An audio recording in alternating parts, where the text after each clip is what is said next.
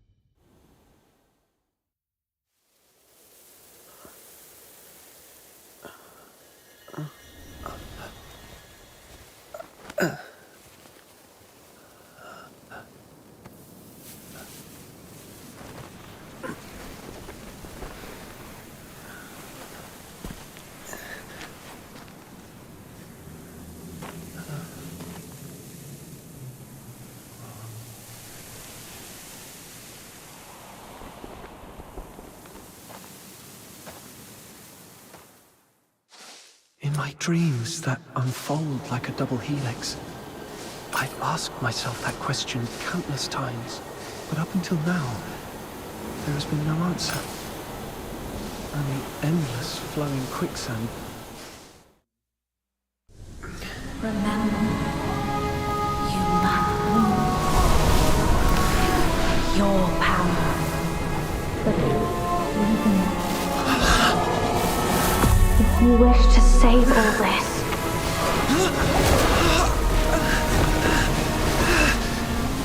Wait! I can't hear you!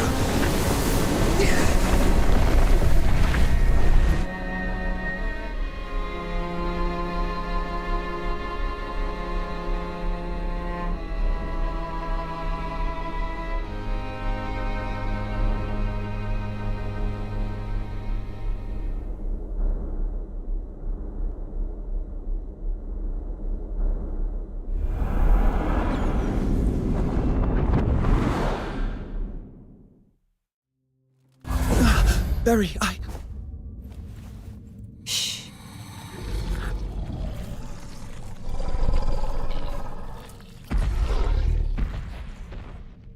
Are you all right? Yeah.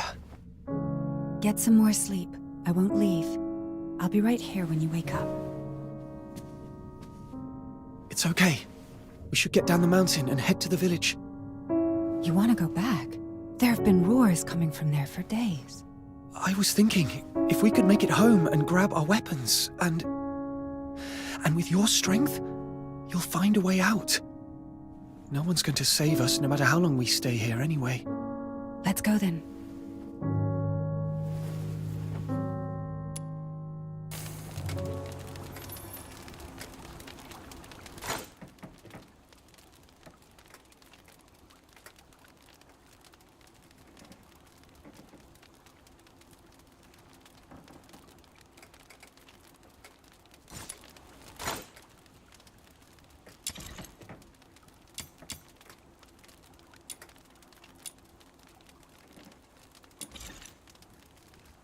Take it easy.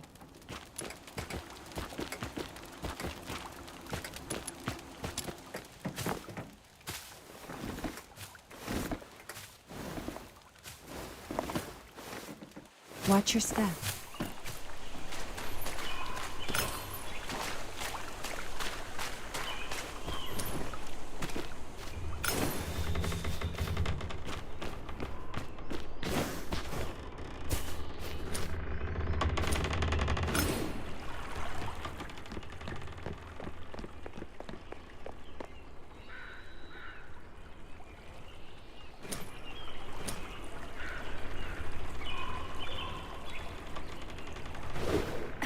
You're not fully recovered.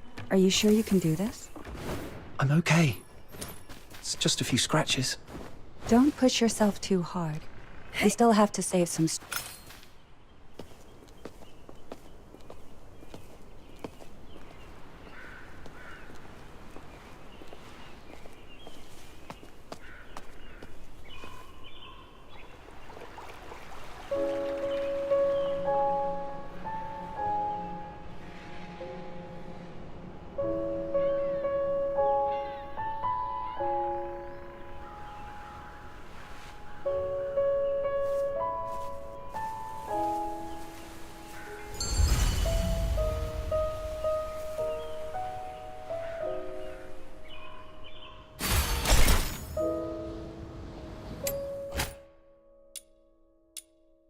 The village is in dead silence. I'm afraid they've probably... they've probably scarpered off by boat. We should hurry home and get the weapons, and then get to the wharf. It's still dangerous here. We're unarmed right now. We have to avoid those filthoids as much as possible. Almost there. It's up ahead.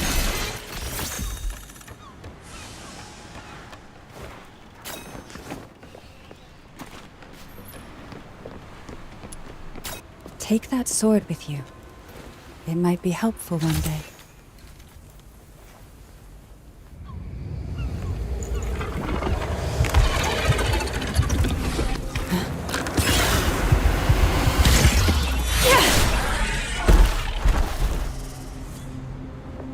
Keep yourself safe. I'll take care of these filthoids.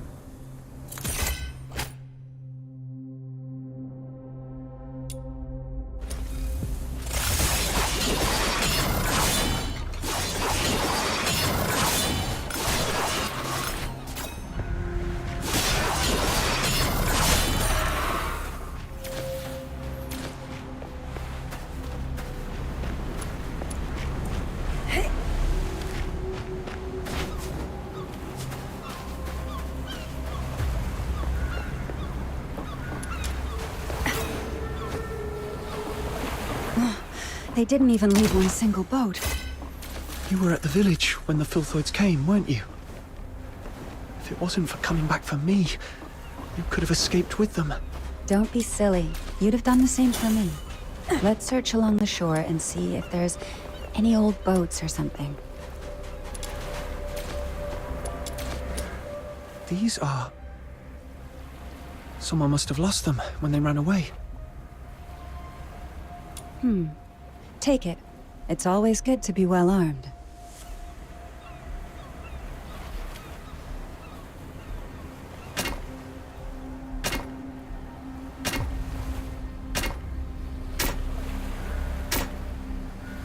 No chance we're leaving by sea.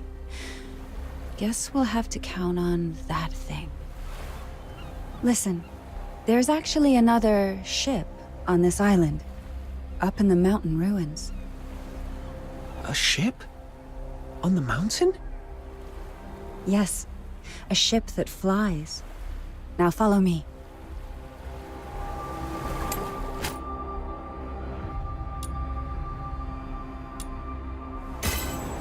More filthoids are coming. Stay close. If necessary, give out the secret signals. We made them up earlier so as not to alert the filthoids up the mountains. Yes. All right, a quick check. 2 pats on the right shoulder. Watch your back.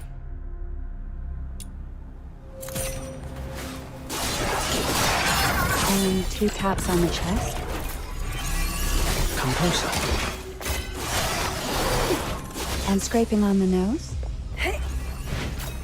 Everything's okay now. Good.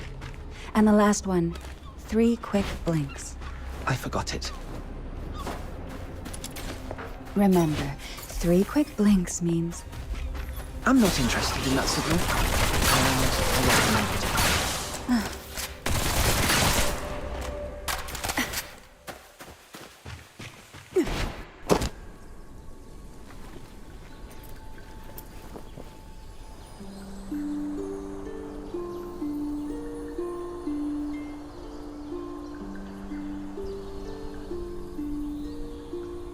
Is this place a temple? Yes, someone once left that flying ship here. And a key.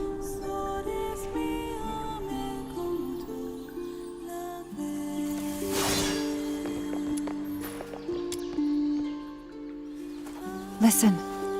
Thrust your sword right in there. Like this?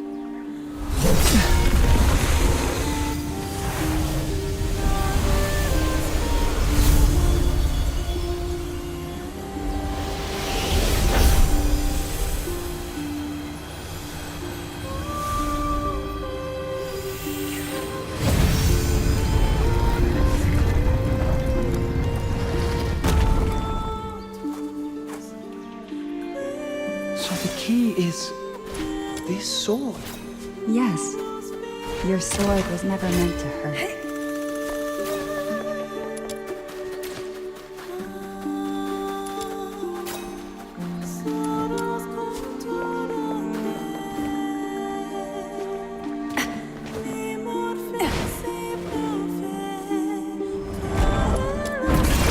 Let's head towards the top of the mountain. There used to be an airship there. If it's still around, we might be able to make it out.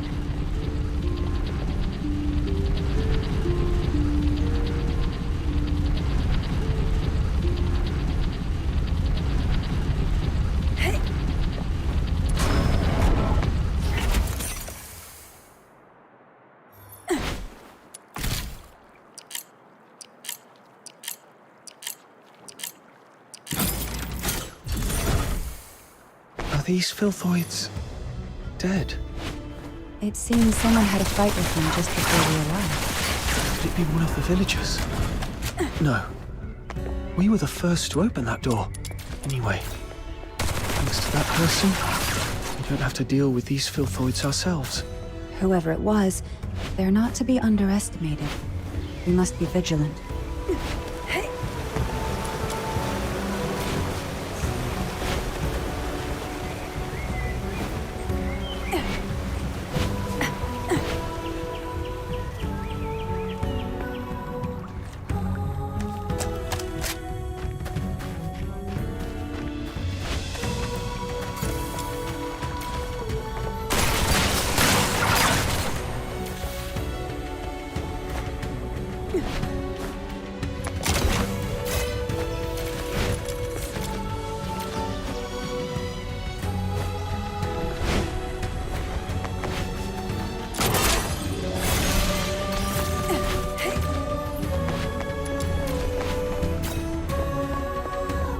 Seems someone used to live here. This was your home. Am I right, Berry? Yes. And no. It was our home. Our home? But I don't remember a thing. It's okay. Maybe it's all for the best. After we make it out, we'll build a new home.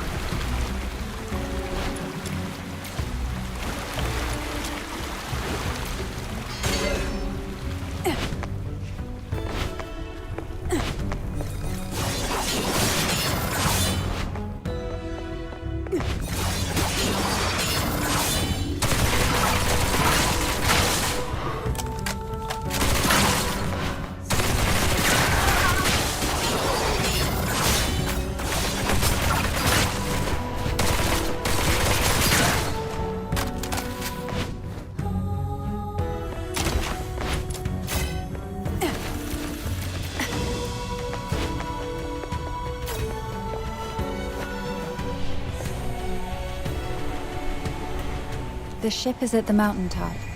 After a short break, we'll push on. Can't believe we'll be saying goodbye to Purgatorio Island soon. You creatures just can't give us a break, can you?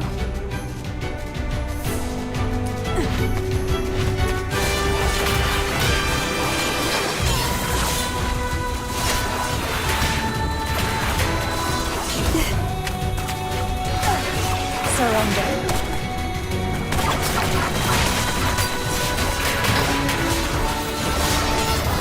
Tear you apart.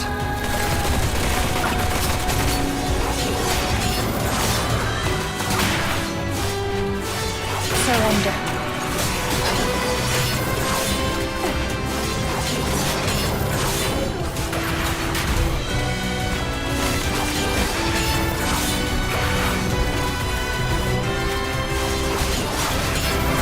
Surrender.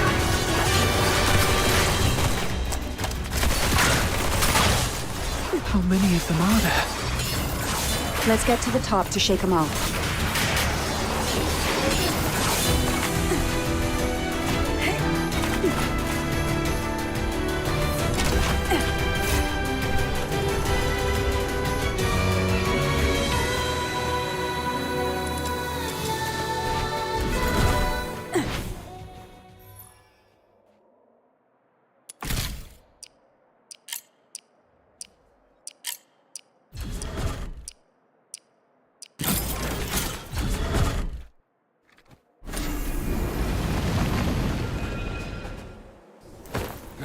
We've been searching for years. When will the chief give up this pointless hunt? Who's there? Lay down your arms! You're surrounded by the 13th Legion. How come? Tear you apart. What happened, Berry? The Legion. They found their way here. Anyway, we gotta break out first. They must be up to something. Surrender.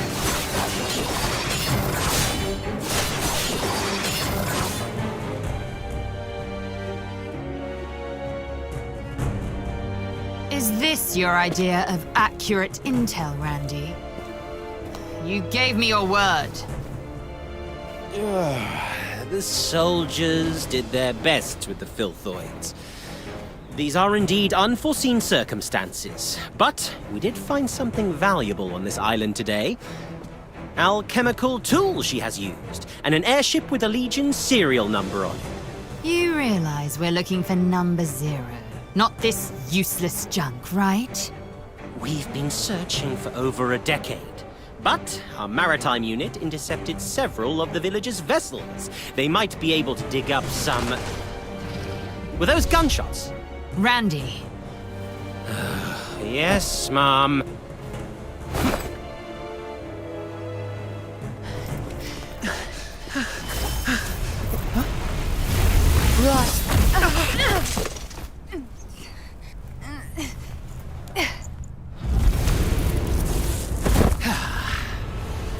You can't get away.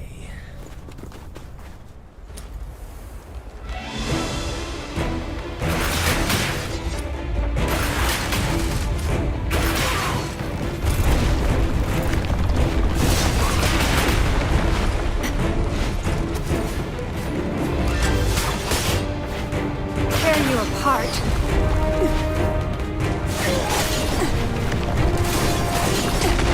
Surrender.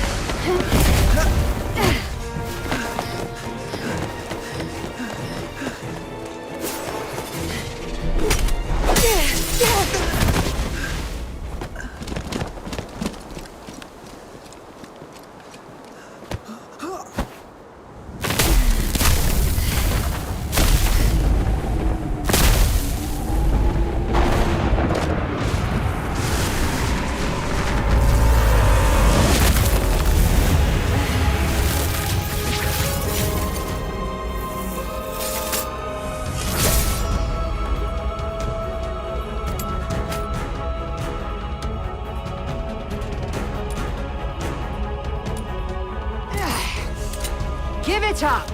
It's over! Tear you apart.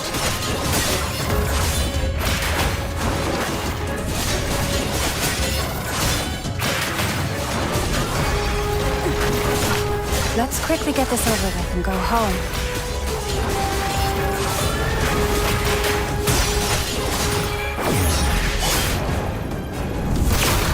Not bad, I must say.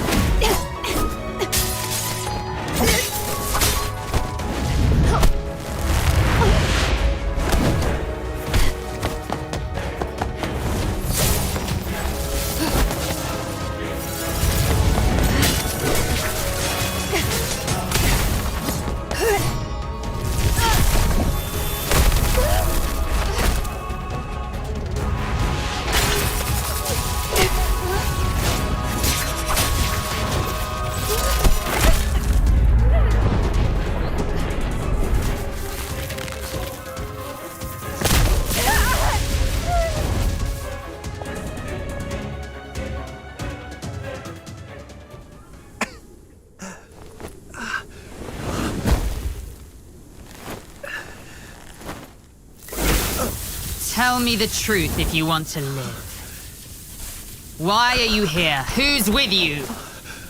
And who on earth are you?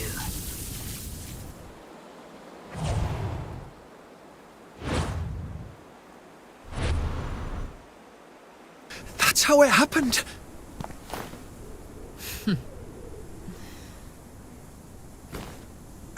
The Filthoids attacked you for no reason after you came here. And you managed to open the hidden path by chance. Is that really your story? We're telling the truth. Let her go! Chief Sybil, we've checked her spinal structure and confirmed that she's the number 0 we've been looking for.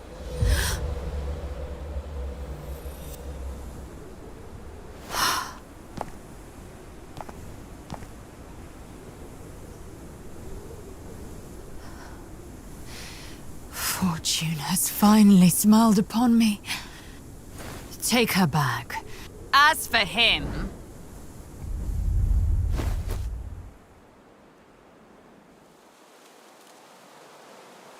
No!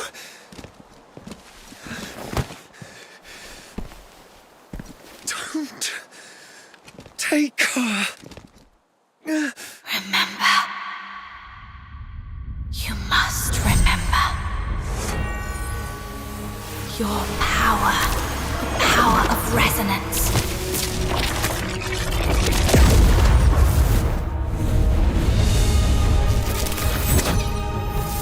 If you wish to save all this,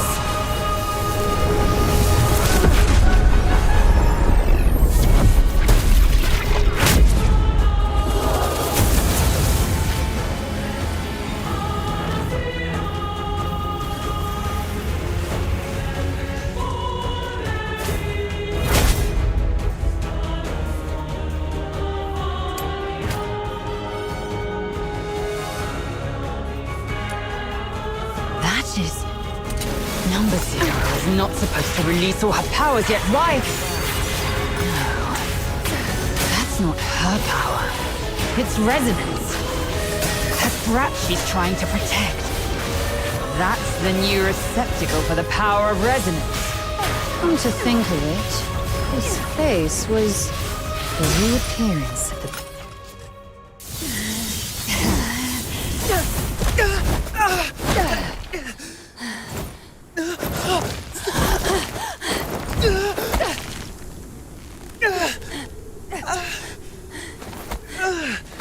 Hang in there.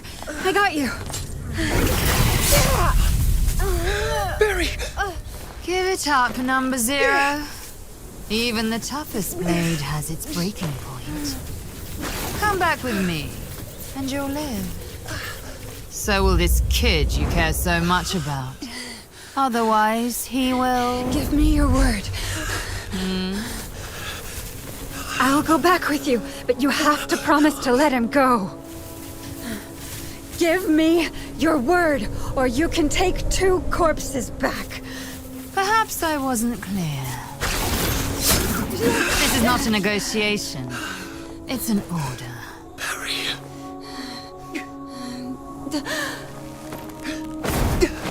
You... Get out of here and live.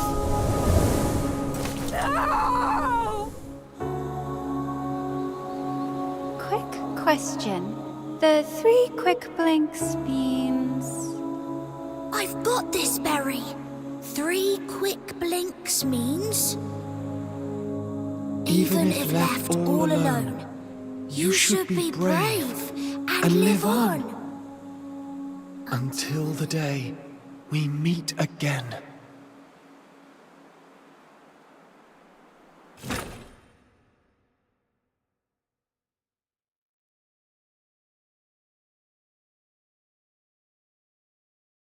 you're back.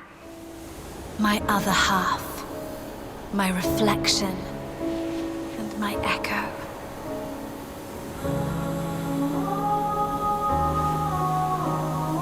You heard my voice and retrieved the power that belongs to you. The resonance.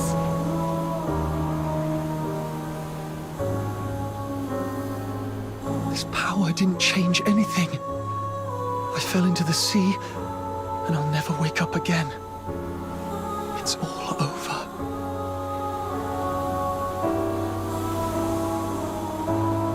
No. I can see it. Your future, our future. It doesn't end here.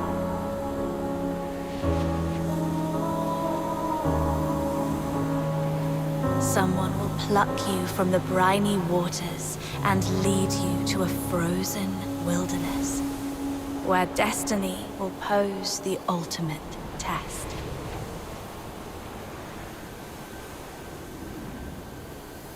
Are you saying I'm still alive?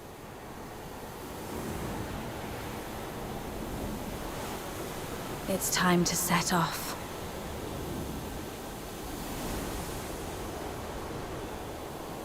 Life is like a lonely cruise through the boundless darkness of the night. The river weeps, overflowing its banks, while the thorny thickets on either side stand as a testament to its sorrow.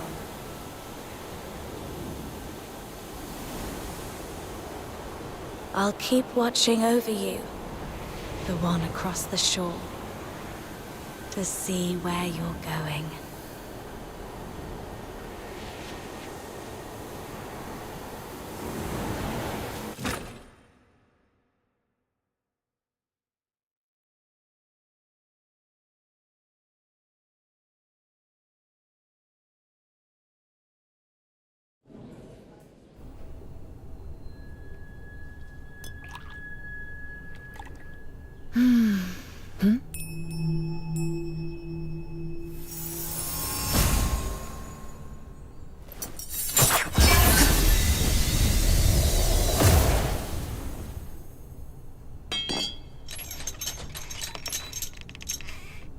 This is my first time in the Cassitis province. Is this how the people here show their hospitality? I don't want to bother you. I just want to strike a small bargain. I'll pay you whatever you want. And all you have to do, well, it will be a piece of cake.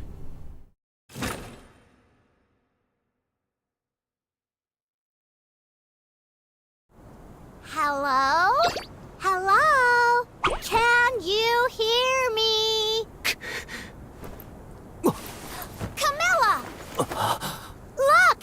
He has woken up! Alive and not incapacitated. No broken bones, then. Who are you? How do you know my name? Berry, where are we? No. We were... I must find Berry. If it weren't for me, she would have managed to escape from those soldiers. Maybe. Hey! Are you even listening? Camilla and Snow have come all this way to save you! You better come with us to the city right now, or else you'll soon become a snack for some wandering filthoids! To... the city? Got a fright, huh? No worries, you'll be safe in a jiffy. Ice Lake is the largest city in northern Hyperborea. Hyperborea? I'm in the Hyperborean Empire.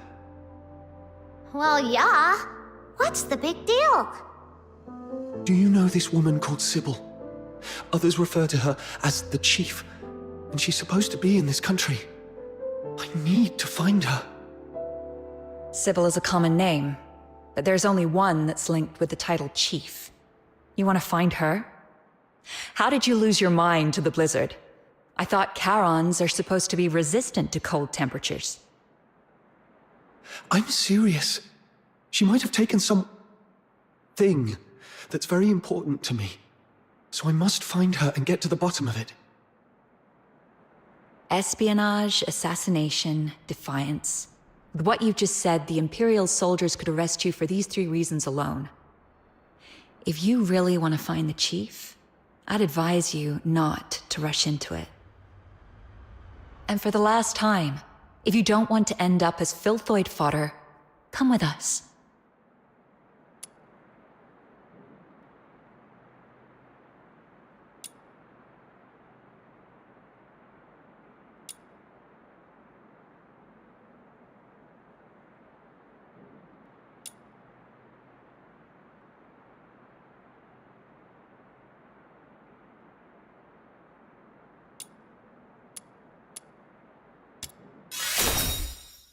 I'll go with you.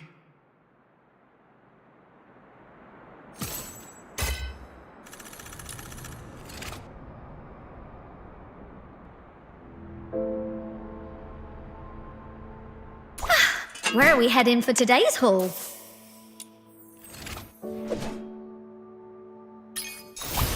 What? You've already heard of my title? Princess Rubbish Bin? Oh, please don't go along with it. Just call me Margie. No princess here, just a little scavenger of Ice Lake.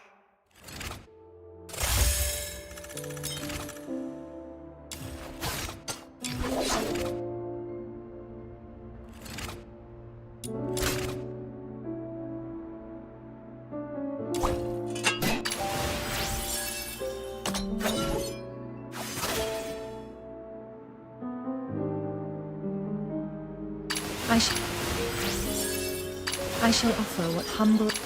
Samuel, here we go!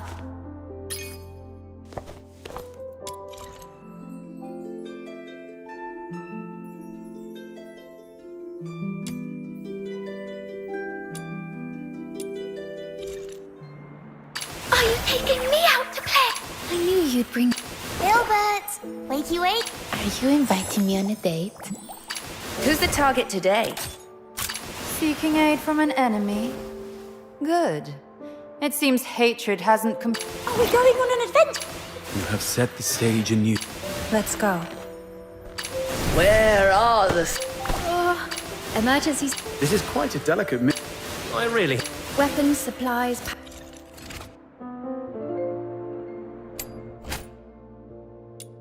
You seem to be all bruises and cuts. Are you alright? I'm fine. The pain's gone now. Something really bad must have happened to you. But no worries! You're under my wing now. Snow will protect you. After all, Snow is...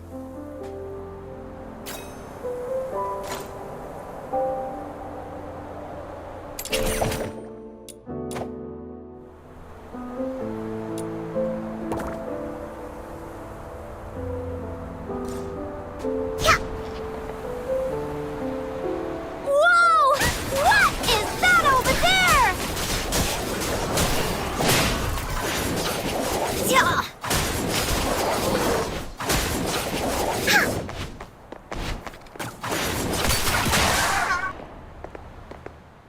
Seems like someone's had a bit of a mishap, and it's even attracted some filthoids. Those nasty monsters. Phew! Thank goodness we took them down.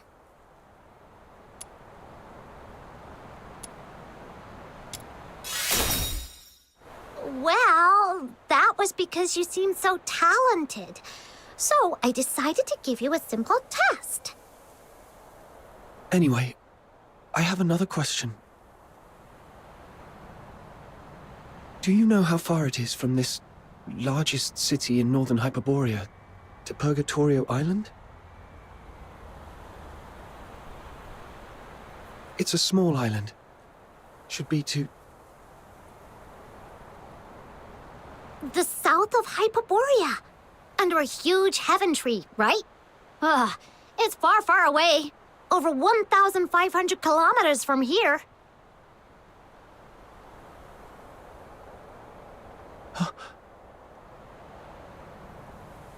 What? Did you come from there? Or are you trying to get there? Don't worry about that now. Let's find a safe spot to take a breather first. That far away? So, I didn't just drift here. But who? And why would they bring me here?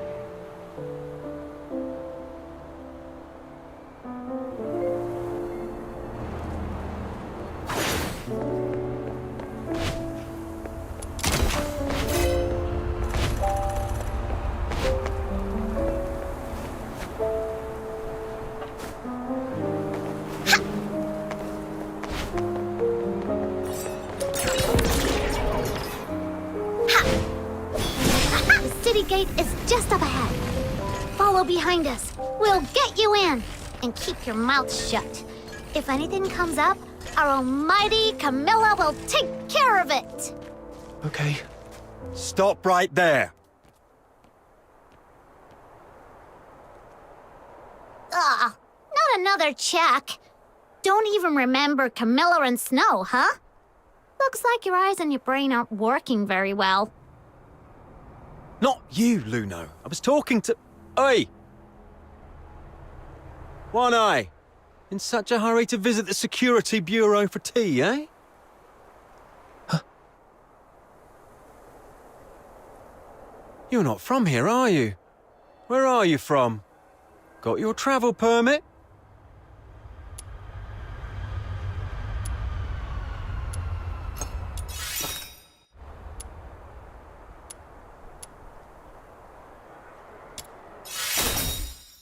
What?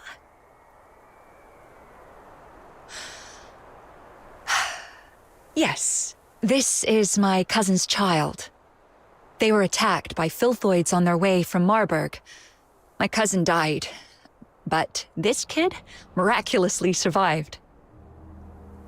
I'll reapply for the travel permit soon, but the child is quite shaken. Please, have mercy on this poor thing. Let him in for a warm meal.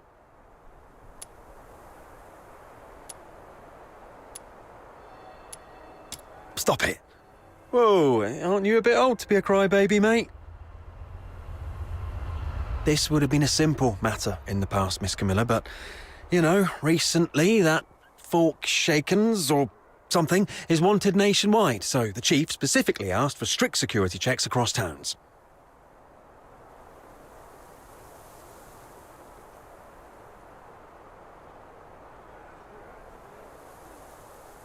It's the Forsakens. I tell you what, I, Camilla Scarlet, on my honor, assure you that he has nothing to do with the Forsakens. All right. I trust you, Miss Camilla, but remember, keep a close eye on this kid and don't let him stir up any trouble in town. If the chief finds out about this, we'll both be in for it. Thank you. Next time you come to the Asphodel, it's on the house.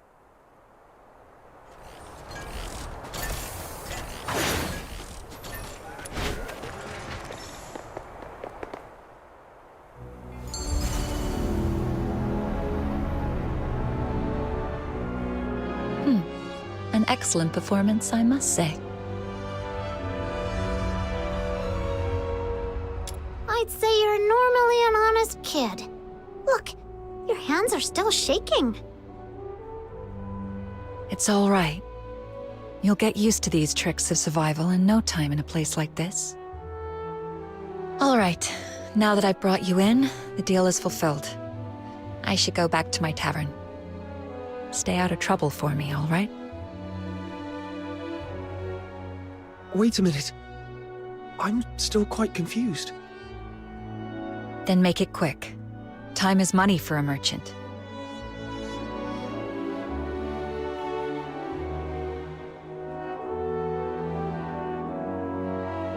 Yep.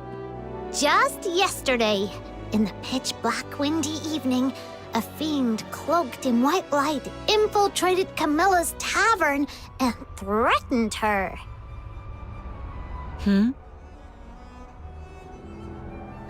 Well, a hooded man in a white cloak struck a deal with Camilla to find you and bring you into town. Do you remember what this man looked like? He was covered head to toe. Quite a mysterious figure. You don't know him either.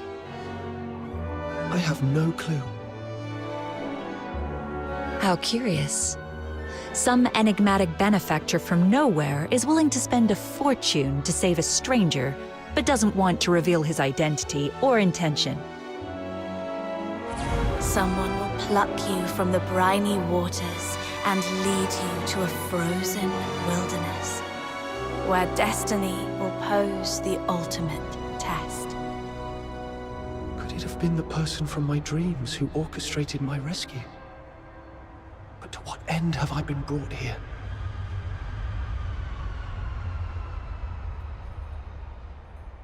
Snow just told you, didn't she? It's leagues away. If you're planning to head back there, the southbound train comes with a hefty fare, not to mention the travel expenses. You'd need at least a few thousand silver coins. Even if you'd rather beg your way across the Hyperborean plains, you'd still need to somehow deal with the inspections in every town you pass. Next time, you might not be so lucky. For all you know, you might well find yourself languishing in prison. Right. Going all the way back is no picnic. I must first get some money and, as that soldier mentioned, a travel permit.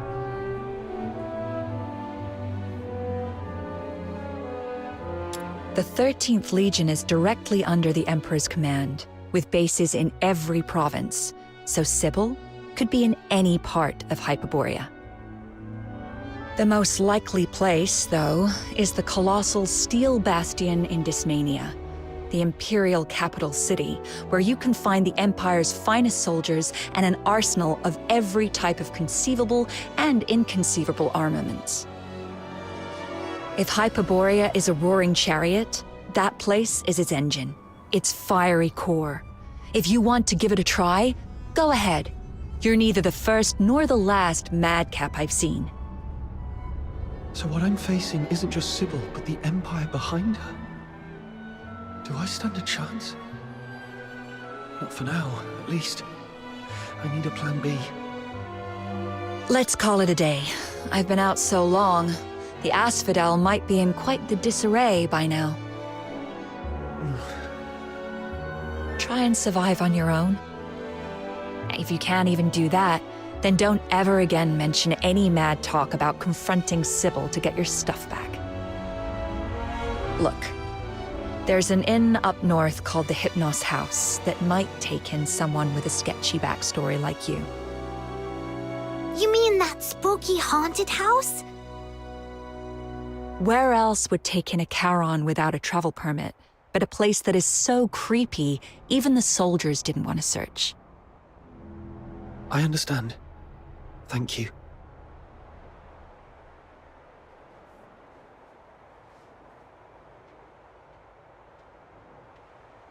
All right. Seeing you so lonely and lost, I'll take you to this Hypnos house to see what's what.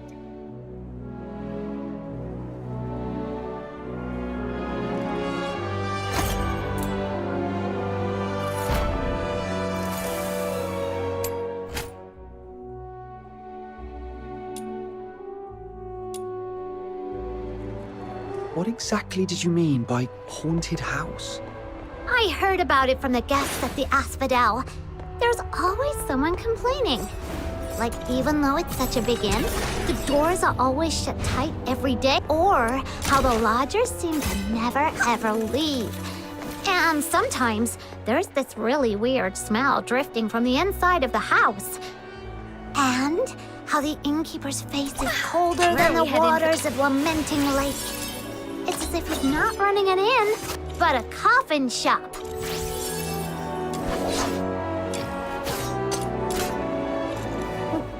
Doesn't sound too bad.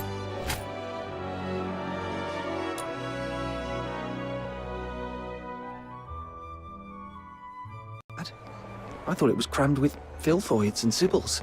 But if they don't welcome outsiders, I doubt if I can... Still, How it seems boring. Miss Camilla Scarlet holds some sway here. Ah. Perhaps I could leverage her influence a little bit. Nah, you can use Snow's name. From now on, you're under my wing, my little minion. Thank you.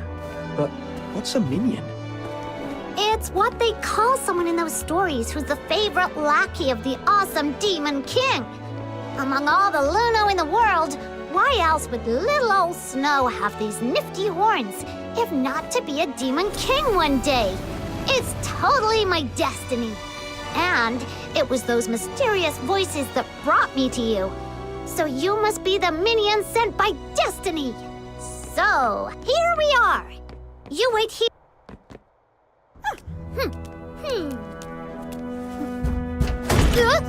Who is it?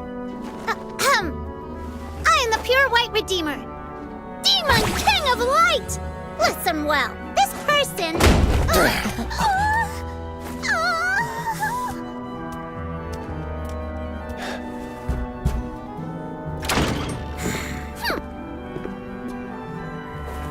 Hold on, please. Miss Camilla Scarlet told me to come to this place. I was hoping to stay here for a few days. Would that be possible?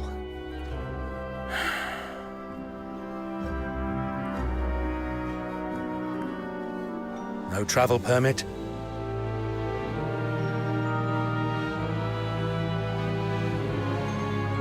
That woman's misplaced compassion knows no bounds.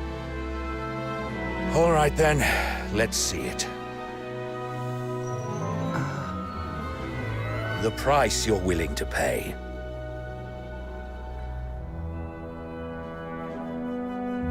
Haven't got any money? I'll find a way to... Then get lost. You're so rude! A real disgrace to Ice Lake.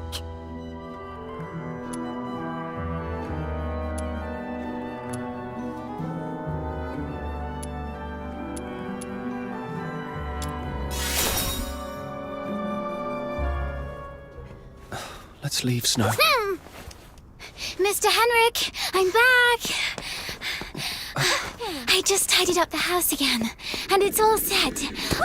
Be careful!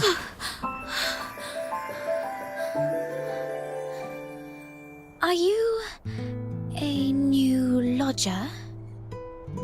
Just a penniless outsider looking for a place to stay. I was about to kick him out.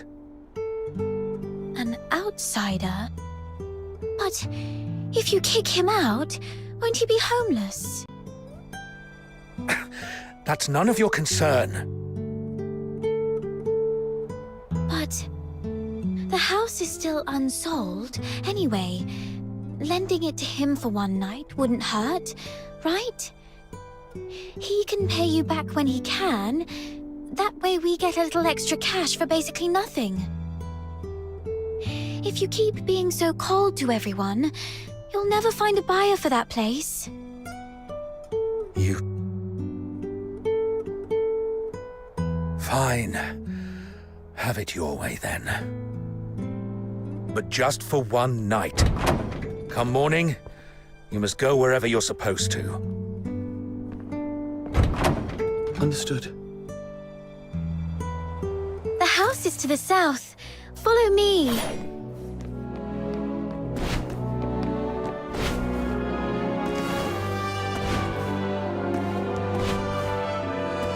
Here we are.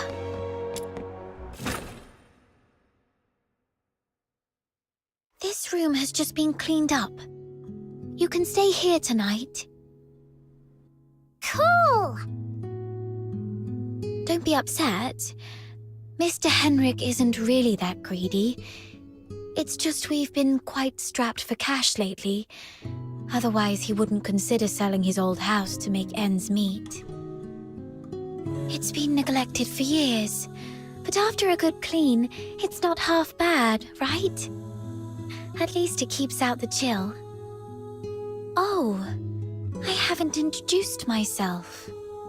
I'm Psyche, a lodger at the Hypnos house. And sometimes I help Mr. Henrik out. That's quite an uncommon name in this city. Mr. Henrik mentioned you're not a local. Where are you from? Your outfit is a new sight for me. A small island. Far, far to the south. The South. I know it. It's a place with 4 seasons, including spring. And an island. You must have seen the ocean. I've heard it's even bigger than 100 lamenting lakes put together.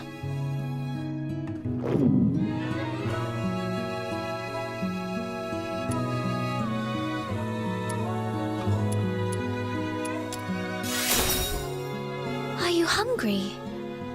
I'll get you something to eat. Be right back.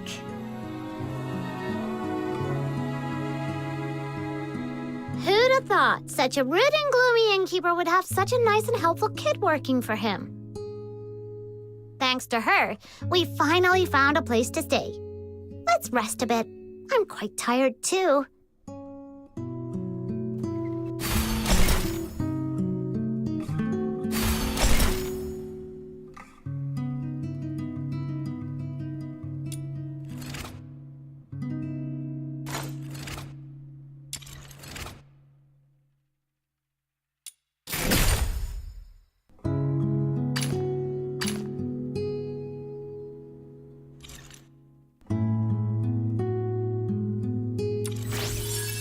Are you inviting me on a date?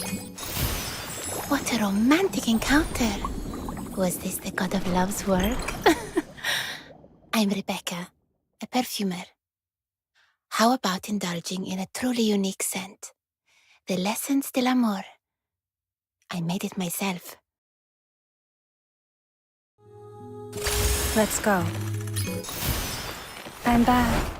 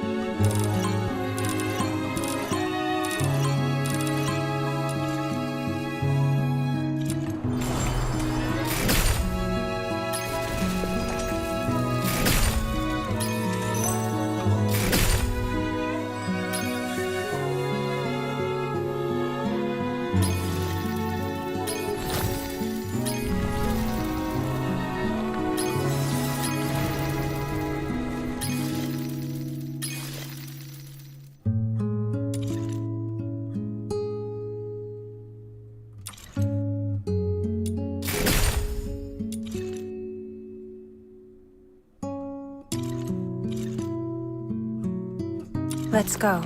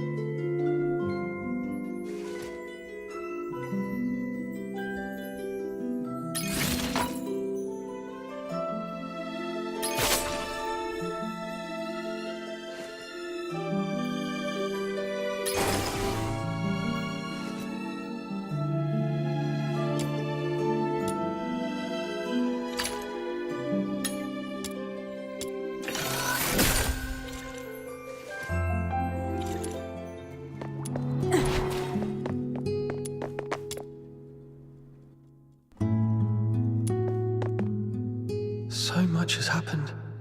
Weird dreams, that mysterious man in a white cloak, Sybil, and number 0. They all seem to be connected somehow, but I can't figure it out. The only thing I'm certain of is that I've lost Berry. If she's managed to escape, she'd surely try everything to find me.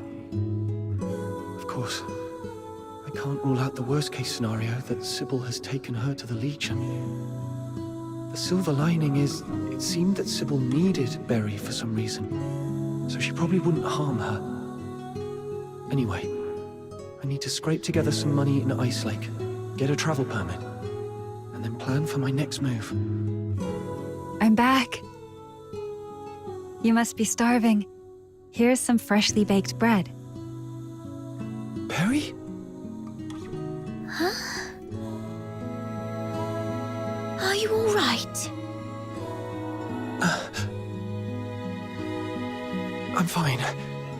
Just so hungry that I accidentally bit my tongue.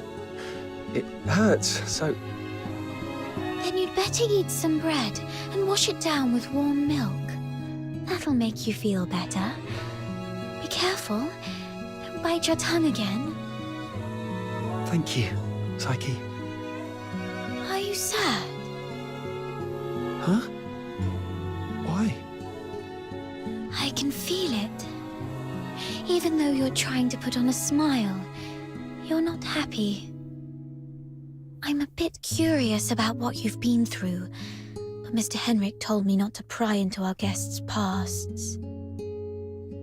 Anyway, you can take a good rest here and think about what to do next.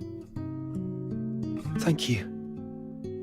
Psyche, I need to ask you something. I need some money. Is there any place in the city where an outsider might find work without too many questions asked about their past? Let me see. Most people here work in the factories. But they all ask to see a travel permit. Well, there's perhaps one place you could try. Miss Camilla Scarlet's Tavern, the Asphodel. You can take up commissions with handsome rewards there. But those commissions are often quite dangerous. You might have to go to places even the local escort would avoid, and you might encounter some wandering filthoids. Camilla Scarlet? I met her today, though I had no idea that her tavern also runs this sort of business. It's okay. I can handle it. Can you take me there? Huh? After all this running around, you're going back to Camilla? Then count Snow in! Snow's more than familiar with that place.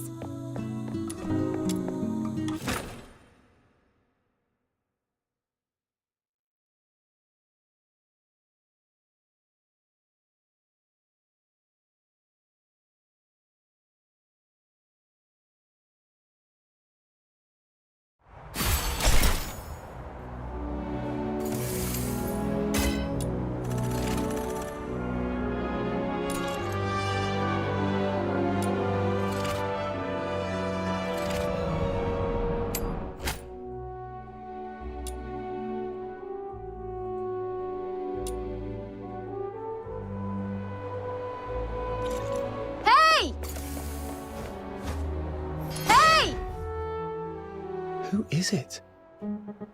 A girl who looks just like... Snow.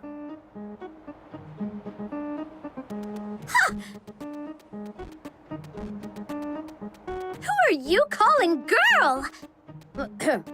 The younger generation nowadays is so disrespectful. You should watch what you say! Although all Lunarians look young, she's actually as old as your great-great-grandmother.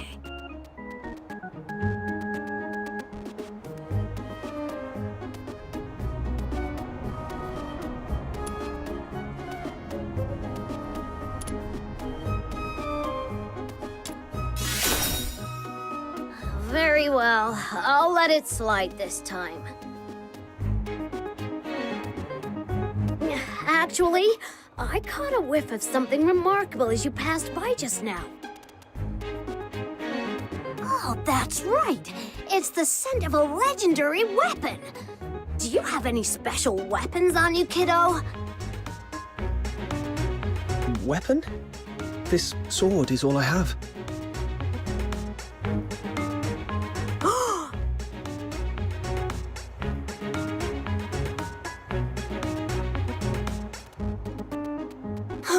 amazing! That's incredible! Look at the texture and the craftsmanship. This clearly wasn't made by those mediocre Hyperborean blacksmiths. Where did you get it?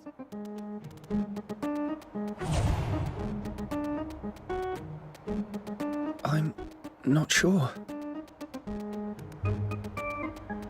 This sword has been with me as long as I can remember. Maybe it was passed down to me by my parents. Intriguing. Very intriguing. I've been a blacksmith my whole life, yet I've never seen a weapon like this before. Kiddo, I'm Luno Smith, a wandering blacksmith. Would you mind if I accompanied you on your journey? I've traveled all over the land, from Hyperborea to Elysium, and I've forged countless weapons. If you require any weapons, I'm at your disposal. Wow! So you're an experienced master blacksmith? All I request is a basic salary and an opportunity to examine your sword.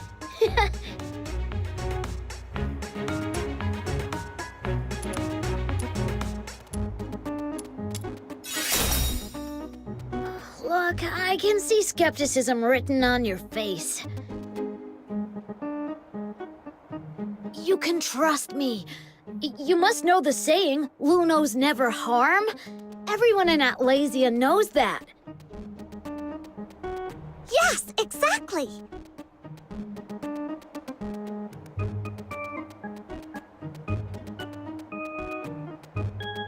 Yeah, you're right.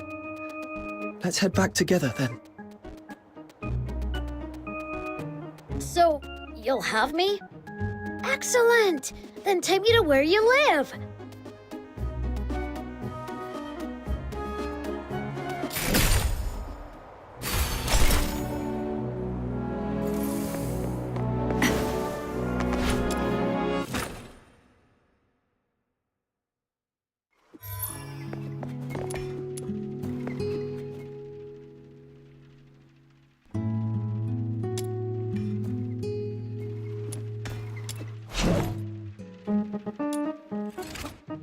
Got any forging plans, kiddo? Hee hee! My hammer is eager to unleash its might.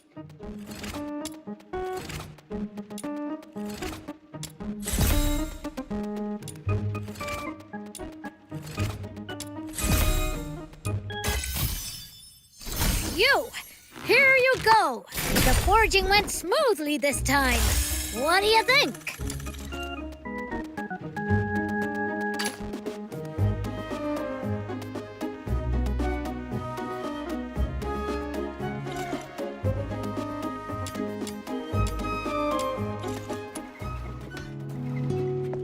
Let's go.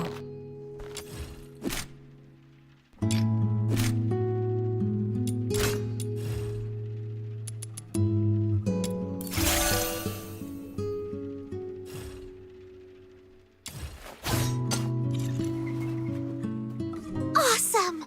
You're truly amazing! I've seen many who resemble you and Snow. Are they also Lunos? Did you come from a remote village or something, kiddo? Yes. My hometown isn't a big city. Ah, that explains it. In all my travels, wherever there are humans, Lunos can always be found. It's quite uncommon to come across someone like you who's never heard of us. We share a similar appearance. Everyone is as attractive as me, and we live very long lives. Like the master blacksmith, every Luno has a particular forte. Wow. Then do you have any unique talents, Snow? Yeah, of course I do.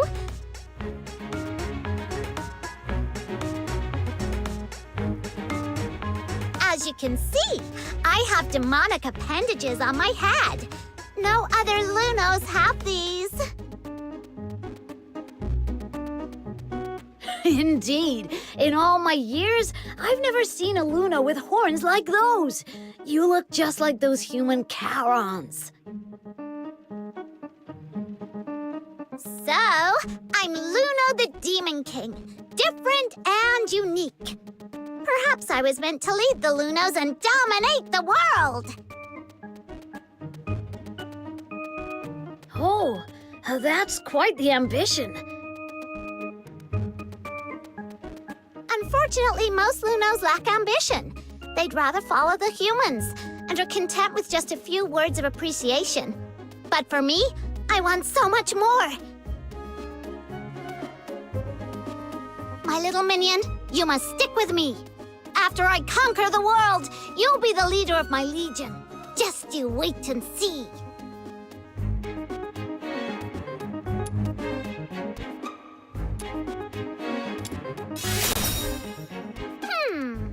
How about 20 letters of praise written by this Demon King? Anyway, we can talk about the details when the time comes. All you need to know is that I'll never let you down.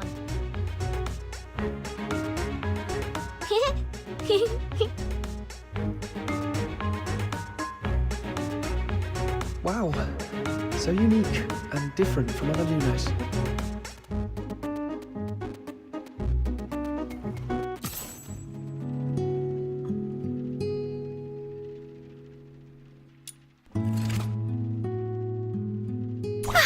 Where are we heading for today's haul?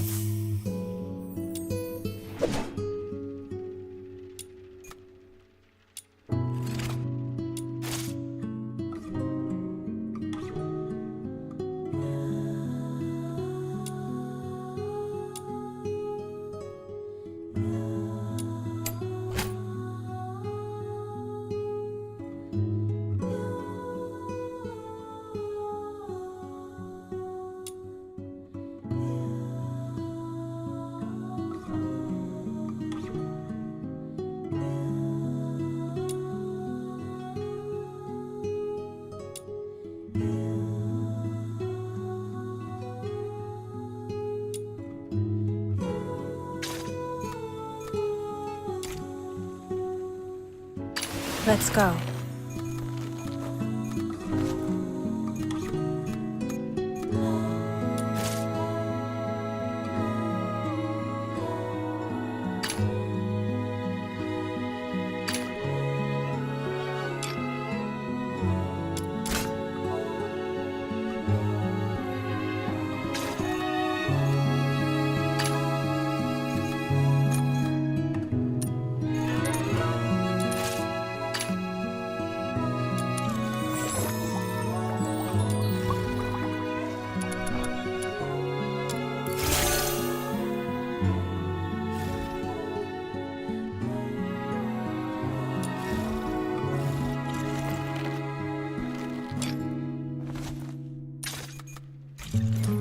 Let's go.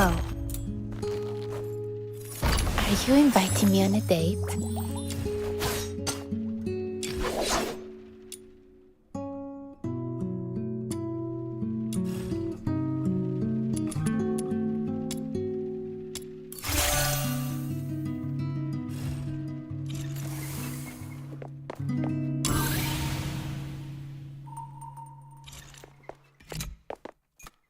My venom is surging like my passion for love.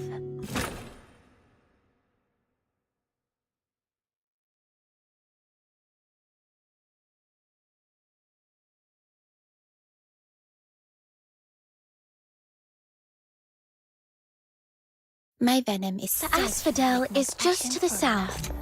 Come on! Snow will be waiting for you in the square. Let's go.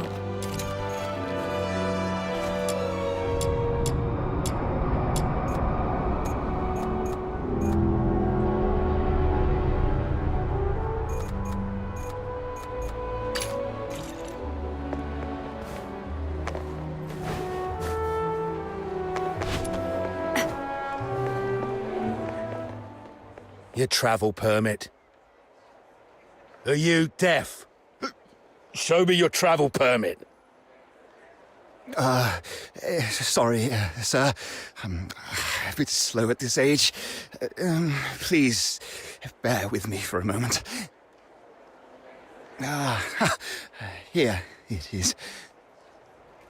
Huh? Oh, is this you in the photo? You old codger. Yes, sir. How come it looks more like a mongrel to me? Oi, why don't you give us a bark, huh?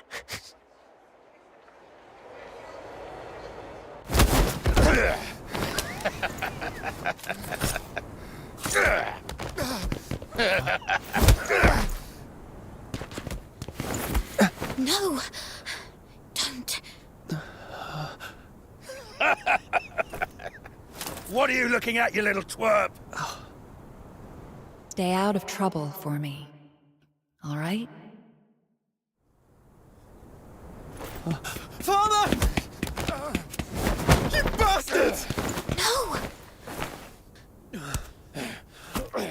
What do you think you're doing?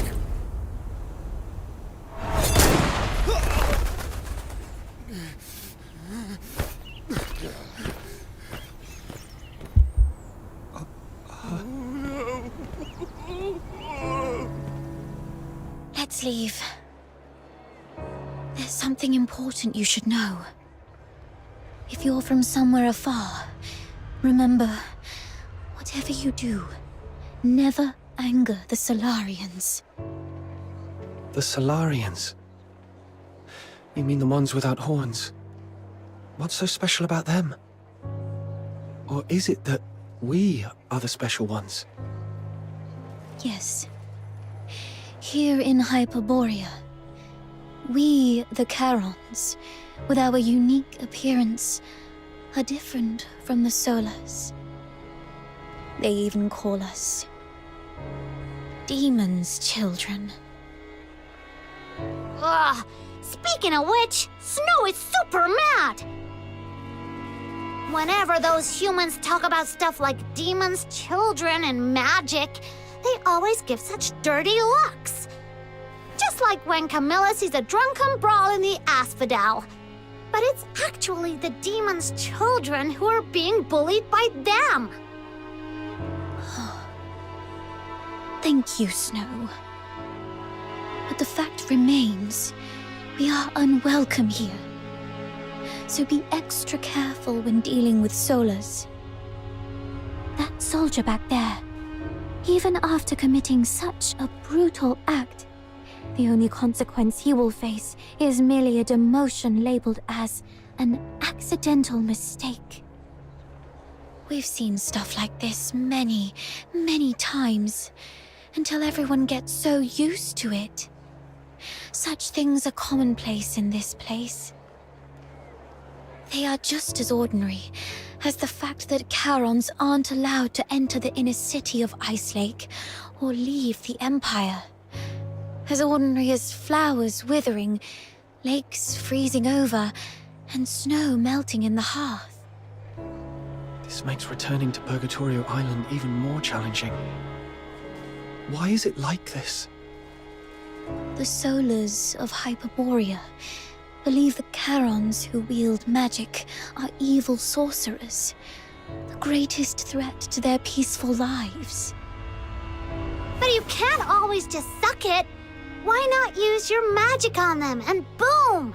Make them cry like babies. Oh, seriously, that makes me so mad.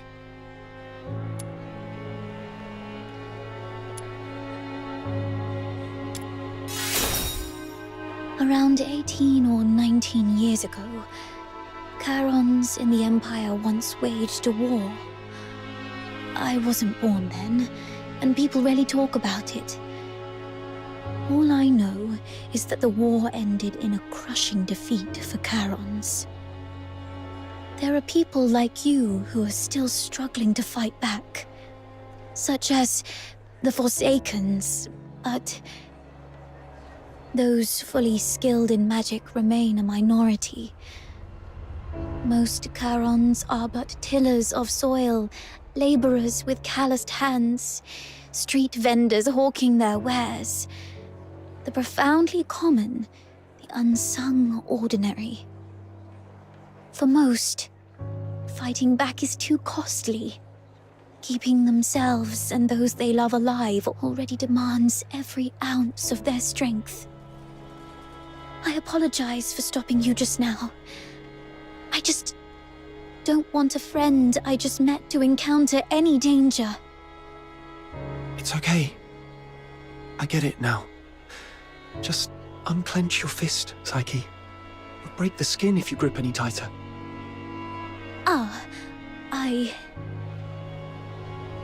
Don't worry. I'll act rationally. After all, Miss Camilla vouched for me so I could get into the city. I can't get her into trouble at least. Right. The Asphodel is just up ahead. Let's go. Annie! Annie!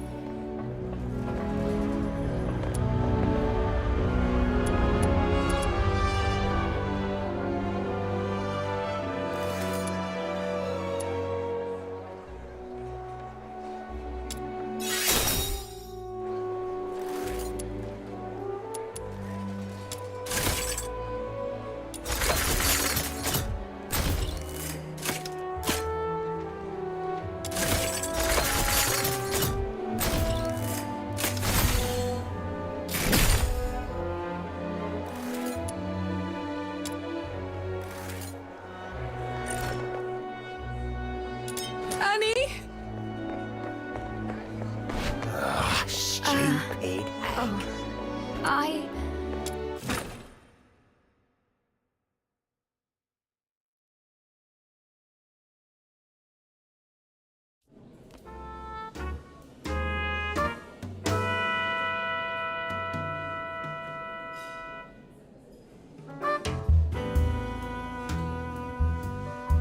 And then, out of nowhere, he ambushed me and pinched the cash I'd just gotten. Oh, that rotter doesn't even spare us scavengers. That money was for several families' upkeep in the slums. Without that bag of coins, all the young and old will have to tighten their belts even more next month. I have no idea where the thief has run off to. I need someone to help me nab him. Shouldn't this be something for the Security Bureau to handle? Well, by the time the Security Bureau bothers with us Charons, the ice in Lamentin Lake would have melted away. Please, Miss Camilla, the kindest and most beautiful lady in Ice Lake, could you maybe ask some of the fox hunters here to lend a hand? Just one tiny favor. Pretty please. Save it. You should know that nothing asked for here comes without a price. Well then, can you maybe, give me a discount? Or I could offer you something else. How does it go again? Information is as good as gold, right? I deal with all the rubbish bins in Ice Lake, so how about this? If I stumble upon any useful info, you'll be the first to know. It's you. And you're the little girl from the phrase. Psyche, isn't it? Yes, Miss Camilla. I'm staying at the Hypnos house for now. I see. I'm here with a friend. He is looking for a job and wants to become a fox hunter. Then you came to the right place. There's a commission for fox hunters right now. Not now, Margie. Okay. Already made friends. You're quite a charmer, aren't you? As for fox hunters, let's get one thing straight. This isn't child's play nor an easy gig. It's true that in this place no one would probe into your past or background, but the rewards always come with risks.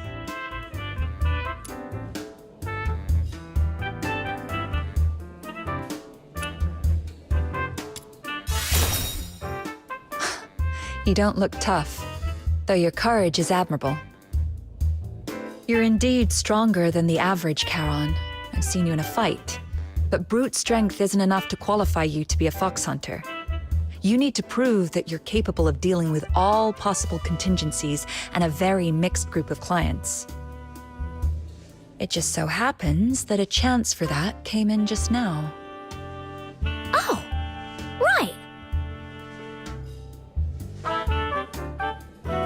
Snow heard that someone swiped this lady's money!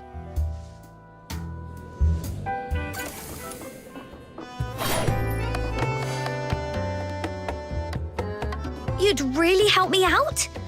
Oh, thank you. That scoundrel headed west. But you know, Ice Lake is a maze of streets, so I can't be sure where he might have gone. Let's look for some clues first.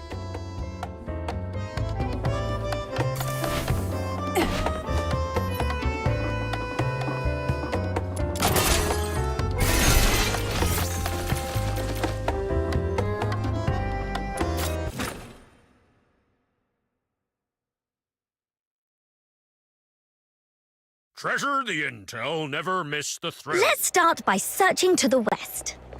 The thief had dark hair and was wearing a blue top, I think.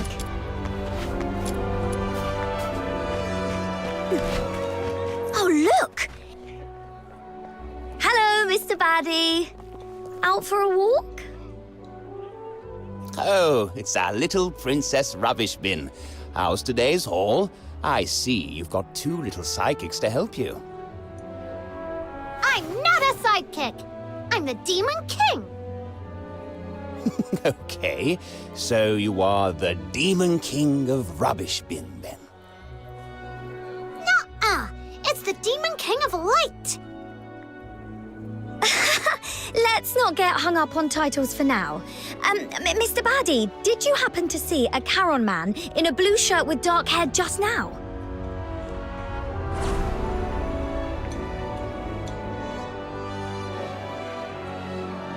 In a way, thanks. I'm going after him. He meant Big Bin number 3. Now come with me. It's quiet around here.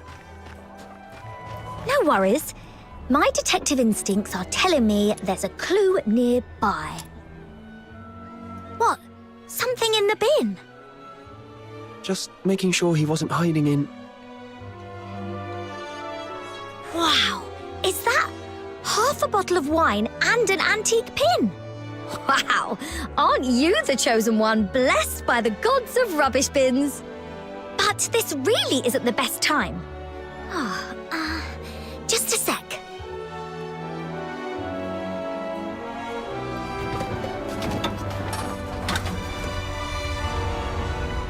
There. All set.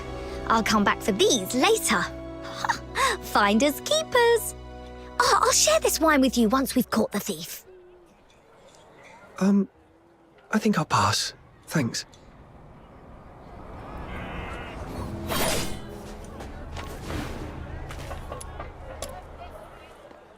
Oh, check this out.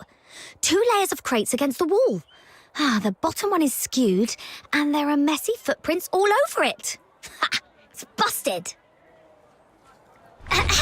According to the statement of Margie the witness, she just straightened these crates when she did her shopping at Big Bin number 3 this morning. Thus Margie, the reticent detective, deduces that desperate thief must have stacked these crates to climb the wall. He's likely hiding on the rooftop right now. Ha! Smart thinking! Let's get up there and check it out! So, reticent detective, that's your title, Margie? Sounds cool. A bit short, though. Could use more punch. Makes sense. Any suggestions, Demon King?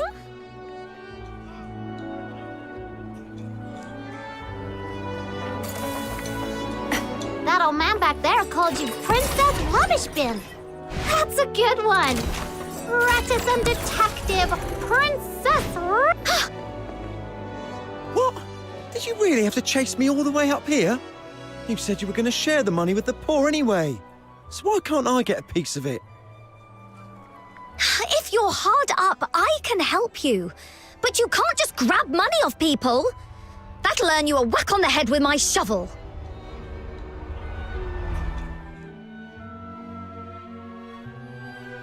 He's disappeared again. What is he? A ghost? He must have ducked into the sewers.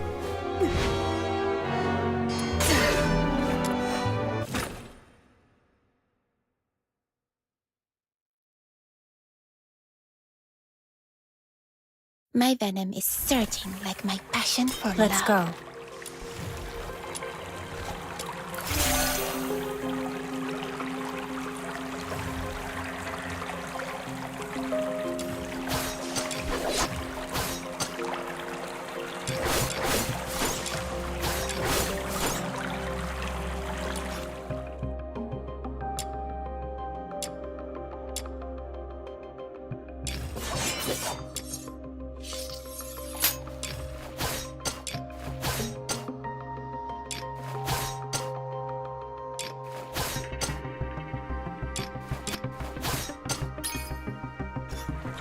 Oh, it's surprisingly roomy down here.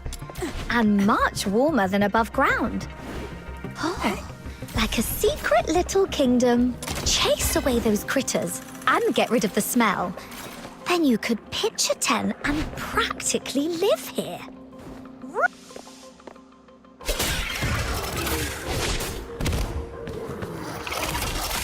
The thief's up ahead. Oh no, he's in a fight with filthoids. Let's drive away the filthoids and get him.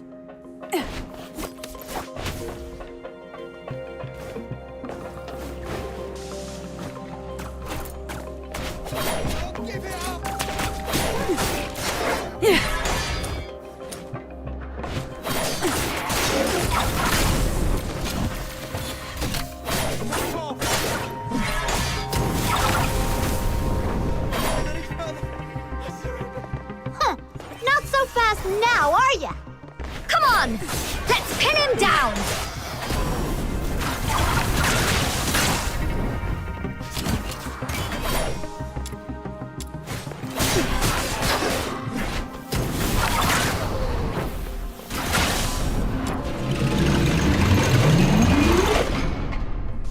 That's for underestimating Snow's minion. Now you know what we've got.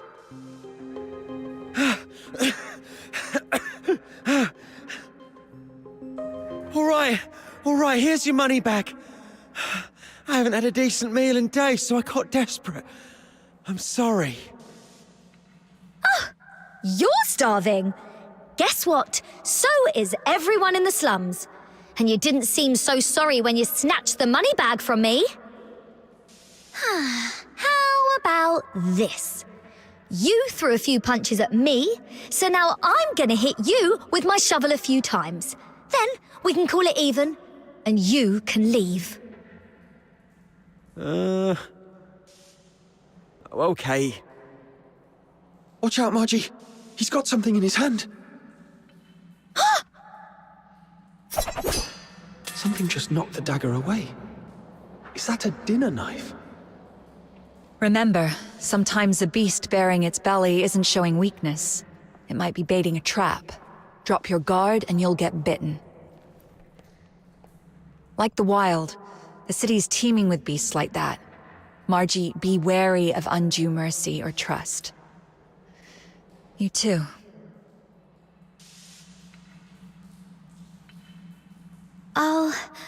I'll remember that. Miss Camilla, did you come all this way to back us up? Since you've come all this way to Ice Lake, it'd be a shame to meet your maker in this sorry spot on your first day, wouldn't it? I thought some big shot came. Turns out it's just a tavern-keeping old hen. What are you gonna do about it? Call the guards? Do you really think those high-ups give a damn about Carons?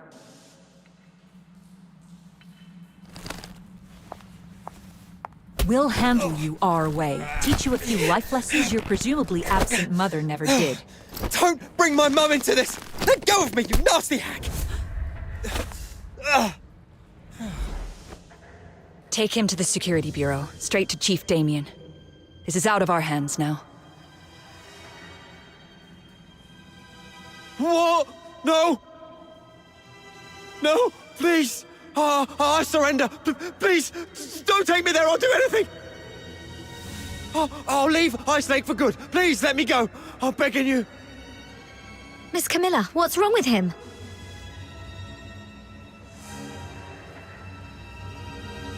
Stay back. He's much more dangerous than he looks. Anyway, Margie got our money back, and you've proved yourself. If you're still set on becoming a fox hunter, meet me at the Asphodel. Please, just let me go. Please. That was weird. Why did Miss Camilla suddenly freak out like that? She's usually so cool-headed. And that thief, too? Shaking like a leaf all of a sudden? Is the Security Bureau really that scary? Looks like he's in for a tough time. All I wanted was to get my money bag back and maybe teach him a lesson. I didn't expect all this. I almost forgot. Here's your reward. Thank you so much. You're a lifesaver. My brother from another mother. Well, I gotta go divvy up these coins. I usually do my shopping all over Ice Lake. If you need me, just drop my name in the slums and they'll help you find me.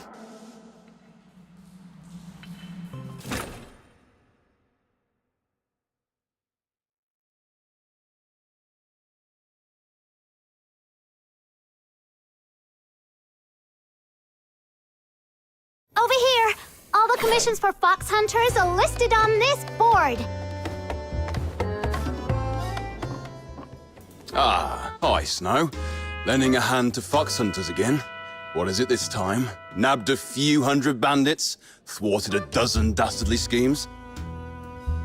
Today I'm keeping it low-key. Just nabbed a petty thief. Just one? That sounds almost believable. I've got to see this. I've never fibbed before. Come here, my little minion. This is Mr. Wells, the most hardworking fox hunter around here. Hello, Mr. Wells. So it was you? Looking all neat and tidy. Who'd have thought you had it in you? Thanks. It was just a small thing. A small thing? Let me tell you. It's all these small things that have turned Ice Lake into what it is now. If it was something big, Ice Lake would be turned upside down. Then I should try harder. Learn from professionals like you. Learn from me? Oh, give me a break. Take a good long think and figure out why you ended up on this path. This is what you should do. I need money. Who doesn't? I've got folks owing me a fortune. Being short's one thing, but I've never stooped to thieving or robbing. You're back. Everything okay? Did you catch that thief? It was a piece of cake. My little minion and I gave that bad thief a good thrashing. He ended up crying and begging for mercy. So you're the one who nabbed the thief. I thought Snow called you minion because you got caught by her. But then again, who in their right mind would get caught by Snow? What was I thinking? He was the witness of my deeds. You had it all wrong. You've made a fool of yourself this time, haven't you? Serves you right for being so preachy all the time. Sorry for what I've just said. Care for a drink? Just let Camilla know. It's on me. Consider it an apology. I'll take a 20% cut. You keep 80%. That's usual.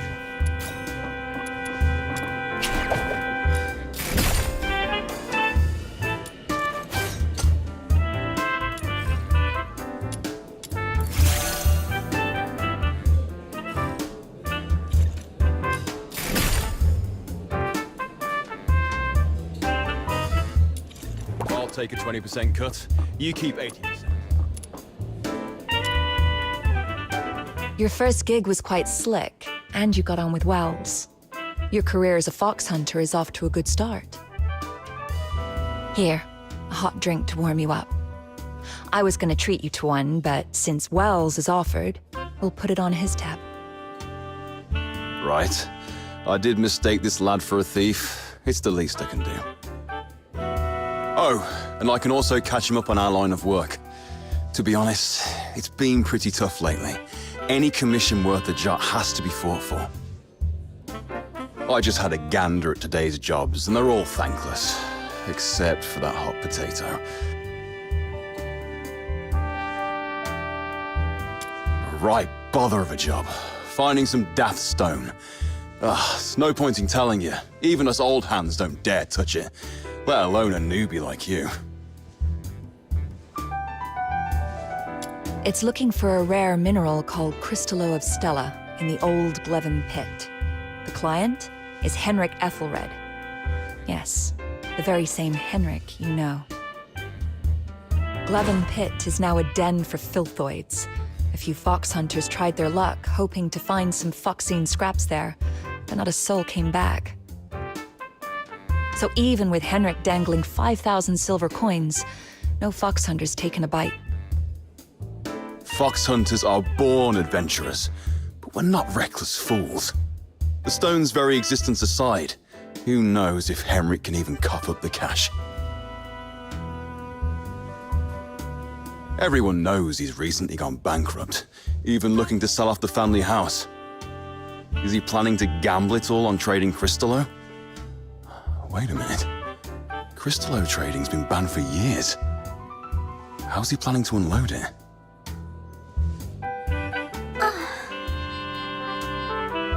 Miss Camilla, how much did you say it would cost to go to the south earlier? About the same price. Interested in taking on the commission?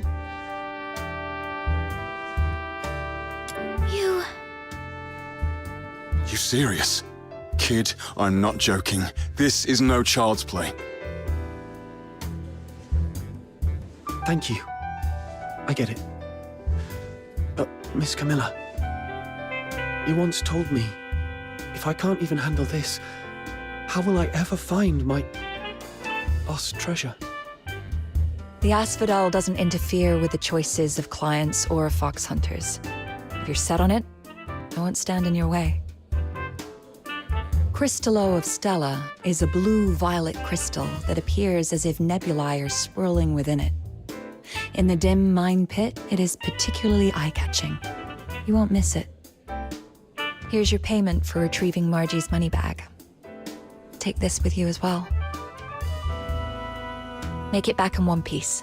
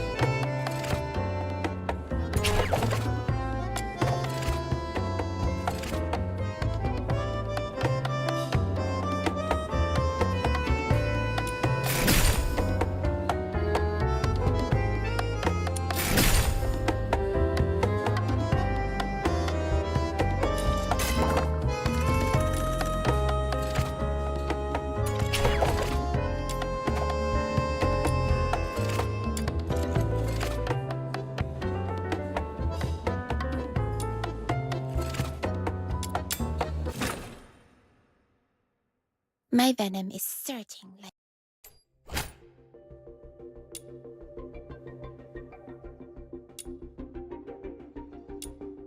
I'll go first.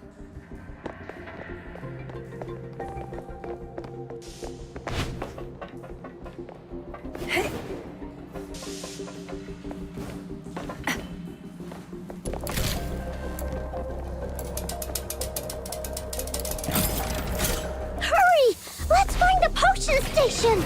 Oh yeah! To make the station collect the serum, we gotta defeat enemies near it! Fill up the potion station to complete the commission! Go, go, go!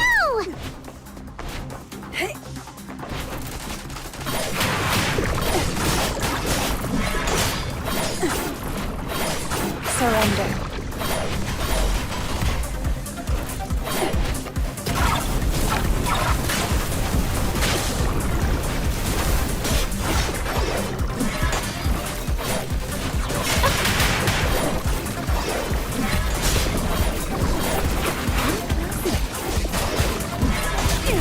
Whoa!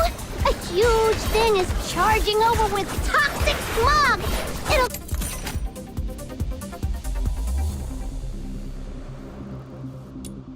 corrupt all the serum in the station!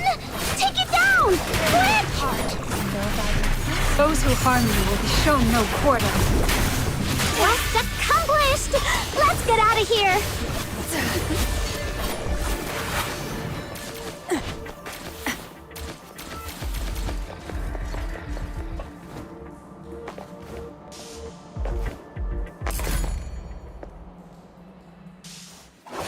It's all over.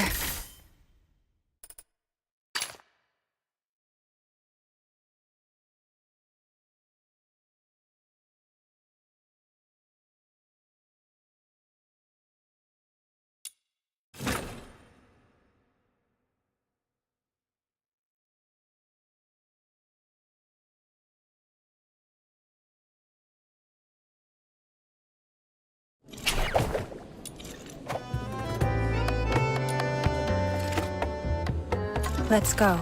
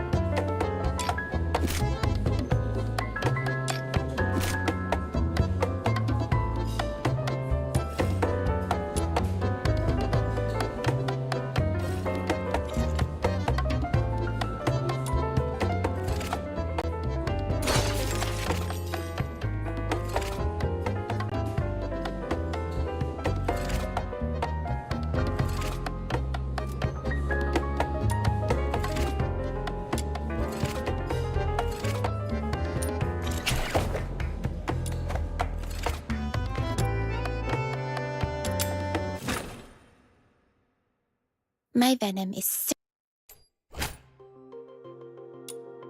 I'll go first. So,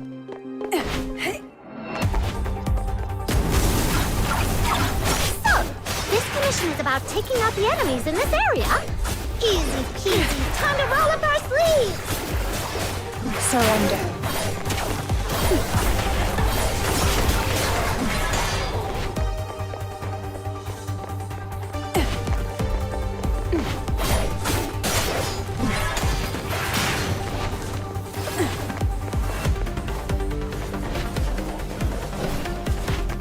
Tear you apart.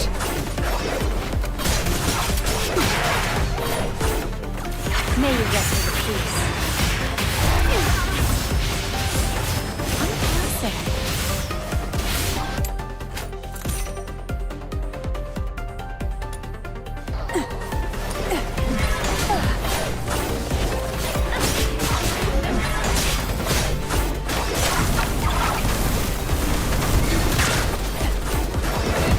Alright, that should be enough to teach him a lesson.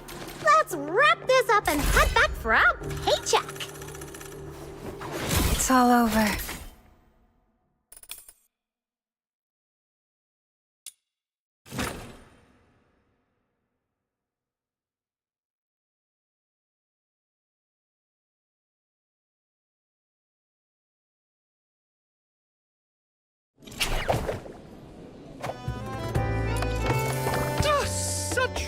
wretchedness would surely draw heaven.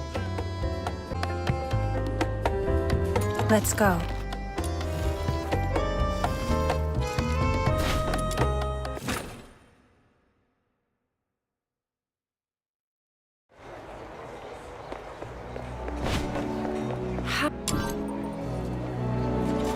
Boring.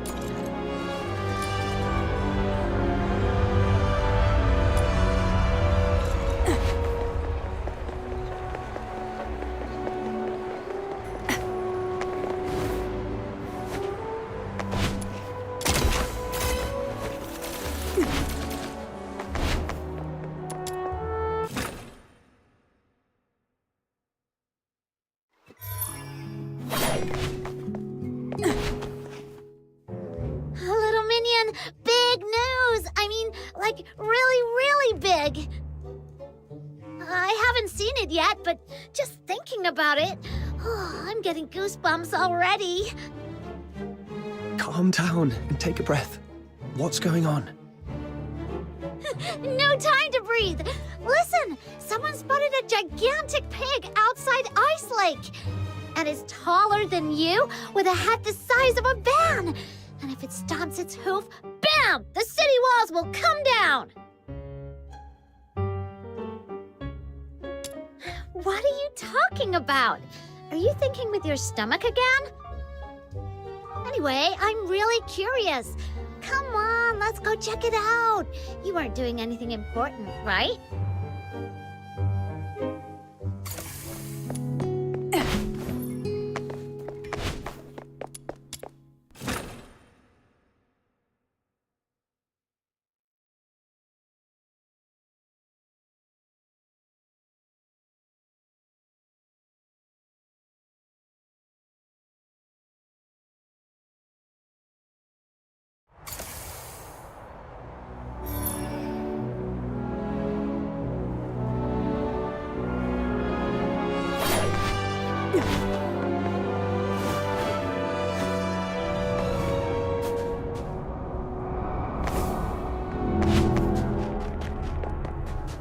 Tools without spirits. Hey.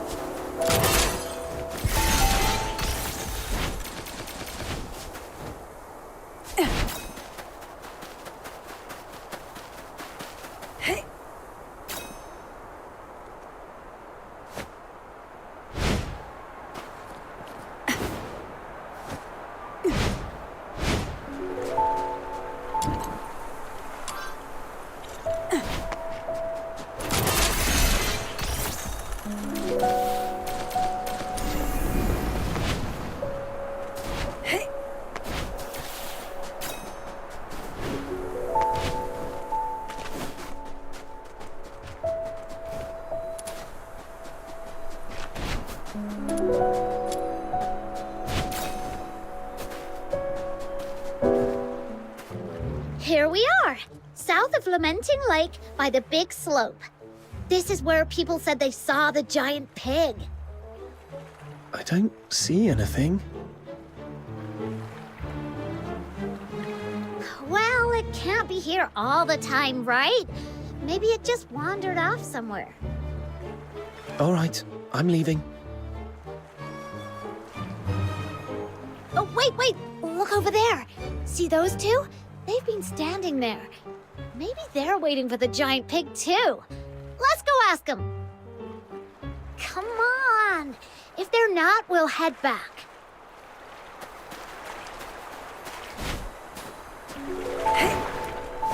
Hello, may I ask? Shh, keep it down. Can't you see we're expecting something? Oh, my bad. So, you're also here for... Yep.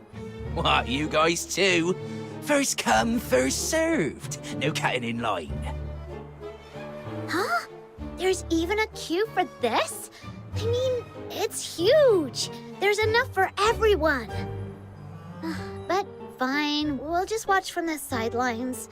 Once you're done, we'll take a closer look. Why do I feel like you're not talking about the same thing?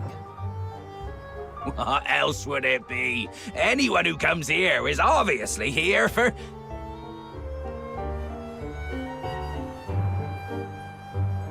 Now, pull the rope!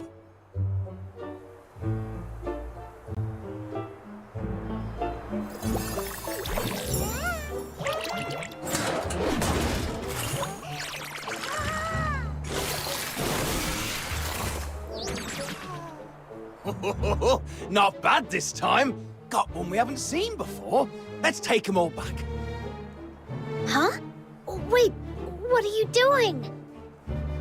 Don't hurt the genie mons! Filbert, knock them off! Oh, for crying out loud! How many more times do we have to run into her? Hurry up, grab all the genie mons and move. They're getting away! Sir, and your little friend, could you give me a hand? Whoa! The giant pig is real! And it talks! Okay, I say we do what it says. Those guys look super sketchy anyway.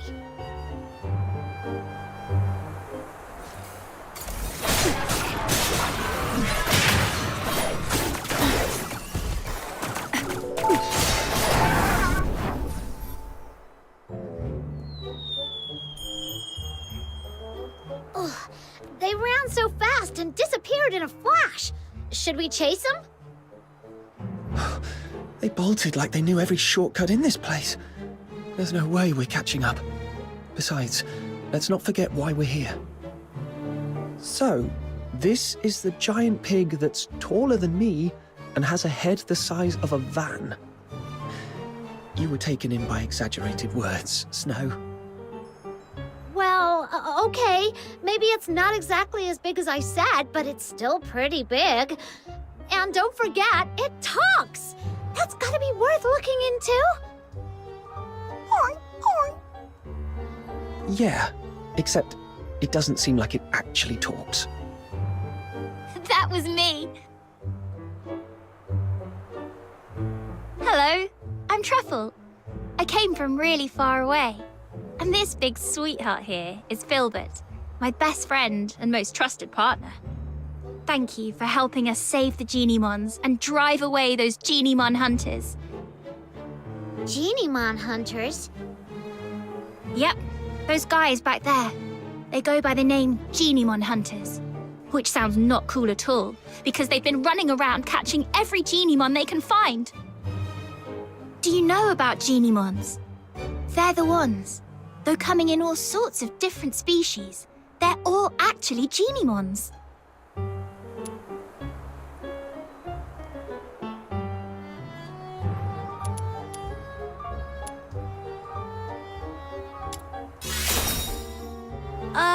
I think I get what you mean, but something about it feels off. Anyway, I read about it in a book, that Genie-Mons tap into the power of Foxine and become various forms to adapt to different environments. Like, if they hang around fire too close, they turn into toasty, fluffy Zepyro. Whereas staying in the dark long enough, they go all shadowy and become Equinix to blend in. Most people don't understand how it works, so they think it's evil magic and get scared of them. But because they can use the power of Foxine, they've attracted the attention of a group intent on capturing them. I don't know what they're up to, but I know it's nothing good. So, I've been hanging around for the past few days, waiting to make them regret their actions. Oh, I get it! They hunt Genimons, and you hunt them! That makes you a Genimon hunter-hunter! Genimon hunter-hunter? That's a bit of a mouthful. But I guess it fits. Those guys run off the second they see me. All right, let me know if you run into those bad guys again. And little ones, now go home and stay safe.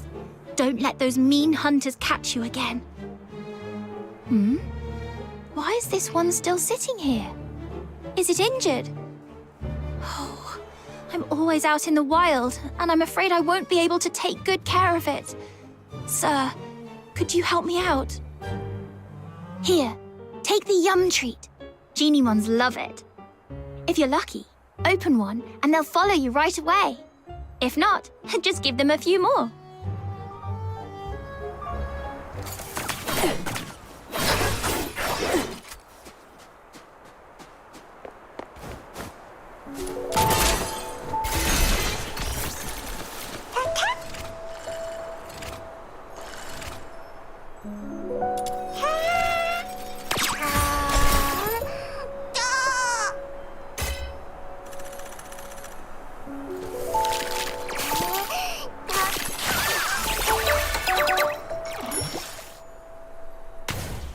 Yes, that's how it works.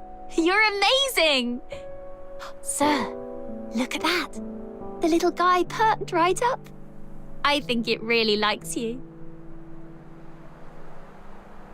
What is it, Chirpy? It's talking to him. This little one says you feel familiar, like someone it can trust, and it wants to go with you. You take care of it, and it could come through for you in a pinch.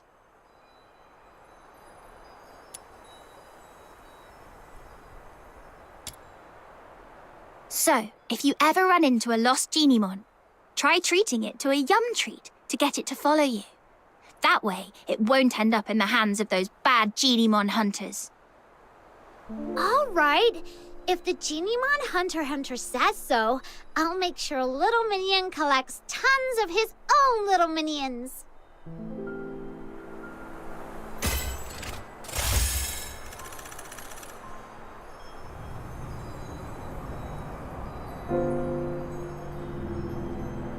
Let's go.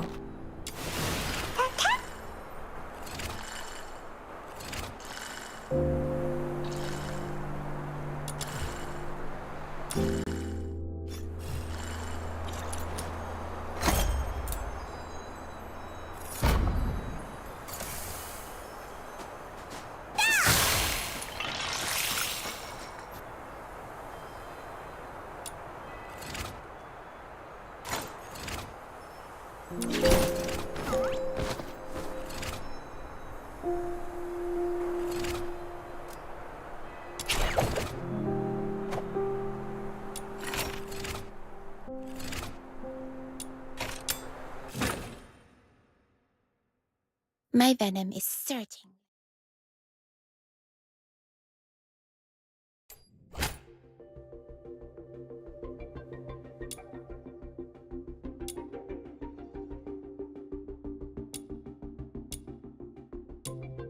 I'll go first.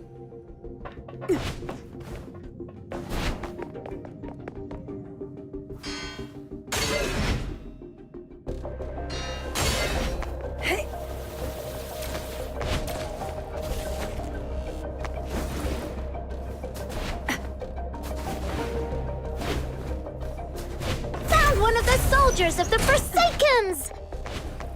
The client asked us to prevent Finale Flare from blowing up, so taking down these soldiers should work in our favor! Let's go!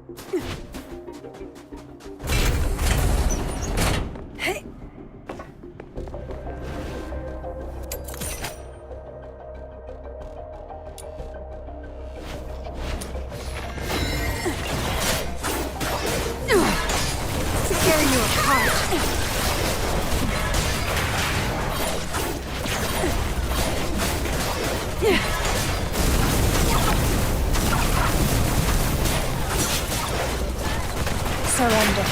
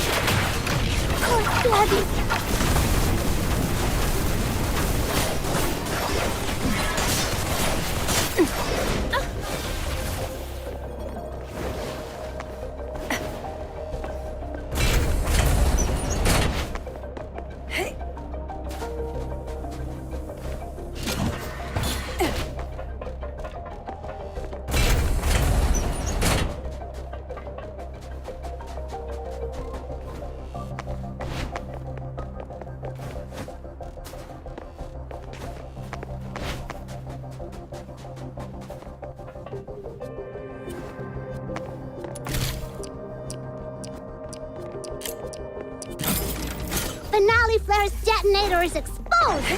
Time to wreck it!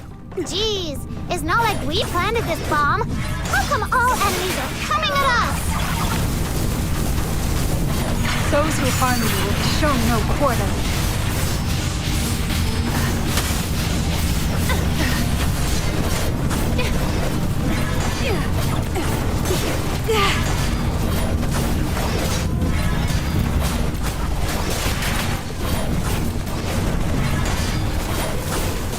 Finale Flare is dismantled!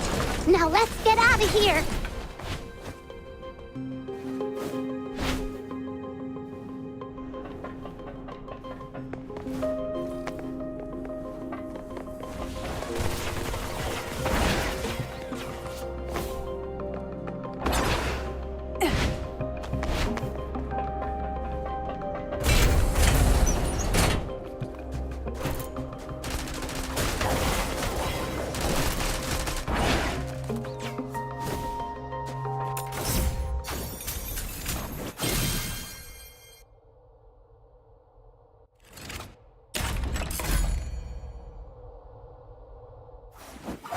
It's all over.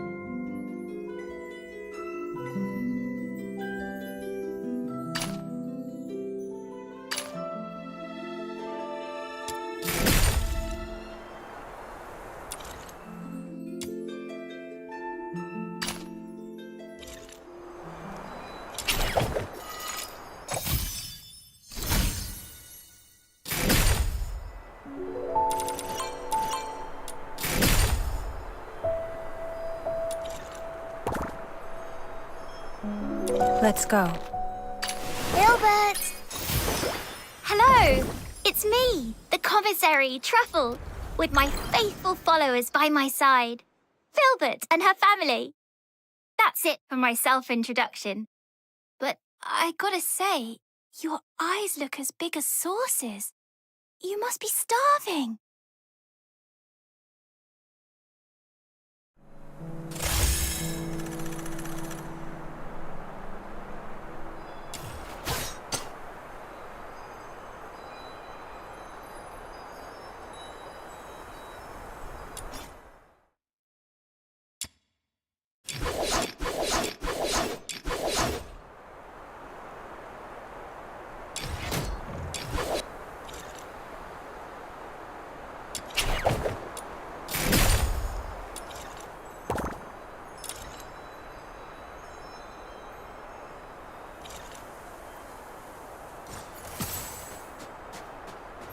Let's go.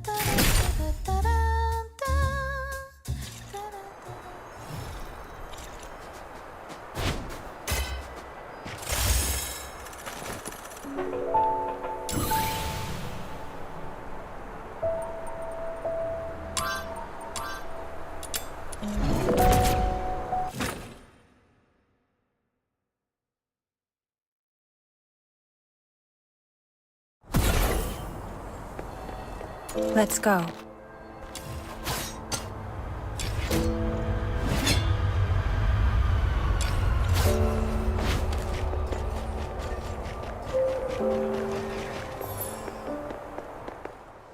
Hold on, please.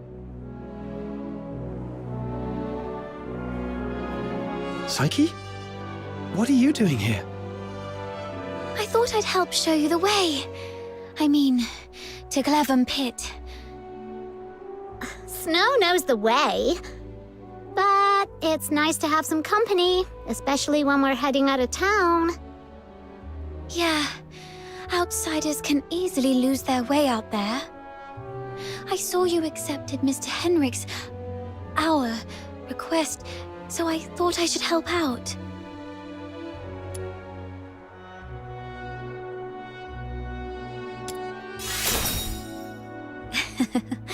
Actually, I was looking forward to a little walk myself, too.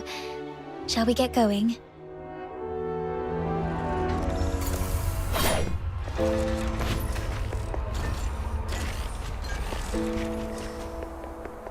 Ooh.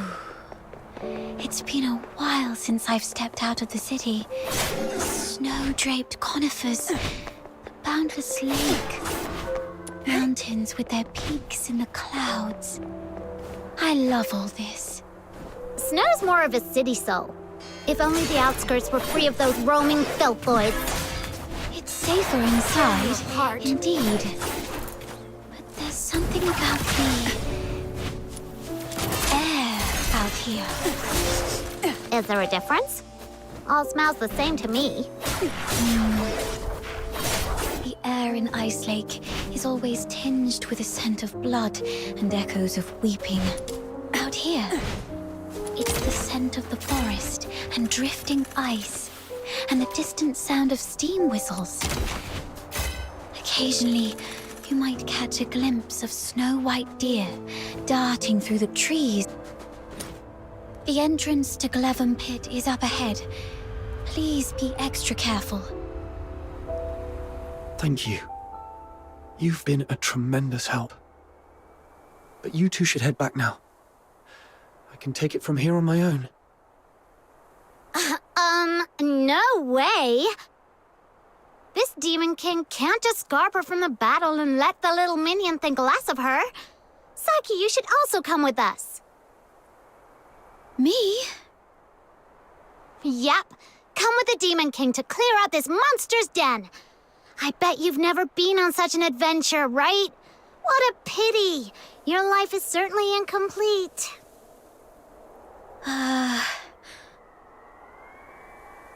All right. I'm in.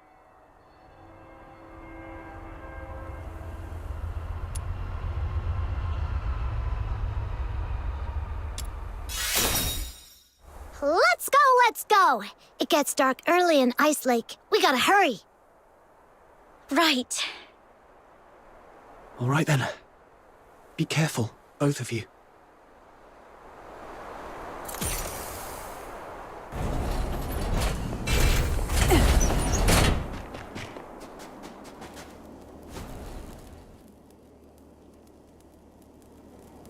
It's locked. Watch me bash it open.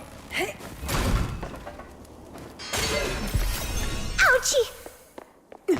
A door this thick is probably impervious to brute force. Then let's look around to see if there's another way in. Snow, does your head hurt? Let me help you.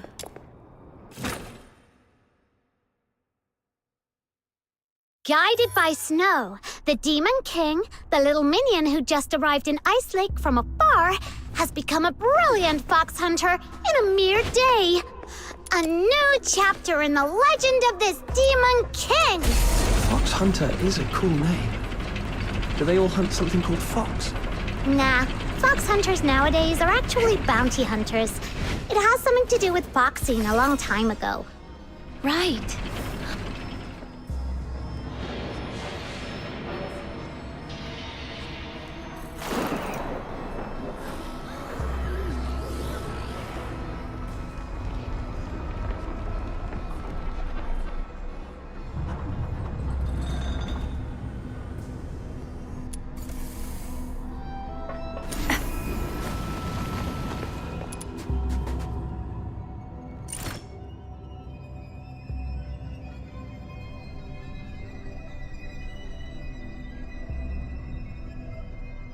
Look over there, little minion! There are several powder kegs!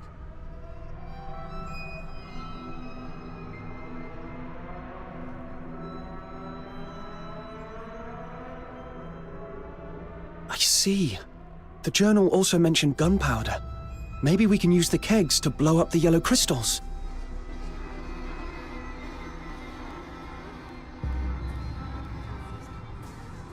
Let's take them with us then! You can never be too prepared when you're adventuring!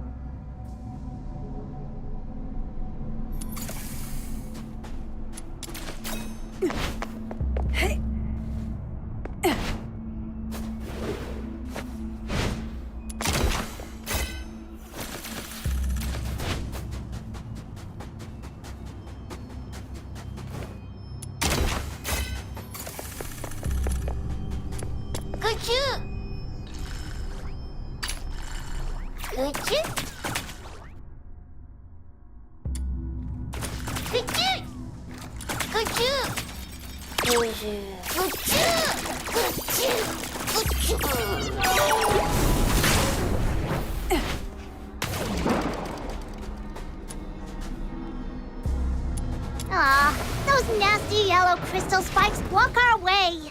The powder kegs we just found can be of great help now.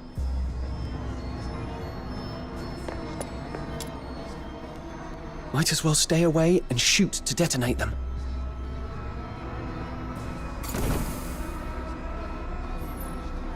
It works! Oh, are you okay?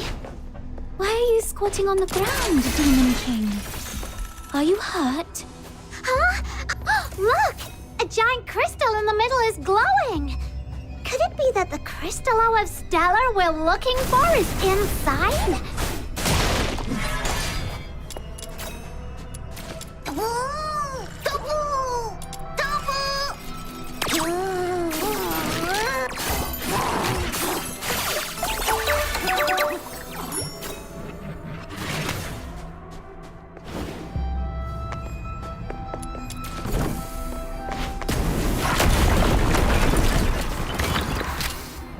Voice again!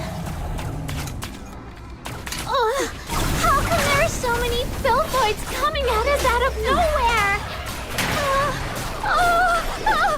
Perhaps they were attracted by the explosion. Get off my legs, Snow! I can't walk like this. You can head back to Ice. Take my shiny bomb! Let the pure white Redeemer save the world! Boom! It's okay. The Filthoids have been taken care of. Oh, really? Show this Demon King the loot, then! Camilla once mentioned that Crystallo of Stellar is a blue-violet crystal with nebulae swirling in it. This one is more like a chunk of silverite. That's lame. Then bring it back to Lunosmith, little minion.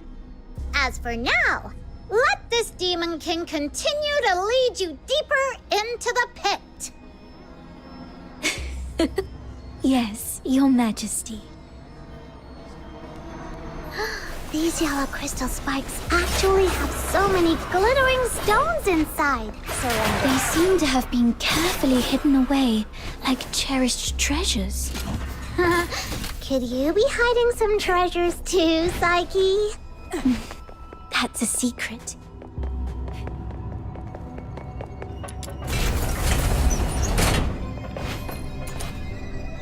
Let's go. Are you inviting me on a date?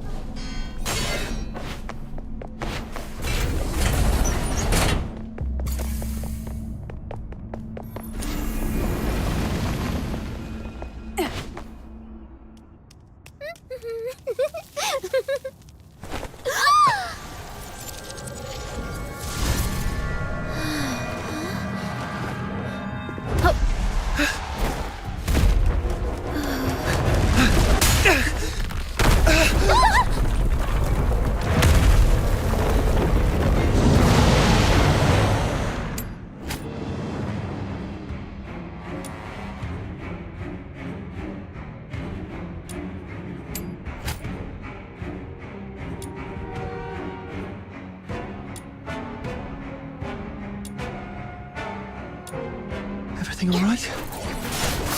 I'm okay. I suddenly couldn't see clearly back there and ended up starting back to slowing down. Looks like those shoulder-looking parts are its weakness. I won't surrender.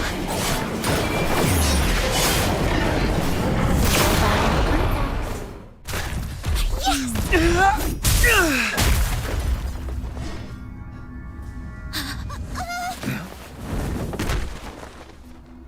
Crystallo of Stella. Look at its beauty. No wonder everyone wants a piece of it. What a commotion I just heard. So it was you guys that took out that giant thing? Impressive! Outsider! How come the Crystallo is in your hands? It was my little minion who first... It was just lying there with no one's name tag on it, wasn't it? Come on. In our line of work, there's no such thing as dibs. And you're new here, right? Someone has to teach you this lesson, and that someone just happened to be me today. Consider this Crystallo as tuition, shall we? Please give it back. That Crystallo is important to him, and to all of us.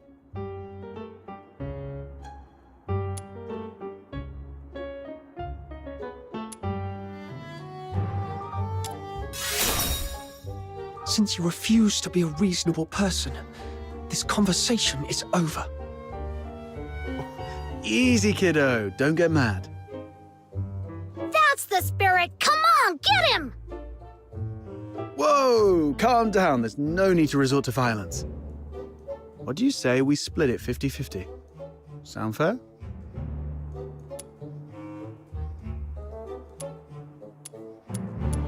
Got a bit of a temper, have we? Perhaps you could talk some sense into your friend, young lady. Sure, but I'm not really familiar with the way you fox hunters handle things. No worries. You're a polite girl. I forgive you. We're sorry for not knowing the rules. So, as an apology, Mr. Outsider, we'll let you make the first strike. What? Hold on. Even if it's 2-on-1, there's no guarantee you can beat me, am I right?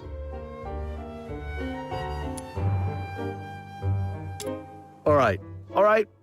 I was joking around, trying to lighten the mood, you know.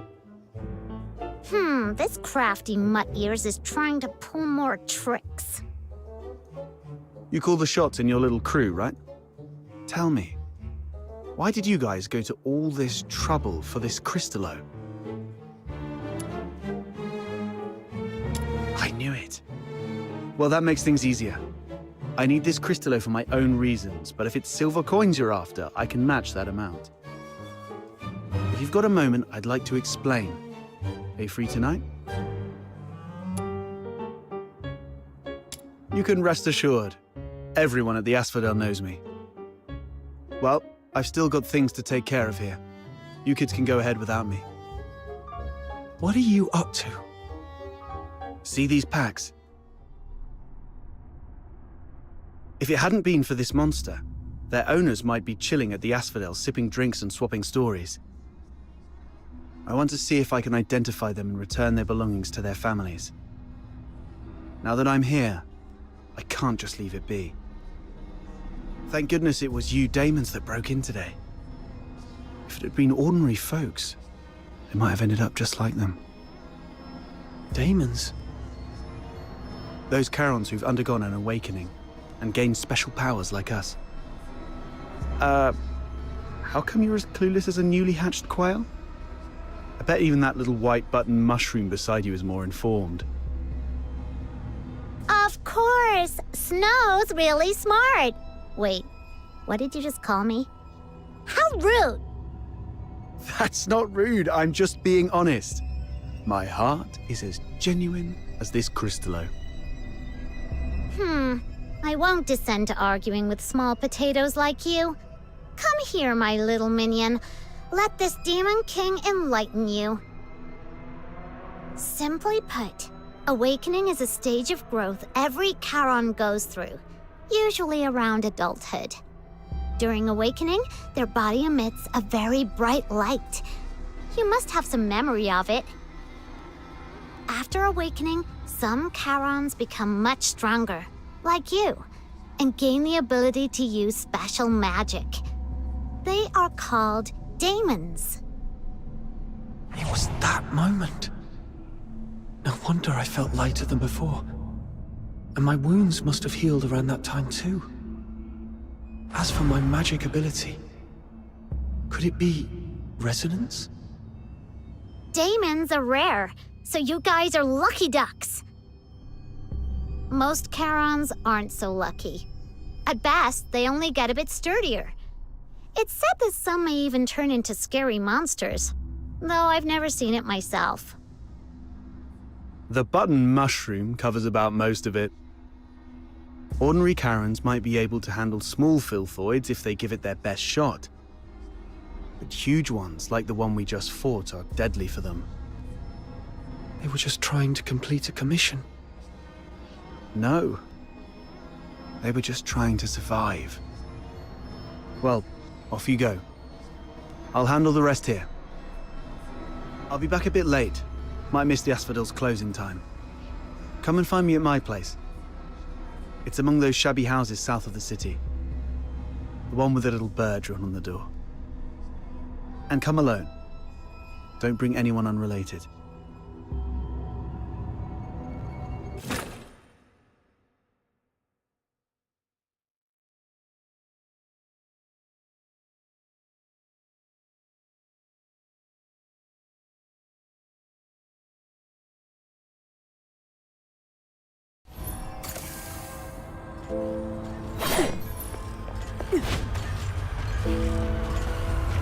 Isn't that Henrik over there?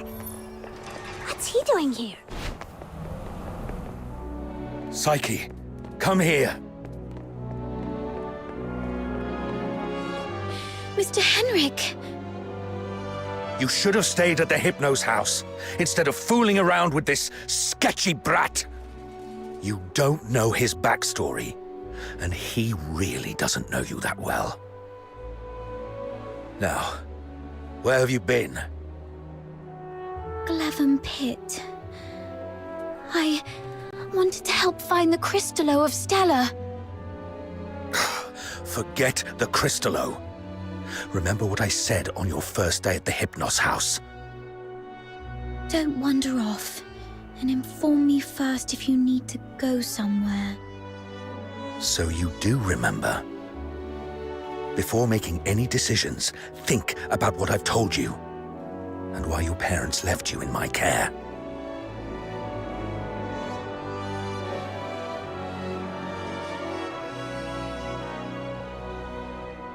If anything happens that messes things up, or if people start asking questions, you know what's at stake. I'm so sorry, Mr. Henrik. You're a good kid. Just don't let this ever happen again. As for you, tend your own garden, and don't drag irrelevant people into your business. It's better for everyone.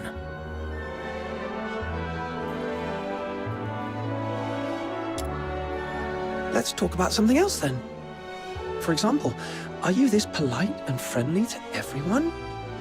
No wonder that house of yours never sells. That's my problem. For you, the thing to worry about should be where to crash after tonight. By morning, I expect you to move out. Let's go home, Psyche.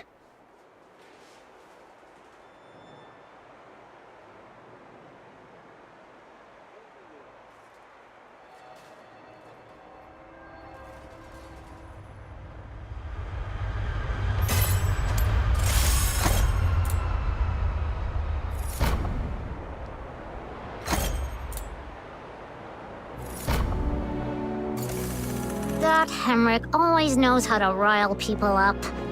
I just hope he won't be too harsh on Psyche. As for whether this is my last night in that Test house, subject number 1. I need to talk to Outsider. You two are gonna have that secret little talk without me, huh? That Outsider is such a pest.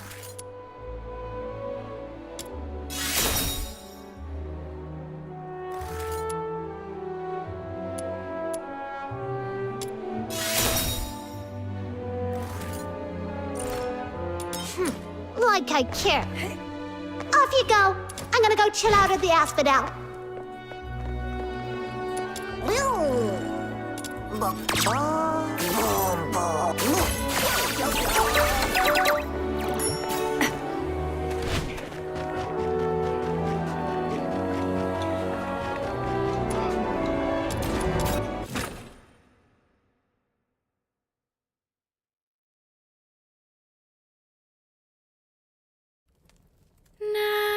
Nightingale, broken wings, you can weep, you can sleep.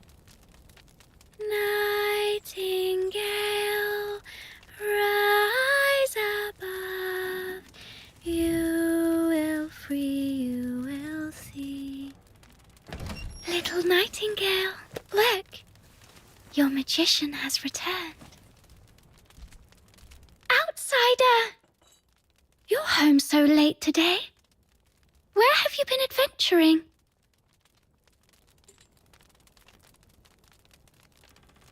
Was it in the dense woods where snow wolves prowl? Or the swamp witch's tower? I didn't go anywhere. Today is Miss Fina's birthday, so I stayed in Iceleg. You always say so. Yet new scars keep appearing on your arms. But this time it's true. Look, I went out today to get this for you.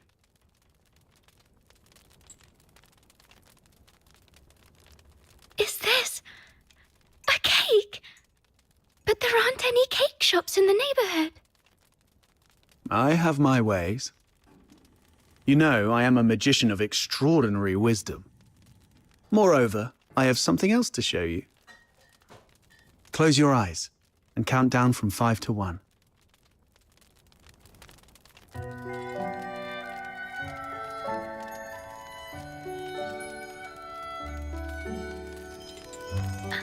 Stars. Twinkling, shining stars. You read the story I wrote, didn't you? The nightingale yearned for the sky, but it was ever so dark. If only I could see the stars once, she wished silently. Even but for a fleeting moment, Nights in Ice Lake are always so misty. So you conjured up a starry sky. Thank you, outsider. You are the greatest magician. Ahem. Seems your castle has a visitor. I'll go have a look. Hey, you're here. Come on in. Who is this gentleman? A new friend of mine. Sort of.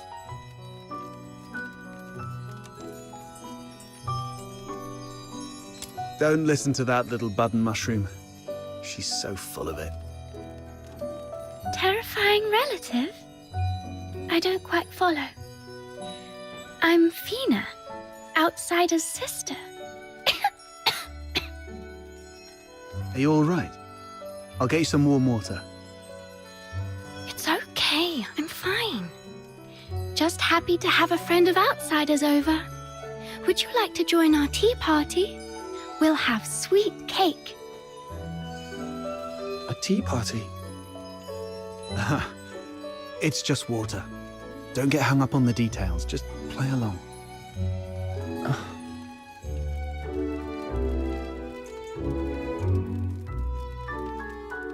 What's wrong, sir? Nothing. It's just that the cake is quite sweet. Which reminds me of my family. She used to season food with lots of sugar. The island we grew up on had plenty of fish and salt, but sugar was a rarity. So when we were little, we never really got to have any. She's only a few years older than me. But from a young age, she began working as a helper for the neighboring fishermen. One time, that fisherman somehow got his hands on some imperial supplies, including 2 jars of sugar. And she traded half a month's wages for 1 small jar. It was the first time she'd got hold of any sugar. And she didn't know how to use it. Simply knowing that it was something valuable and delicious, she poured it all into the fish stew. By the time we grew up and started earning more, sugar wasn't such a luxury anymore. Whenever she cooked, she still added a lot of sugar out of habit. Goodness, that sounds horrible. I can almost smell that fishy, sickly, sweet odor. She owes you an apology. Or at the very least, she owes the sugar and the fish an apology. No, outsider. You're missing the point of the story. I believe that lady who always used a lot of sugar was also a great magician.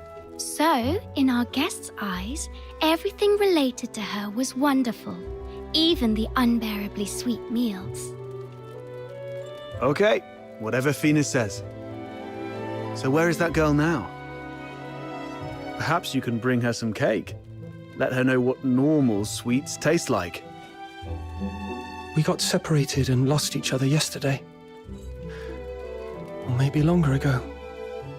I'm not sure.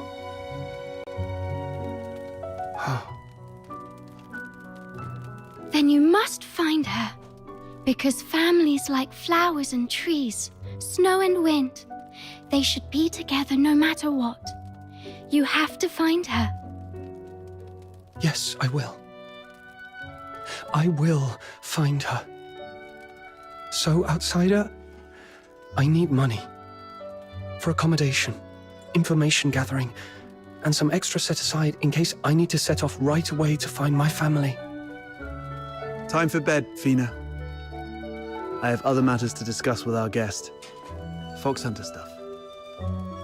Okay, good night then. Good night to you both.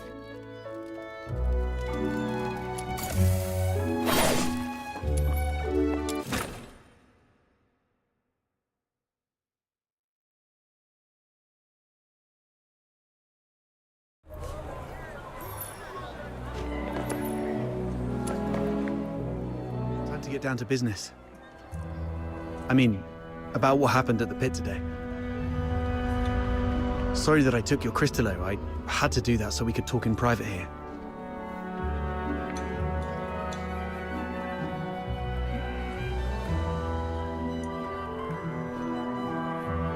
If you're talking about the girl in green, yes. I've seen her going in and out of Hypnos' house. I don't know if she's just a regular lodger or some kind of assistant to Henrik Ethelred. I'll cut to the chase. I don't trust Henrik Ethelred. I suspect he's up to something shady. Something shady? Like what? Do you know anything about the Crystallo of Stella, the stuff he's after? They're beautiful rocks that were popular for their looks, but that's not the whole story. In some countries, they're used for medicinal purposes. There was once a serious case of medical negligence involving Crystallo of Stella in Flagsund province, throwing half the city into chaos. That's when they slapped a ban on Crystallo trading.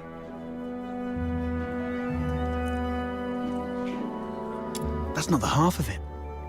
How many folks on the streets of Icelake can truly claim clean hands? What really gets me are the rumors about Hypnos' house. People in the neighborhood say that Henrik and his lodgers are a weird bunch.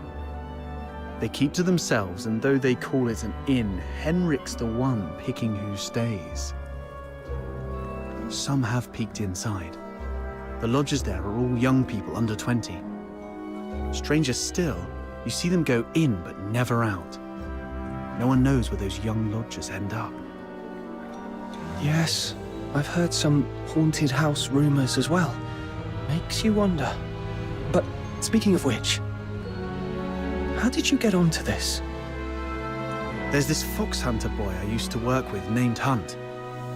He went missing a month ago, last seen by the scrap picker girl, right outside the Hypnos house. A couple of days ago, I went over there and ended up in a blazing row with Henrik. Even with a dagger to his throat, he kept quiet about Hunt. He just stood there, sneering. You know quite well what would happen to a Charon harming a Solar. I know you have a sister. Better stay out of it for her sake. Damn it, I really want to throw him into the Lamenting Lake. Anyway, I must find out what happened to Hunt and what Henrik is really up to. It's not just for Hunt. I do this mostly for Fina. I don't want to see anyone I care about living in fear anymore. In that case, I'm worried about someone too. I mean Psyche, the girl in green you mentioned. If anything happens that messes things up, or if people start asking questions, you know what's at stake. Whatever's going on with Henrik, that's not my business. But if he's really up to something, I'm worried Psyche might get hurt. Good. We have a common cause then. I was going to get the Crystallo from the pit, then use it as an excuse to apologize to Henrik and take a look inside the inn. I thought no one would take the job, so I went off to sort out a cake first. Didn't expect you newbies to throw a curveball. How about we strike a deal? I can get you something that you really need. An identity. A pass that allows you to move freely in Hyperborea, except for the inner city behind the watchtowers, which is reserved for the high and mighty. Many are willing to offer you money, but few would risk their lives to get you this. Just a guess. So you really don't have a travel permit, huh? Lucky you ran into me. Without one, you'd be in a world of trouble in Hyperborea. Unless you choose to hide in a shadowy corner all day. He's fishing for information. There are things in this city that money can't buy. Especially those that could land you in hot water. What you need is the invisible thread of connections between people. Without a travel permit, it's indeed difficult to get around in Hyperborea. So what's the catch? Give you the Crystallo? No, you can have it. And you can trade it with Henrik for silver coins if you want.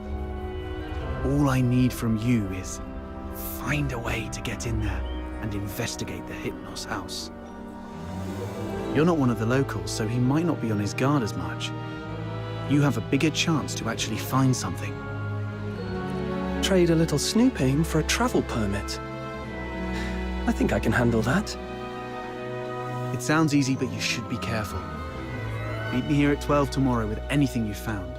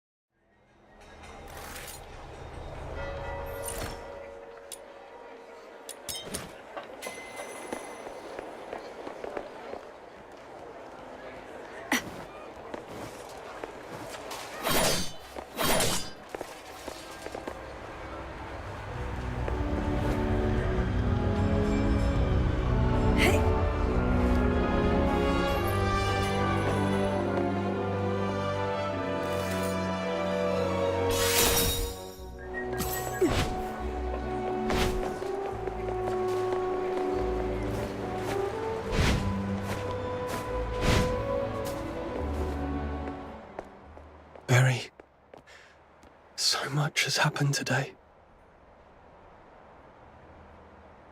Can you see the moon from where you are? The very same moon that I'm looking at.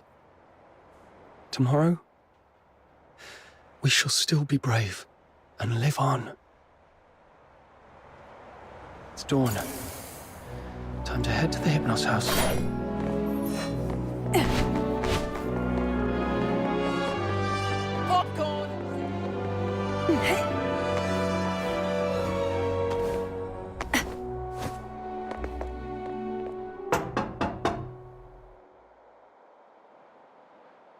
It's me. What are you doing here? Didn't I ask you to leave in the morning? I've got what you were looking for. The Crystallo of Stella. No one asked for you to come here. Go to the Asphodel and give it to Camilla Scarlet. I'm not from here. I'm not familiar with Ice Lake's ways. Where I come from, a deal means cash in one hand, goods in the other. If you're not interested, Mr. Henrik, I might just go looking for another buyer. Come on in.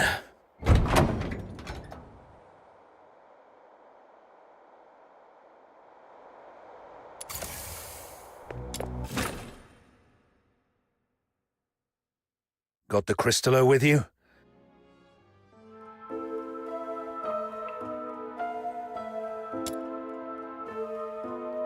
I'll need to check it in my office.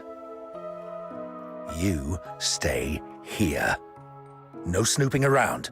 Understood?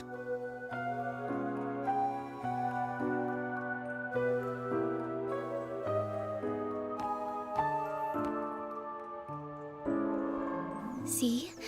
A little flower pinned to your hair would really make you look good. Psyche! What are you doing here? Does Mr. Henrik know about this? Oh, please come with me. Could you wait here for a moment, Elisa? I'll be right back.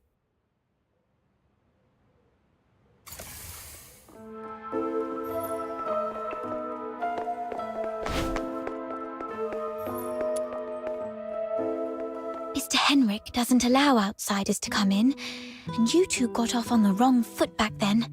If he sees you... You're here for the lodging stuff, aren't you? Don't worry. Just hide here for a bit. I'll talk to Mr. Henrik again. He'll surely let you stay for a few more days. Ah, really? That's great. But that man is so... domineering. How did you make that happen?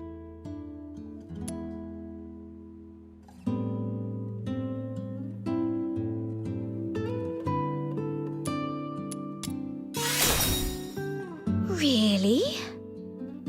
I wouldn't have pegged Mr. Outsider as someone so sensitive. He's a bit different than his brash exterior suggests. Anyway. Yes. Everyone's recovering from some conditions here.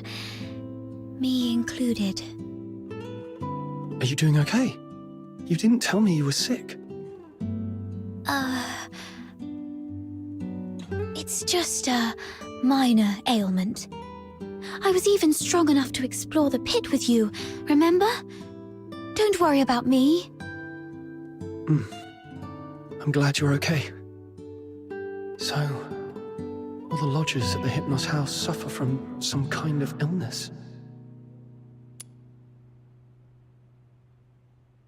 I've got off on the wrong foot with Mr. Henrik, so I'm looking to make amends with him. If there's a chance, I'd like to visit him in the future. Really? Mr. Henrik is almost always at home. You're welcome to visit any time, if he says it's okay. If you'd be willing to come here and share stories about your hometown, the South, the ocean, all those places we've never been, everyone here would be thrilled. Henrik is almost always here, which means this place is under his watch most of the time. Mr. Henrik seemed quite upset last night. He didn't give you a hard time, did he? No, I'm fine. Mr. Henrik is just a bit inarticulate. After all, he spends most of his time alone in his office doing research. Hardly ever talks to anyone. Good to hear that. Speaking of which, do you know what kind of research he's doing in there? I don't know. Sorry. That's all right. I was just curious. Psyche is withholding something. Must be on Henrik's demand. Better not push her. Mr. Henrik should be out any minute now. I better go downstairs.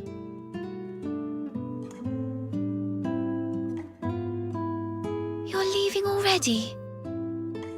Here, take these cakes with you. They'll keep you going when you're hungry. Oh, just a moment. And take this too. Mum always said that carrying a flower brings good luck.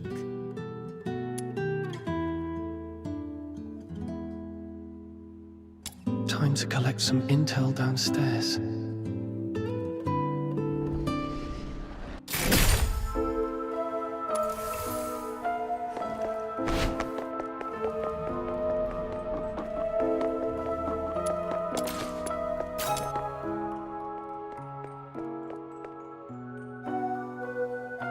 Don't touch that door! The office is off limits. No one but Mr. Enric Ethelred is allowed inside. No need for unnecessary curiosity. There's nothing interesting there. Only misfortune. Cleaning? Dusting? Every day, every shelf, every door. Everything gets wiped down. You don't get it. It's a habit. Filling life with regular tasks. That's what habit is. Like how I clean here daily. Or how Psyche waters her flowers twice a day. Habit fills the void inside.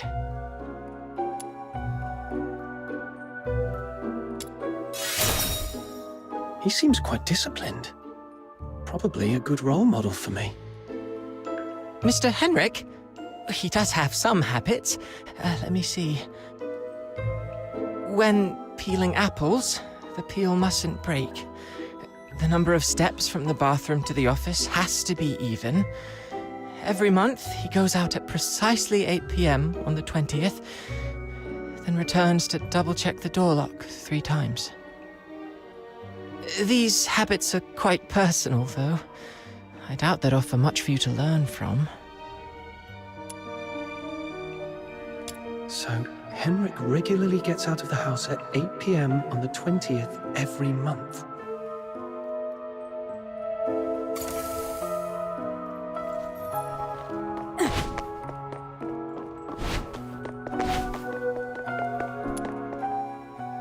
Why? Not only did you leave me, but even the pocket watch you gave me has stopped. It's all right. We'll meet again very soon. Hunt. Huh?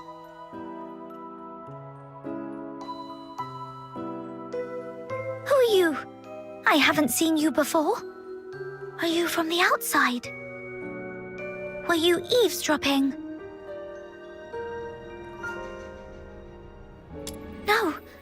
No, I wasn't talking to you. I don't know. I don't know anything. Please, stay away from me, or I'll scream! Outsider was right. Hunt, the missing fox hunter, used to live here. But the lodgers here are tight-lipped about his whereabouts.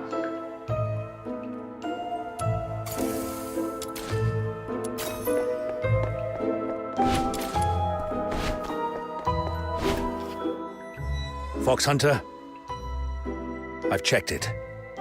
The Crystallo is authentic, and its purity matches the small sample I had before. Good job. Here you go. 3,000 silver coins, and this signed receipt. Bring it to Miss Camilla and she'll give you the guarantee of 1,000 silver coins. And this necklace. It's worth far more than 1,000 silver coins. You're free to sell it or pawn it. Okay, the deal is done then. And about that house, let me stay a few more days, okay?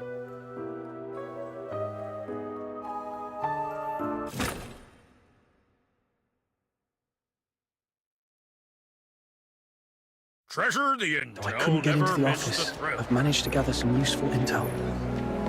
Time to see Outsider.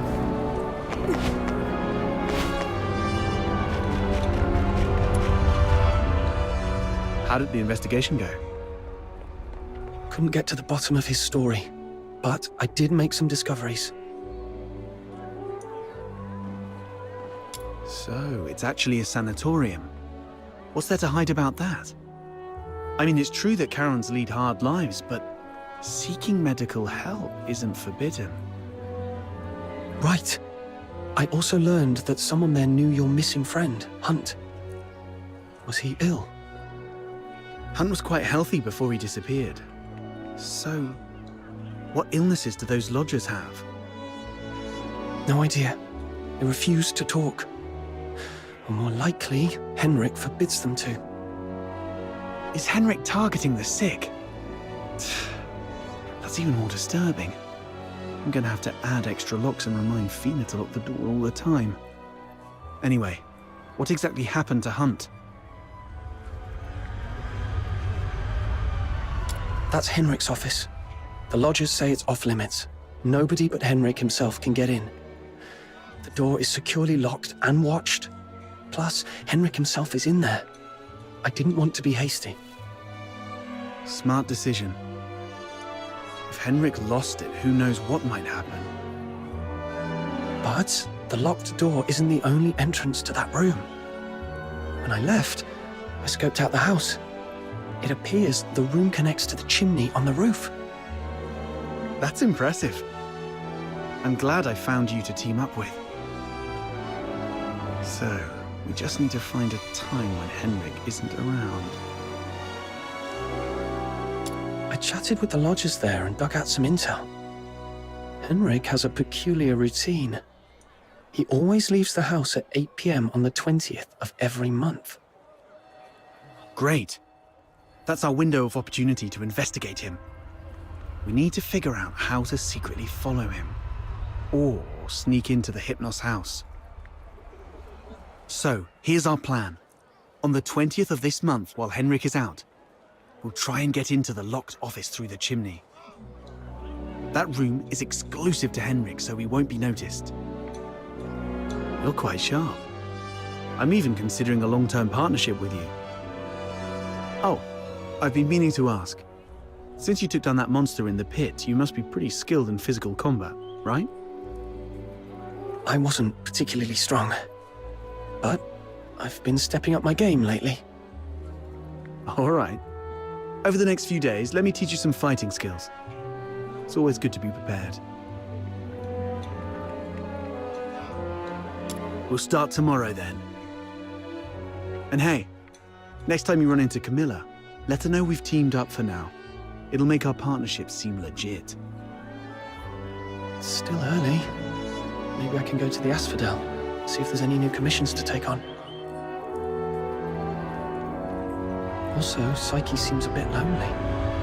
Maybe I should try to make some time for her before leaving Icelink.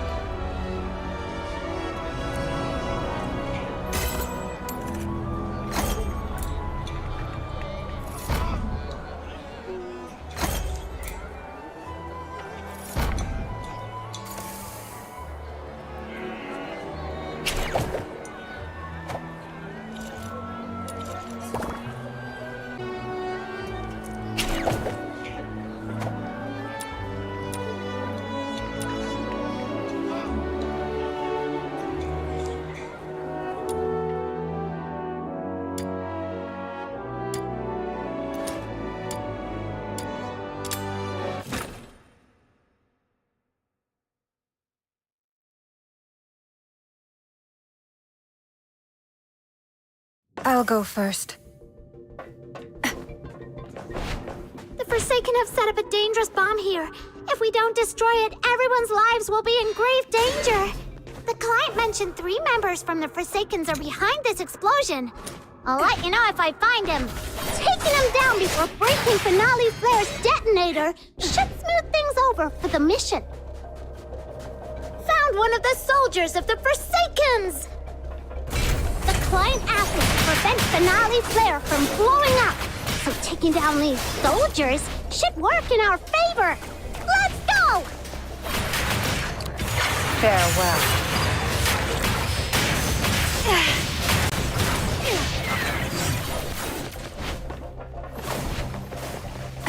One down! I found a letter on him.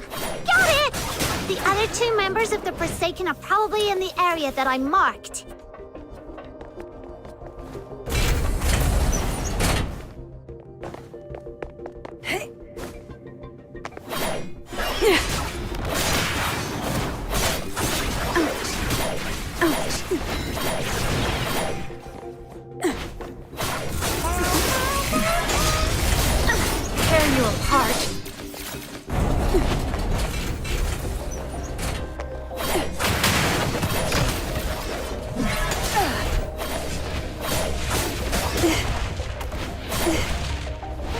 surrender. Your money or your life! Oh gosh, how am I supposed to mug a walking arsenal? See ya! May you rest in peace.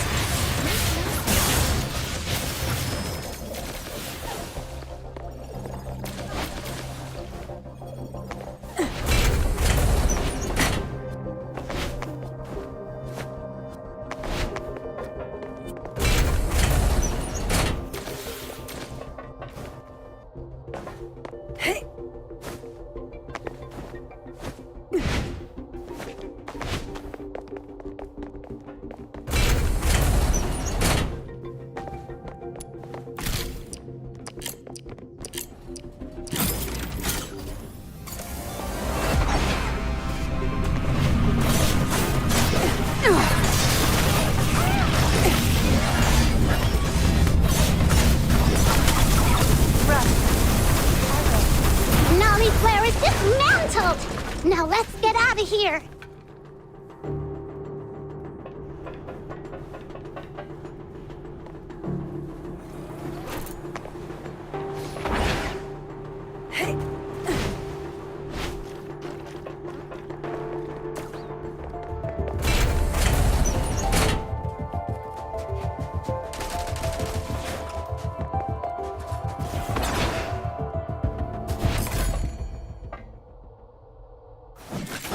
It's all over.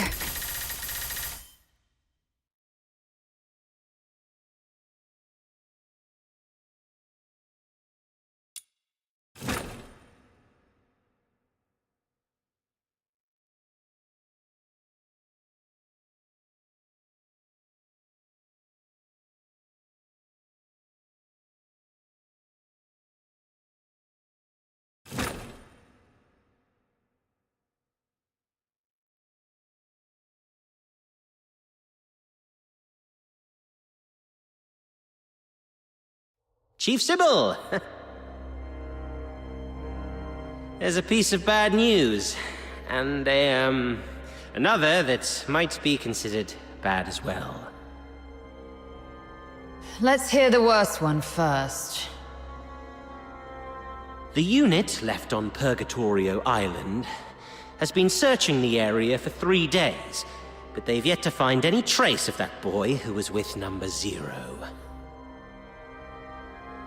We searched the nearby waters immediately after he fell off the cliff.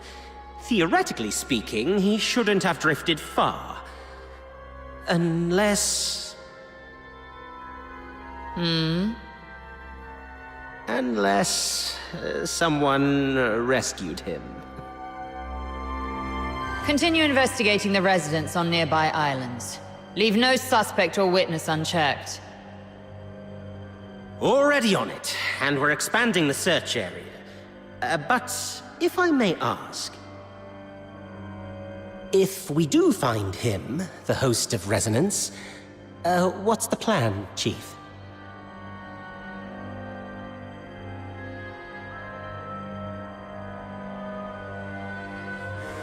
A fully awakened Resonance can exert control over any daemon, but that power hinges entirely on the host's will.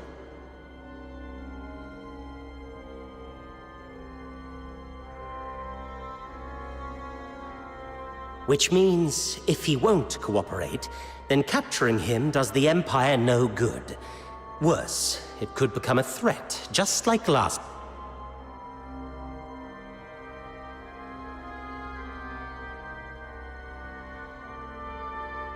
Then we do what we did before. Wipe it out. That power cannot fall outside Imperial hands, least of all into Elysium's. Now, the other bad news?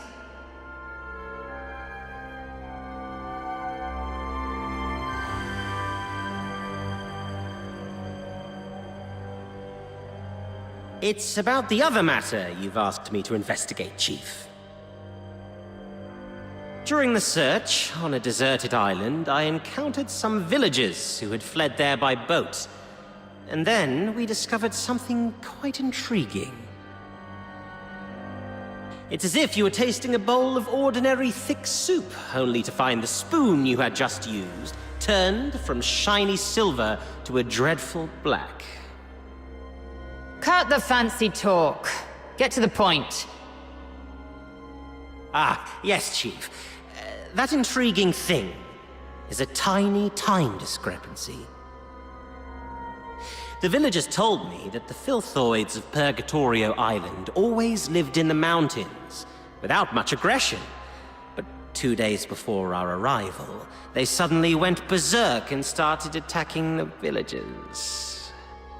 2 days before our arrival. It appears you've already figured it out, Chief. Quite a coincidence, isn't it? Due to a last-minute change of plan, we arrived 2 days later than initially scheduled. The only force capable of manipulating Filthoids is the Forsakens. Whoever it is, the 13th Legion has been compromised by unwelcome elements. After all these years, those worms have started wriggling again. It's time for a thorough extermination.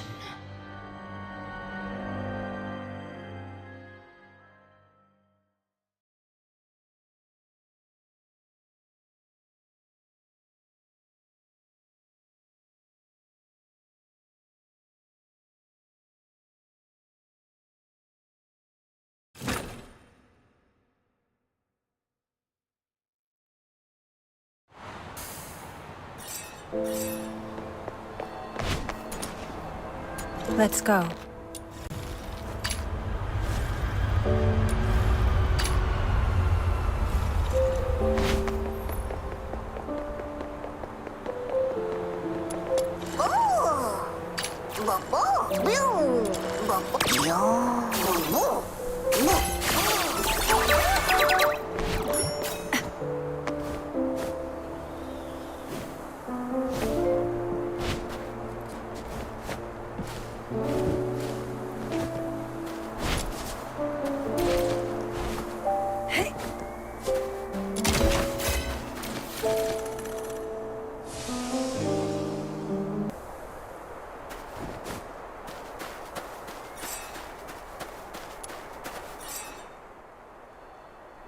I gotta give that thing a little tweak. It's still early, so why don't you do some casual practice on those beasts nearby? Just don't wander too far. Button Mushroom is in town keeping watch for us. I've already set up some traps. They may look like junk, they're made from scrap after all, but they work quite well. Be careful with them though. They aren't made of the sturdiest materials and might break if you step on them.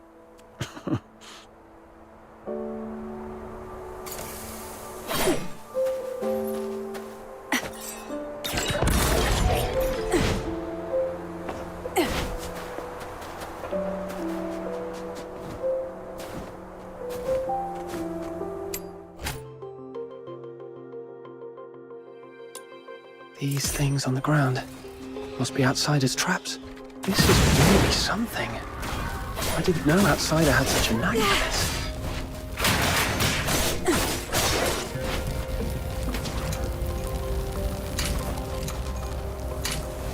This is gonna hurt.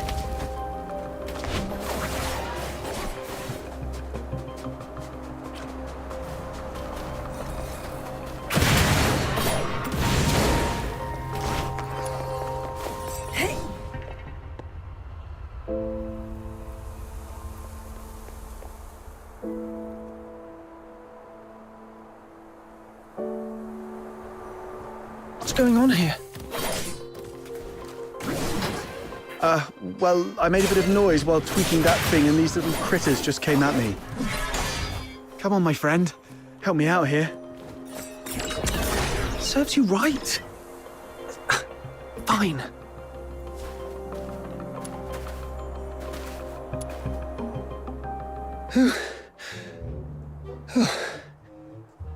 Not bad. You've improved a lot these past few days. Still, there's more to learn. For example, with larger beasts and filthoids, they're fast, but clumsy. So you can stand in front of something solid like a wall or a tree and provoke it to charge at you. Then, dodge its charge to let it knock itself out.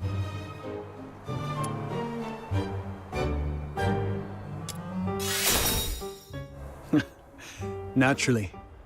It's a trick I picked up growing up tough. It's the same with these enemies. An enraged person isn't much different from a beast.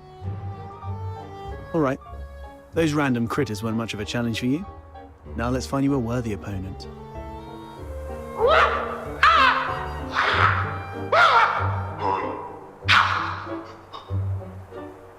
What's this? Is it your voice howling in there? A piece of scrap metal I picked up from the scavenger girl. It's tougher than it looks, and those filthoids can't easily smash it. I've stuck a loudspeaker inside to lure them.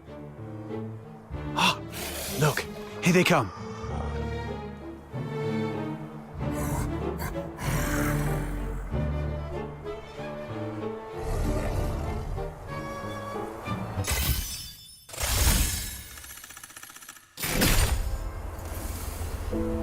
Let's go. This is quite a delicate...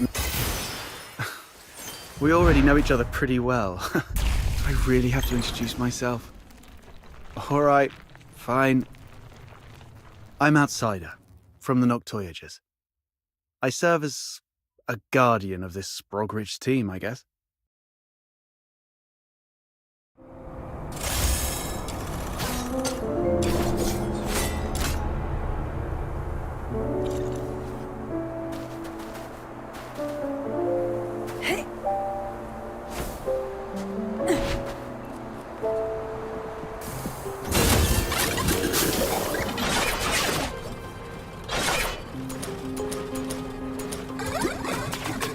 Let's quickly get this over with and go home.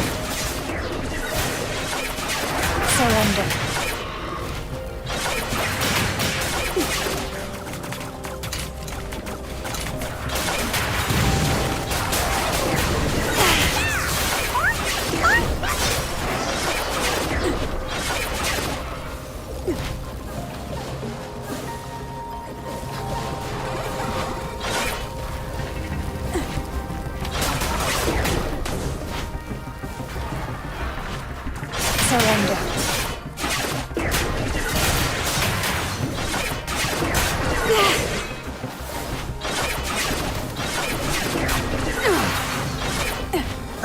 It broke?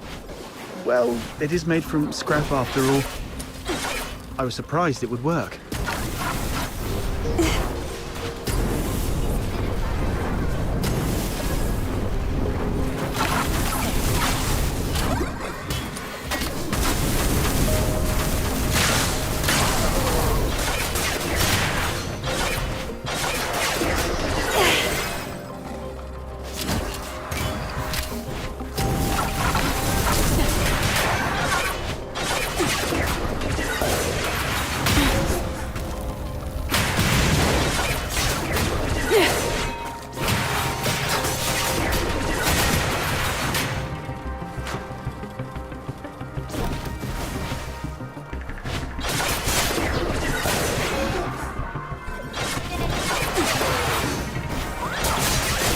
Tear you apart.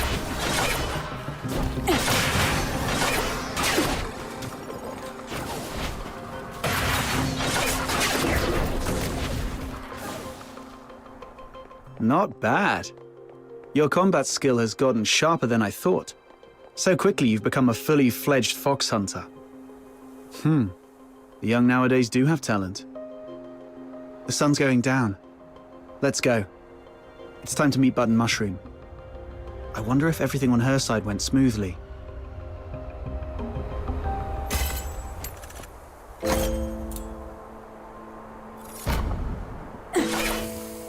Let's go.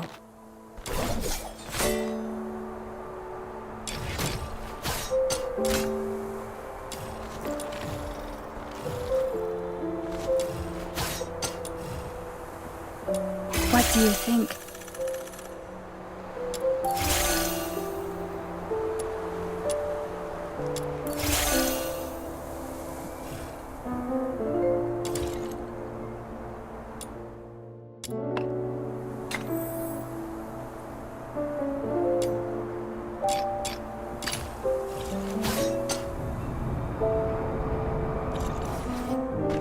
Let's go.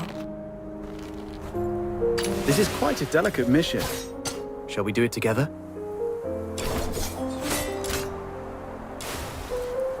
Let's go.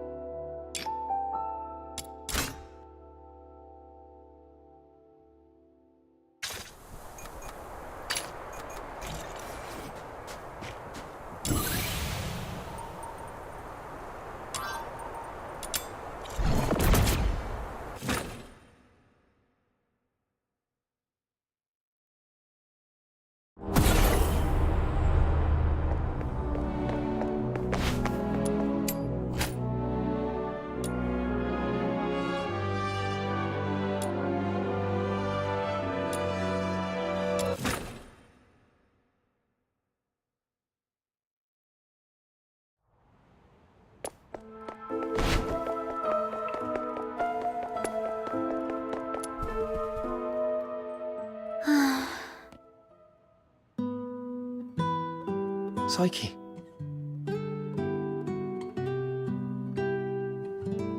Huh? Is that you? I promised to come check up on you, remember? Your eyes. Are you having trouble seeing things again? Like what happened at the pit? Yeah. My vision's a bit blurry again. Don't worry. It's just an old problem acting up. I might be a bit tired. A few days rest should help.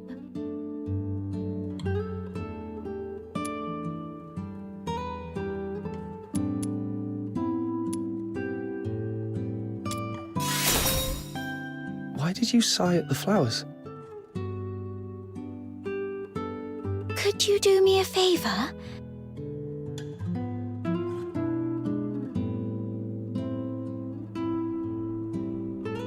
The potted plant here. Can you describe for me how well the flowers are blooming?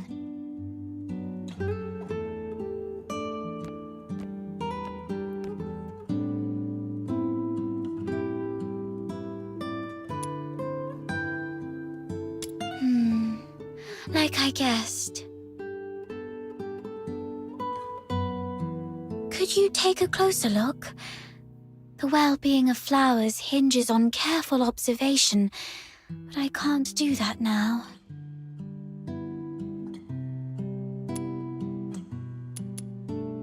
The petals have soft stripes that radiate from the center outward, somewhat resembling the veins of the leaves. However, they seem not to be very plump. The stripes deliver nutrients and function just like the veins of the leaves.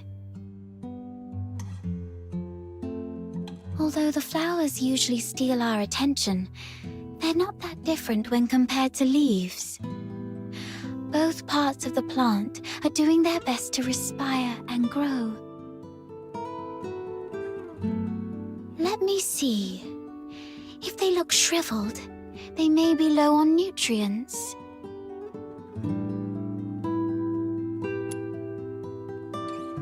The flowers are bright yellow, a very vibrant hue.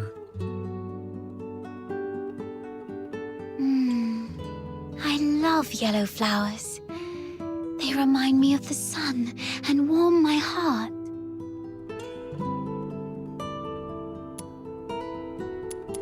The petals don't have smooth edges.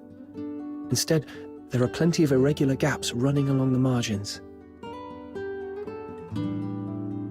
Right. Try touching the petals softly. I love running my fingers along the edges of petals. Every petal feels different, as if they have their own story to tell. But these petals seem to have lost their shine. The edges are dark and curled, as though they've been burnt.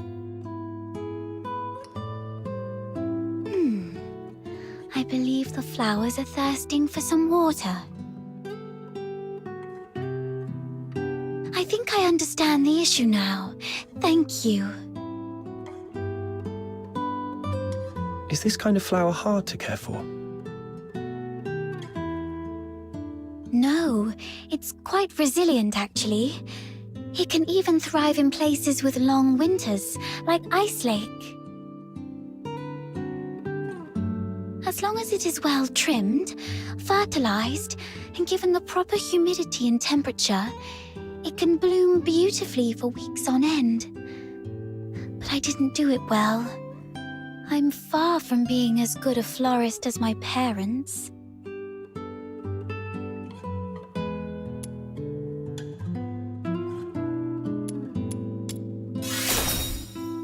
You might be right, but... Oh, wait! Something just occurred to me. Maybe it's the soil. The soil? Yes. Dad used to gather special soil from a cave beyond Ice Lake for our plants. He mentioned that the special soil is more fertile than the others. Perhaps I can go there and... forget it. I'll worry about this later.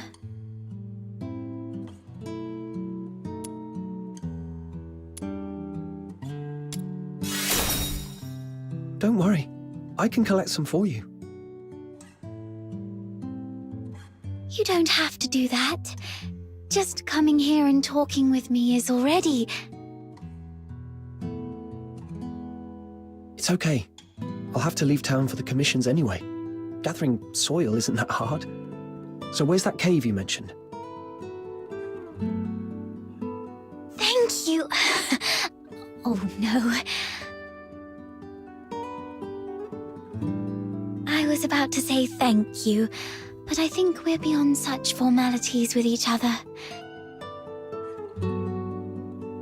Let me give you the location of the cave.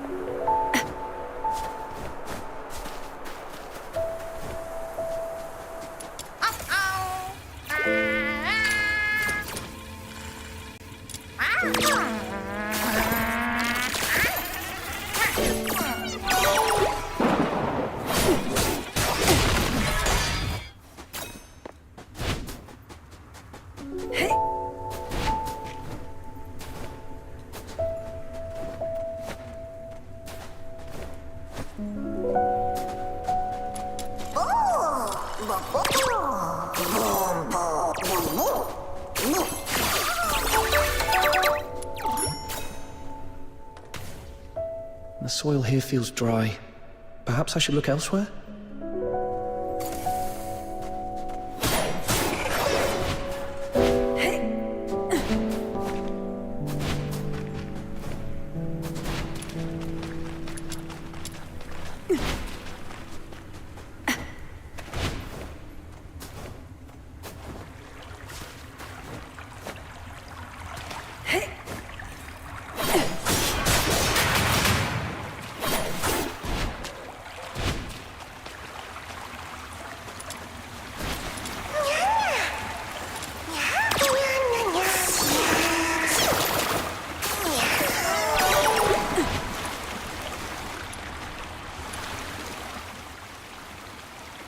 Found it. The soil is soft and the wetness feels right. I should collect more. Okay, this should be enough. Time to head back and bring it to Psyche.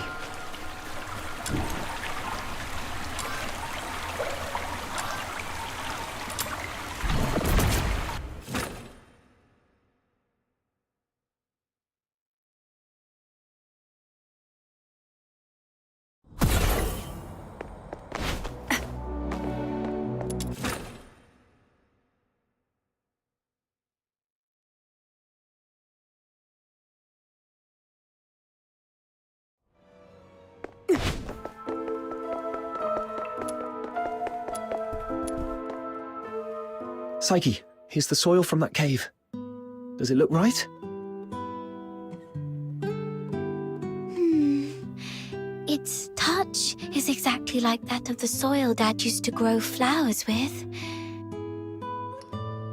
And there's so much of it. This should be enough to help every plant thrive here.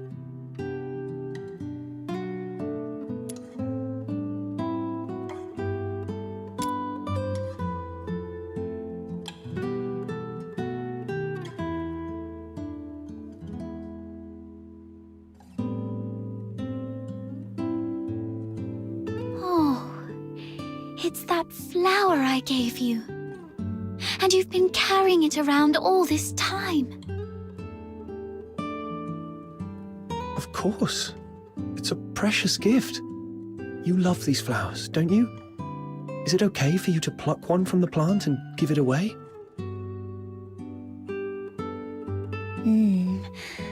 I was not when I was little. Have you seen freshly cut flowers sold at the florist? I never liked that practice. It always made me feel sorry for the flowers. Flowers, stems, and leaves all belong to the same plant, yet people cut the flowers to admire their beauty, leaving them to wilt and die alone.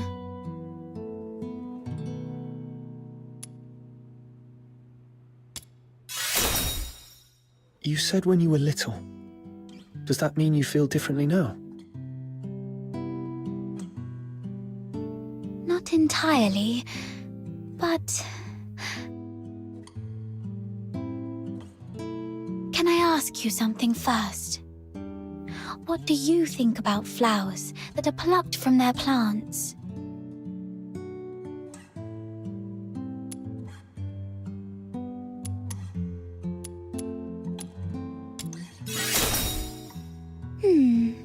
I understand.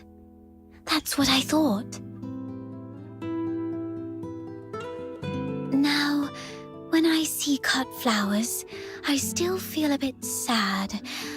But over the years, I've come to realize that they are amazing.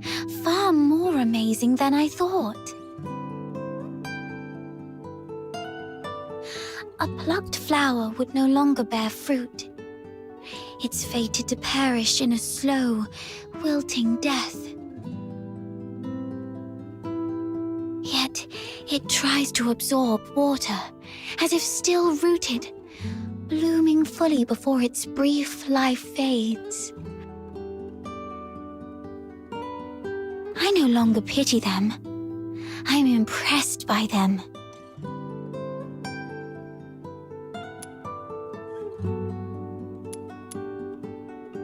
You feel the same, right? Oh, just listen to how somber and heavy our conversation has become. That wasn't my intention. Anyway, the soil you brought back is great. The wetness and softness are perfect. You might have a real knack for gardening.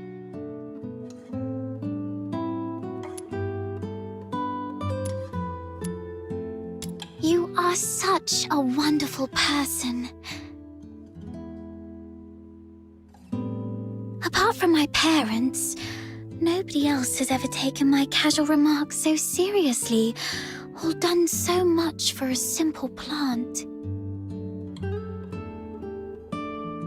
Please, take this as a token of my appreciation. It's not much, but I hope you'll accept it. Do come back and admire these flowers when they bloom once more.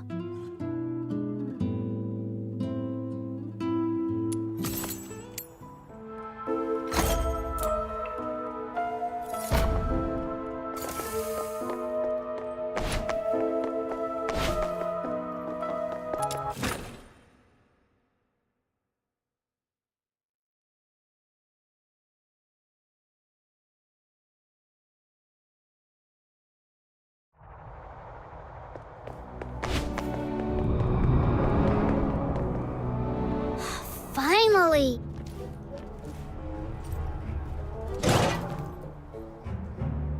You're such a pest outsider, making me stand watch here. This Demon King's great talents are meant for leading hunts, not keeping tabs on that gloomy man. That's because you have a special gift for acting by stealth, Your Majesty. Look at us, all big and clumsy. We'd be spotted by Henrik in no time. Smart of you to have recognized my greatness.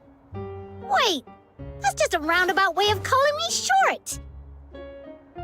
No, not at all.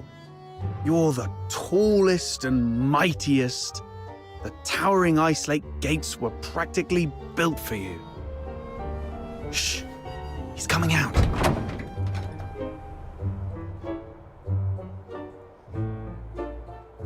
Right on 8 o'clock.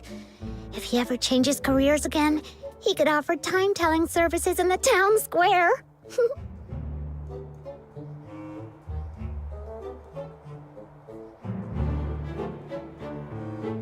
Stick to the original plan. Snow and I will tail Henrik. An outsider, you sneak into Henrik's office through the chimney. We'll meet up at your doorstep afterwards. Got it.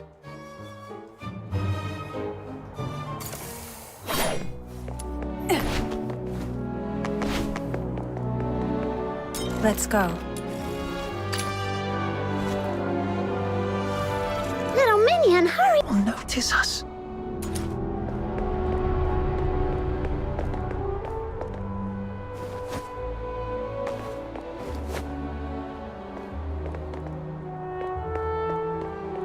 Ugh, what's taking him so long?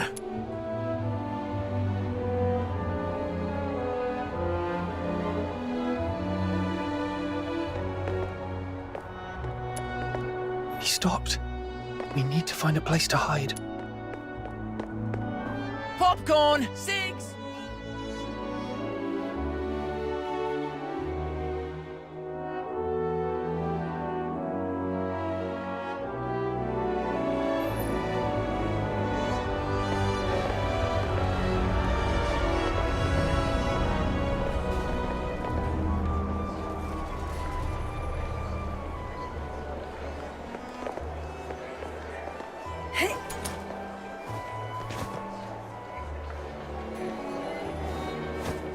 Oh, I've got an idea. We hide inside this big guy and follow him without making a sound.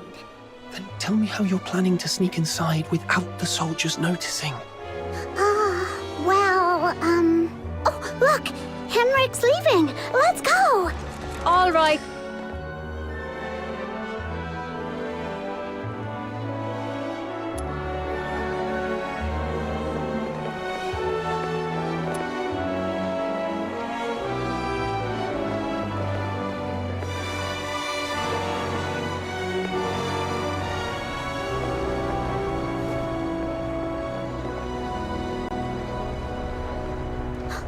Flowers of Solicitude.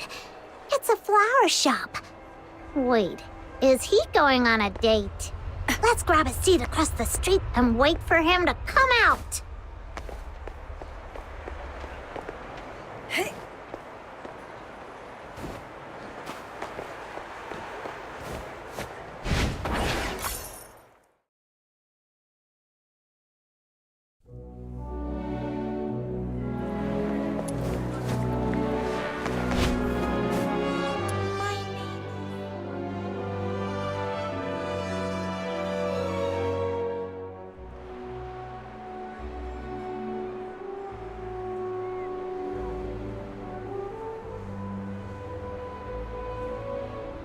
There he is. Can I get you two something to drink? Oh, we're good. Just, hanging out and enjoying the view. Isn't the sunlight lovely tonight? Well, nothing pairs with a good view like a good drink. We've got all kinds of coffee, Ice Lake's own boreal berry juice. Oh, and how about our newest special, rich, creamy pickled herring soup? No thanks. We've got something... Wait, where's Henrik? Oh, I think we lost him. Let's ask the florist and try our luck. My name is Annie.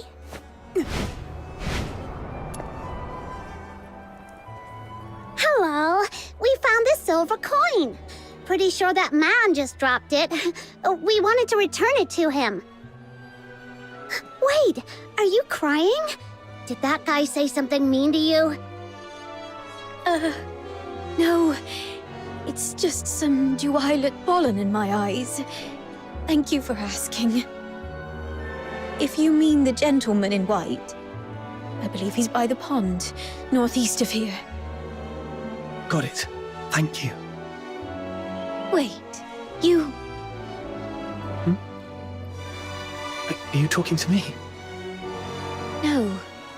I might have mistaken you for someone else. Sorry. Here, please take this. You are giving me this? For free? That's right. Your eyes sparkle like rubies, perfectly matching this flower. I hope you have a lovely day. Thank you. Then I'll gladly accept it. Wow, a gift from a stranger? My little minion is way too charming.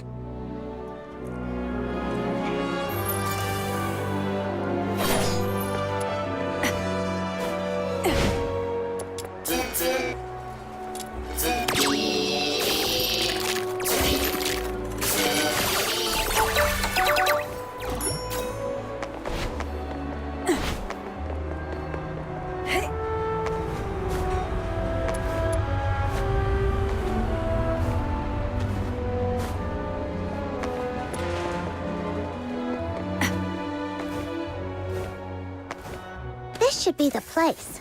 Yep, there he is.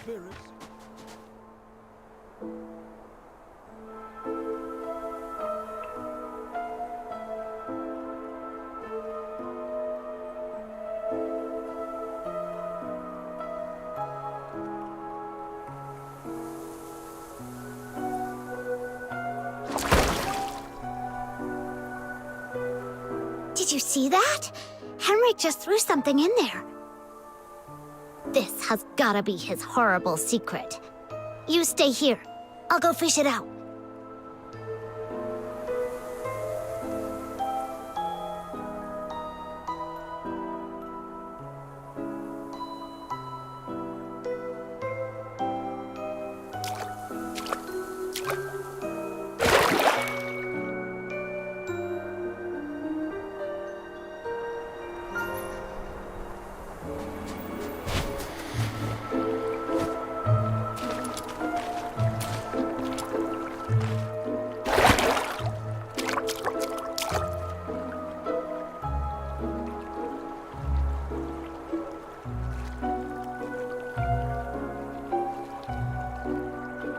Now comes the most exciting moment!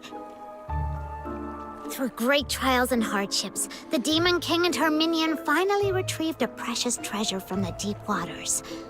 With hopeful hearts and anxious breaths, they opened the box, only to find... Huh? It's empty!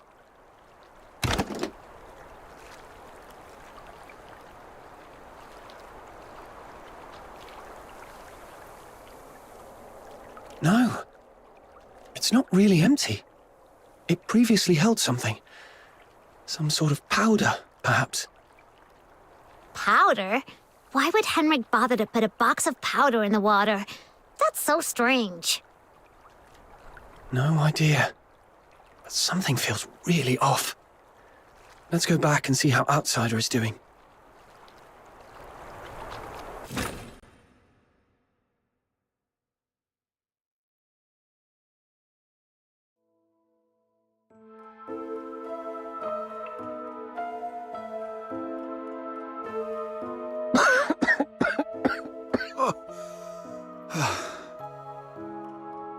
I got all covered in soot. Fina's going to make a fuss about it when I get home. Anyway, finally made it in.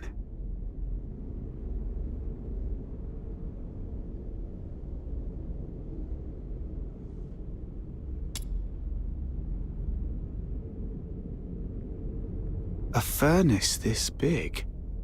No way it's for cooking. And it doesn't look like a heater either. So what was it burning? Could it be...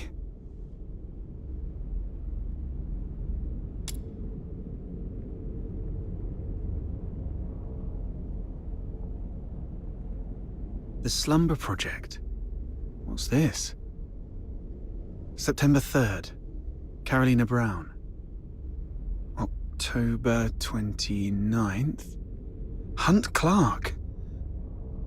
Hunt? Don't tell me he's already... November 25th. Psyche Frey.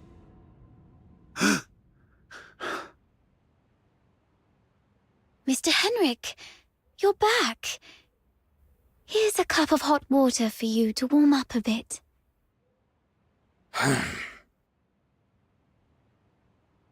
Drat. Henrik's back.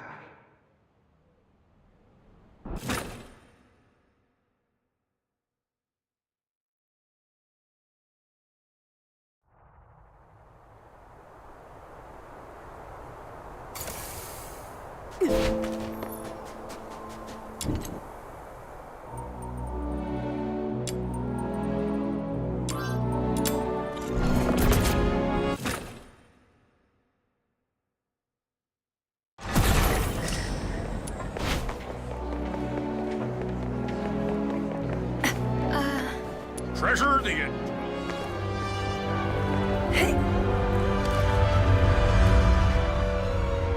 Are you saying Psyche is in danger?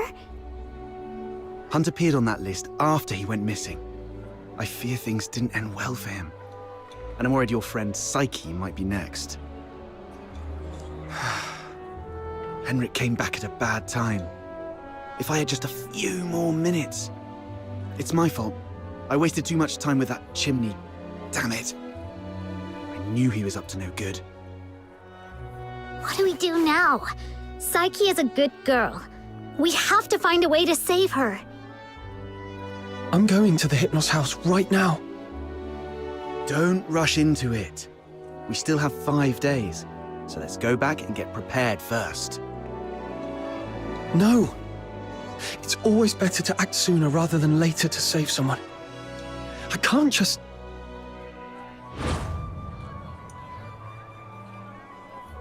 Just stand there, helplessly watching her leave. Right? How did you know? Just a guess. You seem pretty shaken up, tossing all caution and reservation to the wind all of a sudden. She means a lot to you, doesn't she? Imagine being thrown into a foreign land all alone, feeling unwanted and helpless. And then someone reaches out and encourages you to hang in there for good things to happen. If this person were in danger, you'd do anything to help too. Maybe you're right. The bitterness of failure after trying beats the endless regret of, why wasn't I braver back then? But remember, being brave doesn't mean acting recklessly. Being brave is saying, I'm aware of all the possible endings of this path, and I accept them all. Then I tread this path with no regrets, and nothing will change my mind. Thank you. I've calmed down. I'll make some preparations. But tomorrow, I still need to go see Psyche. Don't worry. I've eased things with Henrik. I'll just pretend I don't know anything. Okay. We'll also need a plan after we rescue those lodgers. You're not familiar with Ice Lake, so I'll handle that.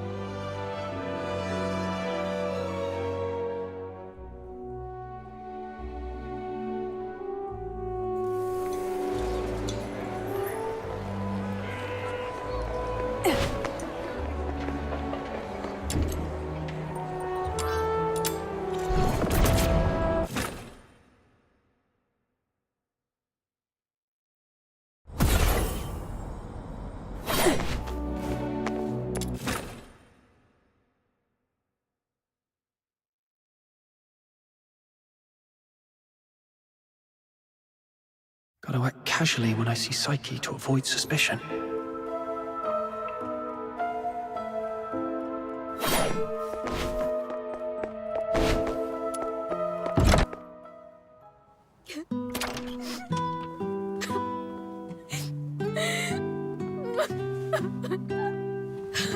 Psyche?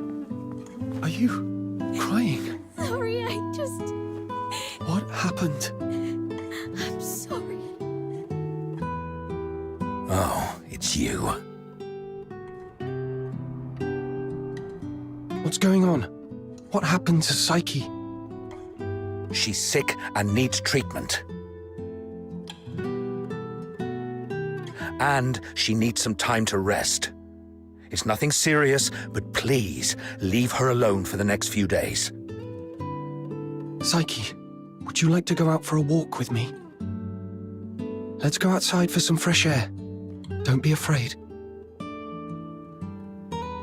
want to go to the Lamenting Lake. Sure. I'll go with you. Mr. Henrik, may I go out for a walk? Don't worry, it won't take long. I promise to come back shortly. Go ahead. But remember what I've told you. Otherwise, you know what will happen. I understand. If anything happens to Psyche, you won't have a second chance to leave Ice Lake. Keep that in mind.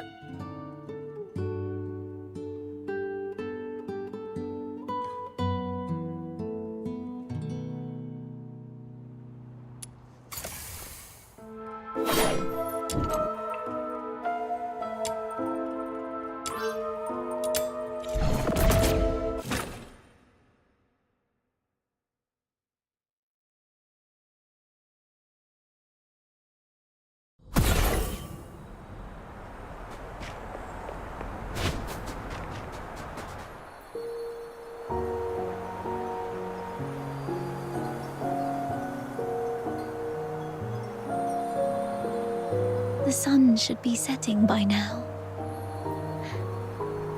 I wonder if Lamenting Lake looks as beautiful as it always does at this time.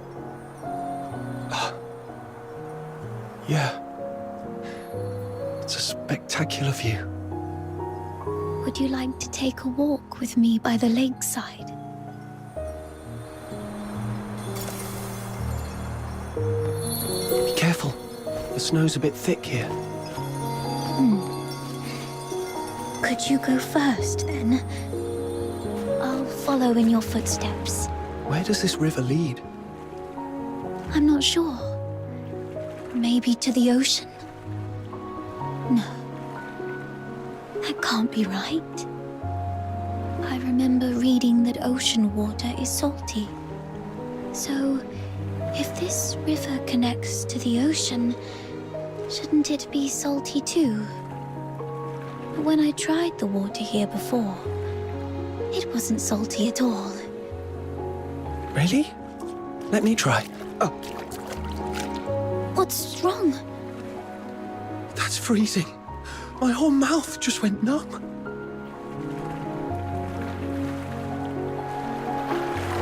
Let's head to the lakeside. When I was little, I thought if I just kept running, I'd leave Ice Lake behind. But no matter how far I ran, the lake... This flower looks familiar. Really? Let me feel it. Ah, it's a star frost. Though the petals are smaller and the scent fainter, it's the same kind as the pot of flowers in my room. Would you like to pick it as a keepsake? No, just knowing it's here is enough for me.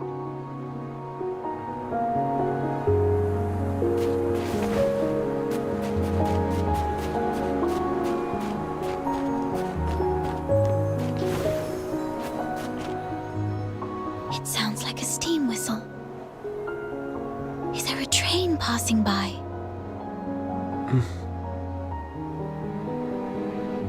That's nice. Do the passengers have lights on? Are the windows looking pretty and warm, like tiny flames in a fireplace? Psyche, when did your eyesight start to fade? When was it? I don't really know. I thought it'd be the same as before. Just blurry for a while, and then it would go away. But now it just... Let's not talk about that. There's a place I'd like to visit. Could you come with me?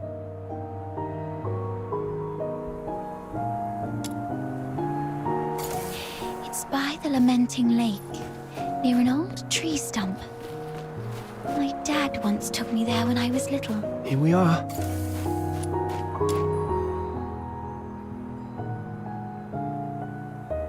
Could you open it? This is a...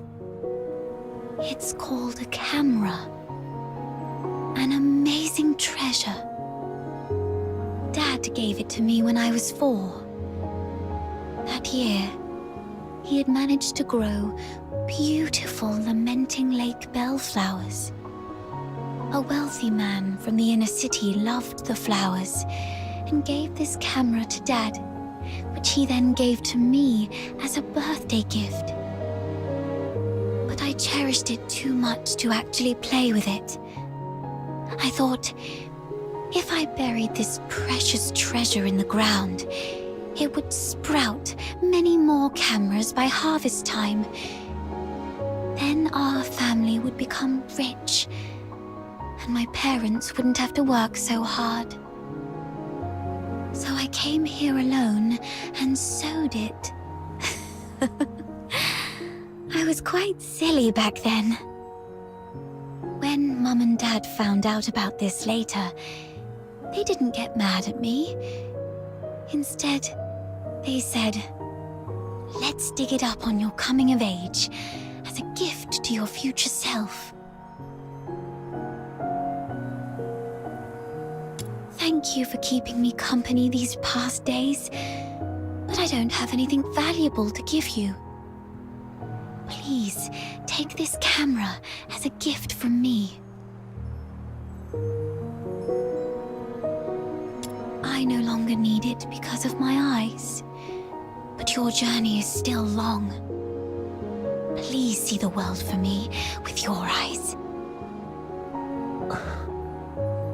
Since we're already here, how about a little stroll around the lake?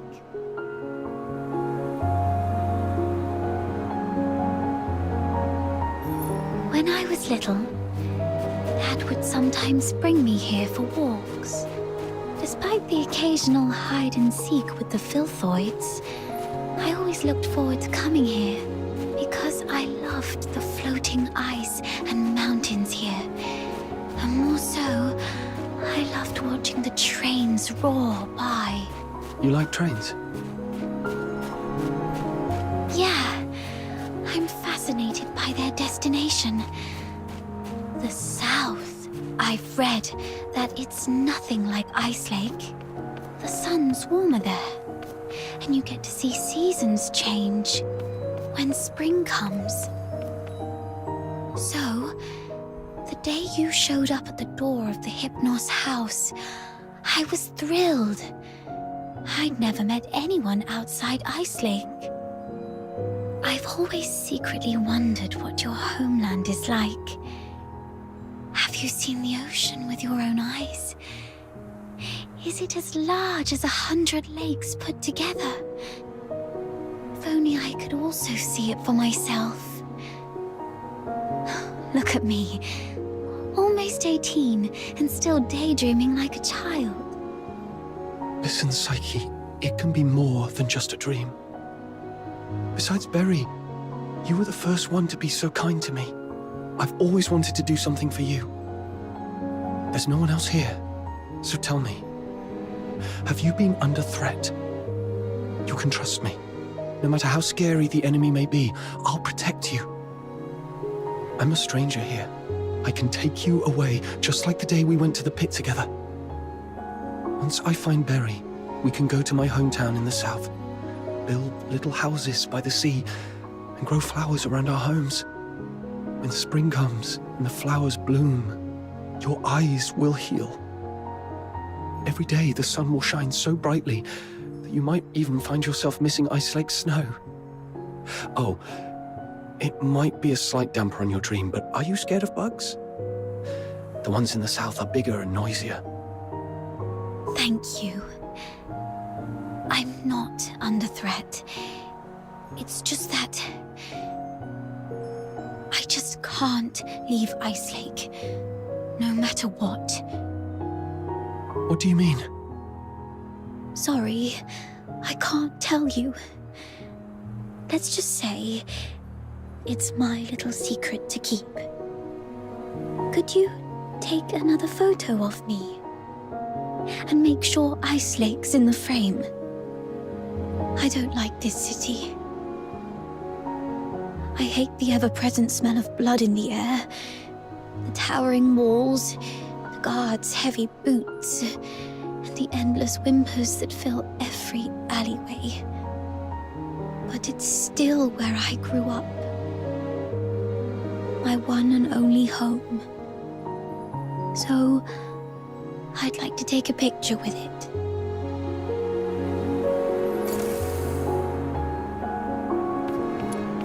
Okay.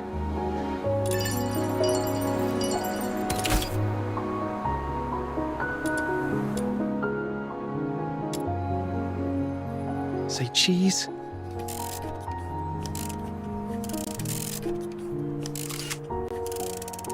Let's take another one. 3, 2, 1.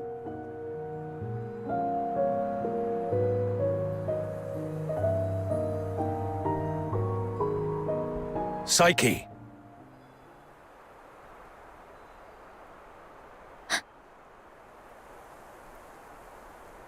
Henrik! It's not safe outside the city.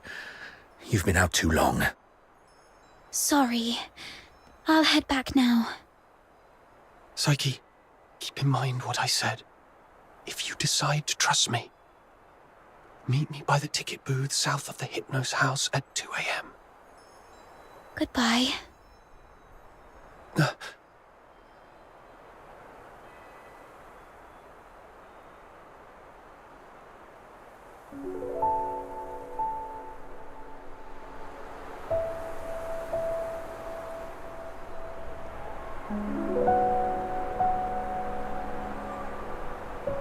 Can't leave Ice Lake. What does she mean by that? Not a clue. I'll just have to go. The guy over there looks familiar. Have I met him before?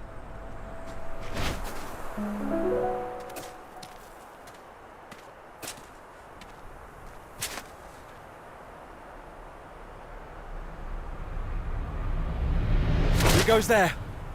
Stay back, or I'll shoot.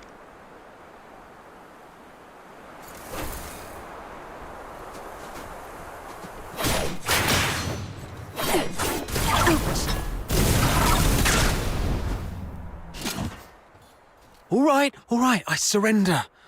But it wasn't me. I swear. It's you. All right.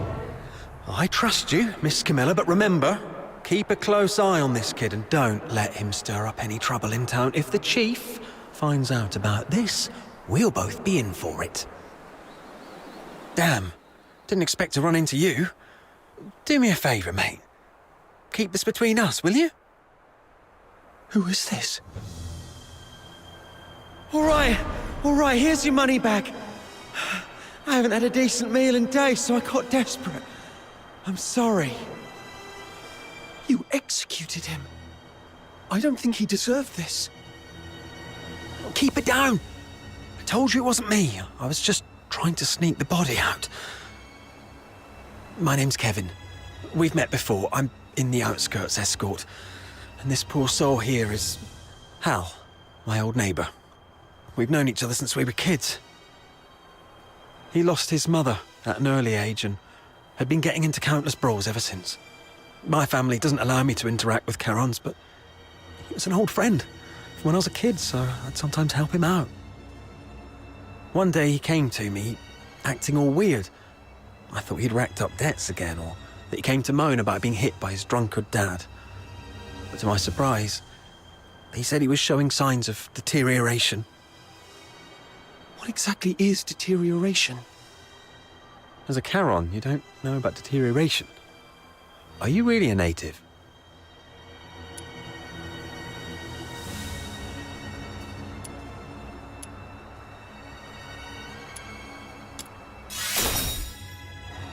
All right, I won't ask any more questions. Please don't tell anyone. So, deterioration is a peculiar disease that only Charons might suffer from. Once you've got it, there's no cure.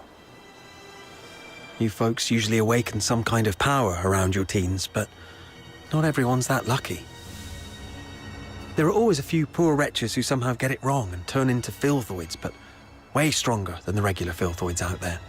A whole escort might not even be able to take one down.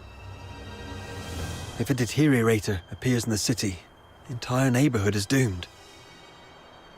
Now you get why most Solars hate Charons, right? They say it's the evil magic running through their veins that brings all this disaster. And the deteriorators, they're seen as the worst of the worst among all Charons.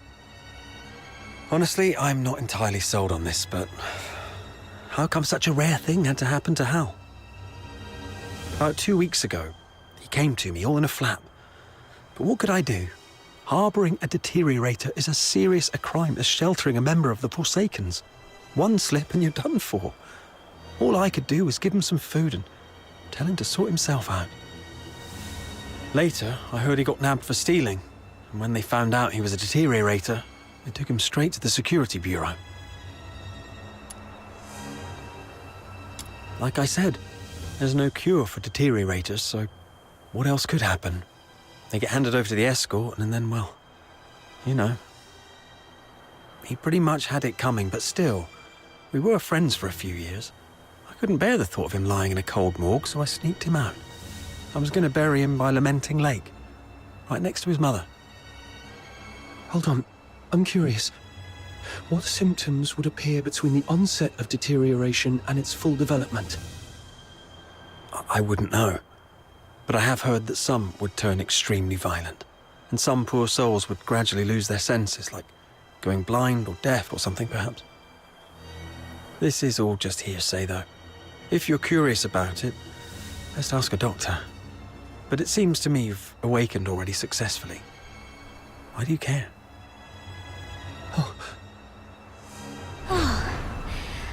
I got a little dizzy and didn't see the step. Thank you. I suddenly couldn't see clearly back there and ended up startling that monster. I'm so sorry. Psyche, when did your eyesight start to fade? When was it? Could Psyche's sight loss be a symptom of deterioration? Could all the lodgers at the Hypnos house be deteriorators? Sir, I'd like to inquire about someone, and I hope you'll be frank and supportive. See this camera? If you refuse, I might just hand it over to the Security Bureau. They'd surely be interested. Come on, cut me some slack. If you're digging for some military secrets, you don't need to corner a mere foot soldier like me. I'm basically just a gatekeeper. Do you know anything about Henrik Ethelred, the owner of the Hypnos house in the north of the city? I mean anything about him. I'd like to hear it all. Henrik Ethelred? Isn't he just an inn owner? My superior does have some connection with him. He's got a bit of a history, but has been a law-abiding citizen these past years. Oh, that man's got quite the temper. Not a rare occasion he's shut the door on travellers, but that's just how he is. Even back in his proper job days, he wasn't a nice guy either. Though at least back then, he had his family to keep him in check. Well, it was, some 14, 15 years ago. Henrik Ethelred committed a murder up in Scarlet River, Flagson. The victim was a Charon, one with signs of deterioration, as I just said. Not a major crime, though, so he only served a few months before getting released. Why would he do that? I don't know, but everyone would fear and despise a deteriorator, I guess. I just heard this from my superior. It's been a long time and it didn't happen locally, so don't hold it against me if I've got some details wrong. The older folks in Ice Lake all know that Henrik was once a renowned doctor, Quite the skilled medic he was. Even the nobles from the inner city would go to him. But then something happened, and he shut down his clinic at the height of his fame, only to reopen it as an inn a couple of years later. Come to think of it, that was right around the time he got in trouble in Scarlet River.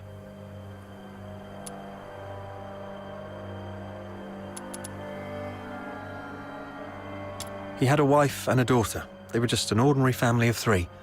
But then his wife passed away quite early, and he raised his daughter on his own. As for his daughter, what's her name? Heidi, Haley, I don't quite remember. Anyway, she went on a trip to Scarlet River with Henrik, but never returned with him. He never talks about his daughter. One year my superior asked about her over drinks, and Henrik just smashed his glass and stormed off. I swear, I've told you everything I know. Can you please let me off now? Just give me the film. Damn it. You look nice. How could you be so cunning?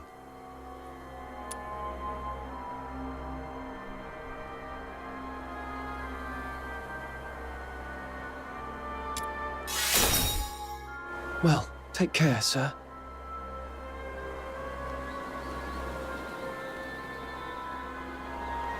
Hey, you just gonna leave like that? Where are you going? Oi! You promised not to tell anyone, didn't you? You have to stick to your word.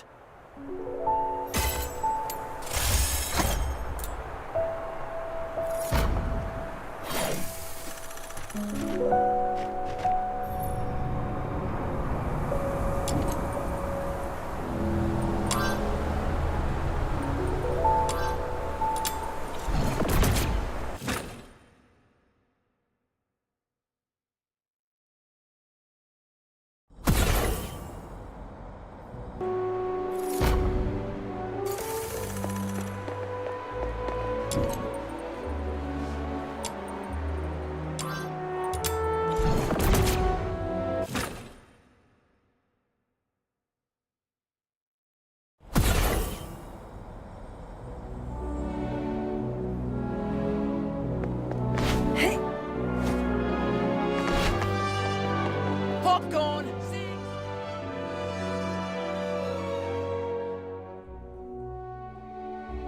It is all set. I've squared things with a friend from the inner city. He will send his coach around here tonight. Once Psyche shows up, we'll take her out of town and lay low for a while.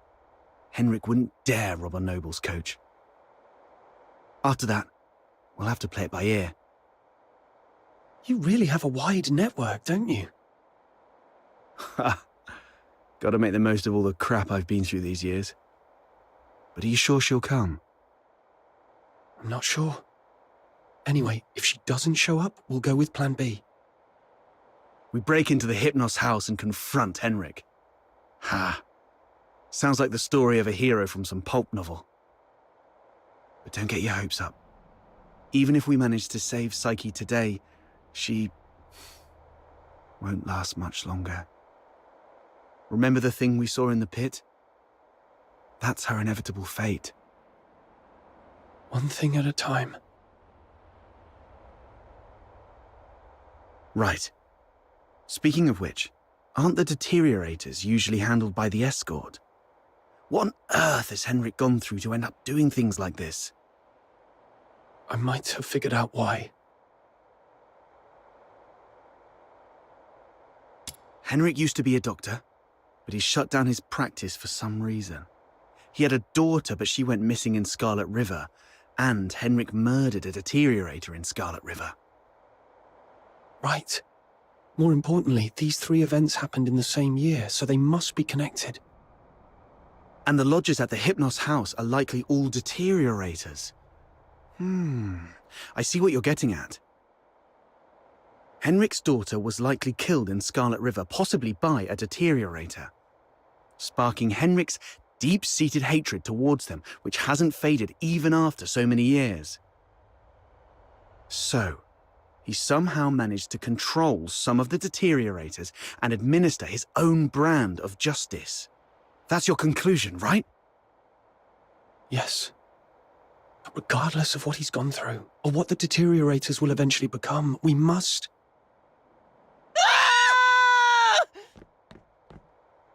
Did you hear that? Screams from the direction of the Hypnos house. Let's go.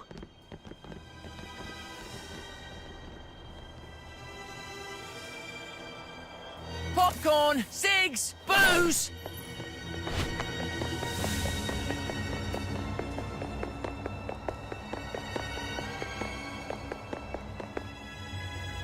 You're finally here! You've no idea how scary it was! Was that you shrieking just now? What happened? I was just keeping watch here as you asked me to, and just like you expected, Psyche came out. I ran to her, ready to take her to you. But she suddenly lunged at me, looking all scary. Lucky I was quick on my feet, but was that really Psyche? She was nothing like her usual self, more like a wild beast. Oh no, the deterioration started.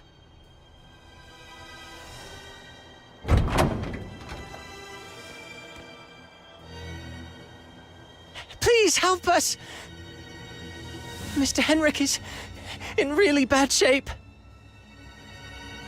What? Please help us. Follow me. Over here! Mr. Henrik's in his office.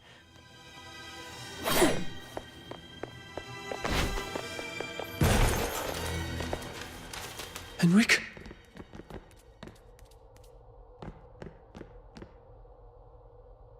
He's still breathing. Snow, see if you can find any bandages or strips of cloth. Anything. Don't waste your time on me. I deserve this. Please. You... Don't bother, he's a goner. Let him finish his last words. You have to stop Psyche. Stop her? The Hypnos house shelters deteriorators. Those abandoned by fate. Their destined end was supposed to be a cold bullet. Right. In Hyperborea, any Charon showing signs of deterioration will be taken away immediately to prevent them from turning into filthoids. Wait. Are you saying... Their families didn't have the heart to see, so they hoped that I could help end their misery in a decent, gentle way. Just like how I sent away Haley.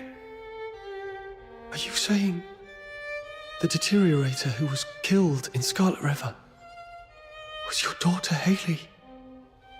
You know about that too. That was merely the last desperate struggle of a father in despair. We've been wrong about you all along. We're truly sorry, Mr. Henrik. Do not forgive.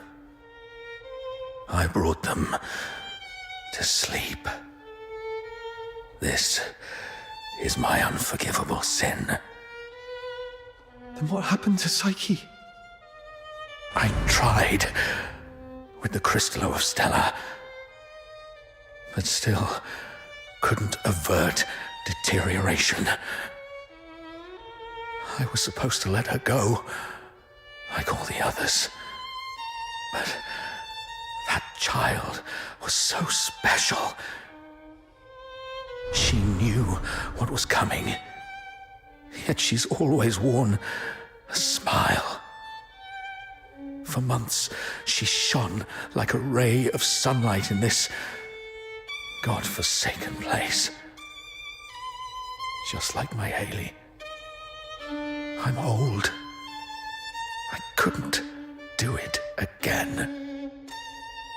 So, in your hesitation, you missed the last window. Psyche lost her mind, attacked you, and ran away. How come... I can't believe all this. Your demons. You can stop that child. She has such a gentle soul. Hurting others is the last thing she'd want. Please. Save Psyche. Save my Haley.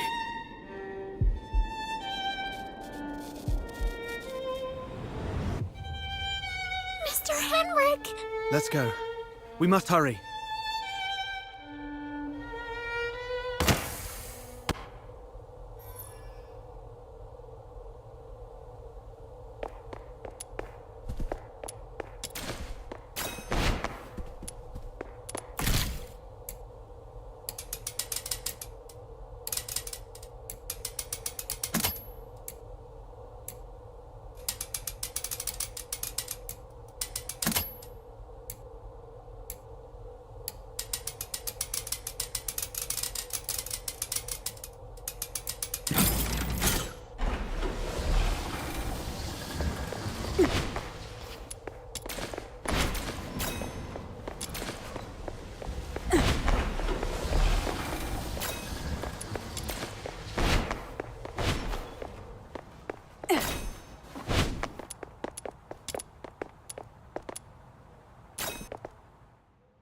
Stopping a deteriorator won't be an easy task.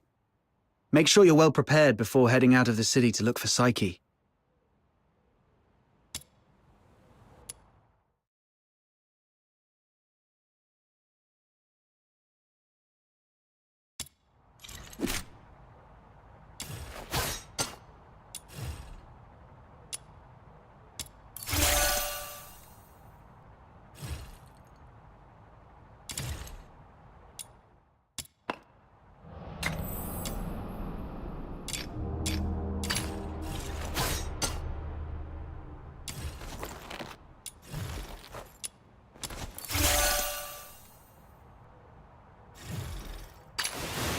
Are you inviting me on a date?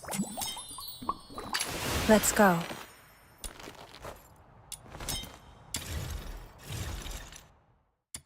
Are you off to find Psyche? Please take this with you. Psyche often gave us flowers. Even though some of us can barely smell or see them clearly anymore, she kept doing it, saying flowers bring good luck. But by the time I wanted to return her kindness, it was already too late. Please bring this flower to her. It's her favorite. And let her know that everyone at the Hypnos house is waiting for her. I will. I'm going to do everything I can to save her. Or at the very least, stop her from doing something she'd regret.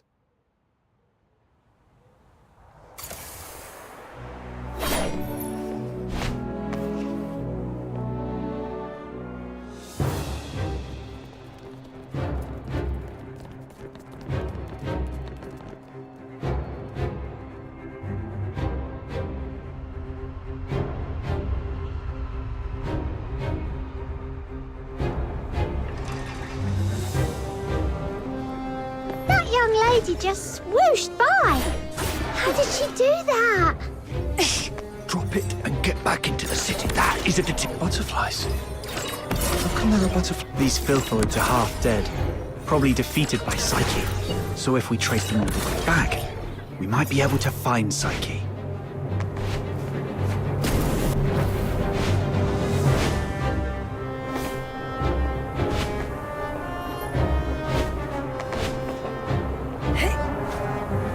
It's okay. We already know where Psyche has gone. All we have to do is follow her trail. Right. As long as we can find Psyche, there's... Whoa! The wind's gonna blow me away! Stay behind us, Snow. We'll make our move when it calms a little. And if the wind gets strong, we can stay behind the rocks to take a little break. Don't rush in.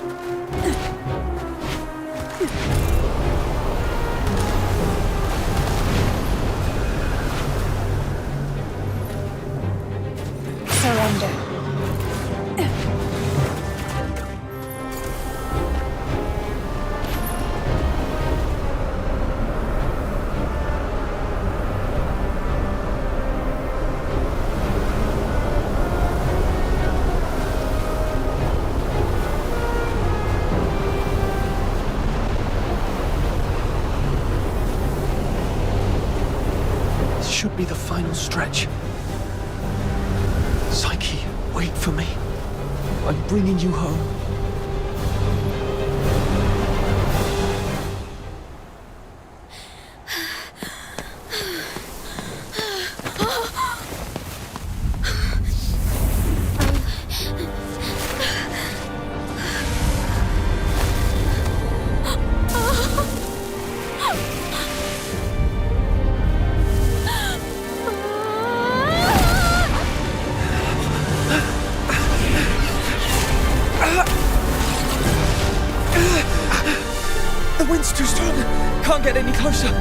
It's dangerous! Stay back here! Damn it, we're doomed if this keeps up! She's lost her mind! Be ready to fight!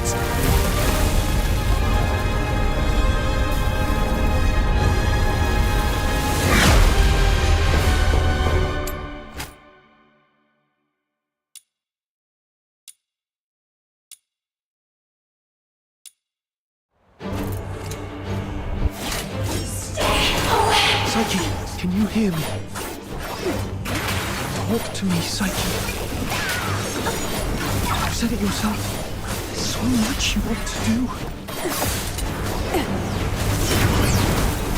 Go to a small island. You can build a house by the sea.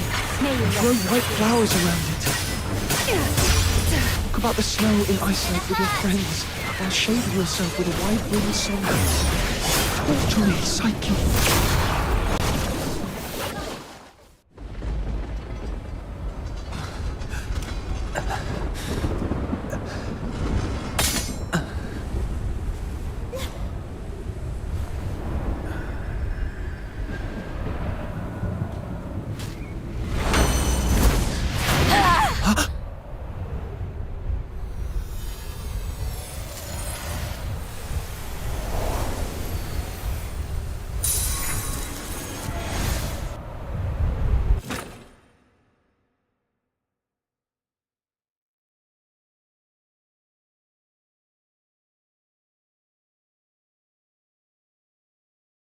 Psyche, I'm here to take you home.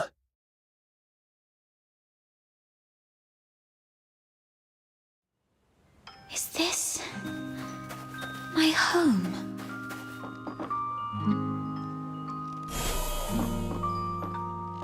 Honey, look.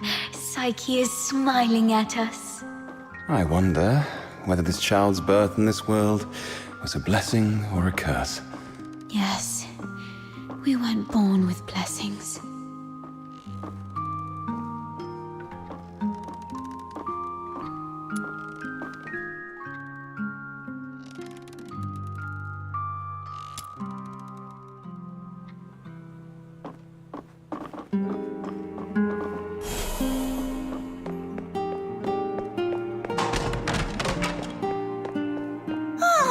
I promised Psyche I'd bring her home today to play with blocks. Who says you can play with her? How many times have I told you to stay away from these unclean people? Do you want to get killed by dark magic? Ugh, now these blocks are all dirty. Throw them away, now.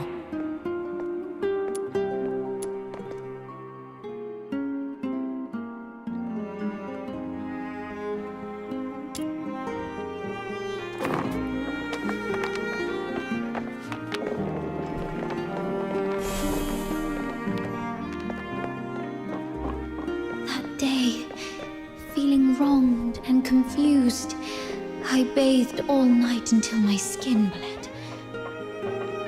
Please, sir, you've got it all wrong. My daughter is a good girl. She knows better than to steal a necklace and hide it in a flower pot. Save it. Is there even one Charon kid who isn't light-fingered? All right, if she's so innocent, she can prove it. Just smash all the flower pots here. That'll clear things up. It's all because we are demons' children.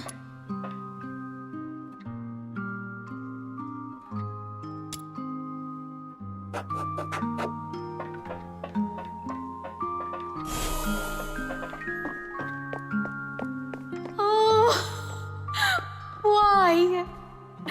She's such a kind child. And we've always been decent, law-abiding people. Why did this happen to us? At this point, there's nothing left but to turn to Dr. Henrik Ethelred. It's the last thing we can do for her. Mom, Dad, I'm sorry.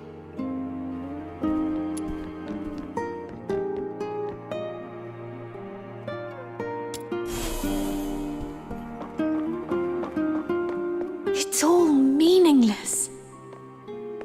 You bring these things to me every day, but what difference do they make? Psyche, you should know what it means to be sent here. Yes, I'm aware. But are we just living for some kind of meaning?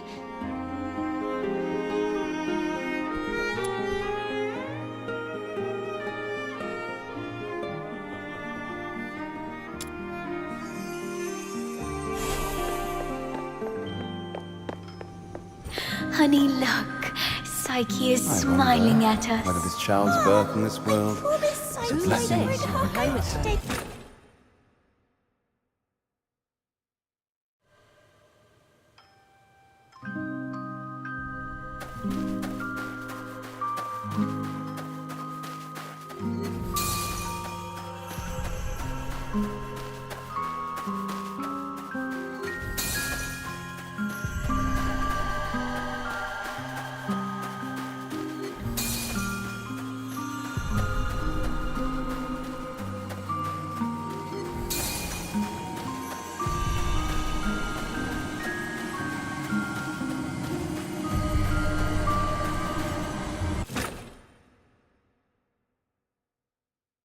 You've witnessed your entire life.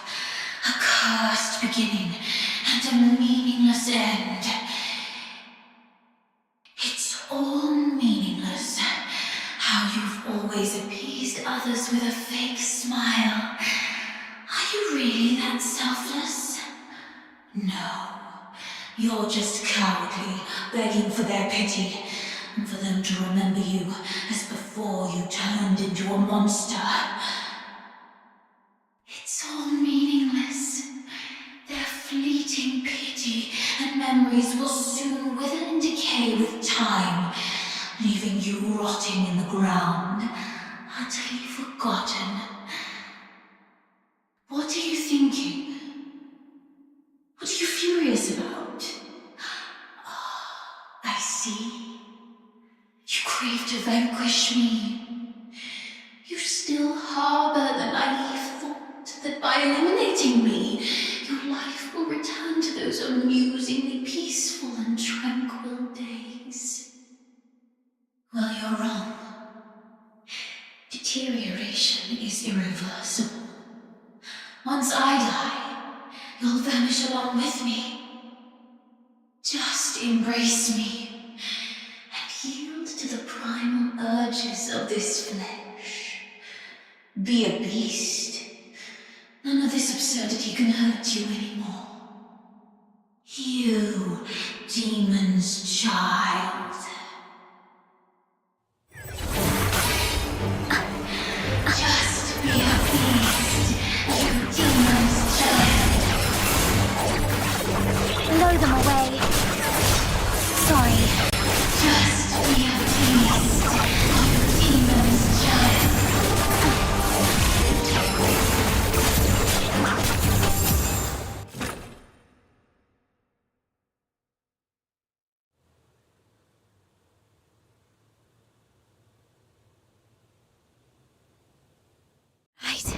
My time has already come to an end.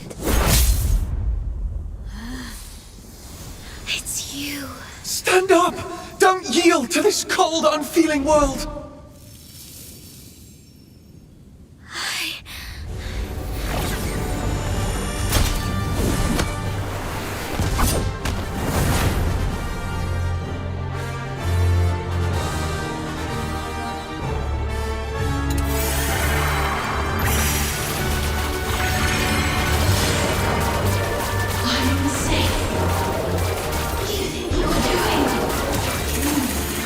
You really want to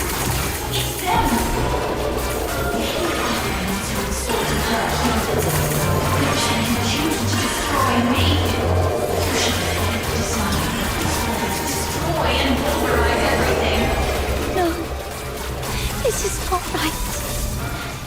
As I remember. Psyche, pinky promise. We'll be best friends for life.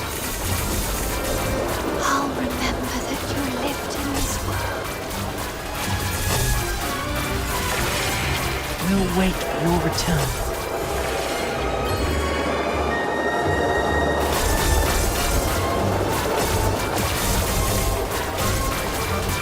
Fate, please have mercy on me.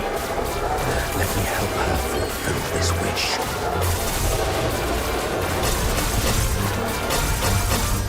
Take this flower with you. It will bring you good luck.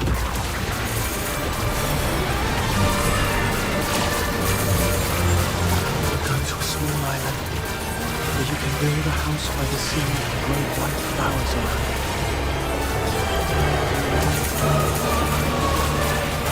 Psyche, I'm here to take you home.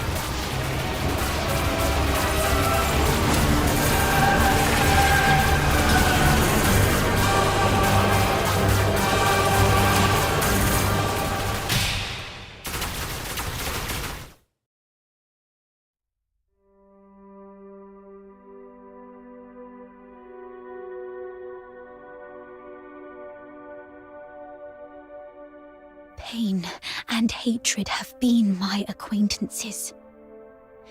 They've wearied and aggrieved me.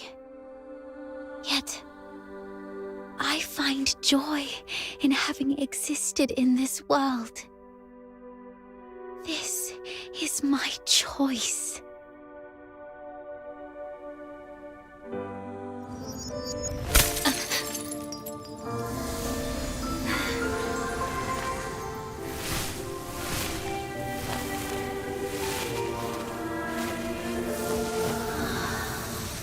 Psyche, do you remember what your deepest wish has always been?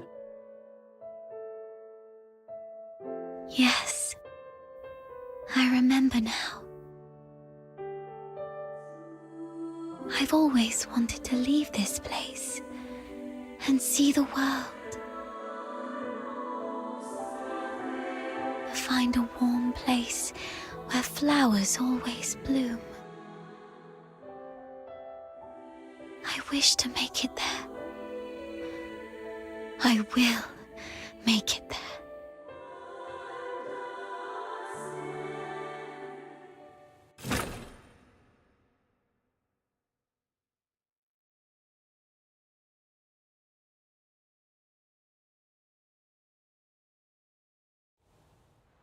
Psyche, I'm here to take you home.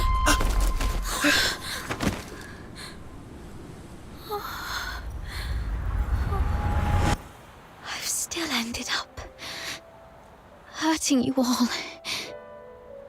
I'm so sorry. It's okay.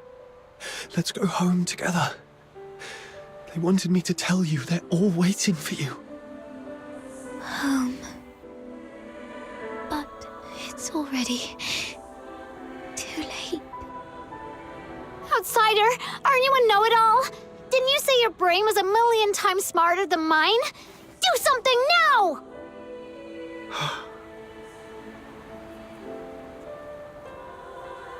It's too late. She's fatally wounded. She won't make it, even as a Filthoid. What? Little minion, did you really have to hit her that hard? No. It wasn't him. It was me. I killed myself. I can't. And I don't want to live like this. Chin up, Psyche. You said you dreamt of a place, warm and full of blooming flowers. You've said it yourself. Flowers bring good luck. Yes. It must be a beautiful place. No, don't just take my word for it. You have to see it for yourself. Do you know why I love flowers? 'Cause they're seeds, carried by the gentle wind, travel to distant lands, over city walls and mountains. Nothing can stop them. I have one last wish. I'm all ears.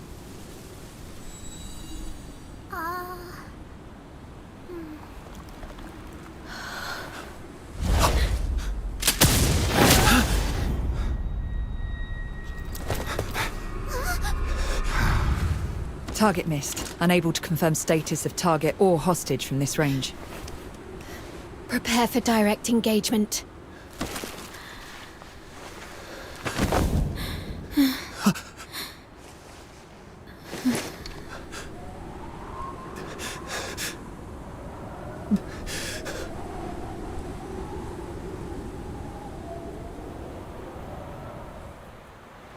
Mom, the deteriorator. It's already... Something's off. But the hostages are safe, at least. Rhythm Fisher, warrant officer of the Cocytus Escort, 6th Legion. The Filthoid is highly dangerous. Although it's ceased attacking, it may only be in temporary dormancy. Return to the city immediately. The escort will take it from here.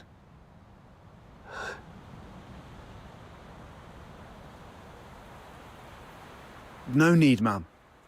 We took care of it before you got here. No point wasting more bullets. Took care of it? I see. That would explain why the target was more stable than a typical Filthoid. Although... was it just the two of you?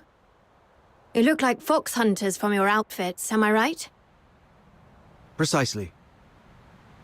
That's not it. Mum, during my earlier scouting, though from a distance, I saw these Charons using magic. They might be accomplices of the deteriorator. These low-life beings, all wicked sorcerers, they should all be... I'm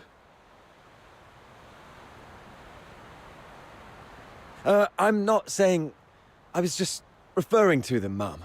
I'm not saying that all Charons are... Anyway, I didn't mean anything by it. Punishing the guilty shouldn't affect the innocent. We appreciate your support of the Legion. Please, come with us to the Security Bureau. We shall offer you handsome rewards. Dispose of the deteriorator ASAP to avert public alarm. Don't touch her.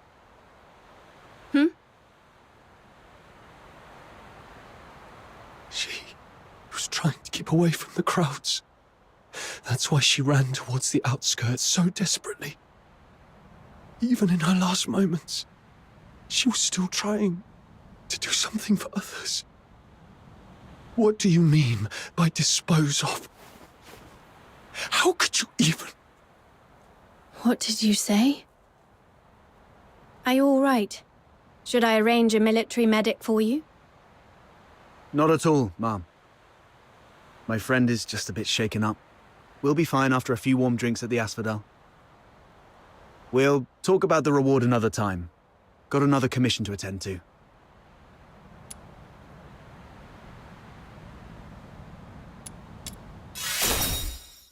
She was not a Filthoid or some trash for you to dispose of.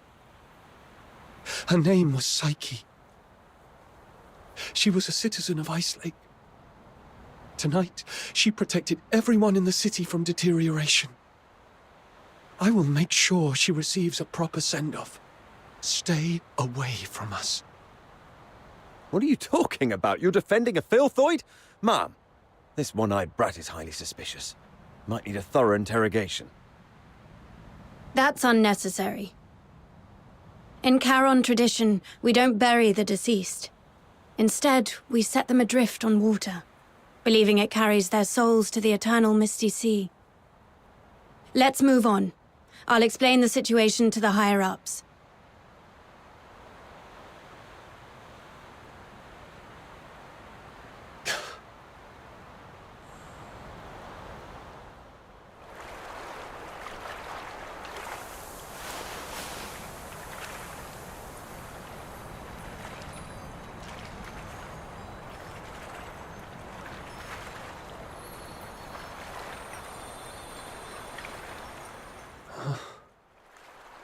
thought you wouldn't act so recklessly anymore. Yet you remain true to yourself, which isn't bad. This is you. You just said goodbye to a brave young lady. I can't let you risk yourself as well. Thanks for covering for me back there. There's nothing to thank me for. After all these years, I've changed from a hedgehog to a rat, living only to see another day. Don't end up like me. The hedgehog retains its dignity, so it's better to leave the groveling to the rat.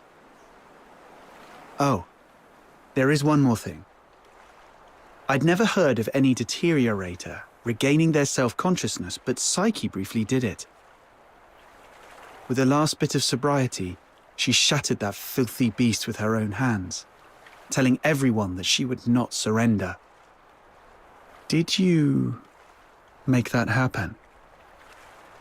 The magic you were using, it was resonance, wasn't it? How did you... Relax. I'm not going to press you about your past, but remember what I'm going to say. This power of yours will spell disaster for you in the Empire. I remember the last person who had this kind of power plunged the whole Empire into bloodshed and chaos, and their end was utterly miserable. They ended up swinging from the gallows in the Square of Dysmania. So, just use your power with utmost caution. All right. It's okay to let it out, man. The wind here is so strong, I can't hear a thing. Even if I hear some noise, it's just the sparrows chirping. I've seen this kind of thing countless times, but I tell myself, you've only got one night for tears.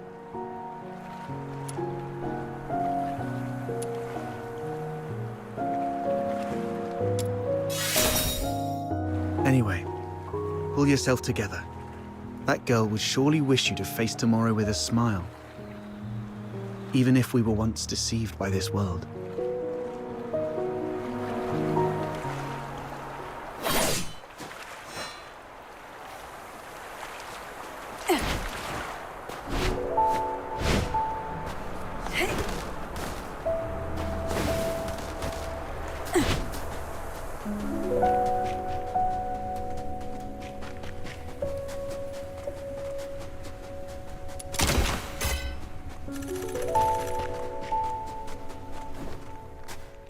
May your soul find peace in the depths of the misty sea.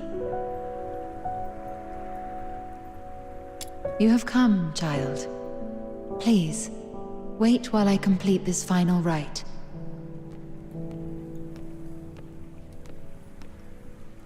May you be reborn within the bosom of Mother Embla. Greetings, child. I roam as the ferrywoman of the misty sea. Or, if you prefer a more personal touch, you may call me Lady Nightfall. Having journeyed here, I've heard the whispers of a wandering soul in this place. Thus I've come to guide her back to the misty sea. A wandering soul? Yes. Child, do you too hold a departed soul in your thoughts? How did you know? My eyes can see the longings of souls. As I guided her, I glimpsed all she held dear, and among these visions, I saw you. She was a friend of mine. I failed to protect her. She must be disappointed in me. Quite the opposite. Many souls I've witnessed depart with intense grievances and bitterness, their cries thick as the fog along the riverbanks. But her voice was very gentle. It bore no sorrow, anger, nor resentment, only expressions of gratitude and blessings. Perhaps those were meant for you. But...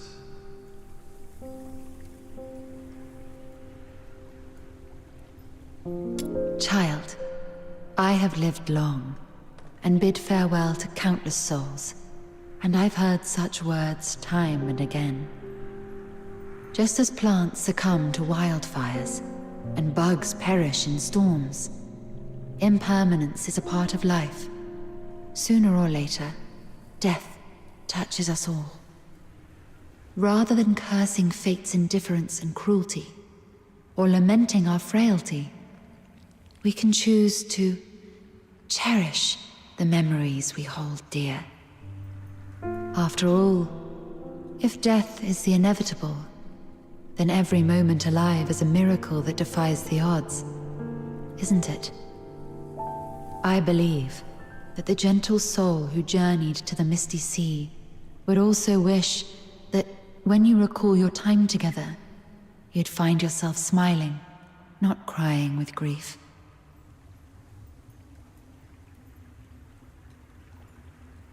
The Misty Sea is the cradle and resting place of life for Charons. Souls of the deceased return there, and the living emerge from it. Life flowing in endless cycles. If that's the case...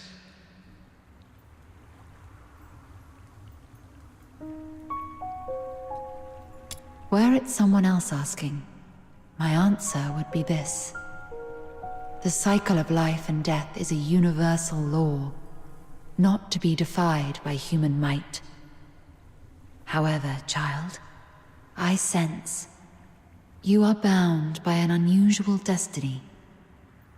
One day, when you have garnered enough strength to confront this world's unveiled truths, and even challenge its very laws, perhaps then might you step into the river of life, to its terminus, the Misty Sea, where the departed souls await beyond the veil of time.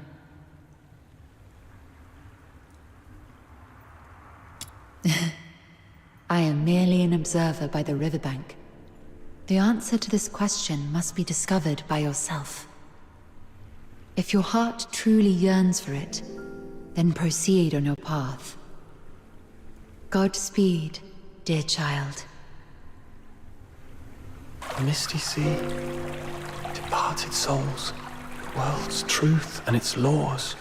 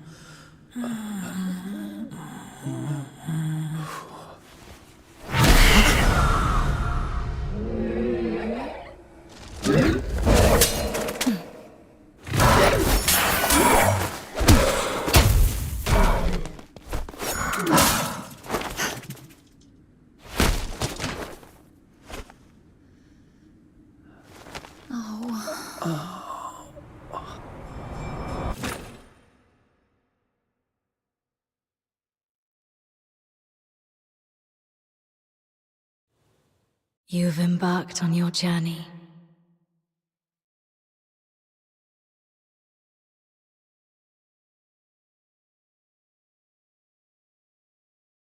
Perhaps you've explored new places and have met new friends. You seem sad. Yes. I had a sad dream. Well, I'm not sure if it was a dream. I feel like I've lost something important. Trying hard to hold on to something, yet it slips away like sand through our fingers. Time and life, it's all like this. To be born is to be destroyed. To meet is to part ways. The only thing that ever lasts in this world is oblivion. Where are you going?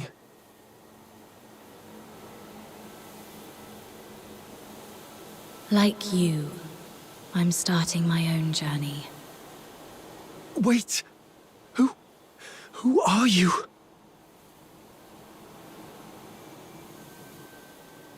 My name is... Our paths may cross again one day.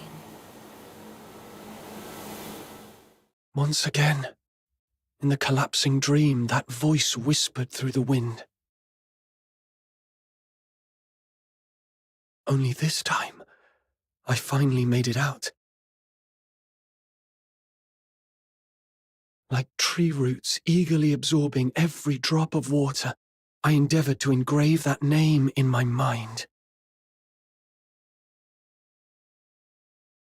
That name is...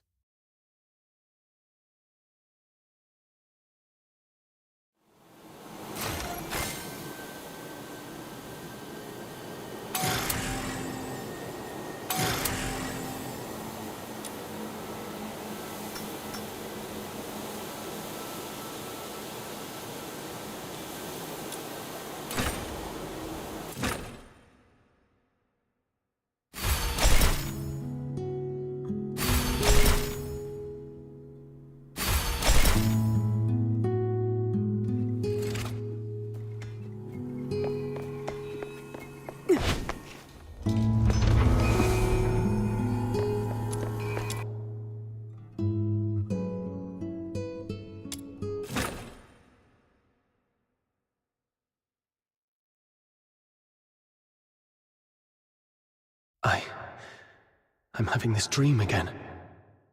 That giant beast blocked your path, its grip tightening around your throat. Your body shakes as you suffocate, sharp pains triggering the deepest desire within your soul. That voice again.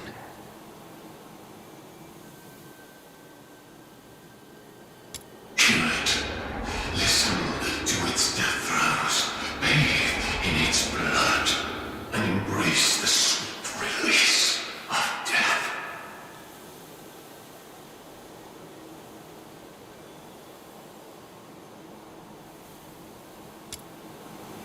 Anyway, I must get out of here and get rid of these terrible thoughts that cling to me like a plague.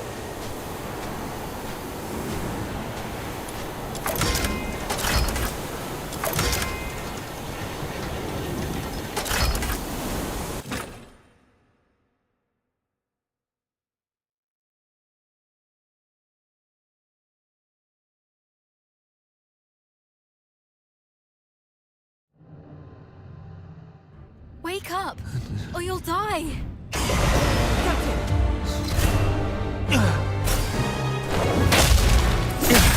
Whoa, Captain's awake!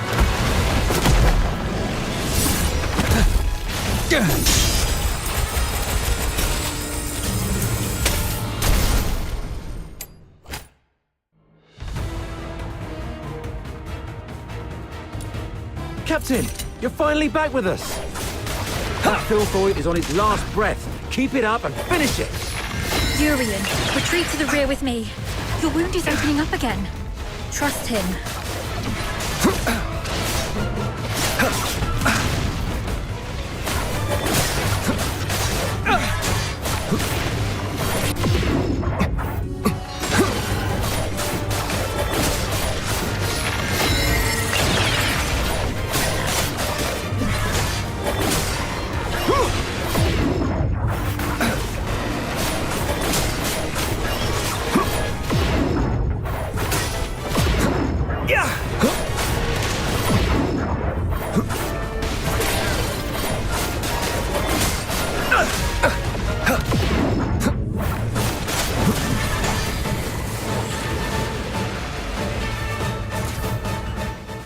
It's done.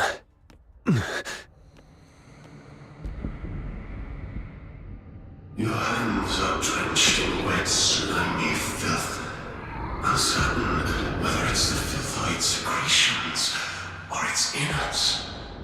Yet a sudden joy tingles through your soul, bringing an inexplicable elation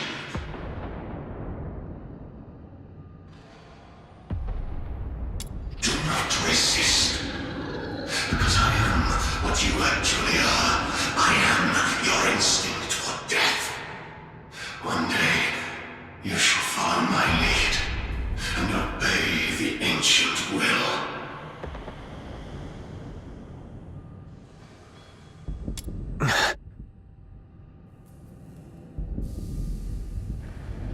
That annoying voice has finally stopped.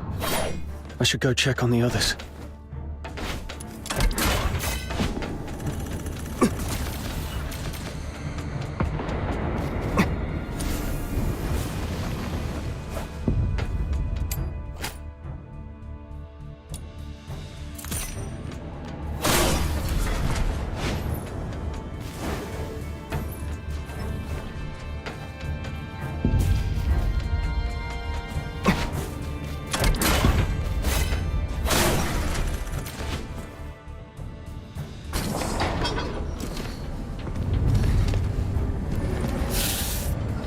Dr. Daphne, we've completed our mission, right?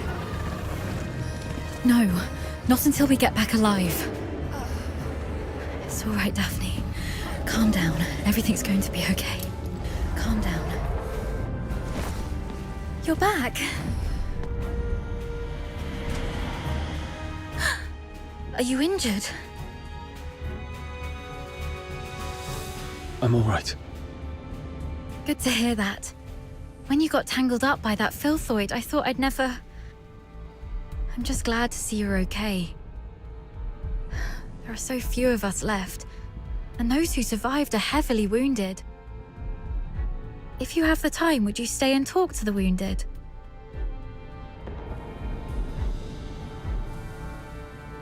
Thank you. I'm heading back to find something, so please take care of them for the time being. The soldiers look up to you. Your encouragement will make them feel better. Where are you going? The battle map shows several warehouses near our location. We might find some first aid kits there if we're lucky.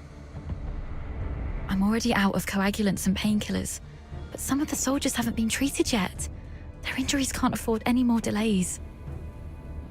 You should stay. I'll go. This is the medic's job. And the medic stays. You aren't strong enough to deal with the filthoids out there alone. We can't afford to lose our only medic. Understood. I'll follow your orders. Is your radio still working? Yes, it still works. Then please stay on the channel so we can keep in touch. Gotta make those rotten. Can't fall asleep. Damn those freaking rotters.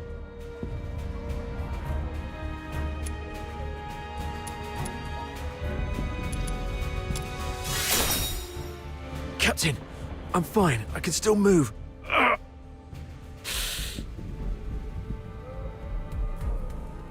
Those despicable cowards are using filthoids as their weapon. The Forsakens are monsters, just like their filthoid pets.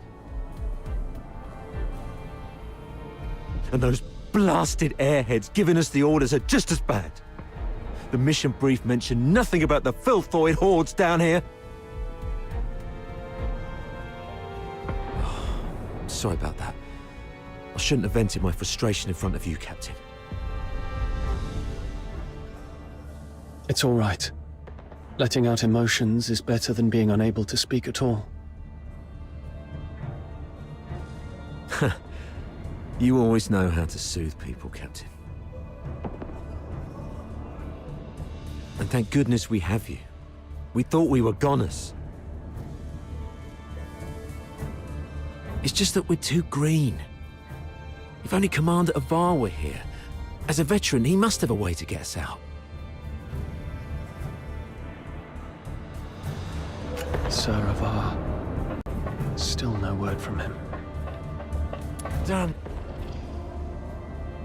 Doctor? Dr. Daphne? We're stuck in this bloody dump. Please, Dr. Daphne. If I don't make it, do me a favor and bury me.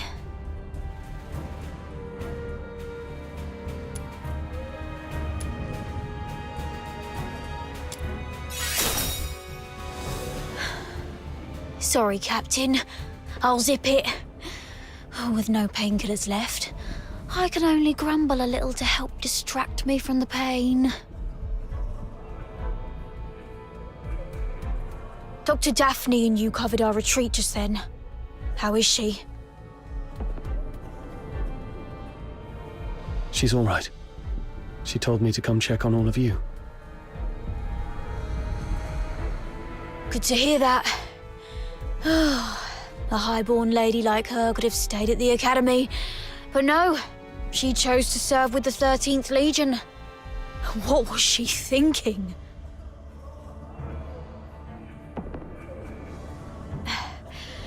Eternal glory and loyalty to our Emperor. Those aristocrats say that all the time. I wonder if any of them would still be so keen on that when they're actually in a filth pit like this. But Dr. Daphne has real medical skills and a soft, pretty voice. We've got to keep her safe, Captain. Don't want her to die here.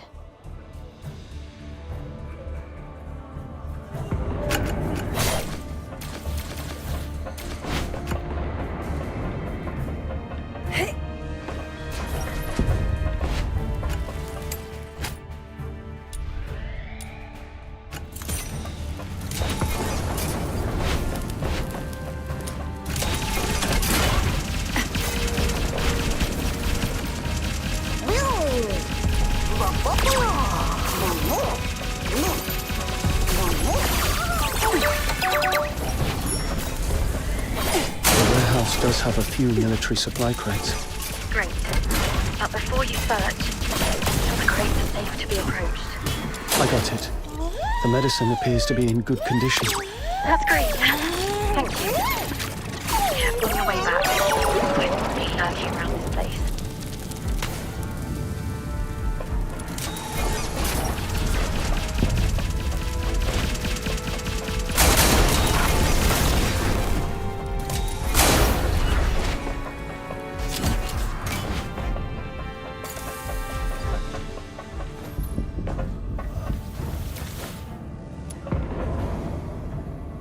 You're back.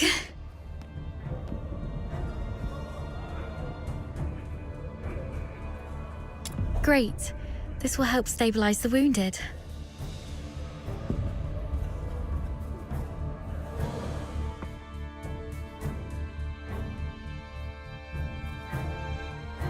Any news from the Snow Wolves? Not yet. While you were away, I tried reaching out to Commander Avar of the Snow Wolves and Chief Commander Fulvis, but none of the comm channels were working. Keep trying. And meanwhile, let's see if we can find a safer place for the wounded. Actually, I have a plan. What is it? Take a look at this map. We're currently in the storage area where the exit is blocked. However, there are some underground tunnels that we haven't checked yet. Most Imperial cities and fortresses have elaborate networks of underground sewers. In recent years, some of these tunnels were expanded and reinforced to serve as air raid shelters. If we're lucky enough and the Forsakens didn't set up any ambushes, maybe we could get the wounded there to rest and recover. Besides, the sewer tunnels run all the way outside the fortress, so if our reinforcements arrive, they can easily get to us. Of course, the tunnels might be risky as well. If you think it's feasible, allow me to scout ahead first. It's worth a try. But we can't risk having our medic do this alone. But now, only the two of us can move or act. And the Filthoids might attack this place any time. You should stay and keep the squad safe. I may not be a professional scout, but over time I've picked up some useful skills, so... All right. Be careful down there. Make sure to sidestep any confrontation with the enemies. Understood. I'll stay on the radio while you keep contacting the others.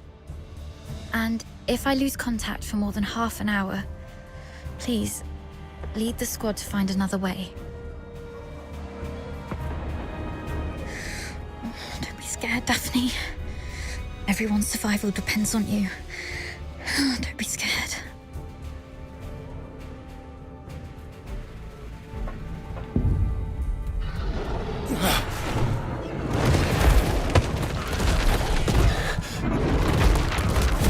Filth Boys!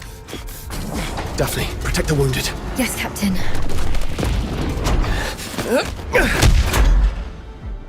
Hang in there. I'll try contacting the snowball. Still got nothing. Copy. Copy. It's got so strong. What's the weather like in Hyperborea? It's raining tonight in Tasmania.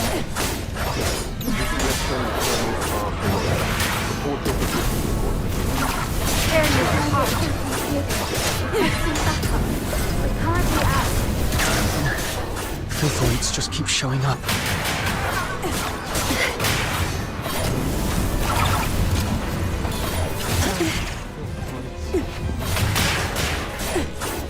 Farewell.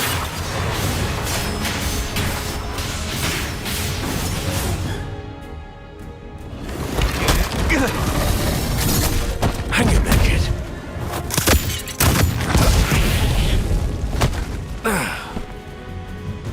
Sauravar. Focus on the fight. I've got your six.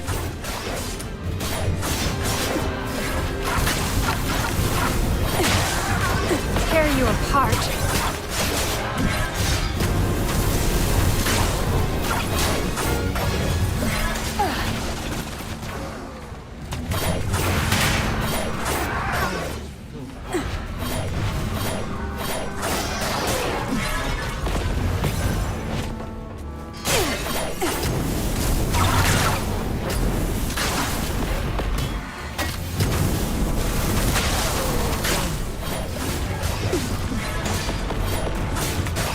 Surrender.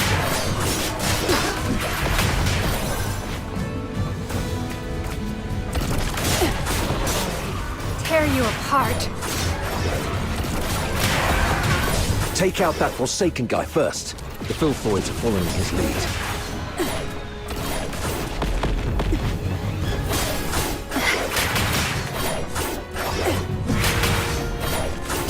Don't tell me you're the only Griffin left alive. Where are the rest of your squad? They're right ahead. Most of them are heavily injured. Please follow me. We've repelled the Filthoids and set up a temporary shelter.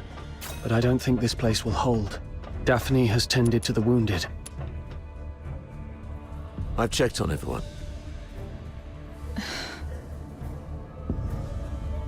Why the grief? You still have your arms and legs, so stand up straight and pull yourself together. I know what you've been through. I've seen many of our fallen soldiers along the way. But you are soldiers. Save your condolences for when you're home and safe. So, are you two okay? We're doing fine. Just carrying out the orders from higher-ups and almost got killed. Thanks for asking, sir. Dav... never mind. You, do the report, please. Yes, sir. As planned, the Griffins and the Snow Wolves were expected to launch a two-way assault on Lonza Fortress. However, the Griffins were ambushed shortly after we began our infiltration. The passageways between the zones were blocked. We lost contact with some of our men, and the rest have suffered heavy casualties. Our comlinks have been severed too. We're essentially trapped here. Actually, the Snow Wolves went through the same situation as yours. Keep this between us.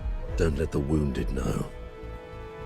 So, seems like the two of you are the only combat-capable Griffins left in the squad. Daphne, we've opened the passage between the storage area and the processing area. And there's a place in the middle that's reasonably secure. I've given the signal, and you'll be escorted there for a better rest. You come with me and continue the mission. I can take action with you. Please let me. You hurt your leg. Are you okay? How did you manage to make it here? Don't mind me. I've saved one last dose of anesthetic for myself. The latest Academy potion is quite effective at killing pains, so it's okay. Medic Daphne, what is Article 12 of the Hyperborean Legionary Code of Conduct? Now is not the time for rules. I can still... Medic Daphne, answer your superior officer. The chain of command must be respected during all military operations.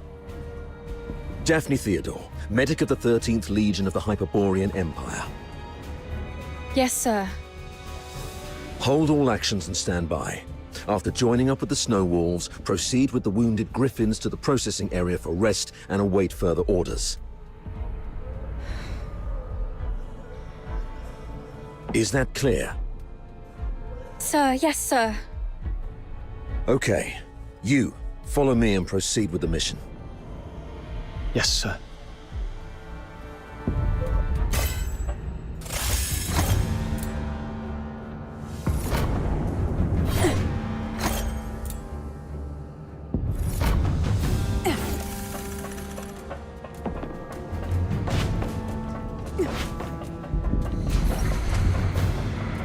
So, you're not going to ask me anything?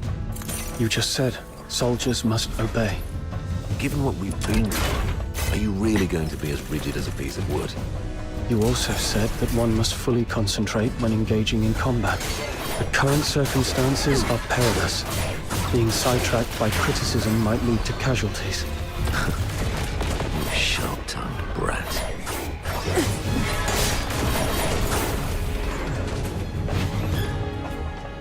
A cargo lift. Could be a good chance to resupply. But I better stay alert. Could be an ambush. Let's sort through the situation here. Our battle plan involved Colonel Fulvis and his numerically superior squad, the Narwhals, launching a diversionary attack on the bridge leading to Lonza Fortress to distract the Forsakens. Meanwhile, the Snow Wolves and the Griffins would parachute right on top of the fortress. Our two squads would infiltrate the fortress via the engine room and the arsenal, then launch a direct strike and seize the central control room. However, the Forsakens predicted our moves. Yes. Either they have intercepted our communications, or there is a spy working for the Forsakens in the Legion. Regardless of how our plans got out, the Forsakens were undoubtedly well prepared. They used the fortress's defense systems to ambush us, and even lured a bunch of filthoids here. We planned for an infiltration strike, so none of us were equipped with heavy weapons for large beasts. The only option was to throw our lives at it. Given that Lonza Fortress was designed by Imperial engineers, you might know how to disable its defense systems, right? You literally slept through your cryptography courses, didn't you? I cannot believe you're still sore about that, sir. Never mind. Acing those courses wouldn't be much help in this case anyway. The Forsakens have modified the mechanisms in the fortress. We don't have time to go through each hardpoint and crack every code. But disabling the systems first would be the right call. So we should reach the engine room next. Cutting their power will shut down the systems, giving us the time to rescue our trapped soldiers. That's our main objective in the next move. Operating the devices there requires 2 people. Thank God I took you with me. Hold on, we're getting a call. Hello? Does anyone copy? What's the weather like in Hyperborea today?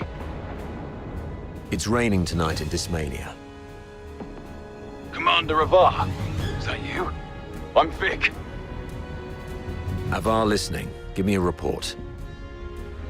After we split our forces, Monica and I took the path along the outer perimeter. We're about to reach the engine room. Engine room? Are you trying to... I'm calling you specifically to give you an update, sir. We'll make an attempt to shut down the power unit. The engine room is probably full of traps. Cease your actions and stay where you are. The captain and I will get to your place in about 15 minutes. Please, let us try, sir. Every moment we delay puts our comrades in greater danger.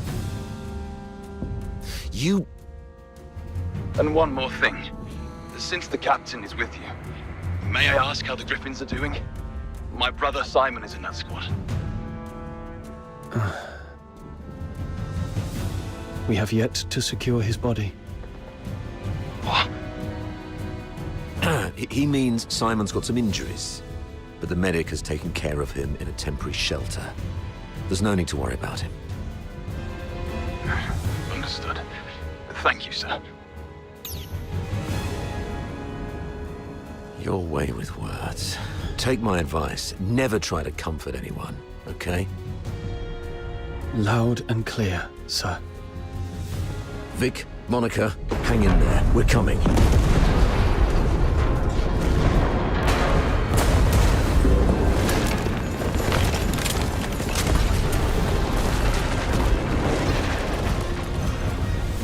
Since they've reworked the mechanisms, does that mean there are some elite engineers in the Forsakens? Of course. I've repeatedly warned the bigoted higher-ups not to take the Forsakens as mere illiterate barbarians. They have controlled the fortress for over 6 months. If they are barbarians, what does that make us? The higher-ups were way too complacent. Well, no one grasps the art of command better than Fulvis, after all. Let the great commander explain himself to the chief. Let's see if the silver tongue can charm Sybil into letting him off the hook this time.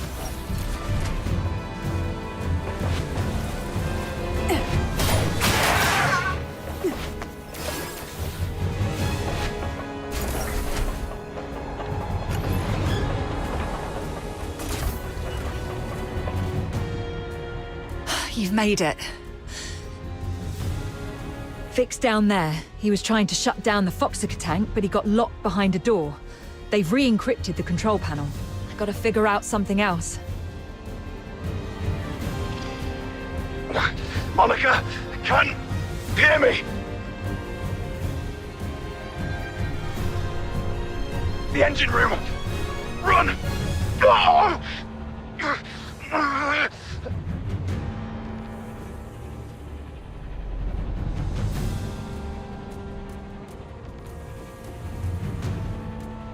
Vic? What happened? Vic!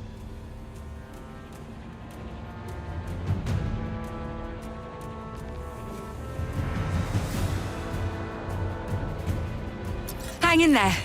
I'm nearly finished. Almost there.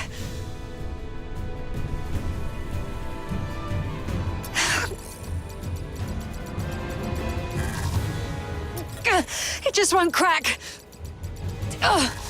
Of all times! Pull yourself together. I've got this. I'll take care of the door. You get down there and help me shut down the device to save Vic. Follow my lead. The quicker we are, the higher our chances of saving our comrade. Understood?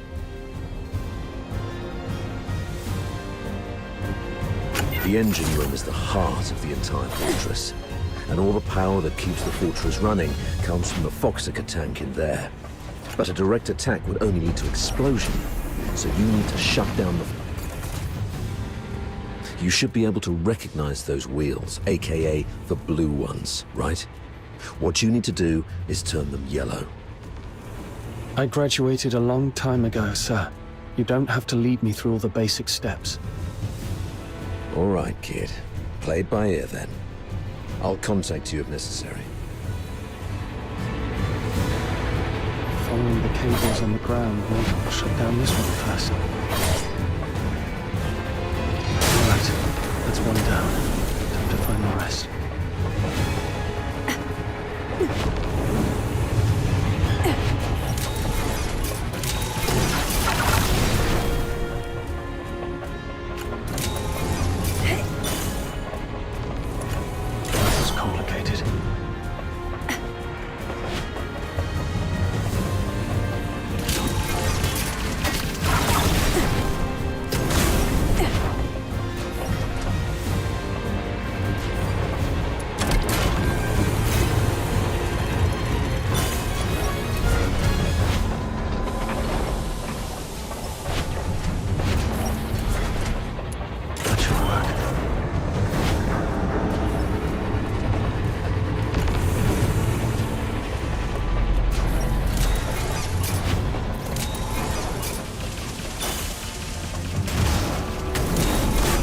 Foxynamo Wheel is such a weird place. Was any...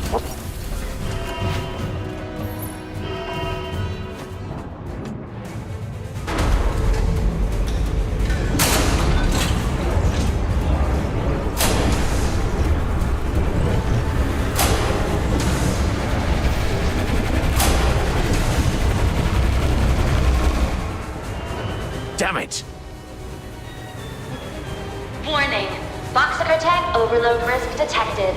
Please check if more than required Foxynamo wheels have been activated. Overload risk.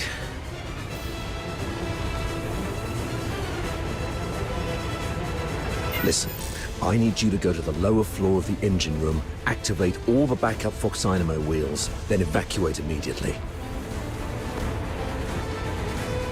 Since we can't shut them down our way, we can let them do it in a self-destructive way.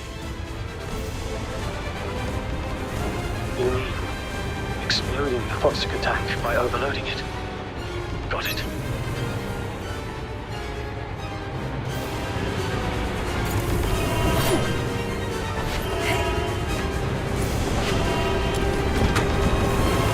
Backup Foxynamo wheel number 1 is ready.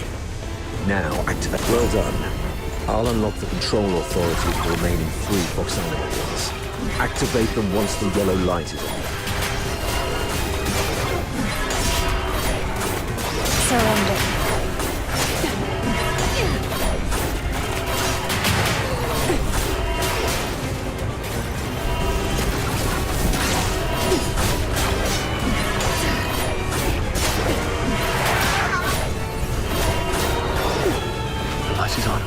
Looks like Sir Avar. Warning. Foxaker tank is overloaded by 50%. Please shut down the Foxynamo wheels immediately. Unauthorized departure is not permitted.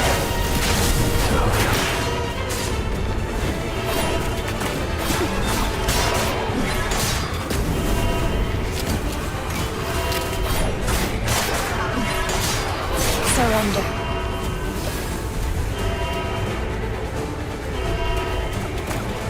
Number 3 is also ready. Go get it. Quick and clean. Well done, kid.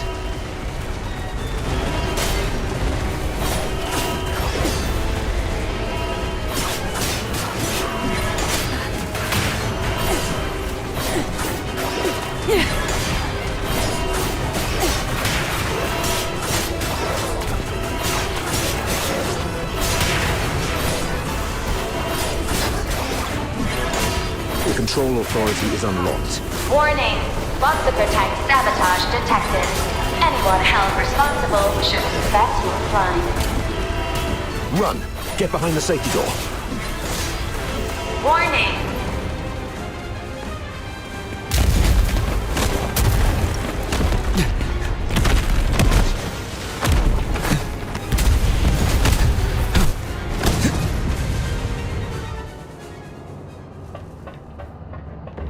Fantastic job, kid. You are indeed the best among your peers.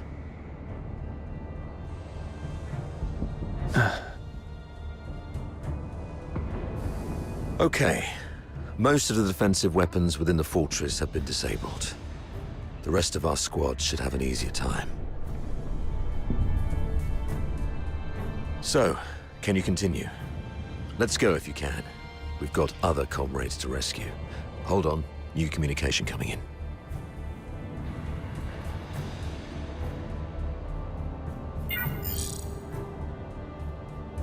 Avar? Where are you?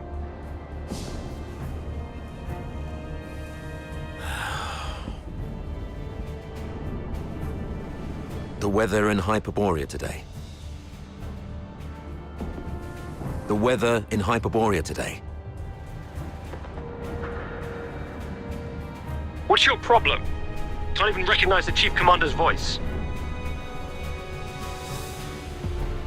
Weather. It's raining tonight. I've seen marble sculptures in the gallery with more flexibility than your mind. Now, report on your squad. Thanks to your brilliant decision-making, the Snow Wolves and the Griffins haven't been completely annihilated yet. What? Got any new insight? Enough with your snide attitude. You should be ashamed of how this battle has turned out. I would like to achieve glory, sir. If you exercised proper secrecy and came up with a more credible plan, our soldiers would be popping champagne bottles in the central control room at this very moment, instead of waiting for body bags. Avar Horodland, I'm warning you. What's your tone when speaking to your superior? Antonius Fulvis, I'm also warning you. Stop wasting the lives of my comrades. I have no time for this right now. I am here to demand a progress update on the mission. The two squads have been ambushed and suffered heavy losses. I'm preparing to search and rescue the missing soldiers first, then regroup in the processing area, waiting for your support. Your mission is a rapid infiltration assault. No field officer of mine is permitted to make their own bloody choices. Straying off the planned course of action will only alert the entire fortress. I order you to stick to the plan and launch a direct assault on the central control room. Are you even listening to yourself? Alert the fortress. They're already in ambush positions, waiting to wipe us all out. We've sustained 80% casualties. 8-0! Isn't that enough for you? Casualties! Forget about your bloody casualties. All I know is that you're significantly behind schedule. You've brought shame to the Legion's banner. The soldiers of Hyperborea are not cowards who would stop because of trivial losses like this. From Emperor Dis I to Legion Chief Quintus, the mastermind of the Divine Elegy Offensive, no Hyperborean commander ever balked at taking losses. I gave you the elites of the 13th Legion. You should have more than enough resources to take this puny fort.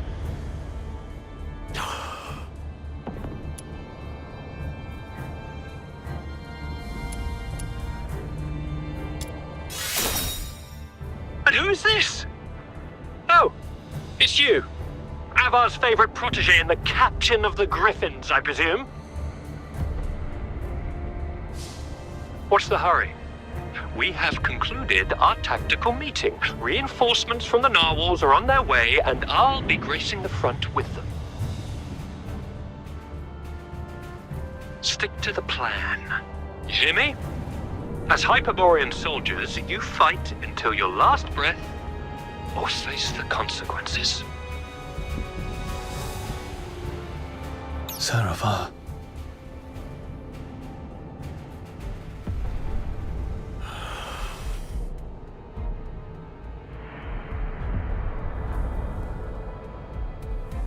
Captain! Captain! This is Simon from the Griffins. Do you copy, Captain? Copy that. Simon, where are you? We're trapped by a filth-void horde along the rail track. If you have any forces to spare, we need an extraction. Please, Captain! I also picked up a signal from another squad reporting their position, right after Fulvis ended his call. What are you gonna do?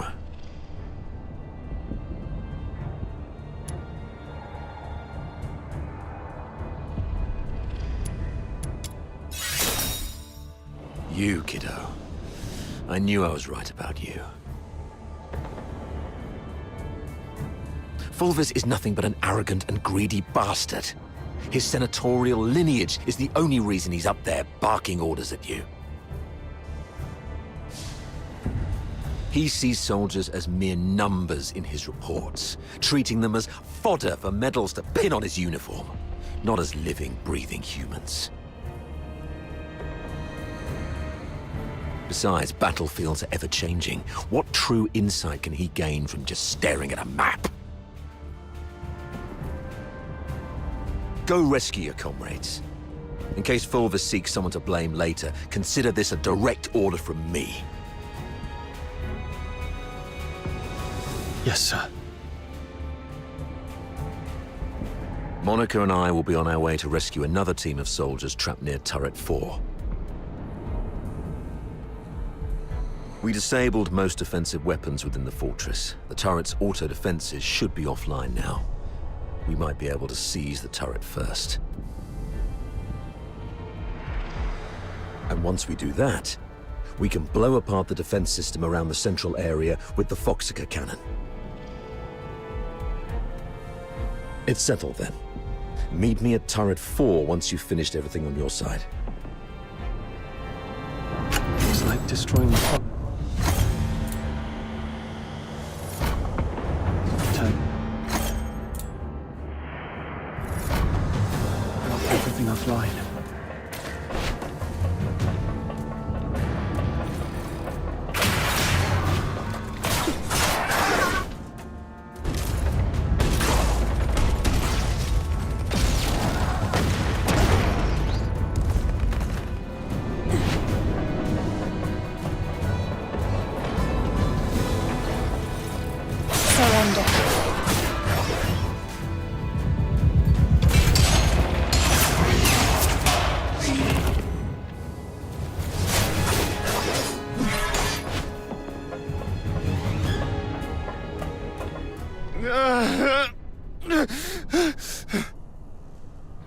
Simon. Captain! Oh, thank God. You're here. Quick! The rail trucks. Everyone is trapped by the filthoids there. Go save them. And be careful out there, Captain. No. Filthoids are feasting on my leg. It hurts so much. Oh, it hurts. Hang in there, Simon.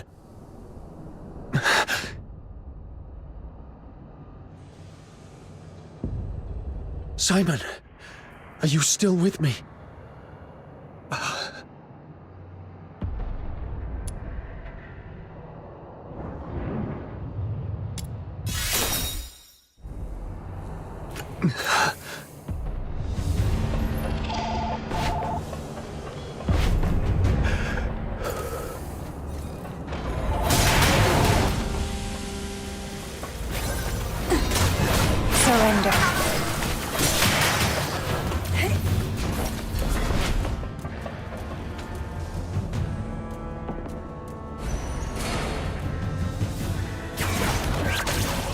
These beasts, they killed everyone. Yes. That hatred festered. Tear you apart. Blood like this before, have you? If only they could bleed. If only they could weep. Then maybe they'd understand the fire roaring in your chest. But none of that matters now. Just raise your blade, swing it again and again. They're waiting for me. I can't let these filthoids strike me down.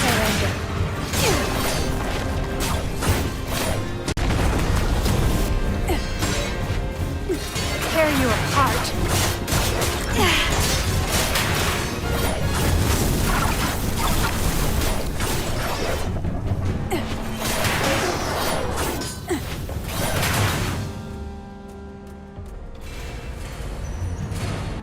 Hello? Do you copy? I'm Daphne Theodore, the medic of Squad Griffins. Is that you? Why aren't you saying anything? Are you hurt? Where are you? I'll seek permission and come for you right away. I just need to hear the voices. Hang in there. Captain's on the way.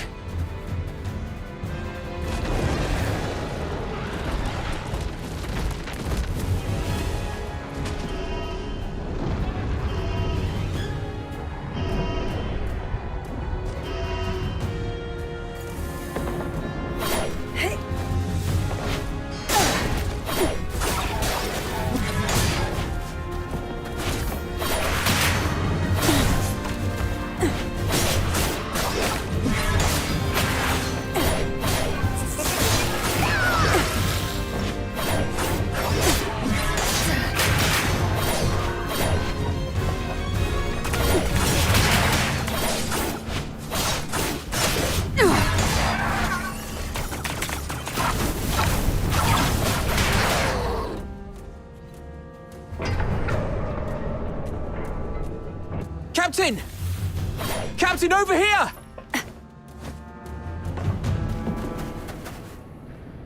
Oh, Captain. My dear Captain. You finally came for us. Something's gone wrong with our comm channels and we couldn't get in touch with anyone. Simon's gone out looking for help. I was just trying to get everyone to keep it together. Told them how good you are and how you're going to come flying in and get everyone out of this mess. Captain, did you come alone? Did you see Simon? He's dead. He's the smartest among us. How come? Now is not the time to dwell on Simon. We need to focus on this battle and surviving. You're right. He didn't risk his life going out there to look for help so that we could end up here like crybabies. Get going once you're ready. I ran into Commander Avar on my way here. We plan to join them at Turret 4. Turret 4? Are you sure about that, Captain? That's pretty far, and God knows how many filthoids there are along the way. There aren't many of us. Can we make it? There's actually another way.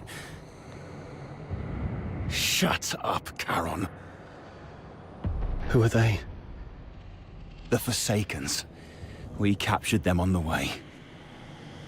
Your pet filthoids killed a close buddy of mine.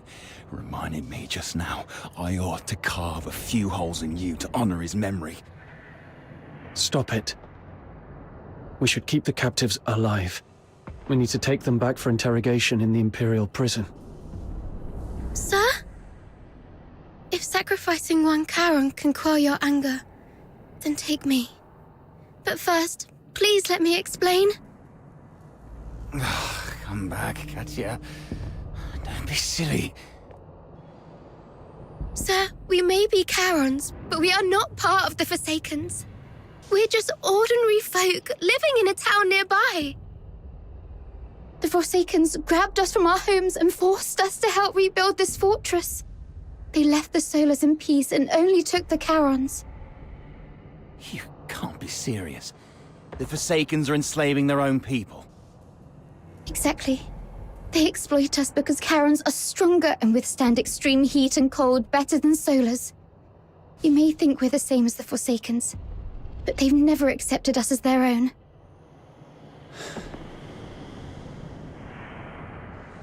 Mr. Frank saved my life. Just a few days ago, I had to take a break because my stomach was acting up. But those Forsaken rotters whipped me dozens of times and left me for dead. It was Mr. Frank who gave me water, food, and this ragged robe to cover me up. I would have died if not for Mr. Frank. So if you must shoot him, could you please shoot me instead? He just wants to help. Because none of us can forgive what the Forsakens did to us. The sewer tunnels are like a maze. You'd easily get lost without help. The Forsakens always get Mr. Frank to fix the sewer valves, so he knows the place like the back of his hand. Let him live and he'll get you where you need to go. All right. Marco, lower your gun. Holster it. That's an order. Leon, frisk him. Yes, sir.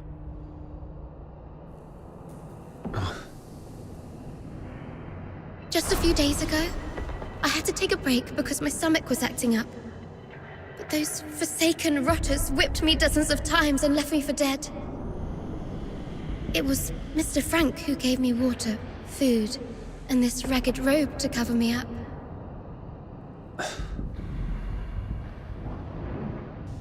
No need to frisk her. Yes, sir. I've heard you're familiar with these sewers. Please lead the way then.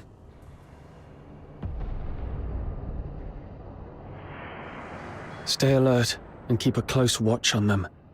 If anything seems amiss, we pull out immediately. Thank you. You're talking to me? Yes.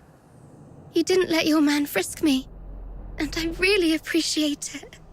It's rare to see an Imperial officer respect the dignity of a Charon girl like me. Your kindness will reap a just reward. This way, sir.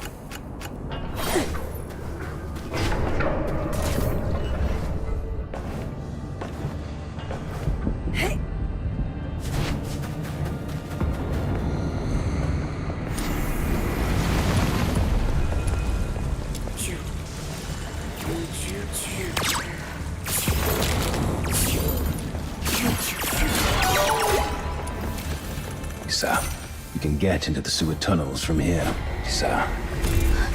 The hot steam. Watch out! There's a condenser up ahead. You'll get hurt if you get too close. Filthoids! The unarmed, retreat behind me.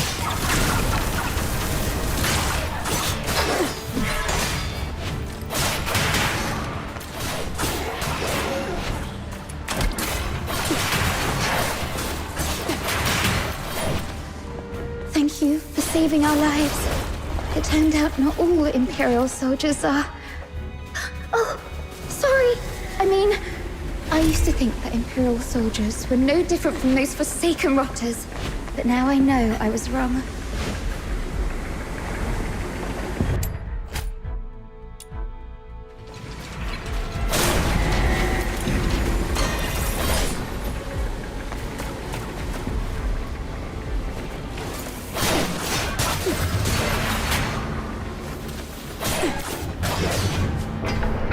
Over there is... Sir Avar. Nice. We can safely join forces. What did you say? The reinforcements are delayed? The Forsaken sabotaged the narwhals at the bridge. Now we're stuck here.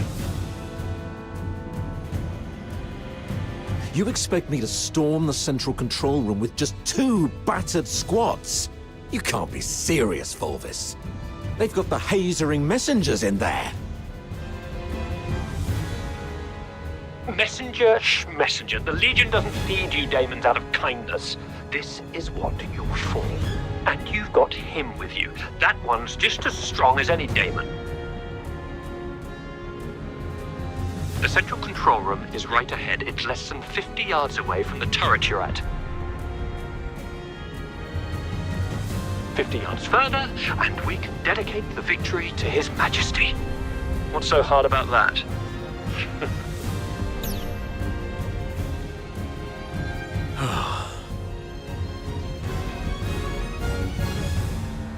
How are things going on your side?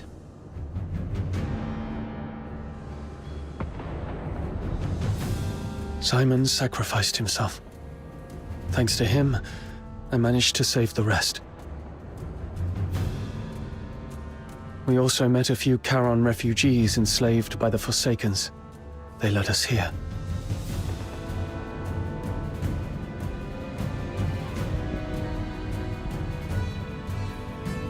Refugees?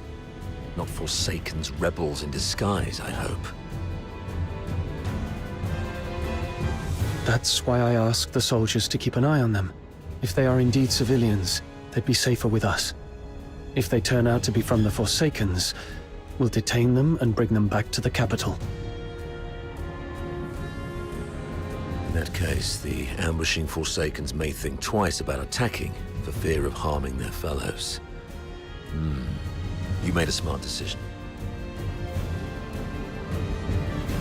As for this side, our reinforcements met a problem on the way here and can't make it. And we're ordered to continue the mission. I heard. Look on the bright side. The mission is almost done. Knock out everything that gets in the way. Breach the central control room. Insert the key, reclaim access, and then mission accomplished. That's all that stands between us and home. The trouble is, though, we can't open the door to the central control room from the outside. That's why you're adjusting this cannon now.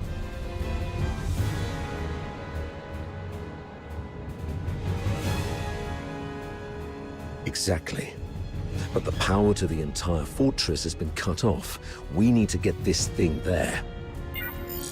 Sir, we found some Foxaca canisters at a nearby warehouse and got them connected to the remaining Foxynamo wheels as you instructed.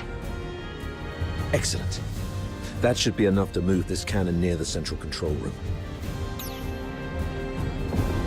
Let's get the Foxynamo wheels up and running. It should bring this sector back online. These cables should lead me to the Foxynamo wheels.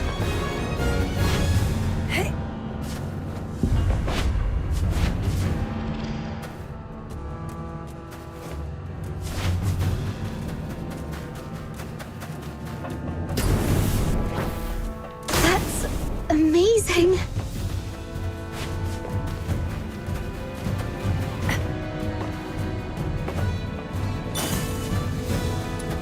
Foxaca is beautiful, all clear and shimmering. If only it wasn't used for killing people. Yeah.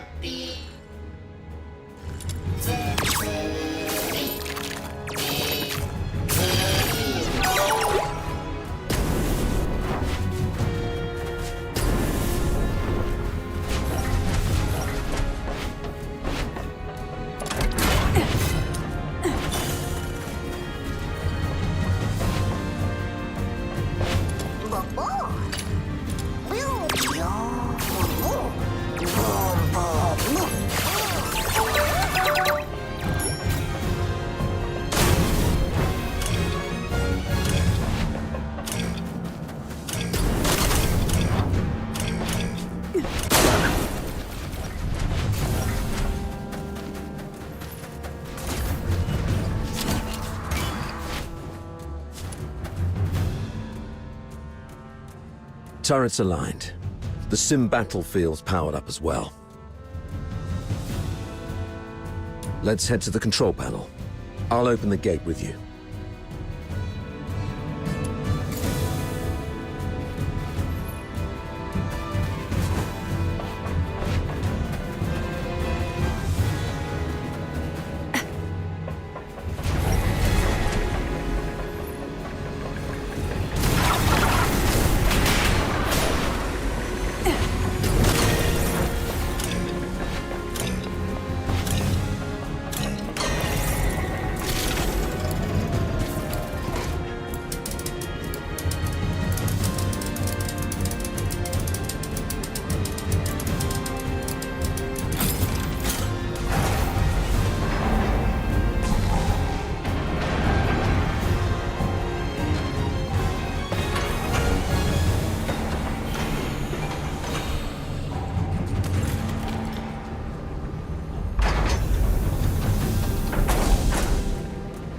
They refer to this place as a simulated battlefield, saying that the theme this time is the defense of Ice Lake City.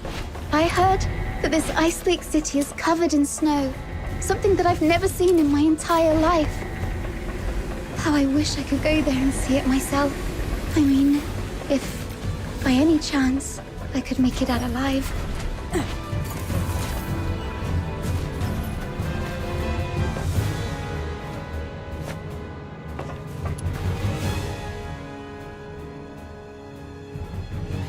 Well done. Now, let's move the cannon to an optimal spot to bombard the central control room.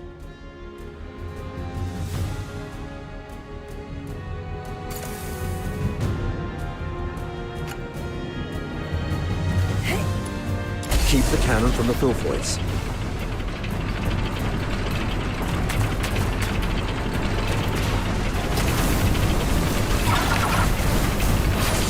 Surrender. My venom is surging with my passion for love.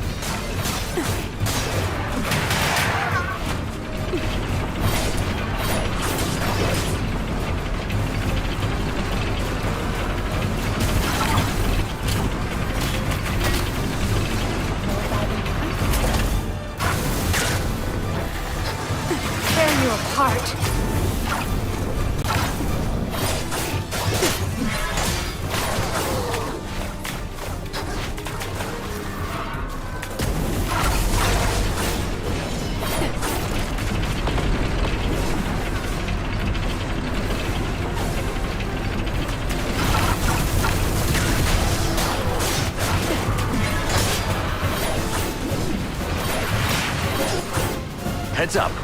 filthoids approaching.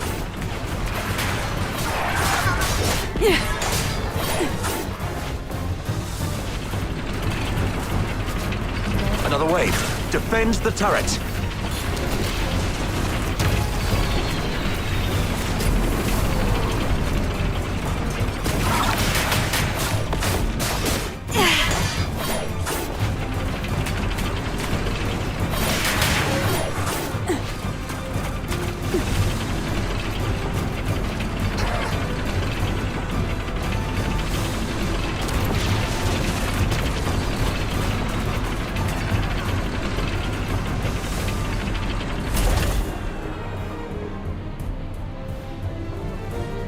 Locked and loaded.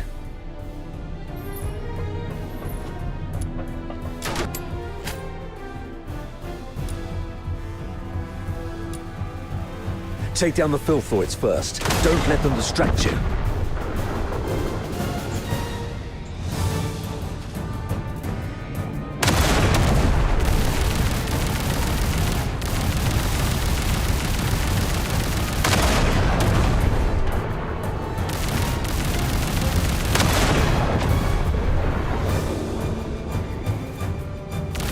Nice shot.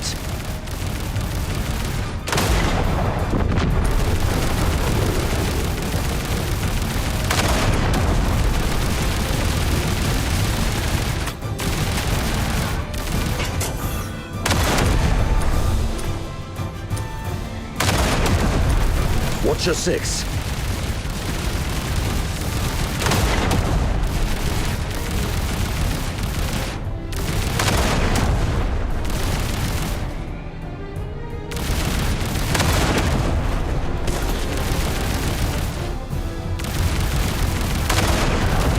Stay alert. They're coming from all sides.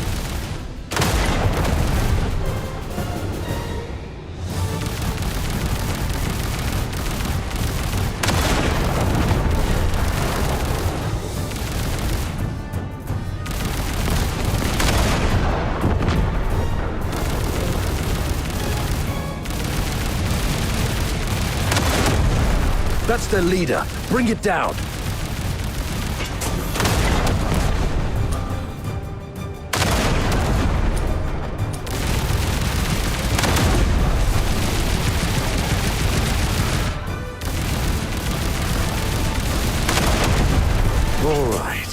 All cleared out. Next, let's start with the relatively thin side door. I'll be an old man by the time you break the door with that. Go back to the cannon. That's our cue. Move in.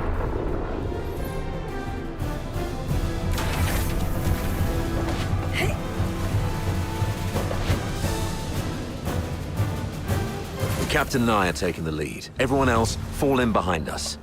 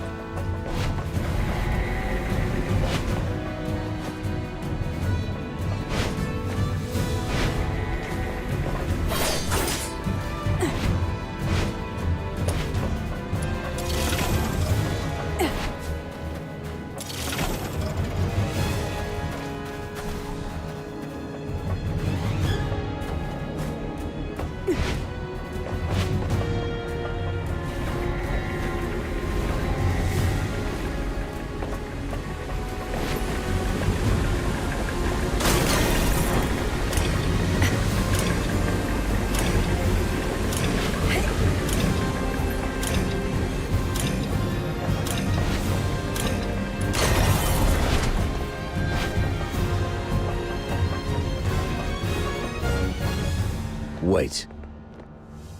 We cannot afford any mistakes in our mission moving forward. We have to rule out all the potential risks. This girl and the old man, they should stop here. Why? As you can see, there are filthoids all over this place. If you leave us here, Mr. Frank and I will die. Sir, please, We offered help. We led you all the way here so you could rendezvous with them. Please, I'm begging you, don't leave us behind.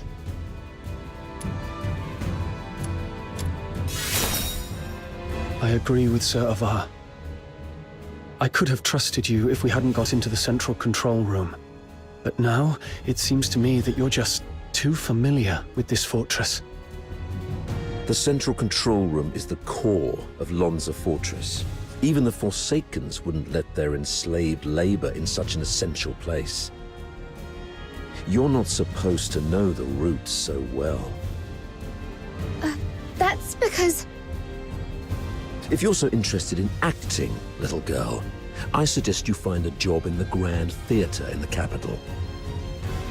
We're running out of time. Let's go. Leon, stay here and keep an eye on them. Hey, what's wrong? Why are you squatting down? Don't you play the victim here. I won't buy it. Get up and go. Easy, sir. I'm just doing some preparation. Now I'm ready.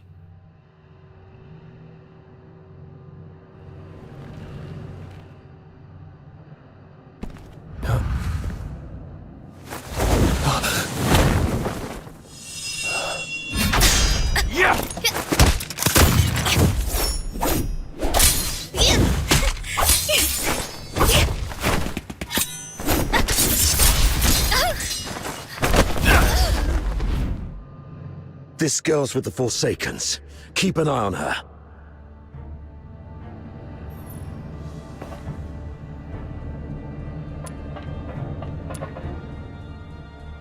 You're injured. Are you all right?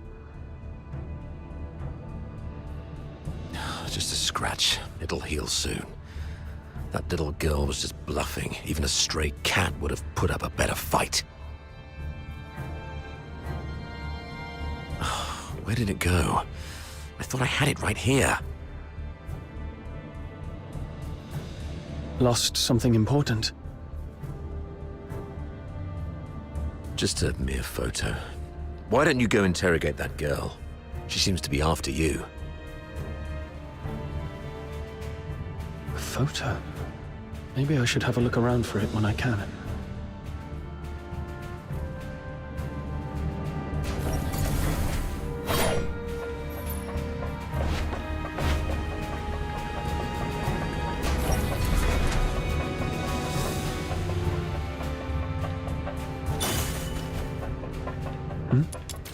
What's that?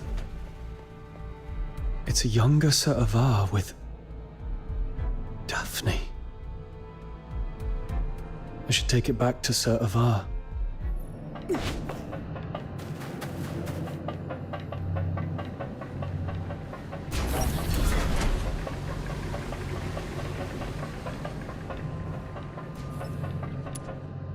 Sir, I found this. Oh, you found it. Thanks for bringing it back. So, is Daphne your...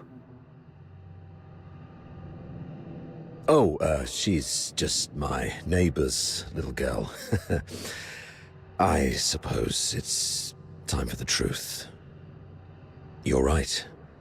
Daphne is my daughter. This is the last photo we took together before she and her mother left. Daphne took the last name Theodore from her mother.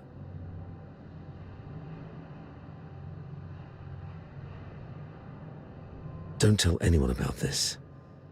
We divorced specifically to keep people from knowing that Daphne is my daughter.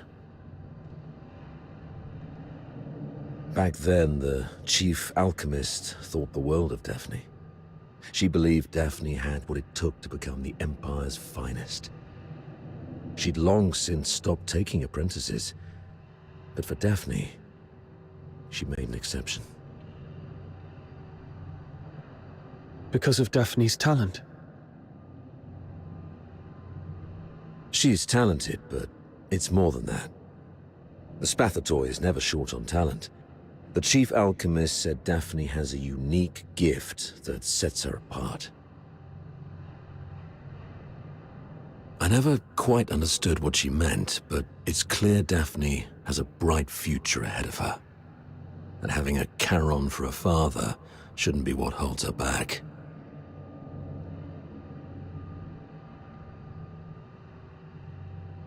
But, Sauravar, you're not just any Charon.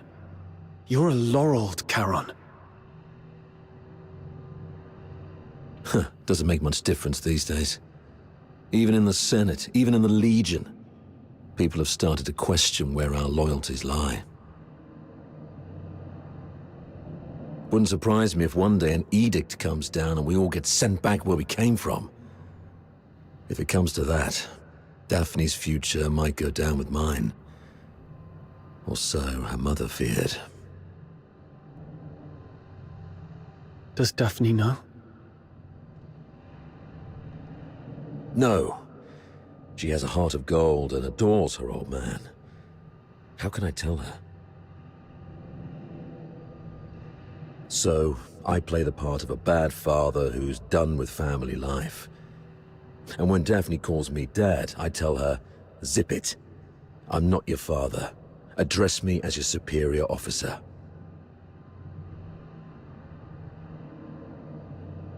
But Daphne's such a sweet kid. She couldn't bring herself to curse at me, and always ended up blaming herself instead.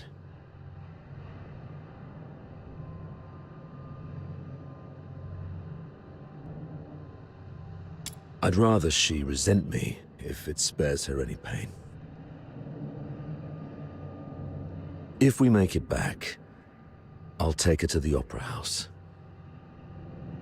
When I was just a grunt, I never got the chance to take her to any fancy places.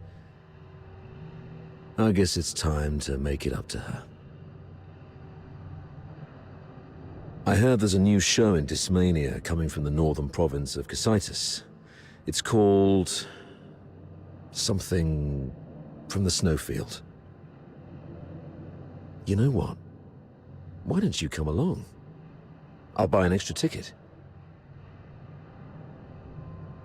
Sure.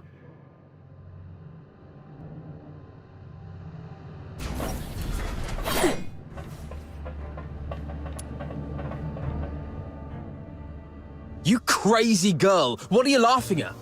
Is this how you repay the captain's kindness? Don't you feel guilty at all? Guilty? Huh. Have you had too many alchemical concoctions from your academy that damaged your brain? Oh, wait. I do feel guilty about one thing. To manipulate that stupid captain of yours. I lied about the Forsakens and blamed them for what the Empire did to us. I'm so sorry to the Forsakens. You...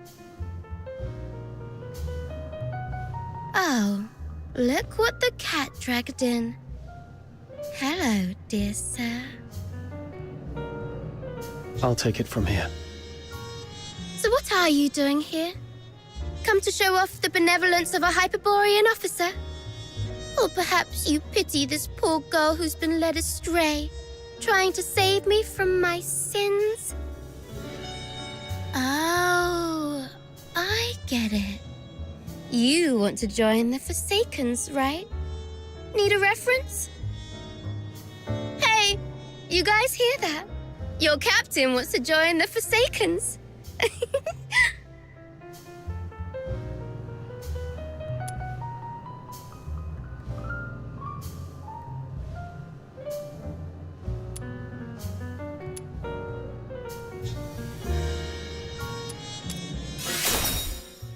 Oh, it hurts. Someone do something about this. And armed soldiers hitting a helpless young girl. You... Oh, you look like an angry bull. I'm so sorry, sir. I forgot you like it better when I talk like this. Cut the act and answer my question. Sure, ask away. I'll answer whenever I feel like it. I deserve to know why you stabbed us in the back after I helped you. Is it out of plain hatred for the Hyperborean Legion, or an assassination attempt targeting me specifically? If this is your question, sure, I can answer that. Given that you've been naive enough to fall for my trick. The Forsaken simply want all Hyperborean dogs to die here, and preferably at the hands of the killing machines they created. I hope you enjoyed our fiery gift. As for me, well, I personally came for you. I heard that you, the top graduate of the Imperial Military College, who was also known as the Pale Reaper, were coming to Lonza Fortress. How could I not come have a good look at the Pale Reaper myself? You've heard about me. Have we met before?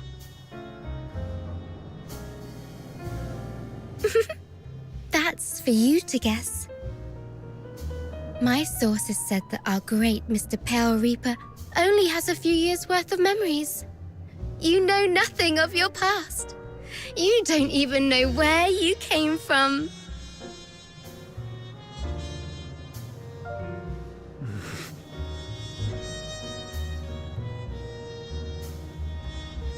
Let's play a game then. Now, honey, take a guess. Was I your neighbor, an old nemesis? Or a complete stranger?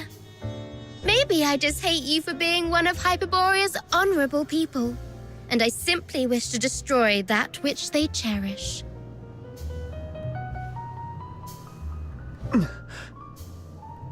Your head hurts, right? The jabbering of this mad girl is worming through your skull like a leech sucking at your brains. See, you have a sword in your hand.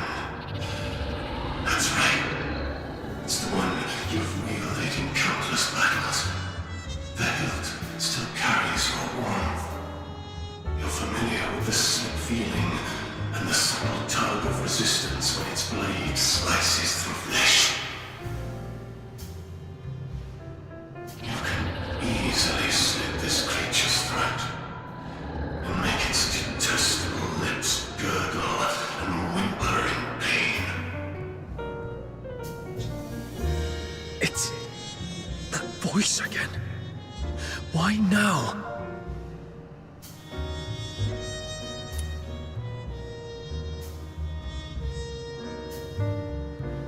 Enough!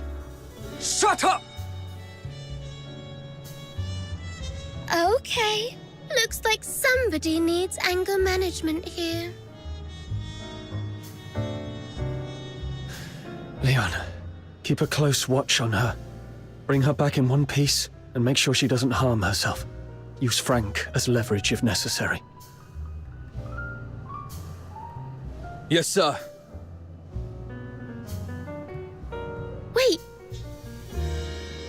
Remember what I said back on our way to the turret? Your kindness will reap a just reward. Lend me your ear. I've got a secret that's just for you. Rest assured, you've just frisked me. I am really out of weapons. It may be extremely important to you. You sure you don't want to hear it?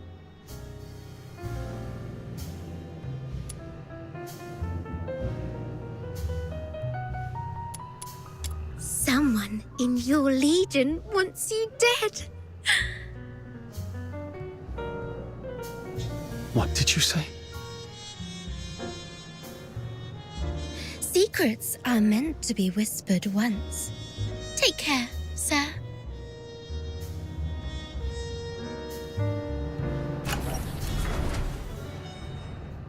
I doubt Fulvis will bring reinforcements anytime soon.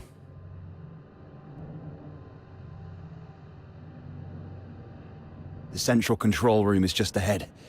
Should we push forward? The messenger of the Forsakens might be inside.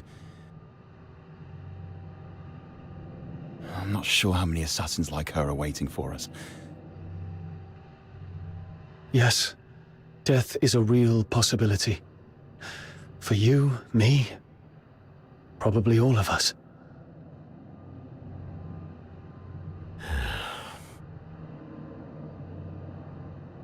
Soldiers of the 13th Legion. Before us lies the central control room of Lonza Fortress, the ultimate goal of this mission. This is our chance to claim glory for Hyperborea. However, I must apologize, as I won't be giving you the lion's share of this victory. Huh?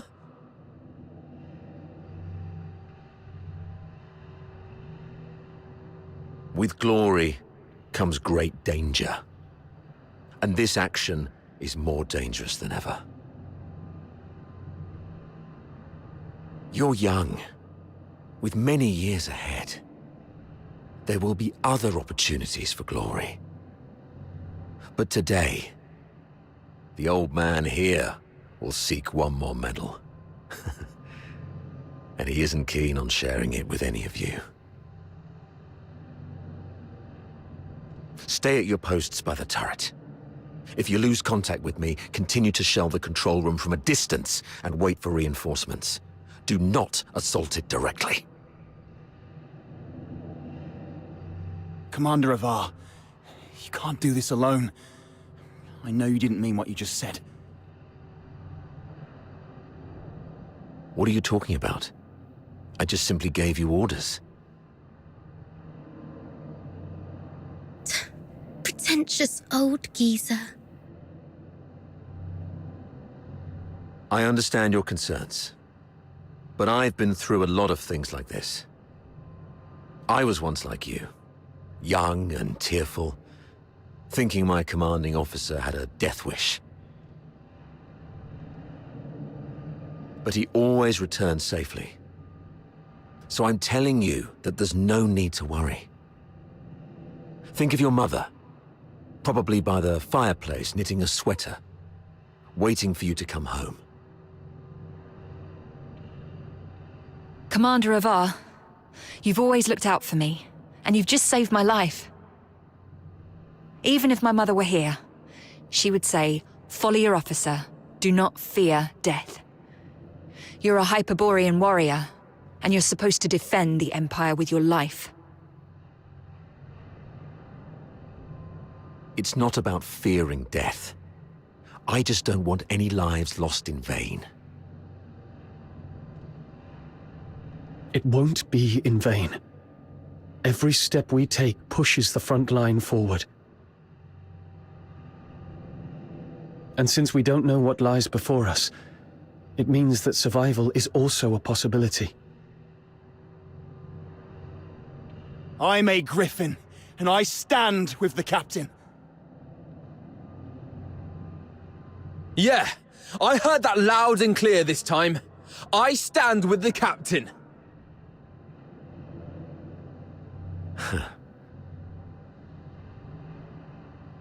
Well, since we have the captain, maybe he does have what it takes to lead us to victory. All right, prepare yourselves. We set off together. You've even learned how to take over your commander's speech. Maybe we could wait for a while to gather more intel from this last first. Oh, are you going to interrogate me? No. I've seen how crafty this girl is.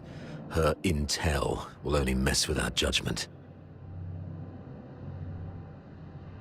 Here's the plan. We split into two groups. He and I will scout ahead. The rest prepare and initiate the assault upon our signal. If we call it off, retreat to turret 4. Leon, you stay back and guard the captives. Yes, sir. Let's move and see what surprises the Forsakens have prepared for us.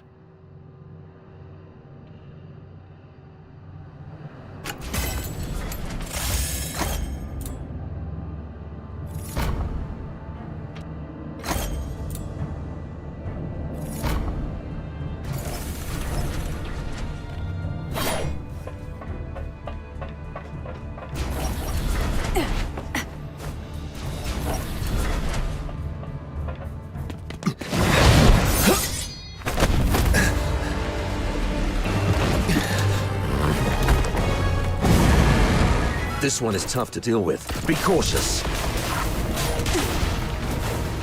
Those who harm me will be shown no quarter.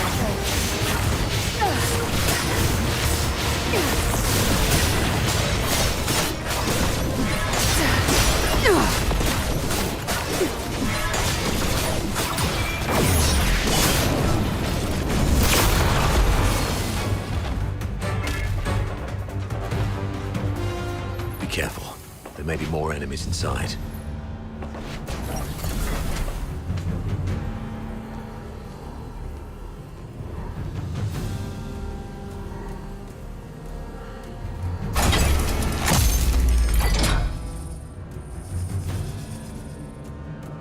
It's an ambush! Defend yourselves! Wait. The defense system here is off. The central control room is empty. Has the messenger left already? Something's off here. The original blueprints of the fortress showed this room should have the strongest defense system, including a self-destruct mechanism. But they've only locked the door, and there's no sign of any defense systems engaging. What do you make of this?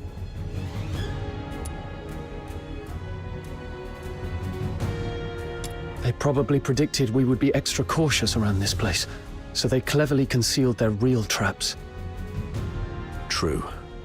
The central control room is key to regaining control of the fortress.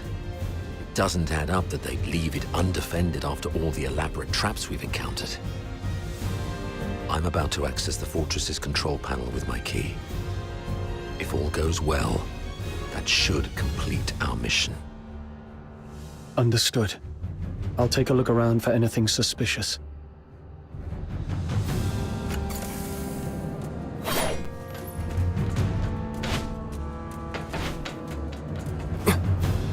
Defense mode currently active. Please switch to safe mode to proceed.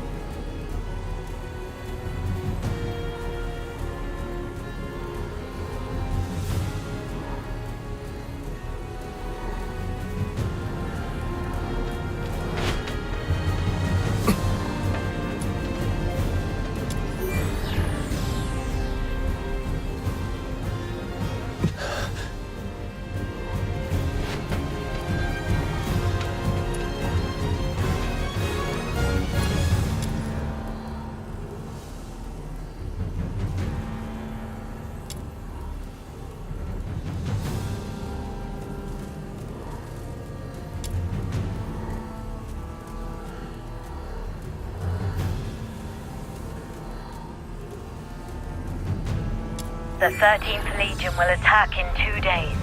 Antonius Fulvis has vowed before Sybil that if his forces fail to breach the fortress, he would shoot himself with his own gun. Sybil then assigned him the best troops. The Legion will do everything they can to take Lonza Fortress back. We should not attempt to defend the fortress against such odds. Withdraw our forces and ensure the survival of the Forsakens. Merely retreating would squander a perfect opportunity.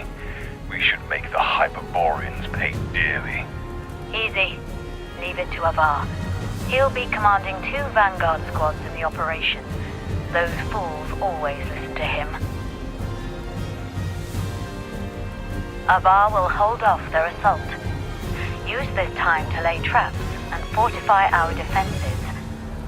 The fortress will become their graveyard. We'll soon read this headline in the news. During the battle in Lonza Fortress, the 13th Legion valiantly defended the Emperor's lands. The Vanguard suffered 90% casualties in the fierce conflict. Lieutenant Colonel Avar, one of the survivors, mourned the fallen and delivered a eulogy of unmatched honor.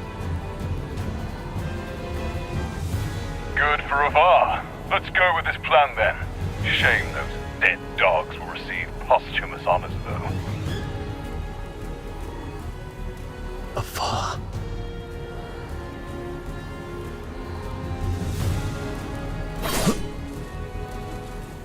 Authority override successful. Current authority, Avar Horodland.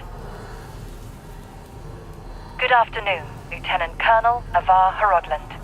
Motto 16 of the Hyperborean Legion. When you have the enemy within range, beware that you are also within theirs.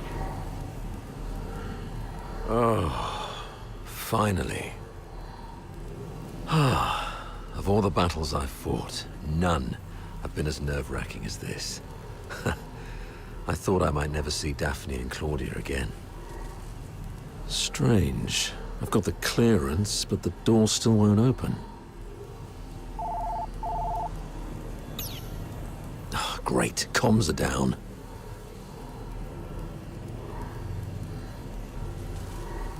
What about you? Find anything?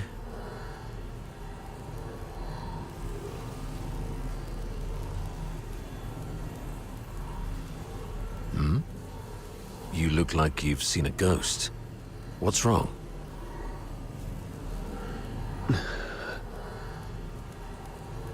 Someone in your legion wants you dead. That girl, Katya, told me this. The recording. The signed document, Katya's words. And this man in front of me. My mentor on hand-to-hand combat and battle tactics. My superior who always looks out for me. What should I believe?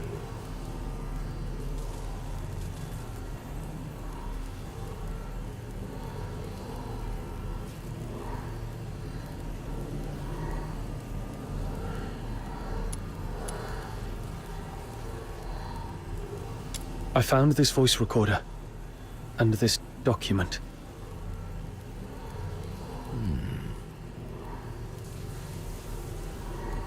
Is that so? Well then.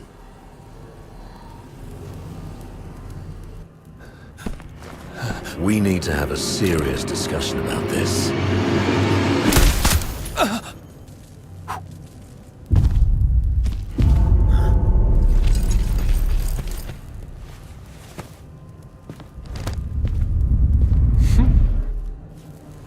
Very impressive, Avar. Didn't think you'd make it this far. Fulvis, you scheming bastard. You fabricated all this evidence, didn't you? I didn't know you old lion aristocrats would stoop to such nasty tricks.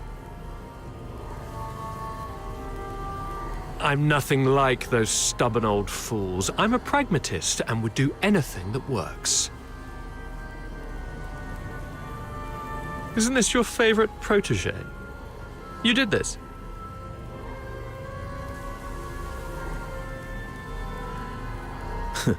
I was just setting the stage for a deal with you. I don't think we need a third party.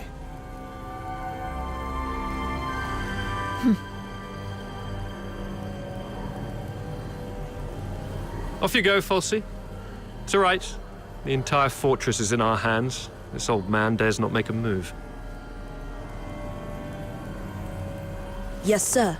I shall wait outside the door.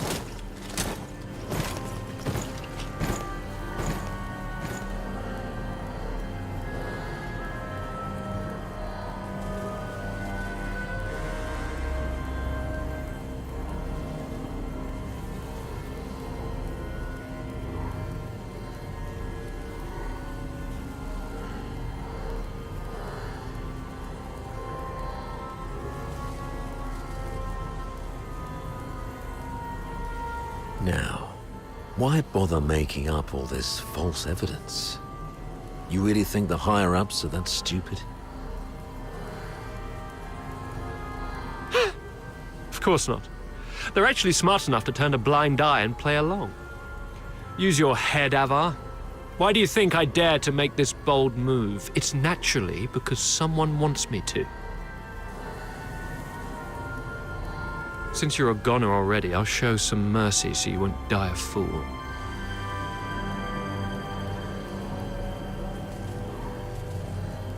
When His Majesty was first crowned, Duke Servius was our imperial regent, but the regency strayed from established Hyperborean traditions and grafted too many useless scions onto the great imperial oak.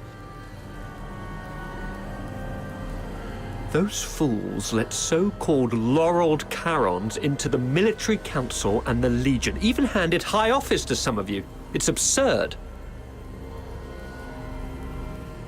Though His Majesty is now aware of these mistakes, they continue to plague us. I'm merely helping him prune the oak.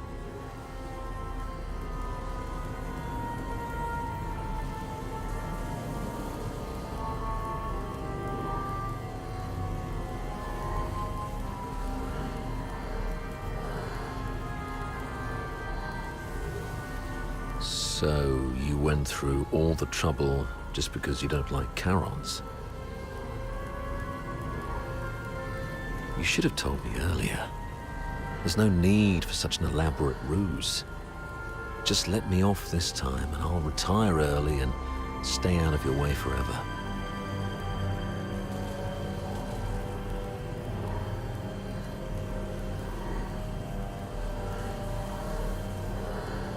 If you need my loyalty, I can do that too. We can blame him for leaking our battle plans. Both of us walk away clean. Hell, we might even get a reward for uncovering a spy, and you'll gain an old dog obedient enough to follow your orders.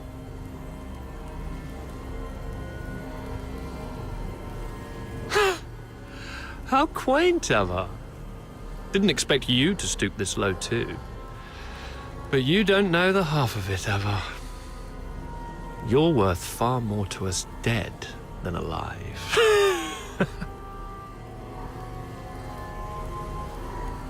Use your head.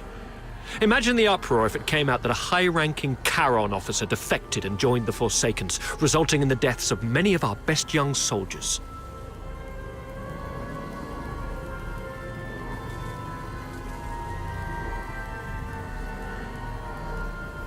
Laureled Charons in high office are already a thorn in plenty of sides. A scandal like this, it'll drag their names straight through the mud. Take our beloved Superior. Do you have any idea how many people wish to watch her crash and burn? You mean Sybil? You wish her gone. You're after her position and power. Perhaps. Maybe I want more. But that's no longer your concern.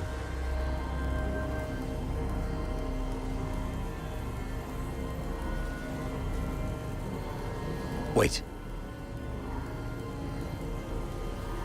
We should talk about one more thing. About number 0. Oh? She is the most precious weapon of the 13th Legion. Sybil controls her now, but to complete the second Scion program, she still needs the crucial catalyst. Sybil has ordered you to find the catalyst in Flaxen, but your search doesn't seem to be enjoying much success. Get to the point, Avar. There are many paths to power, Fulvis. Even if this charade pushes Sybil off her seat, how can you be sure the Emperor will let you take her place? You need some kind of unparalleled credit to propel you to the Legion's head. I'm listening. The second Scion program is too important to the Empire. It's worth far more than 100 Lonza fortresses combined. If you find the catalyst, which is the final piece of the puzzle, the entire capital will chant your name. Antonius Fulvis. It's the unparalleled credit you need. And I, by circumstance and chance, happen to know of its whereabouts. I'm willing to concede this to you. Now we're talking. That would be my end of the deal. All I ask in return is your word. Let me and my people walk out alive. What a noble commander. All right. Tell me where the catalyst is. Right here, right now. No stalling, no tricks. You don't have leverage. Fine. It's it. Oh, thanks. As for now, I just need one last thing.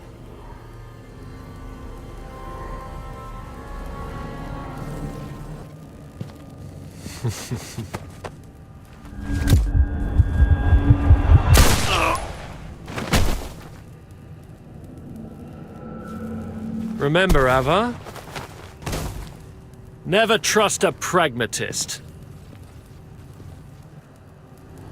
Stay behind, Fulci. Clean up this mess. Yes, sir. Fulci, you up? Control room. Yes, sir. A mini recording device. Why would he have this? Lieutenant Colonel Avar Horodland, you have yet to enter any command. Motto 17 of the Hyperborean Legion, obeying orders and trusting your comrades, give you a better chance of survival on the battlefield.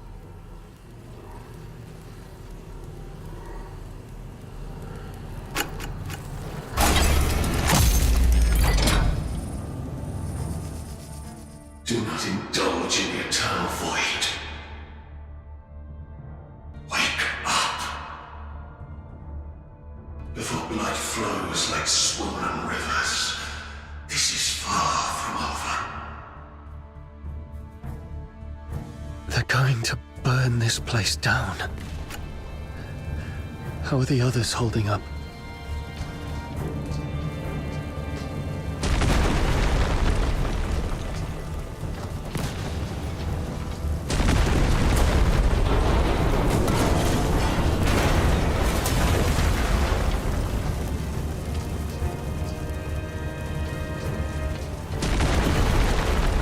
That's Sir Avar.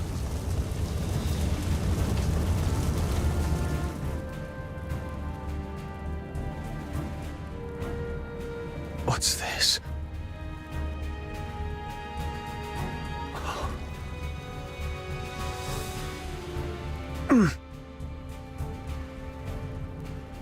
Attention to all 13th Legion soldiers in Lonza Fortress. Daphne Theodore, the former medic of Squad Griffins, is now classified as a Forsaken spy. Daphne Theodore is to be executed upon sight.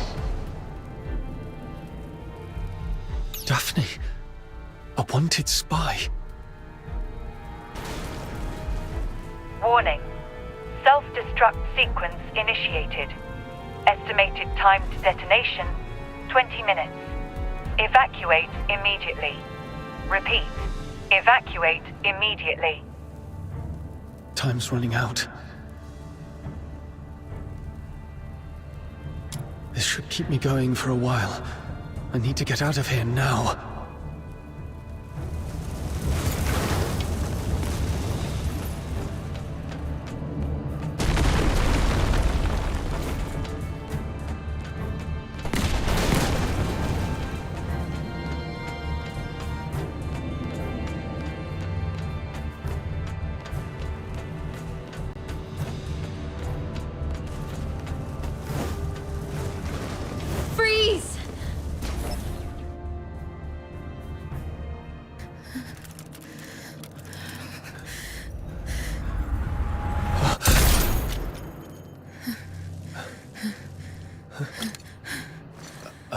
Let's kill them both!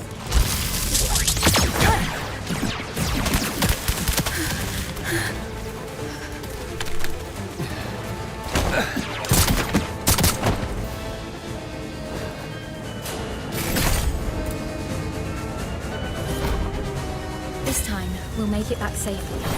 Just like always. Ready.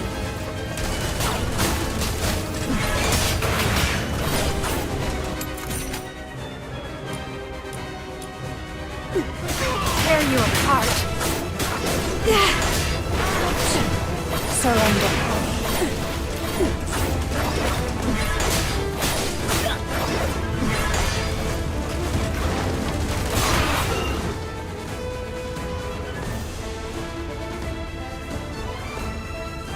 There.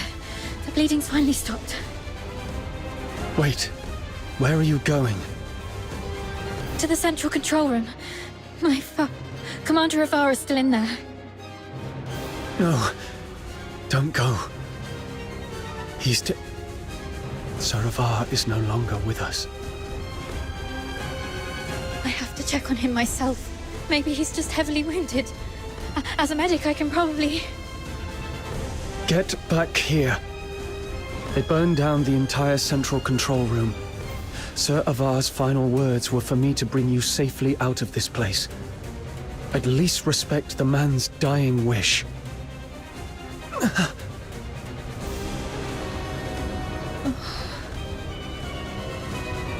Come on. We should check on Marco and the others. Find somewhere safe to regroup. There's no turning back now. We have to keep moving.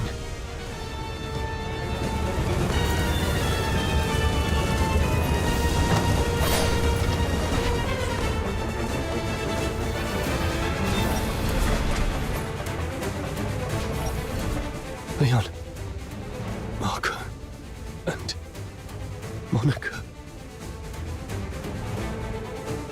All taken down by a single shot. No signs of a struggle. Not even a chance to fight back. They were killed by someone they trusted. From the blood, it must have happened while we were trapped in the central control room. Damn you, Fulvis. No. Let's go, Daphne. We must get out of here alive. Where are you going? The underground sewers. The fortress is filled with Fulvis's men. We have to try our luck with the sewer tunnels. Okay.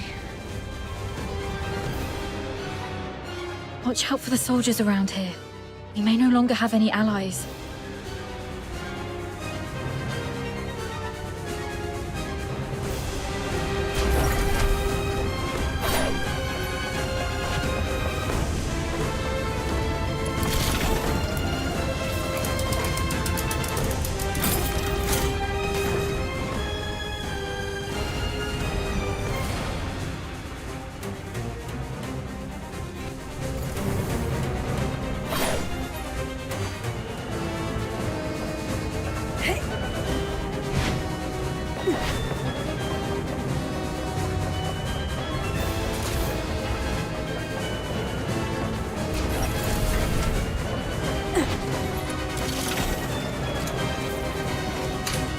Warning. No access privileges. Already revoked our authorizations. Target sighted! Over here! Knock them out and use their key to open the door. Nothing on him. Keep going.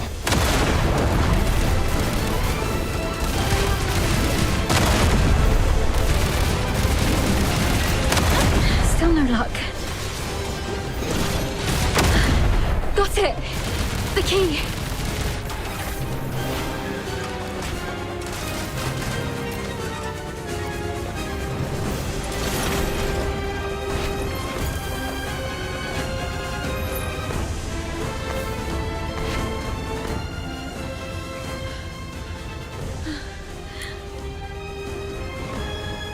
be honest. My head's spinning. Everything's a mess. Sir Avar's gone. Those Hyperborean soldiers out there are shooting us on sight. They're calling me a spy.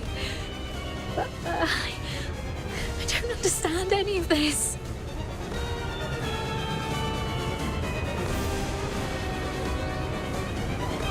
Please. I need to know I can trust you. I'll believe whatever you tell me.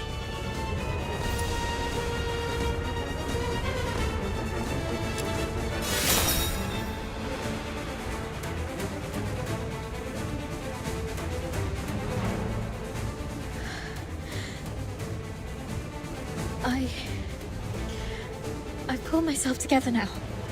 Sorry. You're so heavily injured.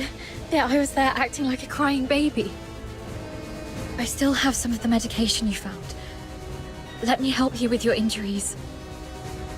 Let's rest here until the medicine takes effect. I'll explain everything that happened outside. One of them got away. Yes, ma'am. A female medic named Daphne Theodore. The Vanguard squads fought back fiercely, allowing her to escape. The narwhals are entering the fortress, but no one else must know that we cleaned up the Vanguards. The situation may turn for the worse if Daphne contacts them for help. The situation is delicate. Chief Sybil is en route to Lonza Fortress after hearing the battle has turned. Luckily, Avar is already out of the picture. As for Daphne, what do you want us to do with her? Relay Commander Fulvis's order. Lock down the fortress, find and eliminate Daphne Theodore. As for the charges, claim she conspired with the Forsakens, infiltrated the Legion as a spy, and compromised the fortress assault.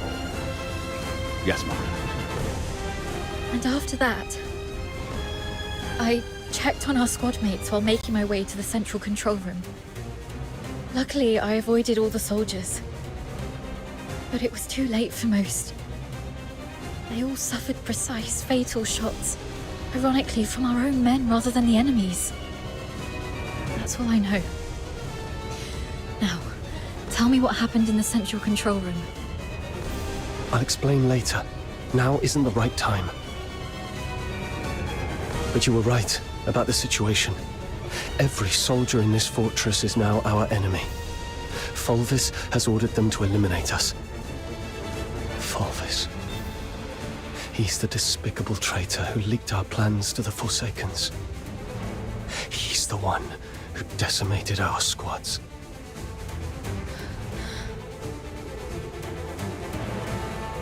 Thanks to your medicine, I'm feeling much better. Fine. You must have your own reasons for withholding the information. There's one thing I must know. My father, Avar, did he complete his mission?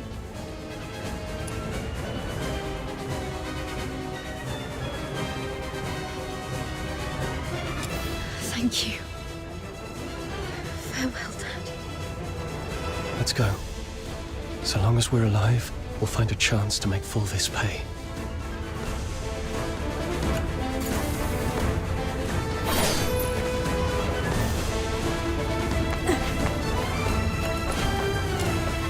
Daphne Theodore and an unknown accomplice are currently hiding in the sewers near Reservoir 1. Initiate the flooding to force them out. They found us. We need to get out before this section floods completely.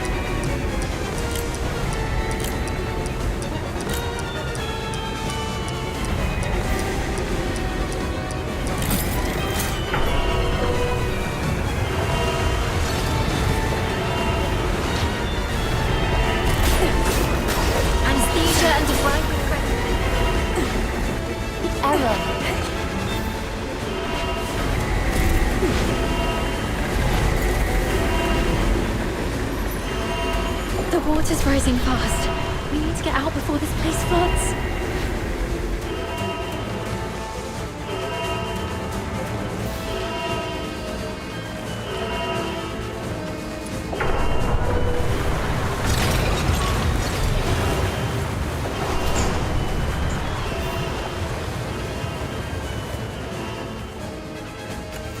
Current water level exceeds safety threshold. Safety gates will remain closed. Reduced water level to reopen. They're controlling the inlets. But since this is a reservoir, it must also have drainage outlets. It says here, activate all 3 valves around the reservoir to accelerate water discharge. They can't be far. Herd the remaining filthroids into the tunnel. Seal all exits. Once they've done this, we'll eliminate the traitors. Hurry up! We're running out of time! We should hurry up too.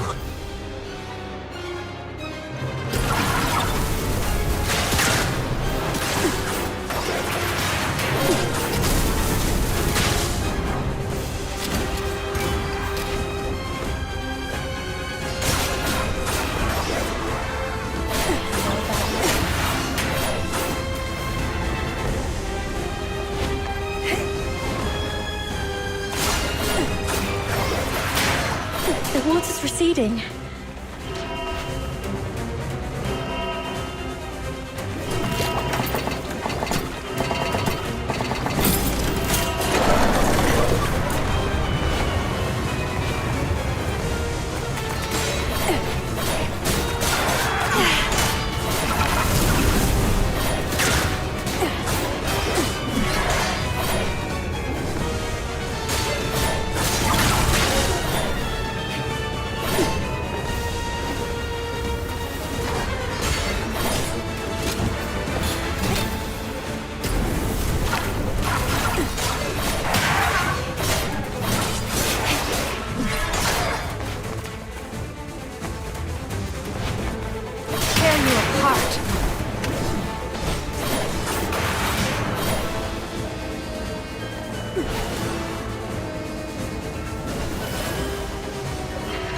Just one more valve.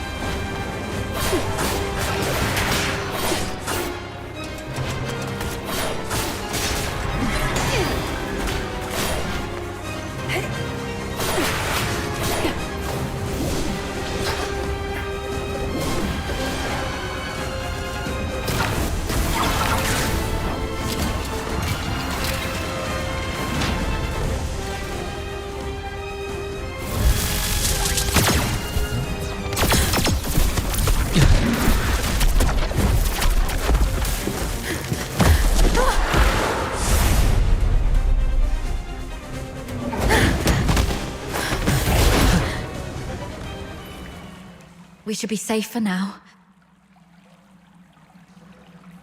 The exit should be up ahead, but... They're definitely waiting to ambush us there. You're heavily wounded. Is there any chance of us escaping this place? Even if we make it out, the Legion will hunt us down. We'll be fugitives forever, constantly dodging assassins.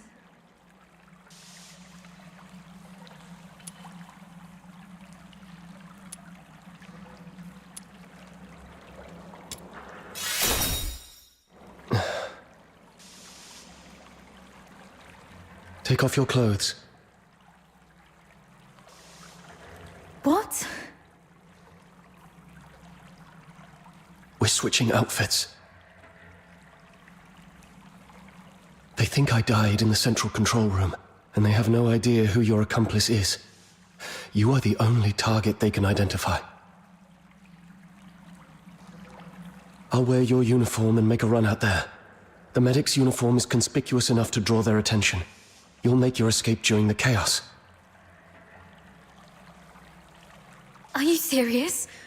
We're completely different sizes. They'll quickly realize they're chasing the wrong person. The longer I can distract them, the better your chances. This is the plan, Daphne. Honor Sir Avar's last wishes.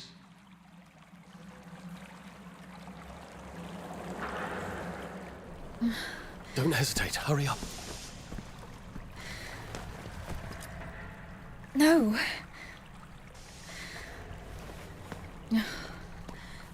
Thank you for respecting my father's wish, but could you at least hear my wish? This mania is a rainy place. When I was a little girl, all my friends hated the rain because it would mess with their hair and soil their pretty dresses.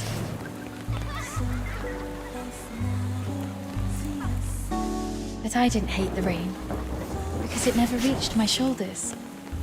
In my eyes, the rain was just little ripples sprouting around my boots and droplets dripping off the brolly. But as I grew older, I realized that rain wasn't that nice. It used to look nice, only because my dad was there to bear it for me.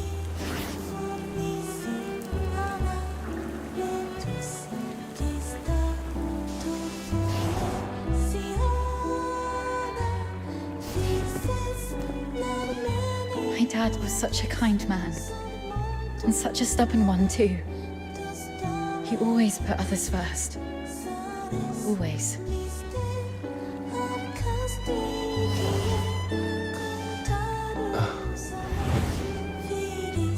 Before I was born, he joined the Legion and fought hard to prove himself worthy of my mum. After I grew up, he left us because he didn't want to soil my future. In public, he'd scowl and forbid me to call him Dad. But deep in the night, he'd drunkenly shout mine and my mother's name, crying. He was always bearing the weight of everything on his own.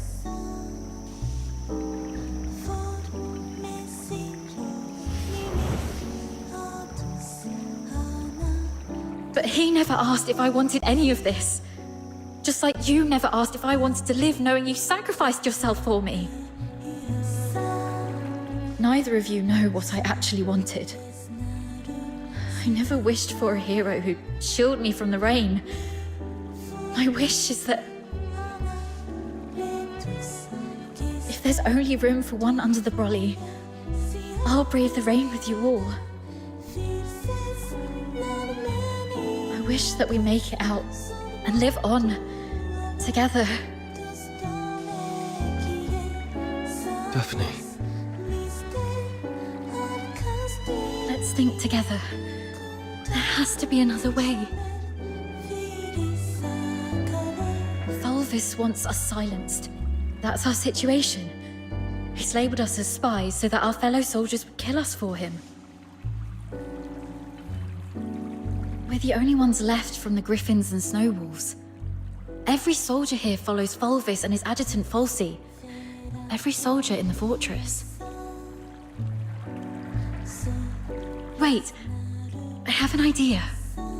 Father once said a strategic retreat could be a cover for an advance. Sometimes the greatest risks lead to victory. We still have one option. We can turn ourselves in.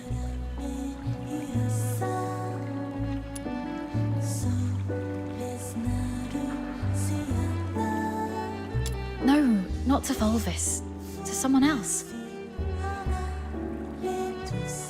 Remember what Falsey said in the broadcast? Seal all exits. Once they surface, we'll eliminate the traitors. Hurry up! We're running out of time!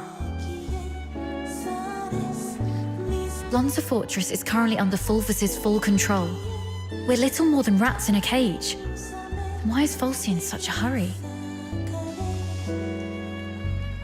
Do you remember what I overheard earlier from one of the soldiers? Chief Sybil is en route to Lonza Fortress after hearing the battle has turned. So you want to seek protection from Sybil?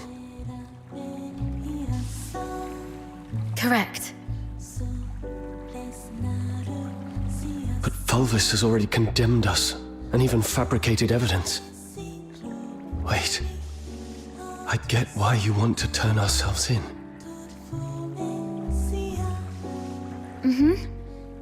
Chief Sybil is also a graduate of the Academy. From what I know of her, she wouldn't tolerate betrayal from anyone, not even those she holds dear. Which is also why Sybil would carefully review any acts of treason. She would not make any hasty decisions to execute the suspects, because she'd want to get to the bottom of it. If we manage to meet her, she's most likely to throw us into the Imperial prison. The prison is reputedly so well guarded that even a fly could not escape the place. But it'll also keep out anyone who wishes to silence us. The Imperial prison will be our safest refuge. We can prove our innocence during interrogations. This is our only chance to survive.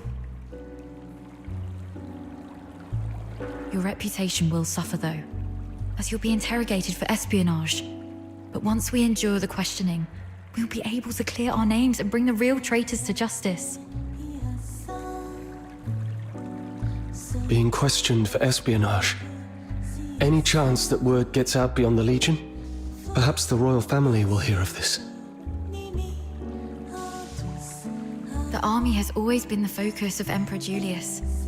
Moreover, His Majesty personally founded the 13th Legion. I believe it will reach his ears. Then perhaps that person can help us. All right, let's go with your plan and find Sybil.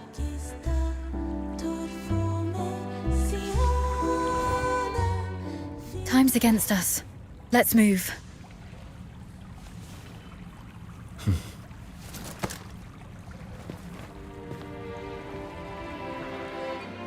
And thus, I took her hand, and we stepped towards that narrow beam of sunlight piercing through the door's gap. It felt as though we were stepping into a shimmering grave of our own making.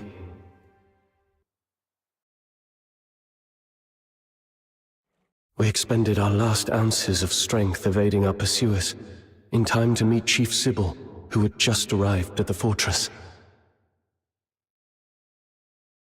And just as Daphne had predicted, we were escorted to this very place.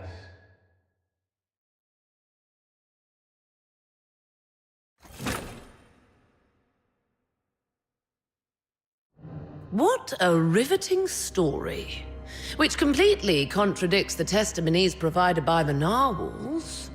Since you claim that you and Avar Horodland are innocent, explain this. Why was a signed oath of allegiance to the Forsakens recovered from the fortress by the narwhals? One bearing Avar Horodland's handwriting and fingerprints, both verified with full precision. Handwriting and signatures can be forged. It's not that difficult. As for fingerprints, anyone in the Legion with regular access to Sir Avar could have lifted and replicated them.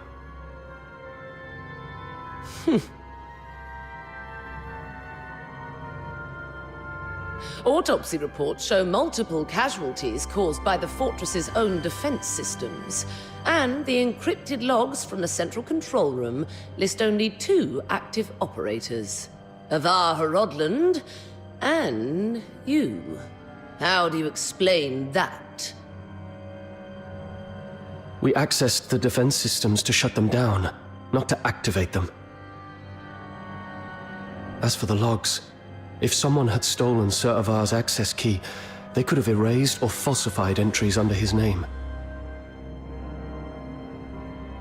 Do you have any idea what you just said? I absolutely do. I'm formally accusing Antonius Fulvis of orchestrating the events at Lonza Fortress. Then are you aware of the consequences if your accusation against Colonel Fulvis are proven false? It's 10 years in prison for making false accusations. Incorrect. You'll be charged with treason, espionage, and making false accusations. And the highest penalty in the Empire awaits you. Being hung upside down with thorny vines and crucified on the heaven tree in the center of Dismania until your very last breath is taken. I'm telling the truth. Since you have chosen to interrogate me and Daphne Theodore separately, you must be aware that our testimonies can perfectly corroborate each other. Despite suffering grievous wounds, you have endured intense interrogation without changing your testimonies. Admirable, I must say. Warden Hellfire, I've been waiting for this moment.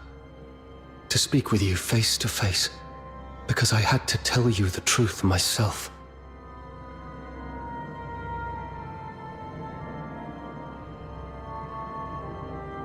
Push the interrogation to the next level. Initiate the Inferno.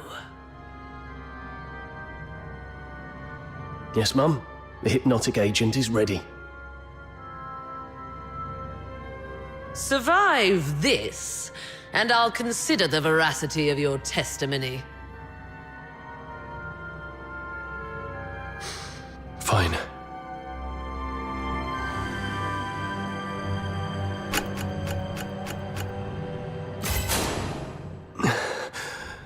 My head hurts.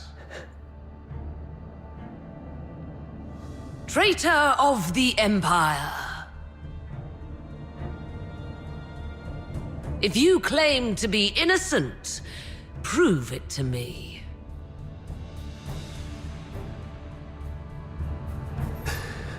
Where am I? Leon, you are still alive. As you can see, Mom, all our plans have been leaked. Commander Avar participated in the formulation of the Vanguard Squad's combat plan. He's a Charon. He was the one most likely to reveal our plans to the Forsakens. What did you just say?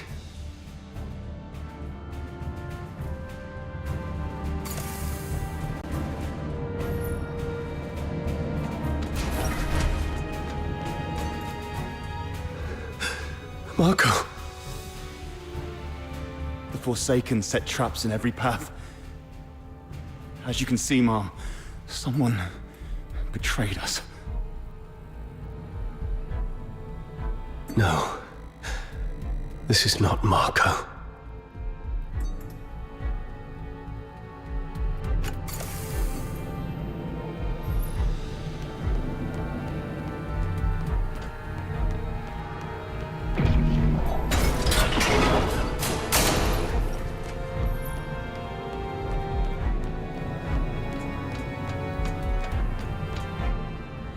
Wait. The Warden said something about interrogation. That interrogator mentioned a hypnotic agent. I'm probably not in a real world. This is a dream.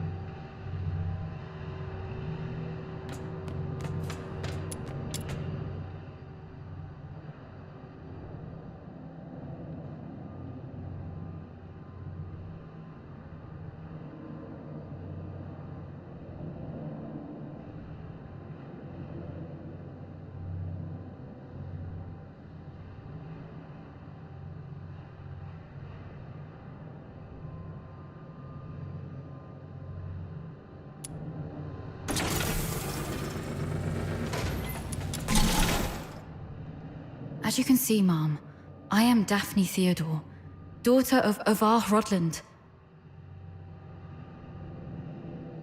My father and the captain, they planned to split the payment for selling intel to the Forsakens. But at the heart of the fortress, they disagreed on the division of the spoils. My father was. He was killed in a ruse woven by the captain. He then deceived me about how my father died. I've brought the murderer to you, Mom. I humbly request you to deliver a fair and just verdict. You're not Daphne.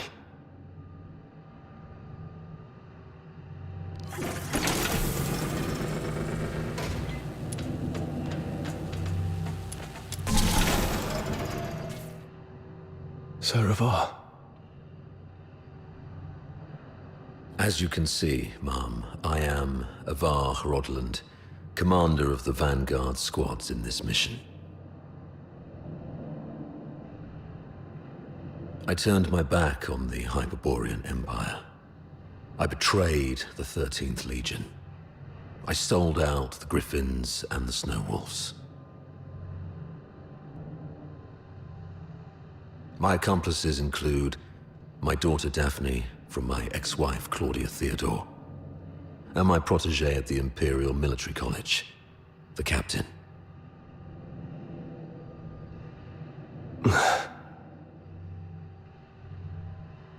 So this is the charge Fulvis had prepared for me. Shut up! You're not him! Huh.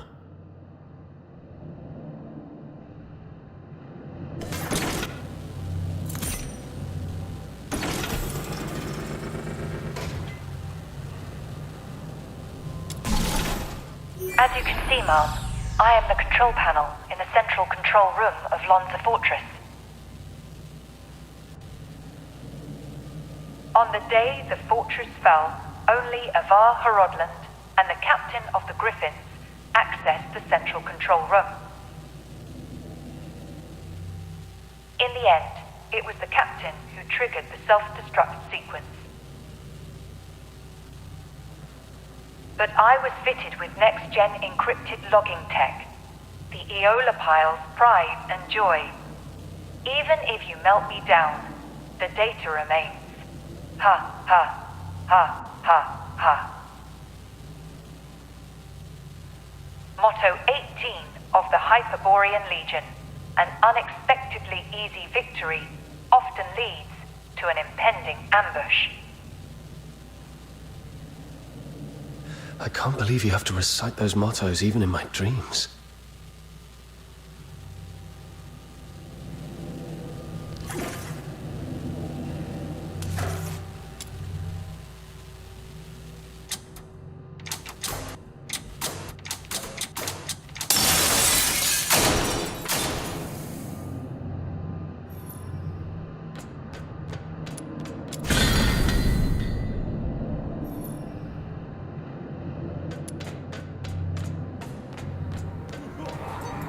The Forsakens.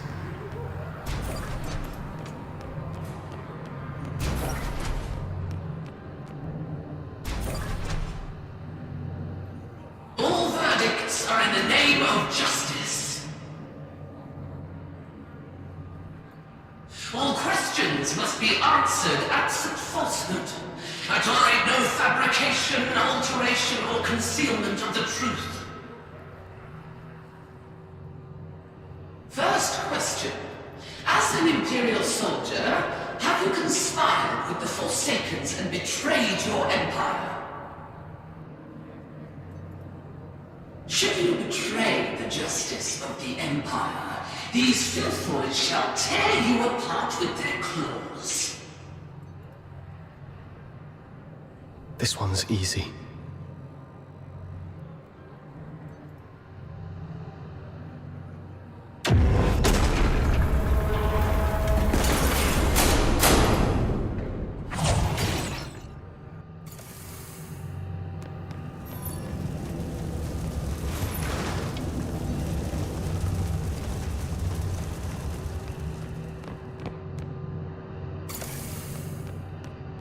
That's right.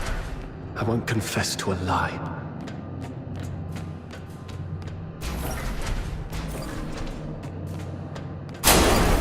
Why are there filthy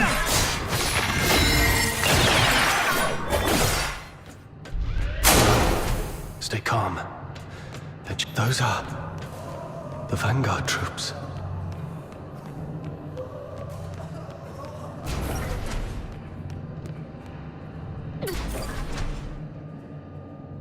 Second question. The Vanguard squads were annihilated at Lonza Fortress. Were you the architect of their doom? Should you betray the justice of your comrades, your own blade shall spill your blood. No hesitation. Make the choice and stick to it.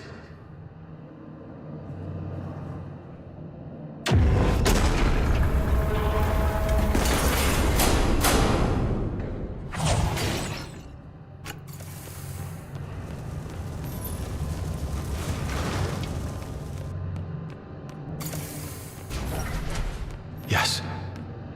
I have to keep going. The truth must come to light. You're not me. You're just a cheap imitation.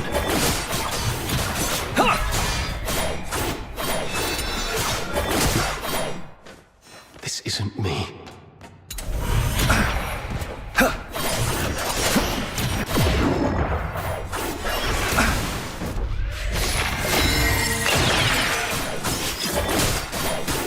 Get lost.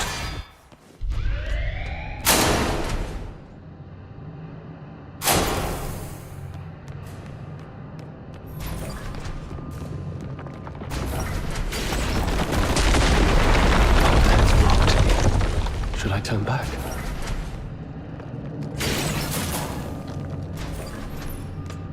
You who claim innocence, will you resolve falter in anger? How quickly? It's them. Fulvis and Falsey. You who claim innocence, will your resolve waver in sorrow?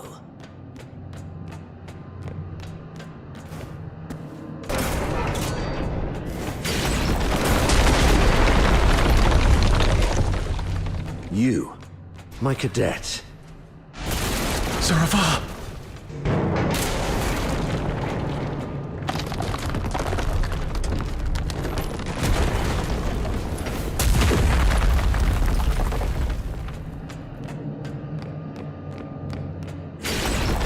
You who claim innocence, will your resolve crumble under the weight of doubt?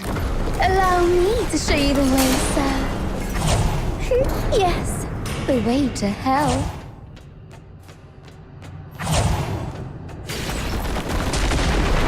That's enough, man. Please stop.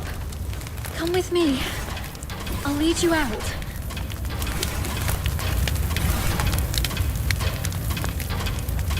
Whatever lies ahead, please remember.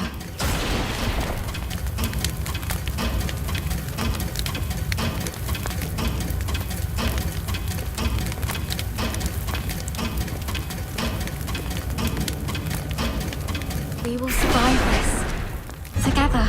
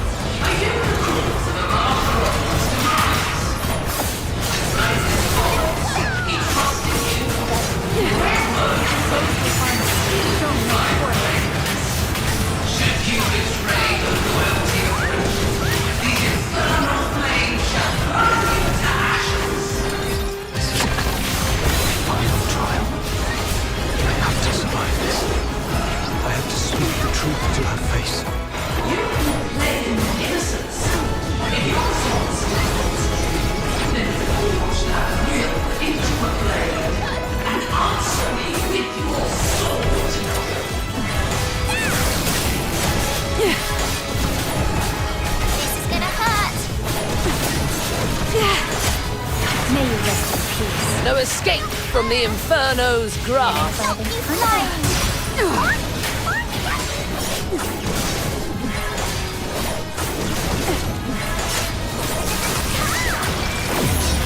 How dare you defy the law?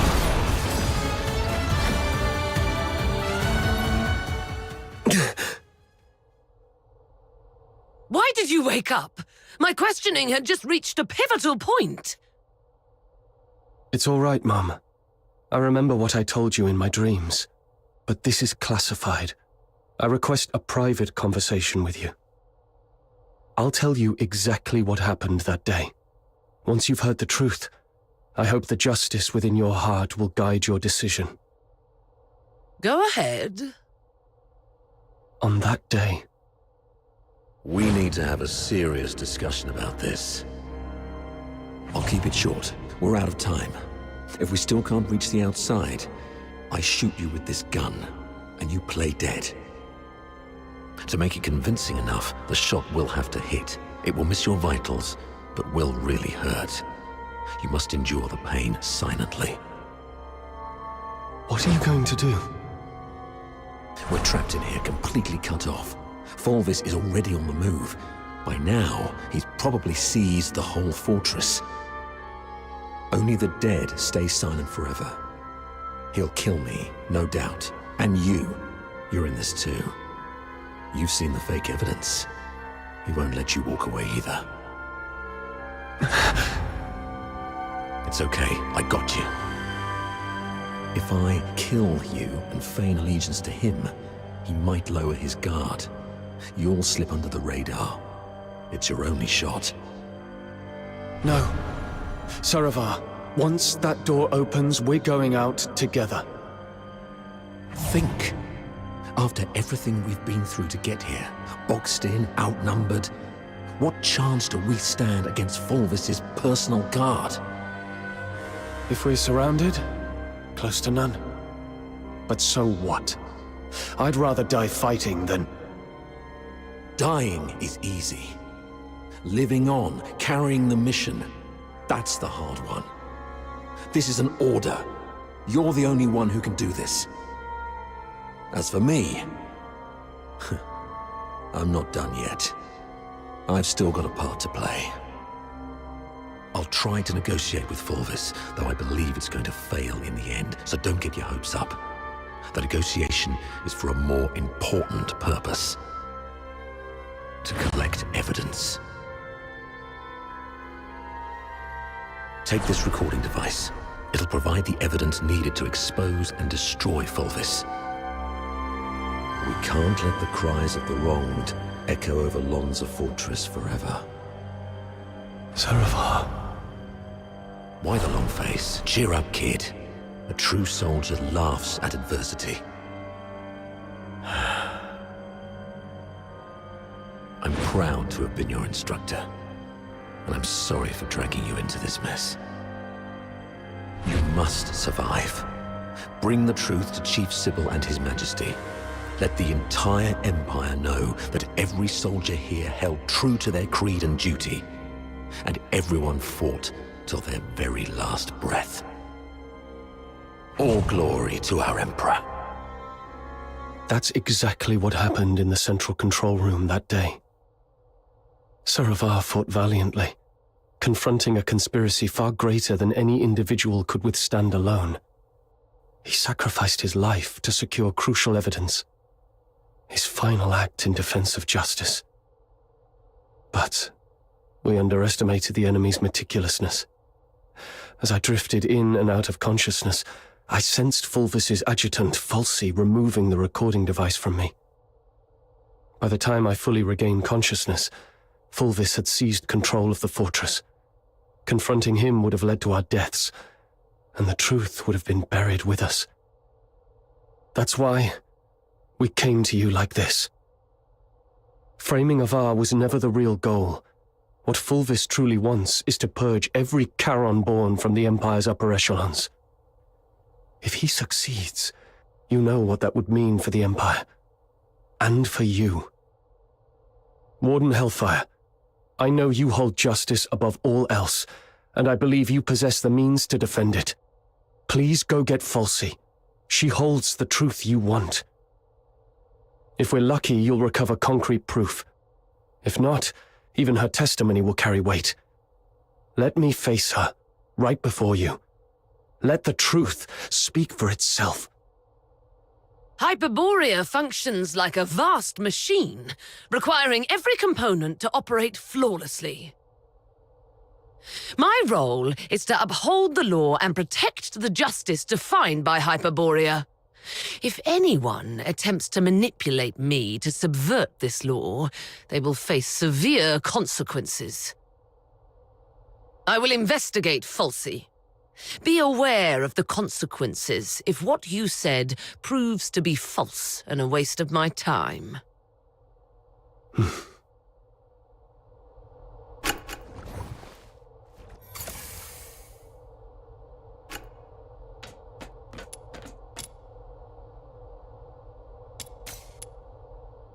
Warden Hellfire has instructed me to bring Miss Theodore here.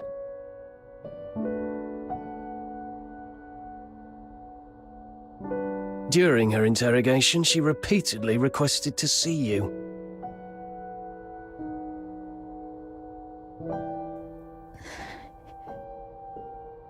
You weren't supposed to know that part.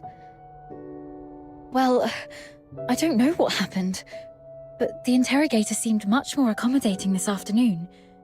He even asked if I wanted anything. My testimony hasn't changed. Did you say something that swayed the warden? Or is this some sort of final kindness before our execution?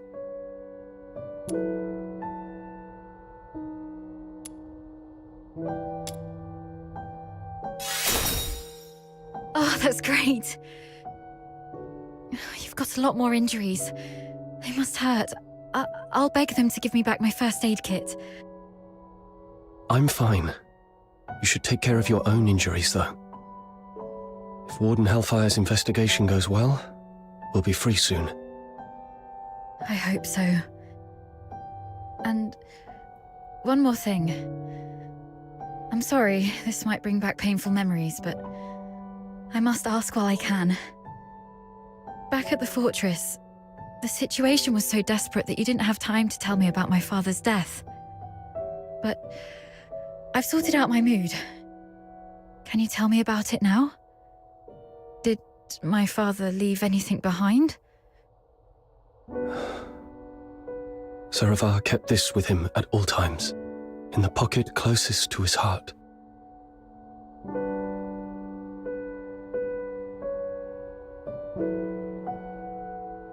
He wanted you to have this message. Find Daphne if possible. If she's alive, get her out of here. Get her out of here. Once you're both safe, tell her, I'm sorry, my baby girl. I've always wanted to hear you call me Dad again. Just like when you were little. He kept this photo all along. So long that I'm not the little girl in the photo anymore. All right. Both of you have again passed the Warden's test. Miss Daphne, you may leave now. Were you eavesdropping on us? Per the Warden's orders, I was to confine you both here and monitor your interactions. Right. If we were guilty, we'd make use of every opportunity to collude in our testimonies. I understand. Thank you for giving us a chance to prove our innocence. Perhaps we'll leave this place soon. Neither of you are leaving.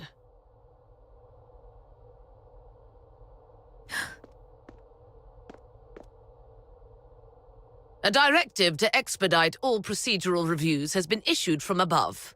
The only document I received is a writ demanding your immediate execution. Mom, this is not right. It goes against the standard procedures of interrogation. Take a look at the writ and the signatures at the bottom.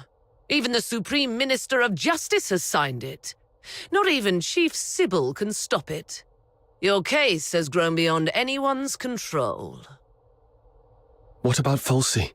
As long as we find Falsey and the recording device, we can prove that... She's missing.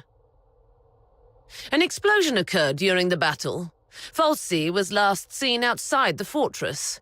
Her blood-stained pistol was found along the riverbank. Although the Legion continues to search, it is likely that she is deceased. Mom, do you really believe in such a coincidence?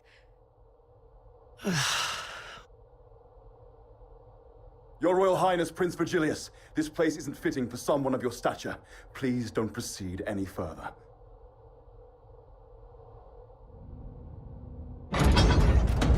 Gathering so many signatures must have been quite the feat.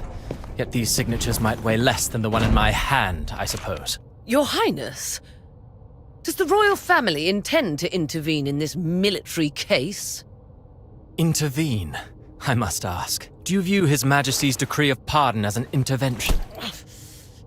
Is the royal military prison no longer under the Crown's jurisdiction? I need to speak with him alone. Everyone else may leave.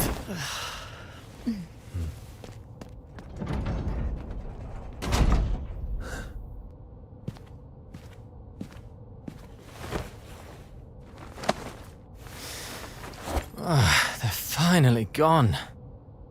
Thank goodness. One moment later, and I might have had to talk to your headstone instead. By all that is holy, my friend, you've really landed yourself in some serious trouble. You know how hard it is to meet my brother, and how rarely I get involved with politicians. But fortune favors you today. I was summoned for a different matter and seized the opportunity to secure your pardon. Things have finally blown over. You're free at last. Where do you want to go? The art gallery? The opera house? Or just a simple stroll along Whisper River for fresh air? Thanks, but no thanks. You look pale. They did go rough on you. Why don't you come to my place? My personal physicians will tend to your wounds. A millennium has passed, and still, the prisons of Hyperborea cling to such crude, barbaric, and wholly inhumane forms of torture. Those sycophantic chroniclers call this the greatest and most prosperous of times. What a most exquisite farce. Let's not dwell on that. How's Daphne? I heard about your efforts to ensure her safety. Fear not, the pardon includes her as well. One more thing. Fulvis's adjutant, Falsey. I don't think her disappearance was what it seemed. She holds the key to the truth behind all this. If it's not too much to ask, could I trouble you to look into her whereabouts? Dead or alive? I need to know. Fulvis's missing adjutant. I see. I'll look into it. Thank you, and sorry. I don't have anything to repay your kindness at the moment.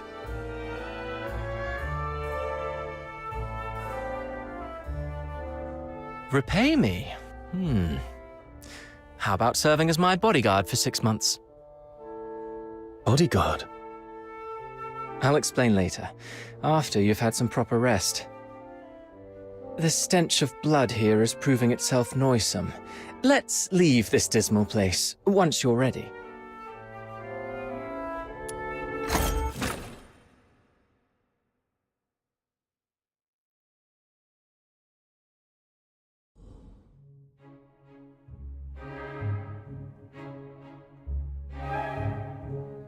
That last piece, Children from the Snowfield, was composed by Cavaradossi.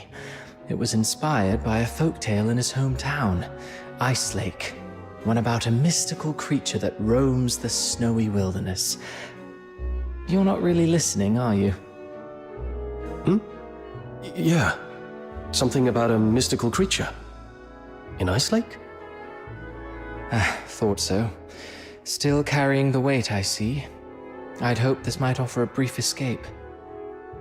About that bodyguard role you mentioned, I need to know what it actually entails. There's something I have to deal with.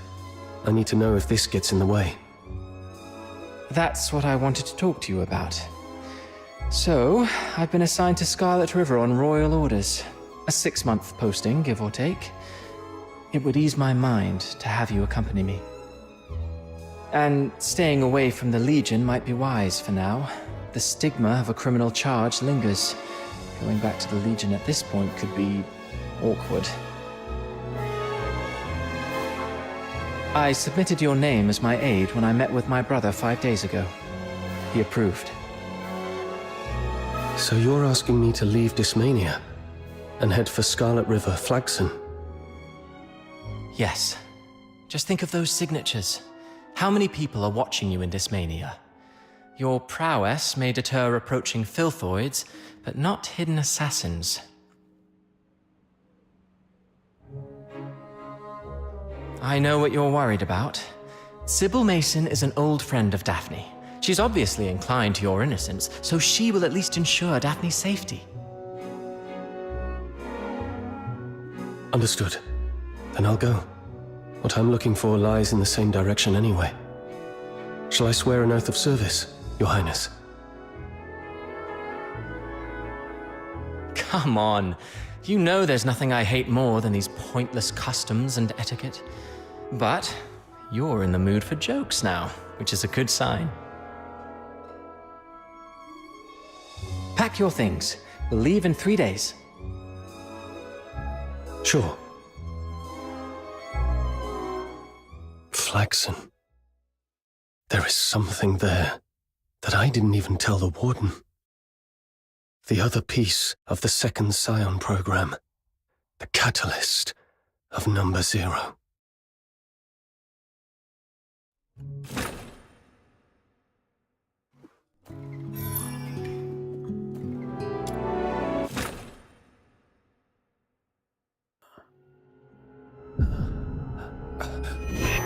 Camilla. Swallow the medicine first. Camilla, why was I... You've been unconscious for 5 days. Lucky you. Another day and you might never have woken up. So, you've been... Thank you. No need to thank me. You're not who you used to be. Since the request involving the Crystallo of Stella, plenty of commissions have come in specifically for you. Just make sure you stay alive long enough to finish the gigs.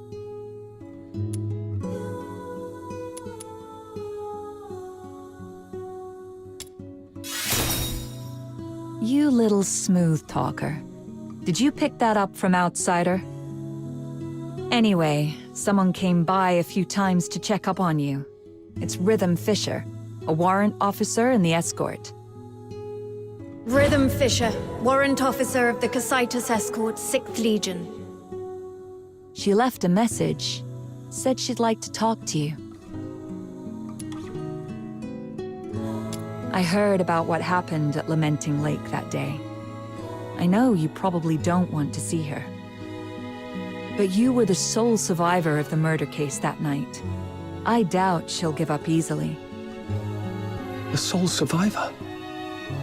I should be going. If you want answers, go to the Asphodel and ask your friends. They've been worried about you these past few days.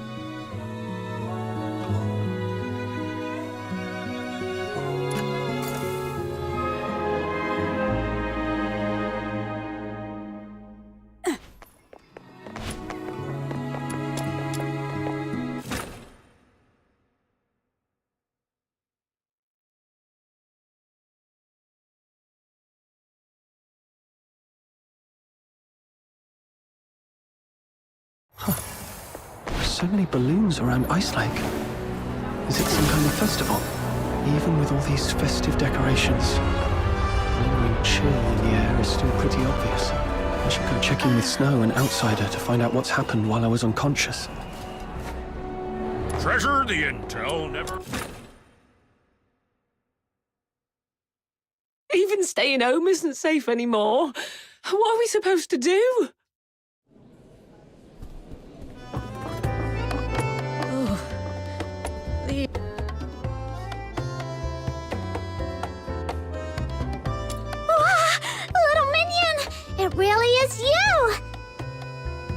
Aha! Surviving the Charon hunt. I've got to say, you're tougher than an iron shell nut. Honestly, I thought the ship of our Noctoyangers would sink before it even left the dock. Says the guy who's been running all over town looking for doctors and groveling to Camilla to take care of him these past few days.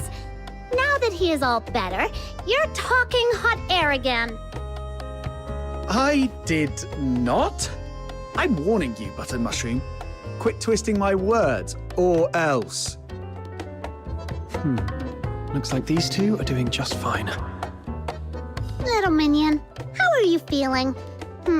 Arms and legs are all in place, and the color of your horn looks great, though your face is a bit pale. Good. I knew the immortal White Knight, the reborn star of the Noctoyagers, the blessed Demon Earl, wouldn't leave their Demon King behind. Stay right here. I'll go grab some nutritious fruit for you.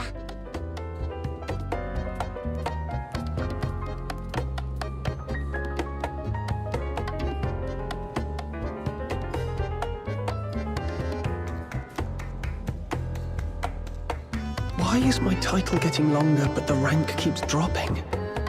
Wait, I can't let Snow's silly titles distract me. What were you talking about earlier? Charon hunt? What's that? It's a trouble you can't run away from. Excuse me, is he awake? Eek! Speak of the devil, here comes your trouble. A big one, with a name. Rhythm Fisher. Yep. She's been stopping by every day around this time to ask about your situation. Since you say every day, that means you've already dealt with her a bunch of times. She's all yours, outsider. You've got this. Not so fast. I told you, this trouble is something you can't run away from. Charon Hunt is a string of serial murders in the outer city. As the sole survivor, there's no way the Legion won't want some information from you. It's only a matter of time. Honestly, she seems pretty reasonable for a Legion officer. If it was someone more heavy-handed, you'd be wishing it was her instead.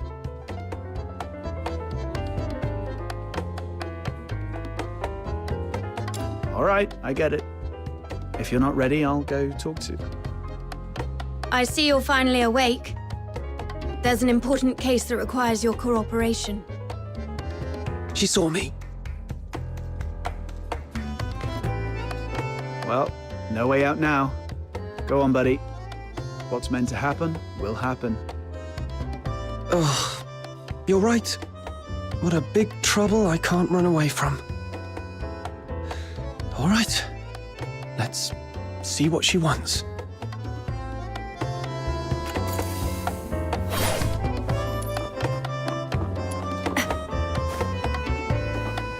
I'll take a 20% cut. It's great to see that you're recovering well. Would you like something to drink, officer? Tales of Ice Lake is on special today. Half price. No, thanks. Imperial Military Code Article 142 prohibits soldiers from drinking while on duty. Besides, I don't drink anyway. Let's get straight to the point. I'm here to investigate the recent violent incidents in the outer city of Ice Lake known as the Charon Hunt. This is your first inquiry. I need to verify your identity according to standard procedure. Could you show me your travel permit? I was in such a rush when I left home that I forgot to bring it. Let me go grab it now. Your head must still be foggy from your injuries. You left your travel permit at my place a few days ago. I was just about to return it to you. Here you go, officer. Name? Place of residence, Ice Lake, Cocytus region. Occupation, animal trainer? Wait, aren't you a fox hunter? That's the latest development. He used to take care of dogs for rich folks, but his last employer went broke and couldn't afford to hire him anymore. Hence the career change. If you don't believe me, you can ask Miss Camilla. He just signed up at her tavern to become a fox hunter a couple of days ago. Come on, Captain. Show Officer Fisher your awesome dog training skills. Come here, boy. What? I'm not a dog. All right. I've verified the travel permit. Thank you for your cooperation. Now let's talk about the attack. I want to catch the culprit who attacked you and bring safety back to everyone as soon as possible.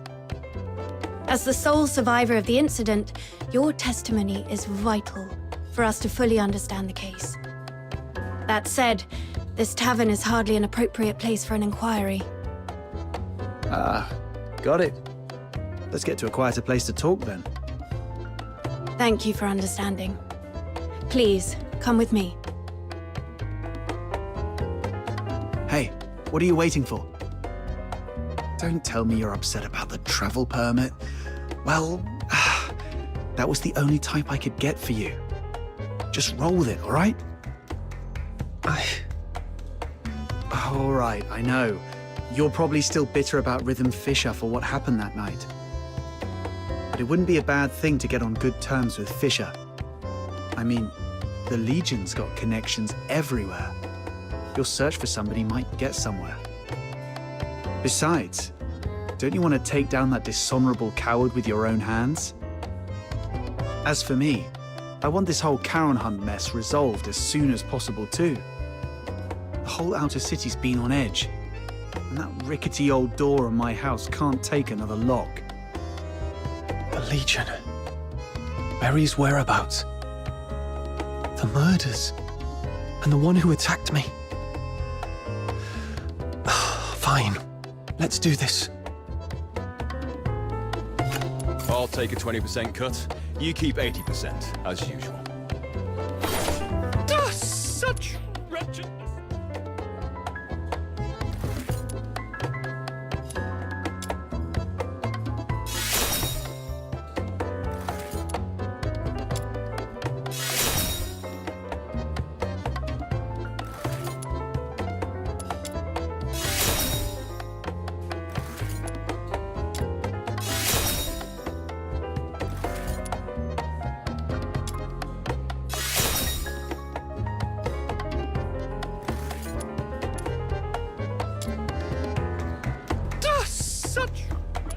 What am I supposed to do to stay true to myself?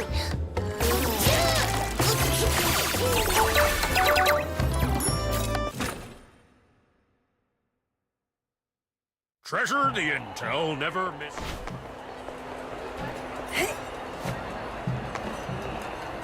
My name.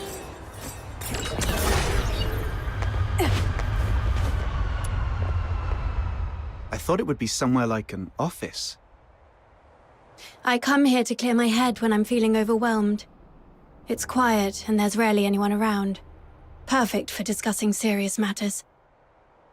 So, the Charon Hunt is a series of murders that took place here in Ice Lake. I assume you've already heard about it. November 22nd, early morning. 5 dead, 1 injured. November 25th, early morning. 13 dead. The attacks primarily occurred in the Eastern District, home to many Charon residents, which is why the case has been dubbed the Charon Hunt. Yeah, we've heard about that. What do you need from him? I need him to provide as many details about the case as possible. In a while, I'll take you all to the scene where he was attacked 5 days ago. That street is currently sealed off by the Legion. But I understand revisiting the scene might bring up unpleasant memories. If it's too much for you, we can conduct the inquiry at the Security Bureau instead. It might not be as efficient, but it's an option.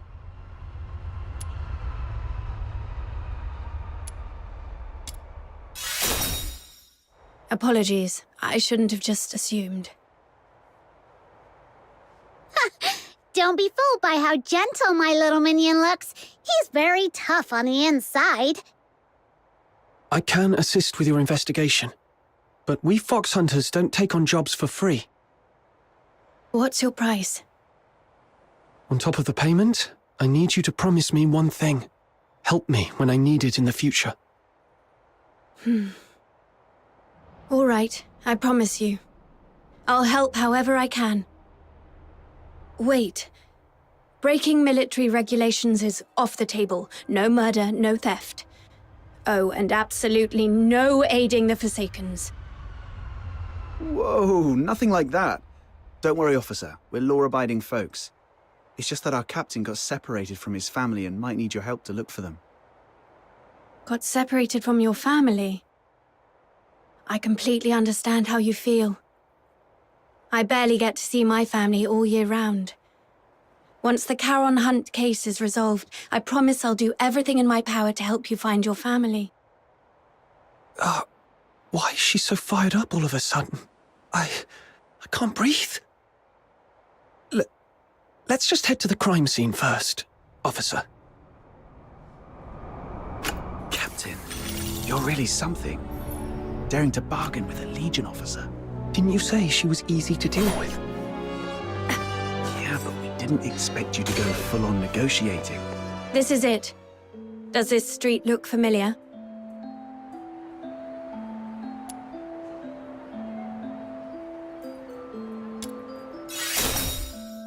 Do you recall the approximate time of the attack?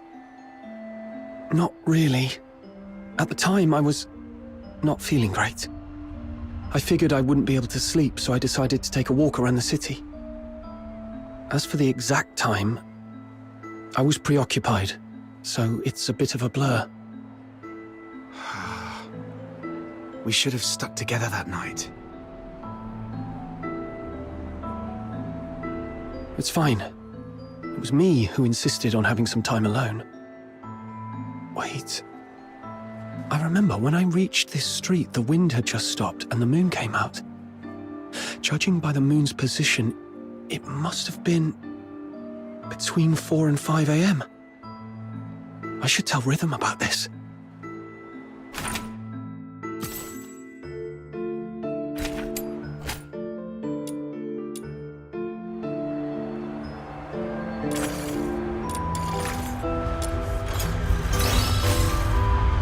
Between 4 and 5 a.m. That matches perfectly with Camilla Scarlet's testimony. It seems your memory is sharp and hasn't been affected by your time spent unconscious. Now, about the perpetrator. What can you recall about their features? Even the smallest detail could be helpful. It all happened so fast. I didn't get a clear look at the perpetrator. But one thing I'm certain of, it wasn't human. The last thing I saw before passing out was a monstrous face. Though I'm not sure if it was a filthoid or something else entirely. A monster. That fits with what we know so far. Is there anything else you can remember? Wait, there's one more thing. Please, go ahead. The singing voice. I remember something following me on this street. Along with its footsteps, I heard it singing. Yes, that's it. Its voice was raspy, broken, almost like wind blowing through shattered pipes. But that monster was unmistakably singing. A singing voice? No one else has mentioned that. Great. This is a brand new lead. I knew your suffering wouldn't be in vain. Officer, that might come across as a bit insensitive, don't you think? My apologies. I was just thinking that with this new clue, we might finally end this case and restore peace to everyone. I didn't mean to trivialize your pain and suffering. I'm truly sorry.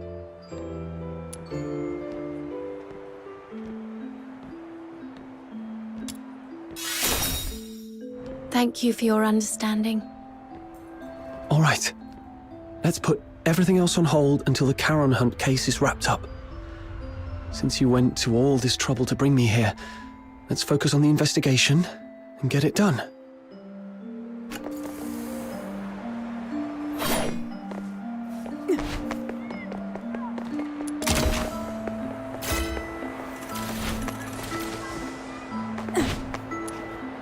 About the monster's singing you mentioned just now, do you think you could try humming the melody?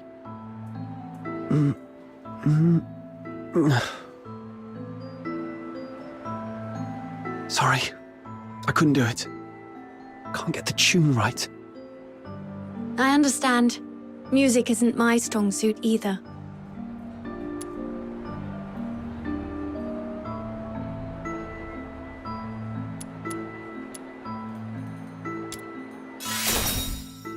I've just been in a coma for too long and forgot. If I hear it again, I'll definitely recognize it. All right. I'll count on you to keep an ear out for it then.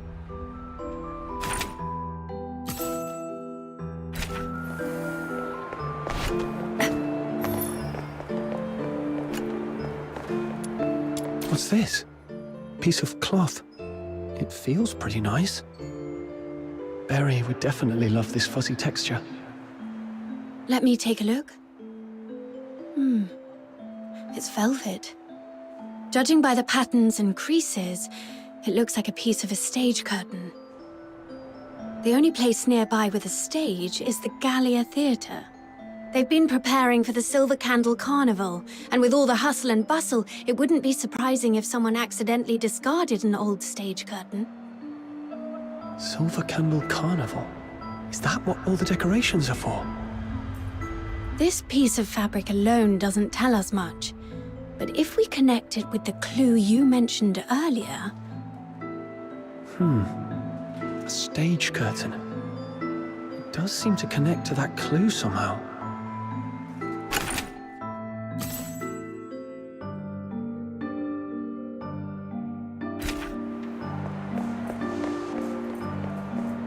Hey, look! There's a broken weather vane in this rubbish bin. Wow, it looks practically brand new. Someone just tossed it out like that? What a waste! Let's take it with us. Do you collect weather vanes? That's quite an unusual hobby. I could have one of my subordinates get you a new one, but this is a piece of evidence. You can't have it now. I was just saying it offhand. It's not like I actually have a thing for weather vanes or anything. Aw, someone actually took my words seriously for once. I'm so touched. Oh. Officer Fisher, when was this street sealed off? The morning after the first Charon Hunt incident. That's fairly prompt. Since this weather vane is practically new, it shouldn't have been discarded on purpose. Could it have been the strong winds that night? No. After the storm 5 days ago, the Security Bureau did receive numerous reports of property damage, but this weather vane wasn't blown off. It's much more likely knocked down by the perpetrator. According to Miss Camilla's account, the perpetrator jumped onto the rooftop after engaging with her. This weather vane must have fallen from up there. The rooftop. Might as well check it out.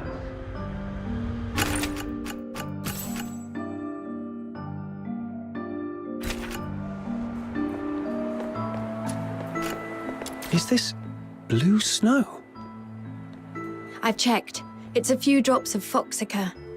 When it seeps into the snow, it spreads out like a flower. Beautiful, isn't it? Every time I see these little blue flowers, it feels like the day's exhaustion simply melts away. Look at this color. The purity seems pretty high. Could there have been a foxica leak? That is possible. But just to be sure, I need to confirm something with him.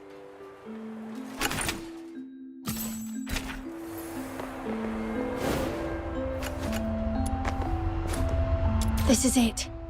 The break aligns perfectly. Judging by the bending on the base, apparently it was not blown off by the wind. It was struck with force. And based on the angle of bending, we can deduce the direction the perpetrator fled.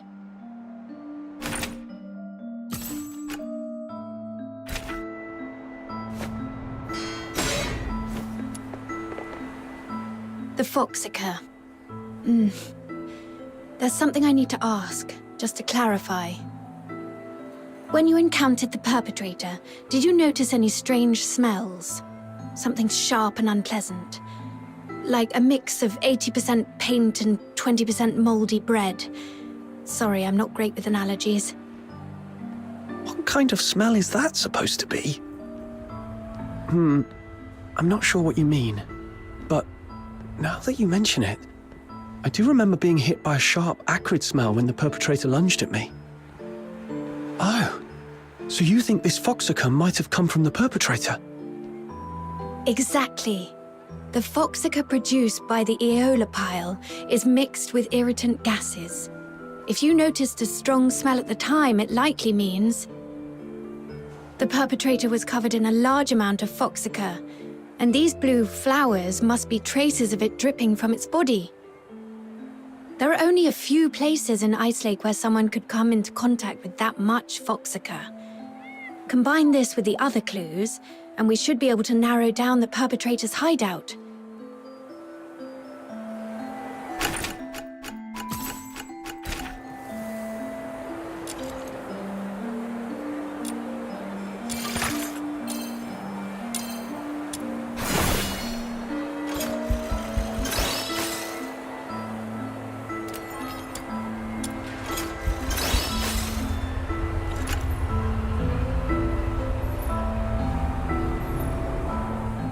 That's right. You saw it too. The perpetrator fled southwest. If you already know that, why hasn't the escort gone over there to search? We're short on manpower, and our intel is incomplete.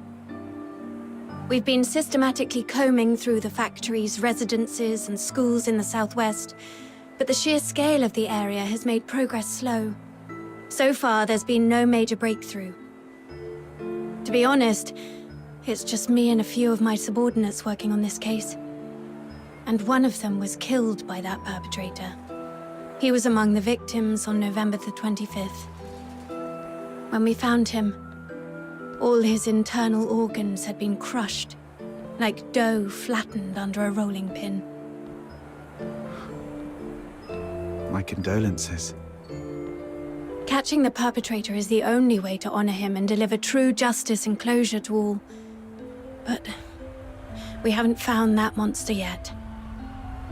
I've requested reinforcements from my superiors multiple times, but my applications keep getting denied.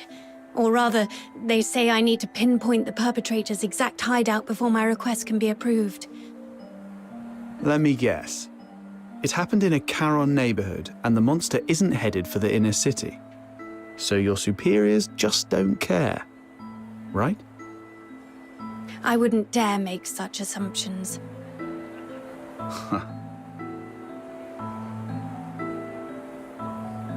Then let's pick up the pace and help Officer Fisher solve this case as quickly as possible.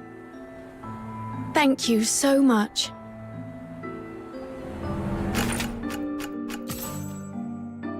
Looks like that's about it. I don't think we'll find any more clues around here. I apologize on behalf of the escort. The fact that such a heinous crime occurred in the outer city is a failure on our part. Officer Fisher, you weren't in charge of this area before, right? Did you just get reassigned here recently? That's correct. I used to work on different tasks in the Western District. I was promoted to Warrant Officer last month and reassigned here to oversee the safety of the Eastern District. No wonder we haven't seen you before. You come off as very different from the other soldiers, Officer Fisher. Different? Uh-huh. The escort soldiers usually don't care about what happens to Charons. But you seem to care, and you try really hard to protect everyone. Trying hard to protect everyone? The Filthoid is highly dangerous. Although it's ceased attacking, it may only be in temporary dormancy. Return to the city immediately. The escort will take it from here. Snap out of it. I should focus on the clues at hand for now.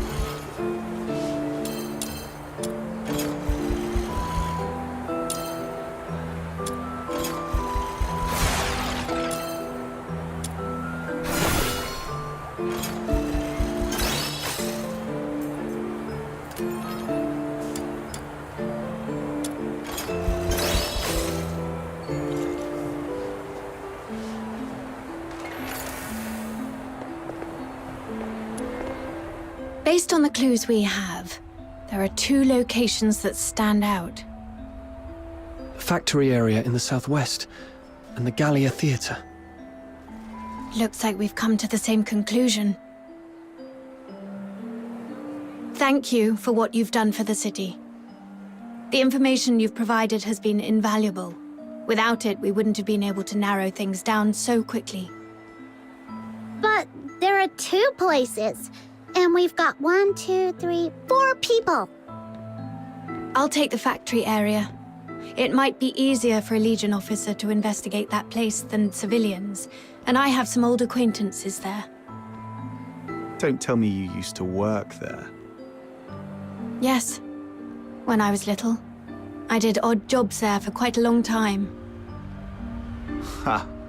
To think you climbed all the way here. It couldn't have been easy. Though... Never mind. Let's get going too, Captain.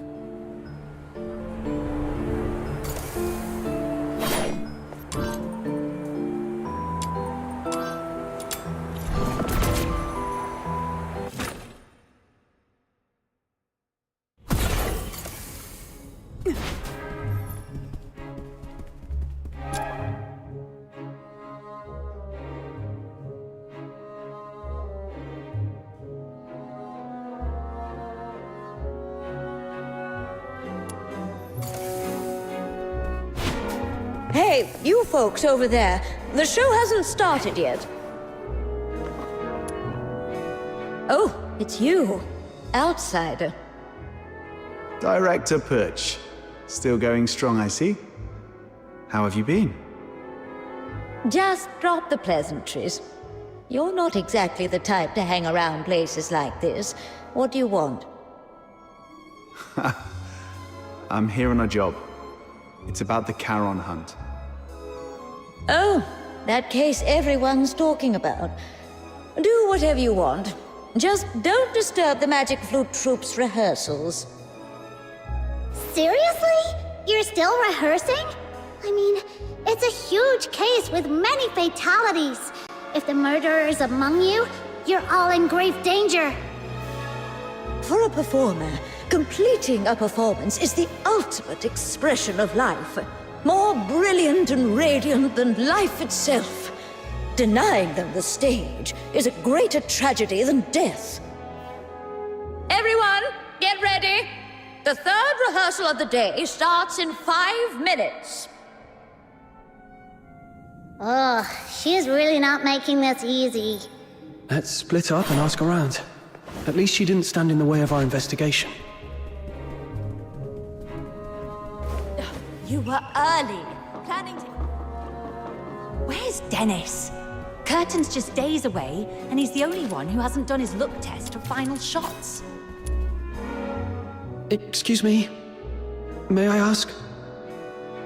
15 flower crowns, check. 9 pairs of riding boots, check. All right, inventory's done. Now, who are you? And what do you want? Can you tell if this piece of fabric is from the theatre? The stitching is a mess, and the pattern's just as bad.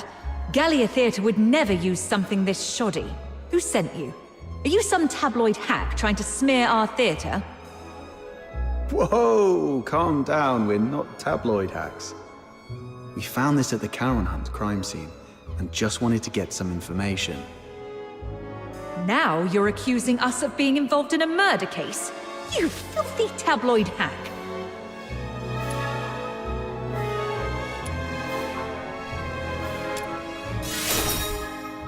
We're assisting the escort in investigating the Charon Hunt case.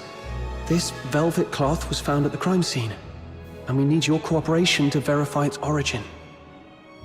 The escort? All right. Guess I was too sensitive. Sorry about that. Ever since that incident 2 years ago, tabloid hacks have been spreading rumors about the troupe, calling us a fraud. It was so bad that the director fell ill and couldn't get out of bed for weeks. Anyway, this fabric is definitely not ours. The props inventory is right over there. Check it yourself if you don't believe me.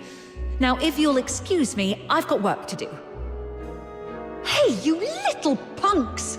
Put those wigs back on the mannequins when you're done. Get back here! I swear I'll sew those wigs onto your scalps!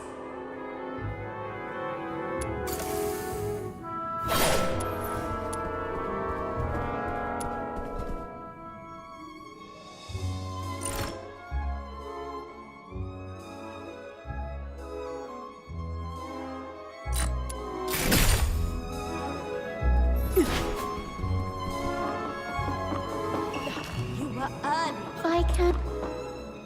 Your throat is too tense. Relax.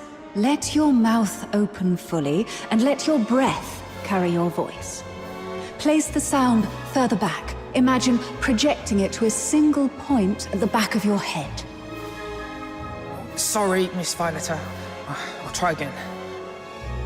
Even after all this time on tour, this child still hasn't made much progress. I suppose not everyone can be like Parsifal, blessed with such a beautiful voice. Hey there! Your face looks so weird. Are you hiding something? This great demon king demands a thorough interrogation. Oh, come on, you can do this. This is the most important performance of the year.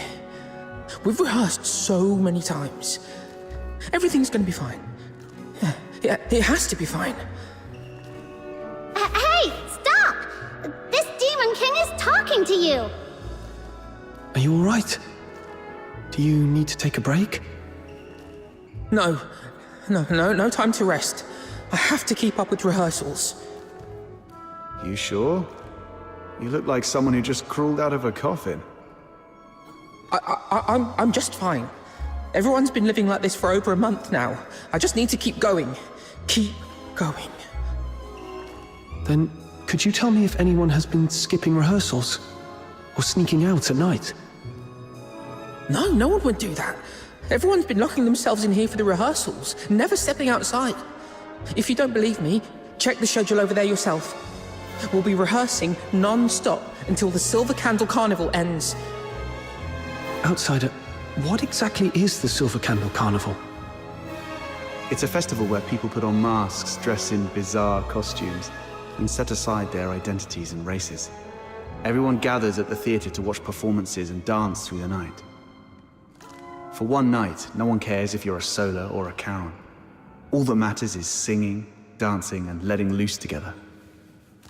It's hard to imagine a festival like that in a place like Ice Lake. People here seem pretty uptight.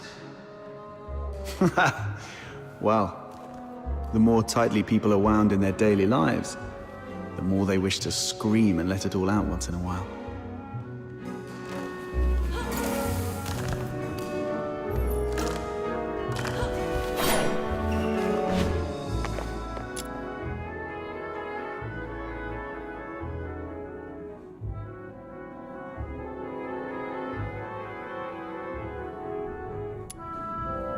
Whoa!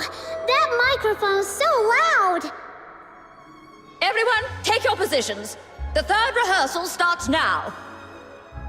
I checked the attendance log. It shows nobody has left the theatre at all for over a month. Even hibernating bears get out more often than this. With such intensive rehearsals, no one would have had the chance to sneak out and orchestrate a hunt. Let's go see if Rhythm has found anything.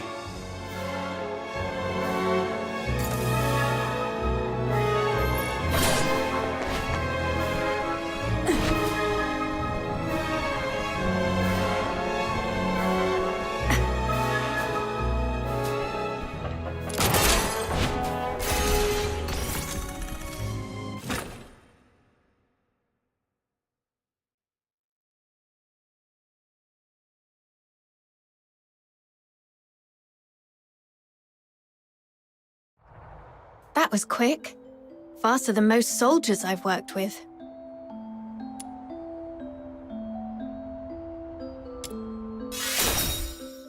Too bad we didn't find anything useful in the theatre.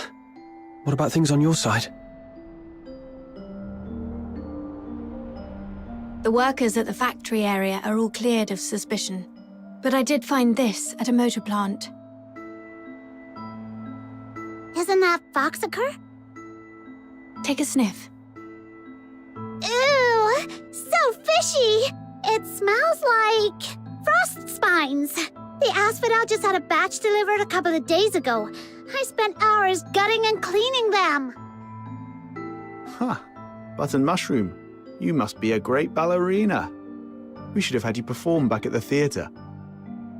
Ballerina? I don't know ballet. Why? Well, with all the time you spend on your toes bussing tables at the Asphodel, you've got the perfect foundation. Such a waste. Nah, I always stand on a crate. Wait, hey! That's mean!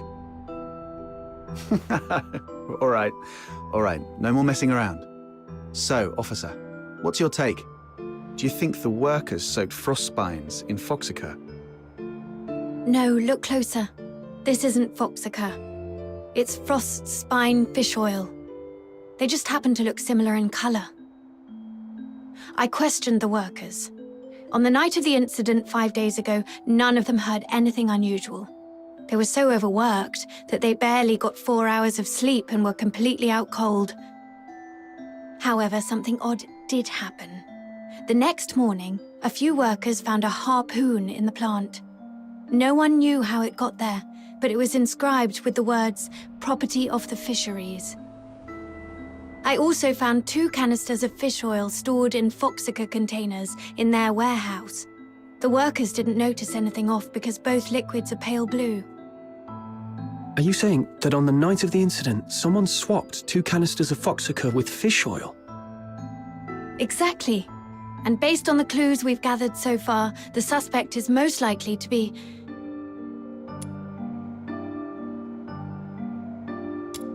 Didn't you just rule them out yourself? Oh, I was just kidding. Considering the harpoon and the fish oil, I think the suspect is most likely to be a fisherman. Most of Ice Lake's fishermen live in Mistaken, aka the slums. Let's head there immediately and see what we can find.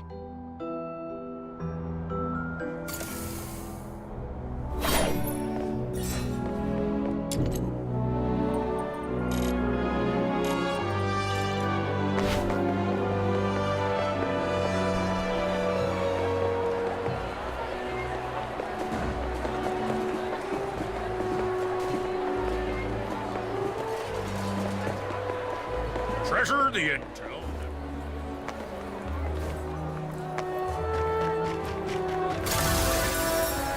This area's full of fishermen. Where do we start, Officer Fisher? Ew! Ew! Meow. Meow. This cat keeps staring at Rhythm. Could it have picked up on some strange scent? Officer Fisher, could I borrow that fish oil for a second? Here. Did you notice something? Yeah. I've got a theory I want to test. Meow. Meow. Let's follow that cat. I think it's trying to lead us somewhere. Sharp instincts. True to your roots as an animal. Aha! You scoundrel! How dare you hurt my... Speak. I haven't been catching much fish lately, so I stole a couple of Foxica canisters to sell. But does that really warrant this many people chasing after me? Officers, please, have mercy. Give me another chance, I beg you.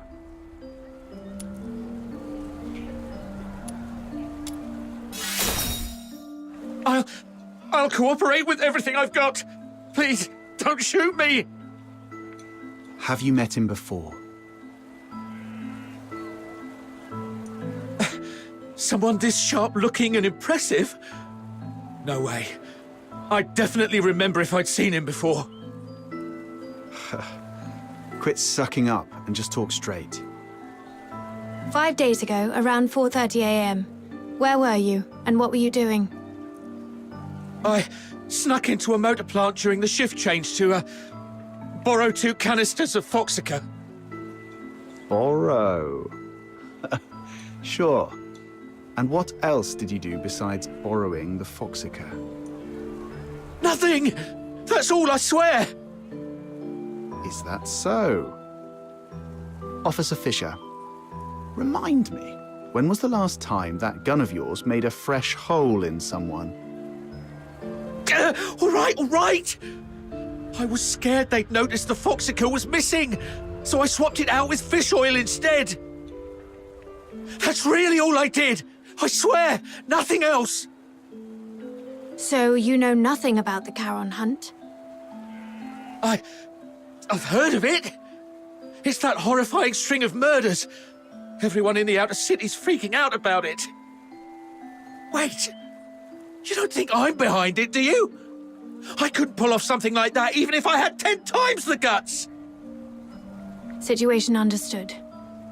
Theft of Imperial property is punishable by 10 years in prison under the Hyperborean Criminal Code, Article 33. 10 years?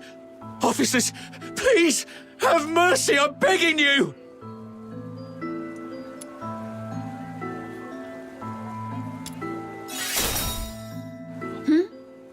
Oh, yes, that's correct. Wait! I have important clues about the murder case. The Charon hunt you mentioned earlier? Tell us everything. Do not leave out one single detail. But you have to promise me that you'll protect me. If I talk, that monster might come after me. I give you my word, that creature won't lay a finger on you. All right. That night, after grabbing 2 canisters of Foxica, I was climbing over the wall to leave, and then I saw it.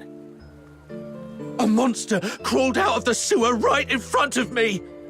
It was twice as tall as a man, had a filthoid's head, a bear's strength, and fire shooting from its eyes and mouth. That sounds like a filthoid. No. Filthoids are unintelligent and typically rampage openly through the streets. The fact that this creature hides during the day shows a level of strategic awareness.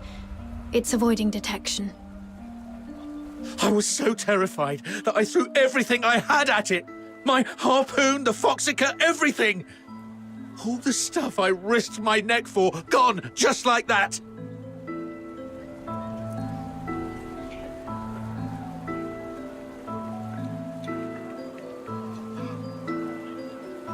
That would explain why the creature was heavily stained with Foxica. What happened after that? How should I know? I was so scared I even wet myself. I just ran for my life and didn't dare look back. I've told you everything. Please, officers, you promised to protect me. That monster, I saw it up close. If I hadn't been hiding all this time, it probably would have found me already. Look, I've told you all I know. What do you say? Please, about the Foxica case. If I get charged... I'll report your information as it is. Your theft of Imperial property is undeniable, but since you've provided critical intel, your sentence will be reduced in accordance with the Hyperborean Criminal Code. Fine. Let's move. We'll take you to the Security Bureau. It's the safest place for you right now.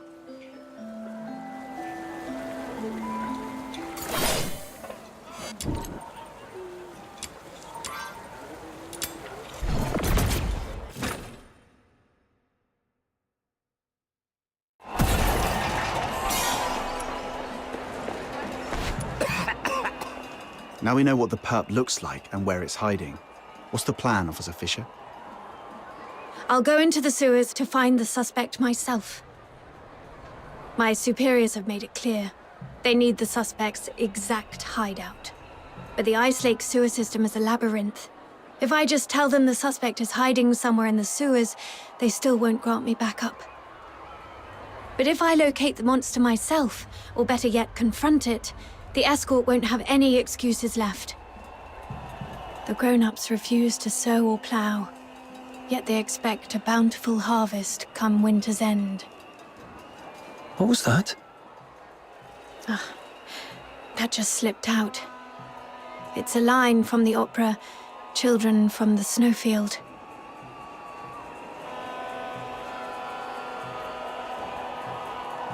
No, I wasn't questioning how the escort operates. No need to explain, Officer Fisher. We get it. It's written all over your face. Don't worry, we won't say a word. Anyway, enough small talk. I need to get moving. Allow me to thank you again for everything you've done for the escort and Ice Lake. But before I go, I have 2 final requests to make of you. This is the medal I received when I was promoted to warrant officer. My name is engraved on it. If I don't make it back, please go to the Security Bureau under the escort and inform Chief Damien about what happened to me. Tell him the investigation into the Charon hunt must continue, no matter what. And second, please have Chief Damien deliver this medal to the 6th Legion in the inner city. It's for a young man named Blues Fisher. Let him know he doesn't have to wait for his sister anymore. Tell him to stay strong and move on with his life. Oh, and there's one more thing. That's enough. There's no one more thing. In fact, we can't do the first 2 for you either. Because the Noctoyagers are going with you.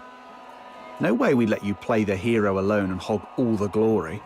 Right, Captain?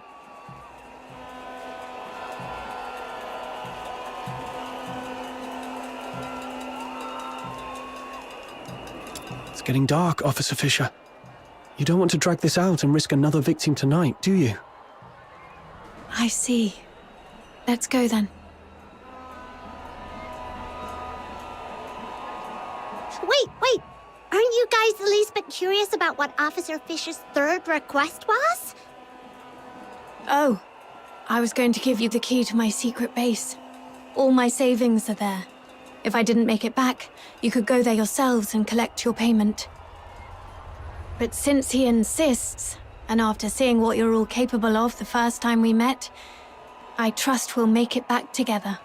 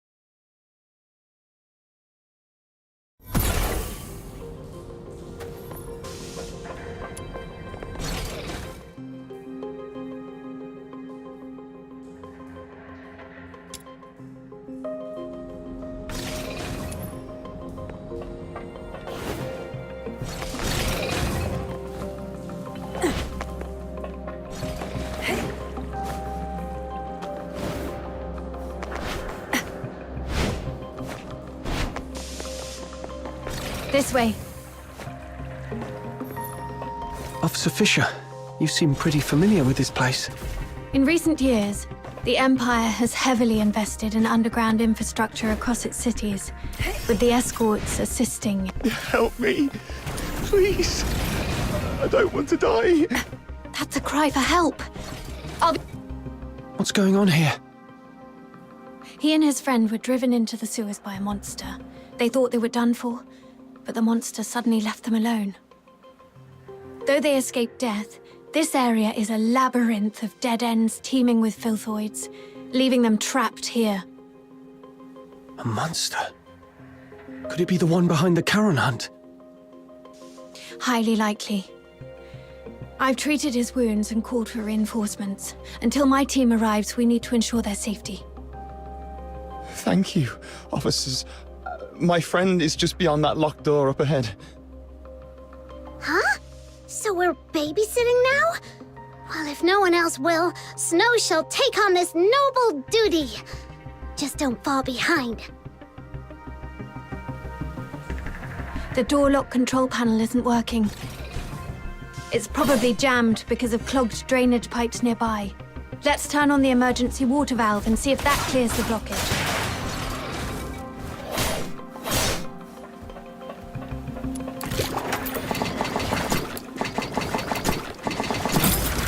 Warning.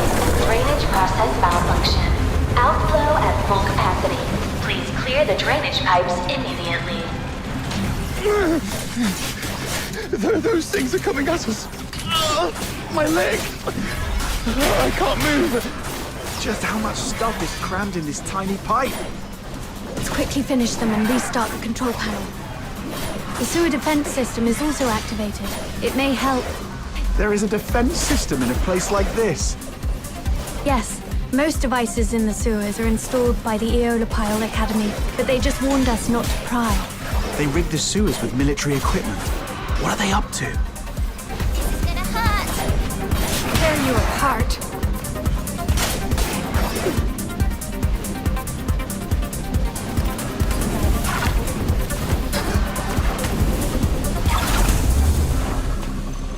Gonna knock you flying.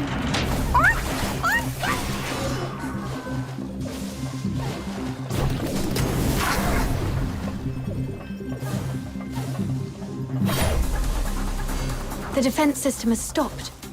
Looks like the control panel is back in function. Did you get hurt? It's nothing, just a scratch.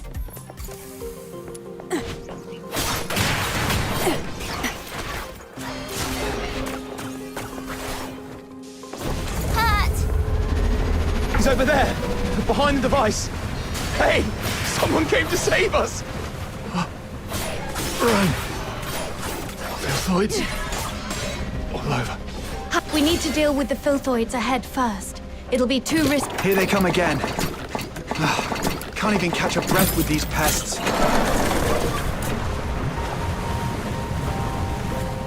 All right, next one. Surrender.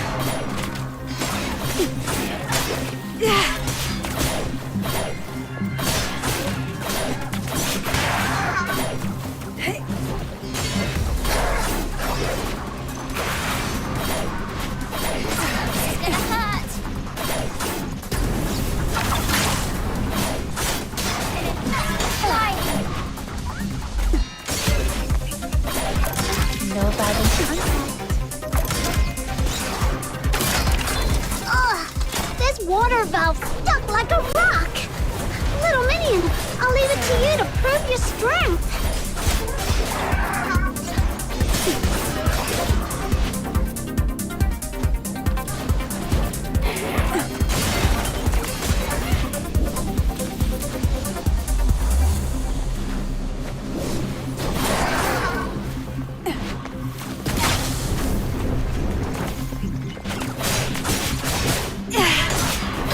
Looks like this is the last one. Hooray! Finally!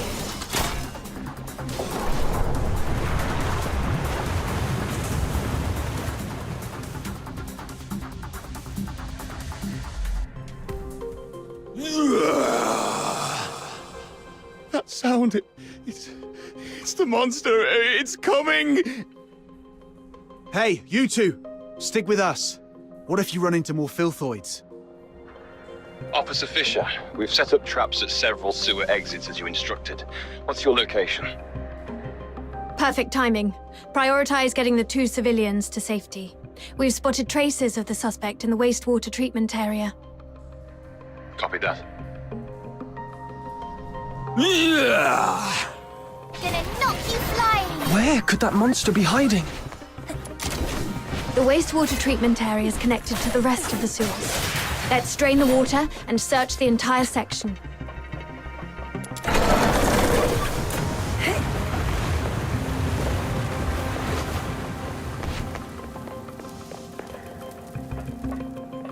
Mom, we're here to assist. How are the 2 civilians? They've been sent to the hospital. We also contacted HQ. They've finally agreed to send reinforcements. Are these the helpers you mentioned? Yes, they're the Noctoyagers, an excellent fox hunter team. Without their help, I wouldn't have made it this far. The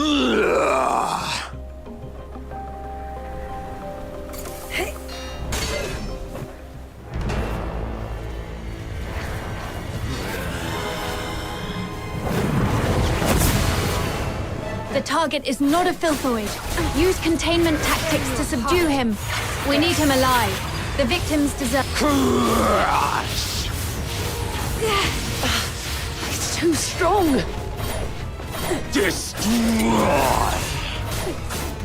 I'll cover the retreat of the wounded. Stay focused. Don't lose your outsider. There's an opening on its left. I'm on it. We've got it pinned. Rhythm, now! Surrender.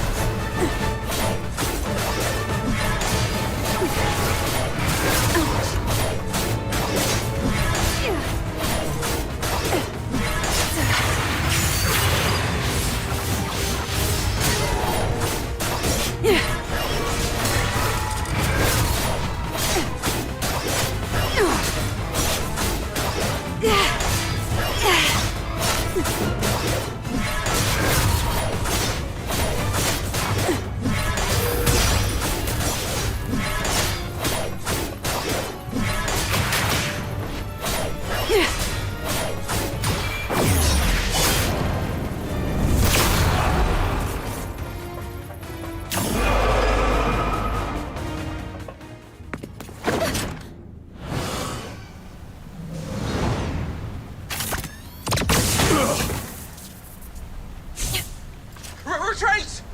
There's more than one monster!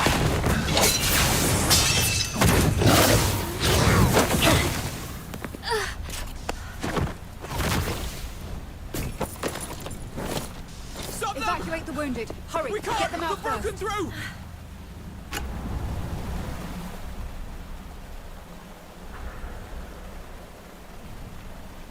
I'm okay. But Officer Fisher is... It's all right. Protecting civilians is my duty. As long as you're all safe. Officer Fisher? Thank you so much for your help. Without you, the escort would have suffered far more casualties.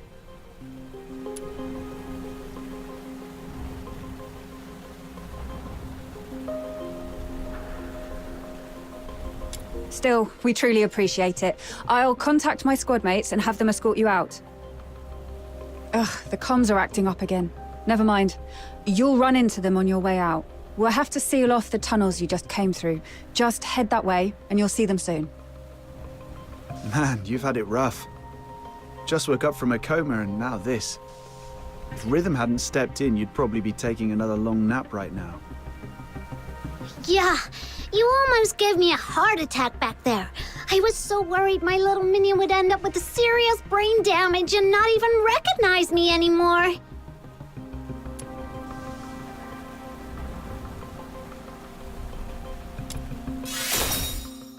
Come on, no need to get all formal with your buddies.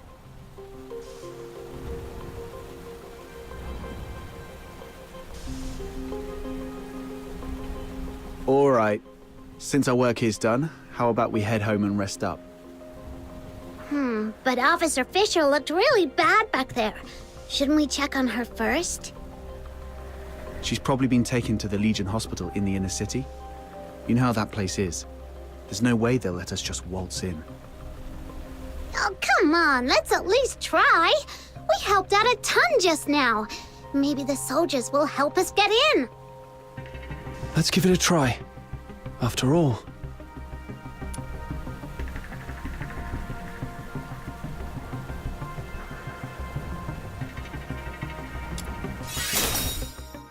Oh, right.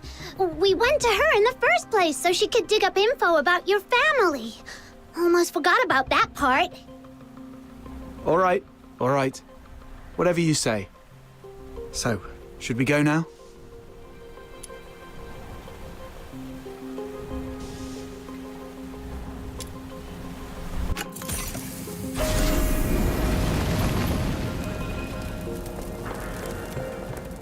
Huh? Are they the ones to pick us up? What happened to them? They're not breathing. Wait. Don't touch them. The wounds are small, and the blood's turned purple. It's poison. Cover your mouths and noses.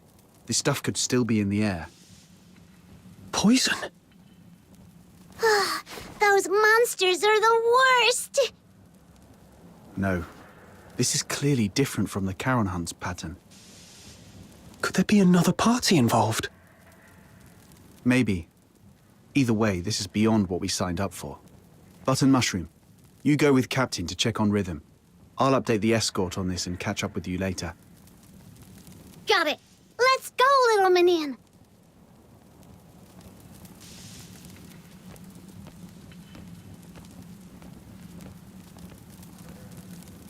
Could it be them?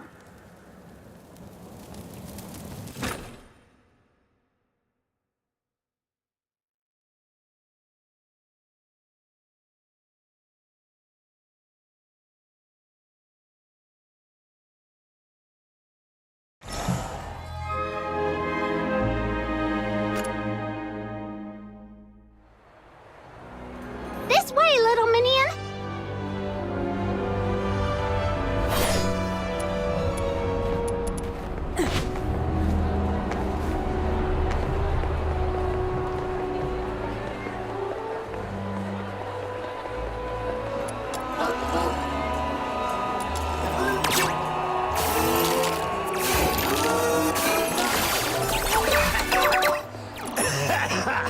Halt! This is the inner city. No Charons allowed without special clearance. Oh, it's you guys. Ease up. They just did the escort a huge favor. What brings you to the inner city? We want to check on Officer Fisher and see if she's okay. I heard she made it through, though she's still unconscious in the hospital. I can take you there. Just lay low and follow me.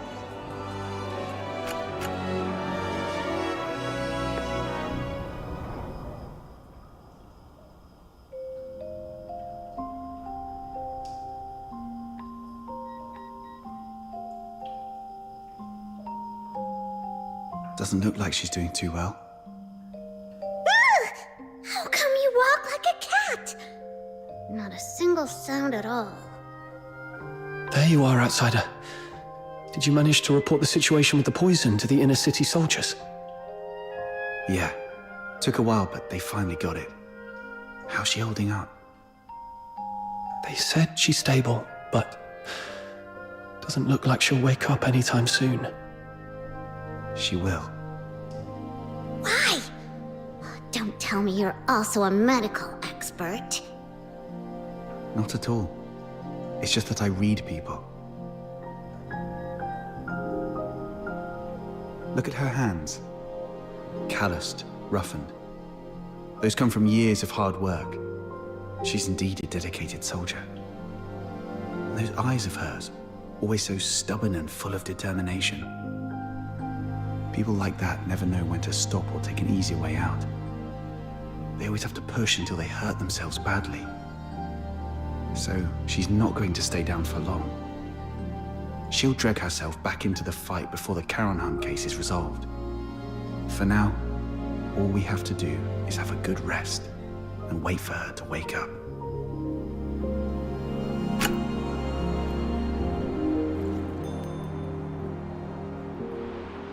Rhythm! Rhythm! Please keep it down. I'm so sleepy.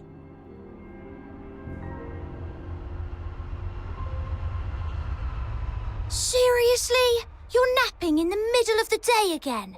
The test's tomorrow. Do you even remember where I left off? Something about Karen's sins? Yes. Oh, what was that again? Oh, figures you've been slacking off in class again. Working at night always leaves me too sleepy for school the next day. But hey, that's what I've got you for, my personal tutor. I had to work too, but you don't see me nodding off in class. We only get a few years of schooling. How can you just waste them like that? Anyway, the Charon's sins. It all started from the night of Lamenting Lake.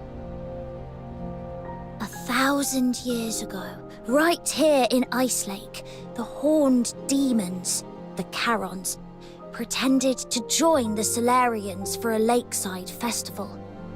But that very night, they did something terrible. Nearly every Solarian there was slaughtered. After that, the Charons started a war across Hyperborea, killing anyone they saw, until His Majesty Disgalia, the merciful founder of the Empire, ended the bloodshed and restored peace. That's why, for the crime of the Night of Lamenting Lake, every Charon born since must carry the burden of that sin for the rest of their lives. But it's been so long. Do we really have to spend our whole lives paying for something we didn't do?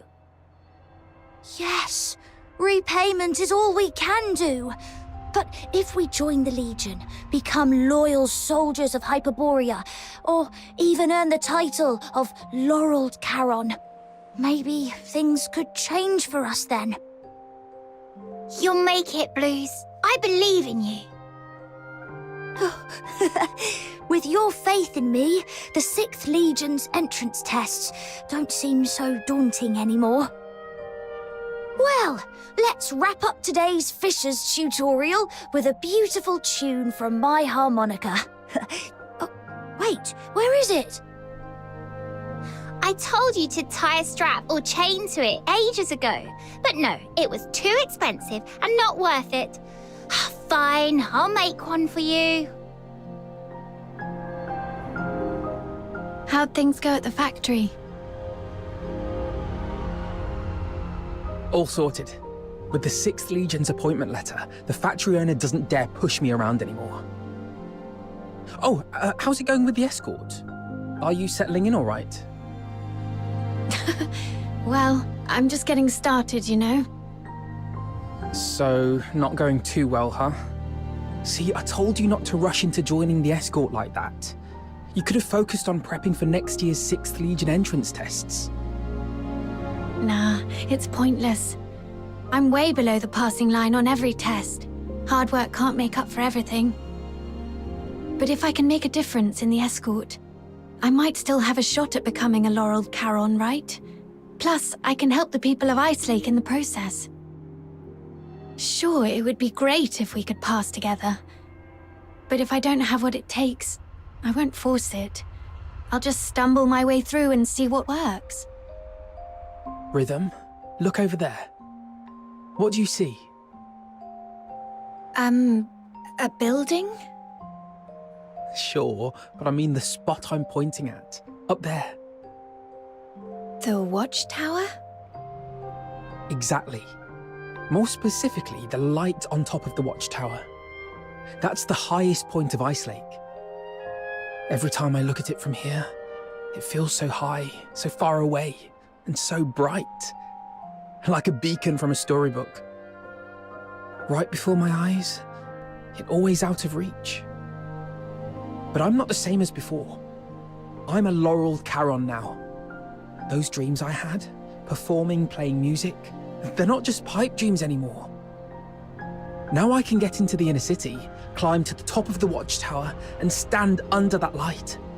It'll feel like I'm the king of Ice Lake. Soldiers, hear my command! Full assault! For the glory of Hyperborea! Shh! Keep it down! Are you trying to get yourself into trouble? Ah, sorry. Got a little carried away.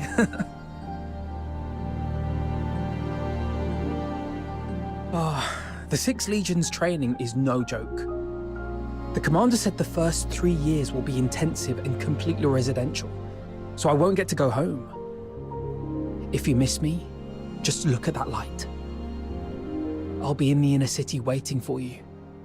I'll save every coin so we can finally live the good life. We'll watch operas, eat whatever we like. No one will push us around anymore. Blues. Oh, don't cry. It's okay, really. 3 years will fly by before you know it. And hey, maybe you'll get lucky and become a laureled Charon next year. Then we'll climb to the top of the city walls together and show everyone in Ice Lake just how amazing we are.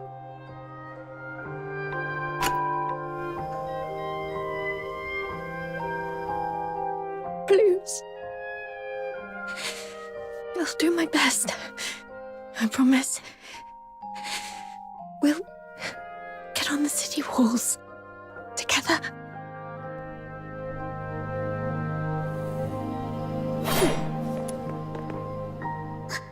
Officer Fisher, you're awake!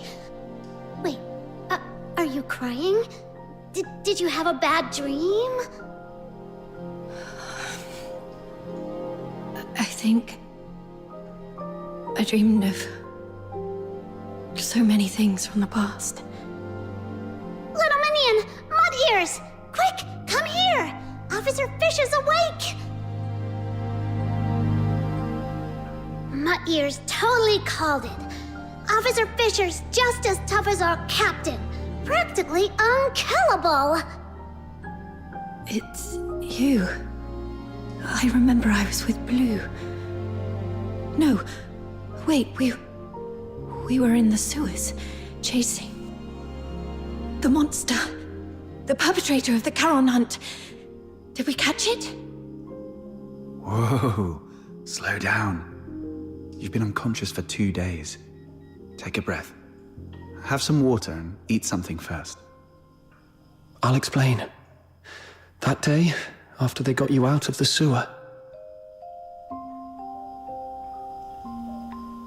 So, it got away after all. Whoa, easy.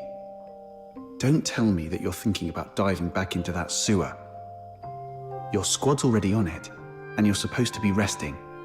You're not going to help anyone in your condition. Yeah.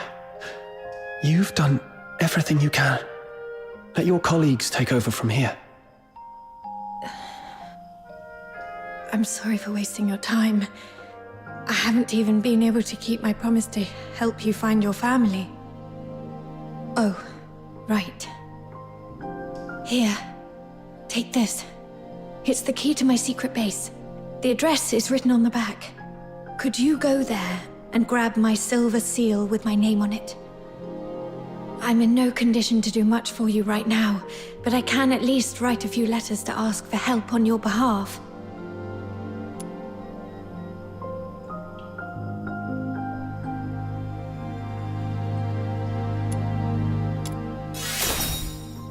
I made a promise. Besides, I truly hope you'll reunite with your family. All right. We shall gladly accept your help then. A soldier's secret base? I bet it's packed with cool stuff. This is so exciting. The address points to somewhere near the roadside freight station. She actually built her secret base in a place like that? People tend to pick the oddest spots for their hideaways. Some use cars, some find pipes. A roadside freight station? Seems pretty normal to me. Please tell me I'm not the only one who used to crawl into random places as a kid.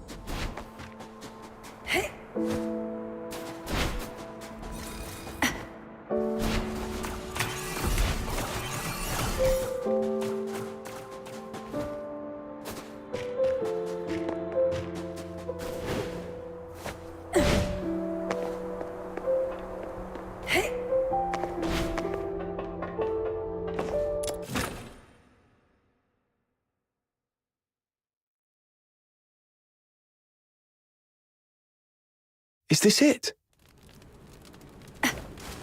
The entrance should be near. Let's look around.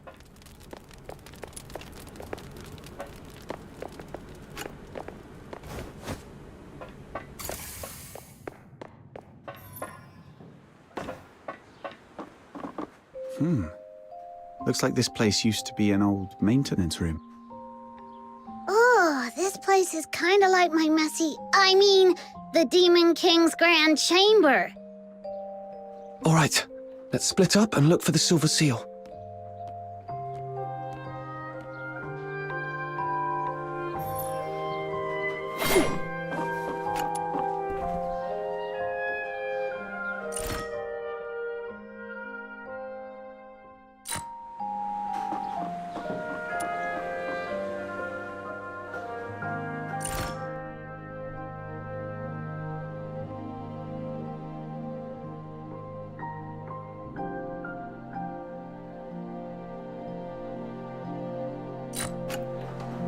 Take a look at this. Why are there so many mining lamps and pickaxes in an abandoned maintenance room?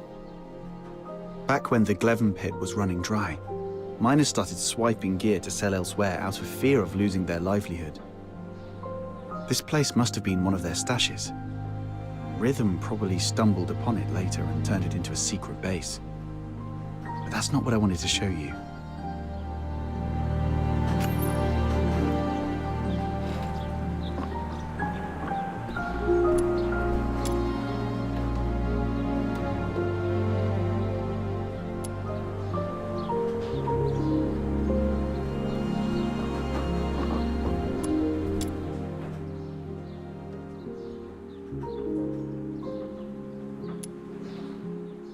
I was wondering who the genius was that sent painkillers to someone in a coma.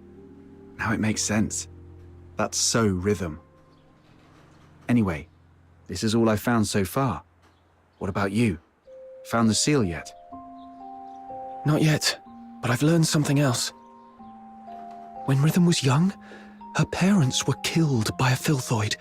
That same filthoid took the lives of so many others. I have received an alert of a deterioration outbreak in the eastern periphery. The deteriorator is a grave threat. Immediate evacuation is advised. We'll take over from here. Protecting civilians is my duty, as long as you're all safe. Maybe that's why she joined the escort.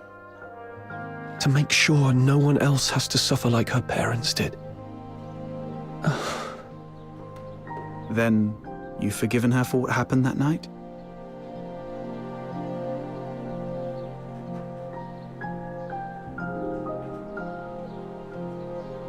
Or maybe, deep down, I never hated her to begin with. I just needed a vent to ease the pain inside. What I truly hate is the incurable deterioration and the gnawing helplessness back then. Nobody's at fault for what happened to Psyche. If anything is to be blamed, it's this broken world we live in. Yeah. It's getting late. Let's hurry up and find that seal.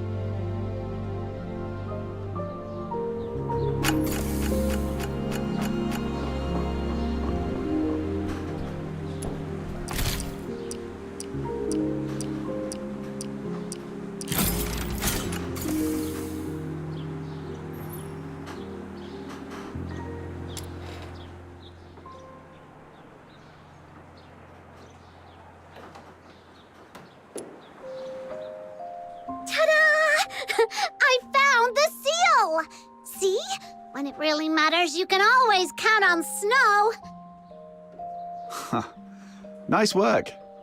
I guess you've earned yourself a prize. How about a Duet flower crown?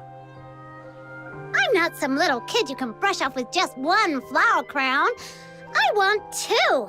One for me and one for little Minion. 0 for outsider. Sure. Once we're done with all this, I'll make you 2 crowns.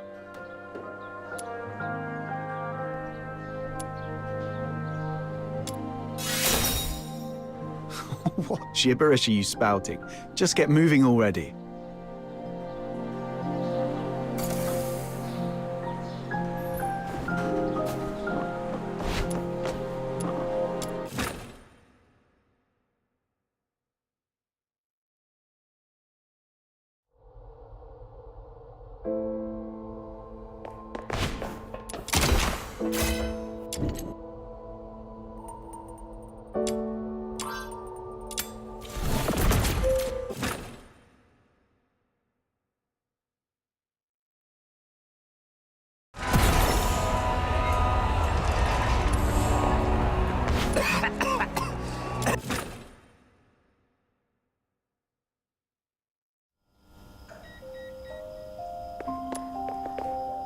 We're back.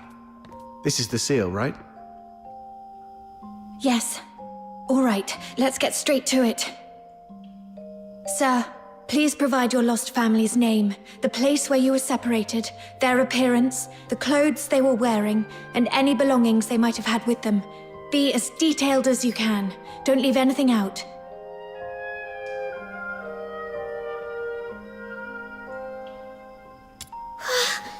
Sounds like Officer Fisher's going to arrest my little minion. Her name is Berenica, from a small southern island.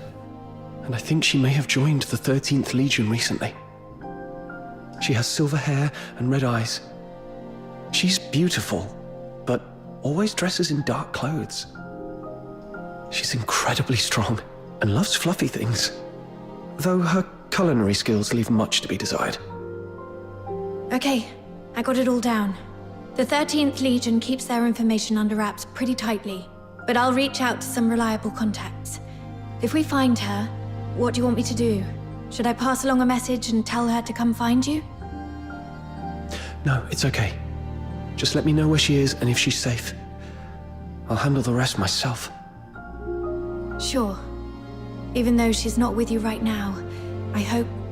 No. I believe she's out there, staying strong and waiting for the day you'll reunite. Just like me and Blues. Sorry if I came off too blunt. I probably haven't mentioned this before, but Blues is my young brother. He's currently serving as a laureled Charon candidate with the 6th Legion in the inner city. Laureled Charon? That's no small feat. Only the strongest of the strong can make it. Yes. Blues. He's nothing like me. We were both fortunate enough to awaken as daemons, but even among daemons, the difference is stark. He's a gifted child. Even without much practice, magic came to him effortlessly. But he never took his gift for granted. He worked incredibly hard, and that's why he passed the 6th Legion's brutal selection process. Only 1 in 10,000 can manage it, and earned a place in the inner city. Congrats, I guess. 1 in 10,000, all that hard work just to lick up the crumbs nobles toss under the table. I understand your indignation, but I'm content with it. Blues achieving his dream is something we never thought possible when we were kids. Blues and I grew up under the weight of a double burden. The guilt of our Charon bloodline, and the sins of our parents. When I was a child, my parents unknowingly sheltered someone who was secretly a deteriorator. You can probably guess what happened next. That deteriorator turned into a filthoid and wreaked havoc, killing many of our neighborhood. Under Hyperborean laws, harboring a deteriorator is as much a crime as being one. But even as the children of criminals, the Empire didn't punish Blues and me. They even allowed us to serve in the Legion. Life as a Charon is harsh. But through effort, we can still make each day a little better than the last. Don't you think? But have you ever thought... Greetings, Warrant Officer Rhythm Fisher. Lynn, Major of the 13th Legion. I've been assigned to take over the Charon Hunt case. So, you're Warrant Officer Fisher and the Fox Hunters assisting with the investigation, correct?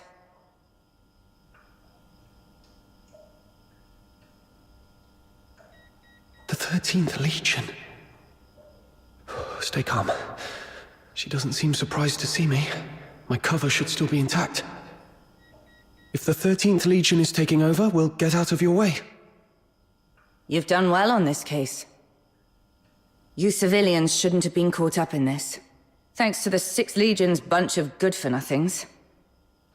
I came to Ice Lake for only one thing, the Charon hunt. Warrant Officer Fisher, I want the full report on this case in my hands within 2 hours. And Fox Hunters, since you're already in this deep, might as well keep assisting us if you can spare the effort. Certain matters are better left to the locals. They know the lay of the land, after all. Come find me when you're sorted. The pay's proper. It's all for the safety of Ice Lake.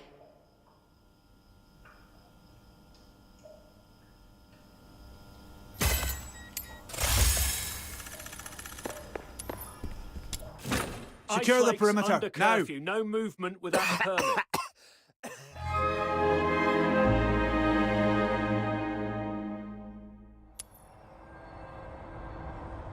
Good. Smart choice. Now, Fox Hunters, here's your first task. Take this list and head to the parking lot to find Clive for the weapons and ammo we'll need. Got it. I'll join you once I've finished preparing the investigation report and handed it over to Officer Lin. Huh. The streets are full of soldiers in the 13th Legion. What a grand scene. Why did Officer Lin head towards the inner city alone? The Alchemy Academy, the Council Hall, and the 6th Legion's HQ are all there. Could be anything. Logistics, politics, questioning. Or maybe just catching up with someone. None of it concerns us. One of my life rules is, the less you ask, the longer you live. We'll be done before the silver... Please, sir, let me go.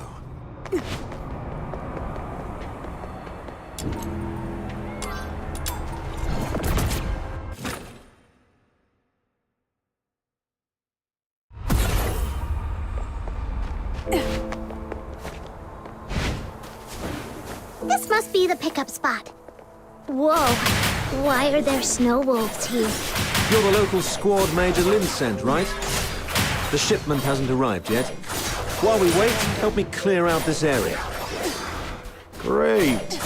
Another chore on the pile.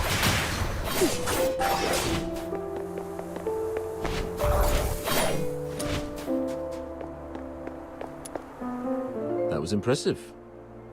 Let's wait here for the supply convoy to arrive. Hey, sorry for the delay. Sorry I'm late.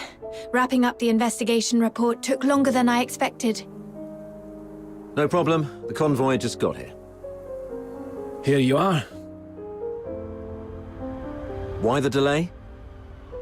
We intercepted a shipment disguised as fabric on the way here. These are the Forsaken's masks. Huh. For a fox hunter from a one-horse town, you're quite well informed. Just read about them in the papers. So, with this many masks, does that mean the Forsakens are planning to stir up trouble here in Cocytus? Better not poke your nose into matters related to the Forsakens, unless you've got a death wish. I'll handle the supplies. You take care of the tasks on this list. Whoa, what a big long list. 8, 16, 24, and more? We shouldn't have taken the job! Sir, if we finish all these, do we get honorary enlistment? Less of the sarky whining, and put that smart mouth to work. If it weren't for the 6th Legion's negligence, the 13th Legion wouldn't have to clean up their mess. Negligence? The Charon Hunt perp you failed to catch made it to the inner city. They killed His Majesty's loyal subjects and defaced the place with anti-Solarian graffiti. If that's not negligence, I don't know what is. The lockdown isn't just about catching the perp. It's also to keep the news under wraps. If word got out that Solars were killed by a monster in the inner city, you'd all be facing court-martial. So that's why the 13th Legion came all the way here, giving it that protecting Ice Lake cobblers. Turns out some inner city noble Solars were killed by that monster. This occurred as a result of my negligence, and I'm willing to accept the consequences. But please, allow me to assist in the investigation and make amends.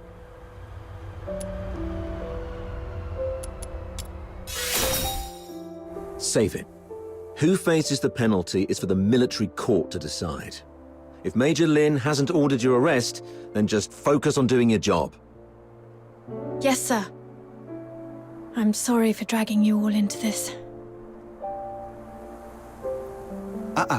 Enough with the downer talk. Let's move. We've got our hands full for the next few days.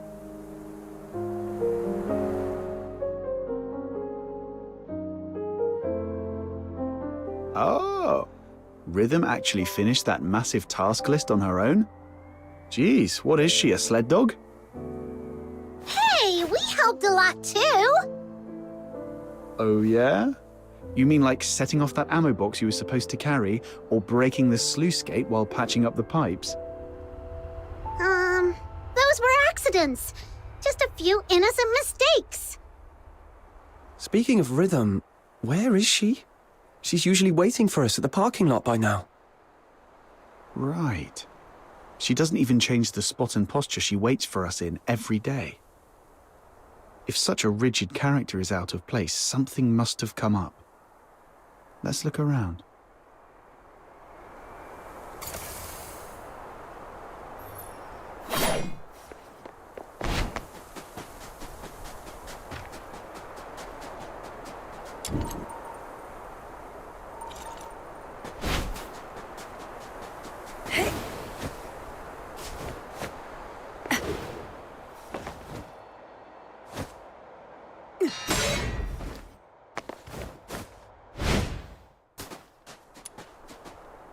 Whoa! You've got another list? Don't tell me the Legion dumped more work on you. No, this is a supply list I put together. Ever since the 13th Legion took over the case, it's been harder for citizens to get around, especially in Mistaken, where food supplies were already scarce. I thought I could at least help by delivering some essentials. Wow. You sure don't know how to take it easy, do you? I know. Save the "it's my duty" speech this time.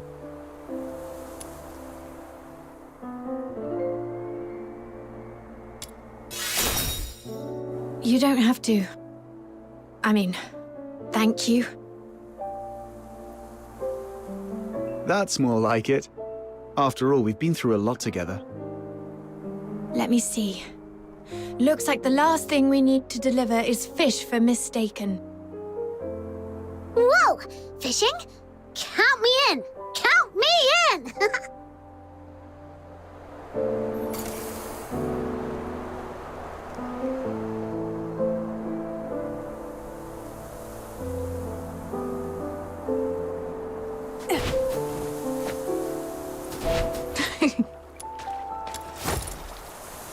What's so funny?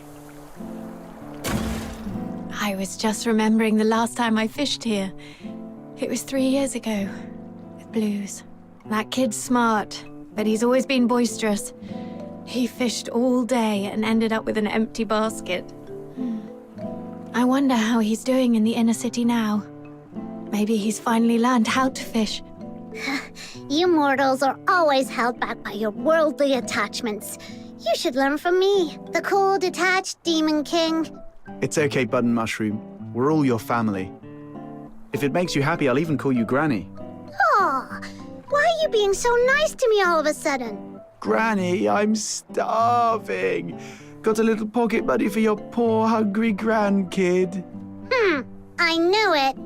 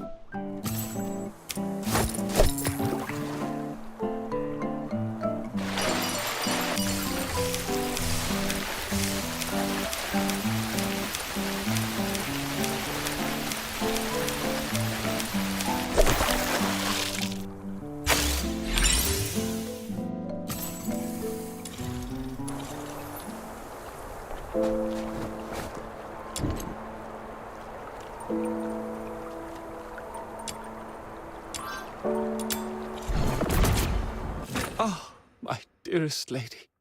This sleepless night finds me alone with a cold pillow. You again? What?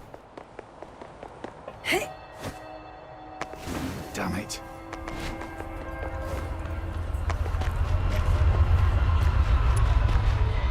Wow, Officer Fisher. I can't believe you brought all this food. And even sooner than you promised. Let me see. Bread, beans, boreal berries, and fresh fish. Oh, thank you so much. We've been scavenging through empty rubbish bins these last few days. If it weren't for you, I don't know how we'd manage. You're a lifesaver. No need to thank me. It's just part of my duty. You should thank the Noctoyagers, though. They've been a big help. So that's why you're here. I knew it. My brother from another mother always has my back. But how did you guys manage to rub elbows with the Legion officers so fast? You've got to show me the ropes. All squads, attention. Assemble at sewer entrance number 8 immediately. Repeat, sewer entrance number 8. Assemble immediately. Is the 13th Legion making another move? Yes. Looks like the operation's moving to the next phase. Let's keep going. Oh, you're leaving so soon. Well, when you're not busy, be sure to stop by again. I'll have tons of fun little trinkets ready for you next time.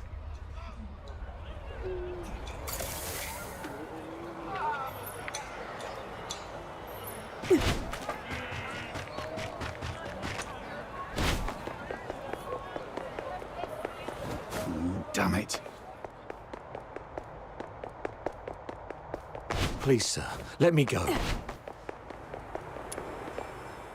Arnold, take 3 men and head to the sewage tunnels right under the motor plant. Duke, the ventilation zone. Miles, you... Rhythm Fisher reporting for duty. Good, you're here. The operation begins now. You locals know the area best. Head down to the tunnels beneath Silver Piece Square and hold position. The creature's hiding out down there. Fisher, keep your comms on and await further instructions when you're down there. Yes, sir.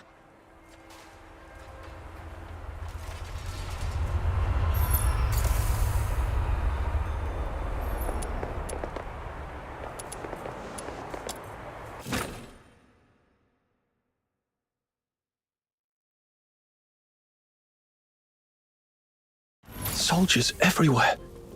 Does that mean the lockdown's complete? It appears so. We could run into the enemy at any moment. We've seen how dangerous they can be, so stay sharp. Miles, get me 2 more mags. Do you copy? Is this comms on the blink again? Oh, it's you. Isn't your AO up front? Move on. This mission allows for 0 slip-ups. Yes, sir.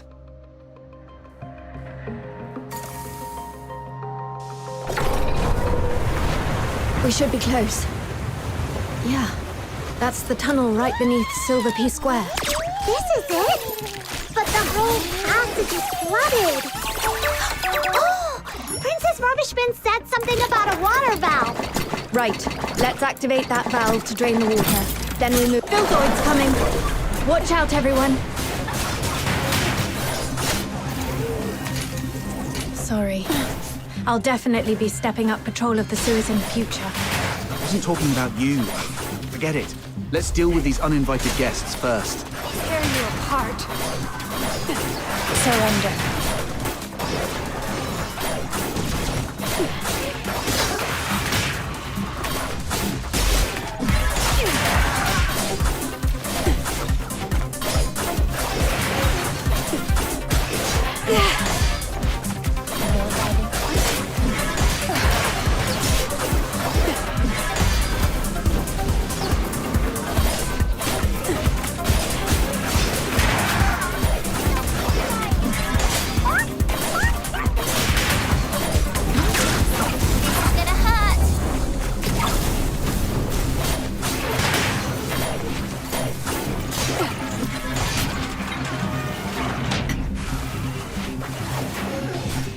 surrender.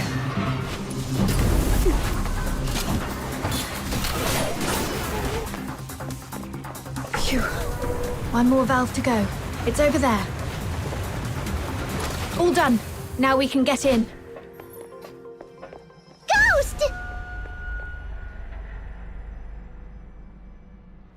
Don't come any closer. The mighty Demon King shall punish you with holy light magic. It's okay. Just a mannequin from some fashion boutique. Really? But that flower crown design, it feels familiar somehow. Could Clive have got it wrong? This place doesn't seem like a villain's base at all. More like a makeshift refuge cobbled together by a homeless guy. I don't think so. Look closer. There are claw marks all over the walls. This has to be the creature's hideout. Right. But this isn't quite what I expected. It even feels kind of like a cozy little home. When we were kids, Berry would hang colourful strips of cloth all around our home. She said it'd make the place feel warmer and less lonely. Upon a closer look, they've set this place up pretty majestically. Maybe they're the real Dukes of the Sewers. Dukes of the Sewers? What's that? Let's not get hung up on that. The setup here is a bit strange. Let's split up and check for anything off. Okay.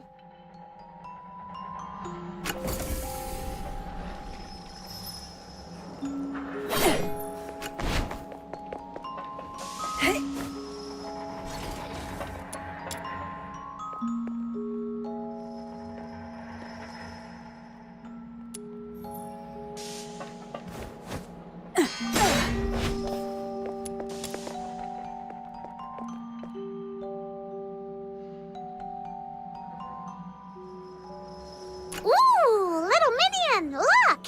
There's a weird-looking switch here. No, Butter Mushroom, don't touch that. Could be a trap. Looks like it's just a regular lip. Whoa! A new path just opened up. Like magic.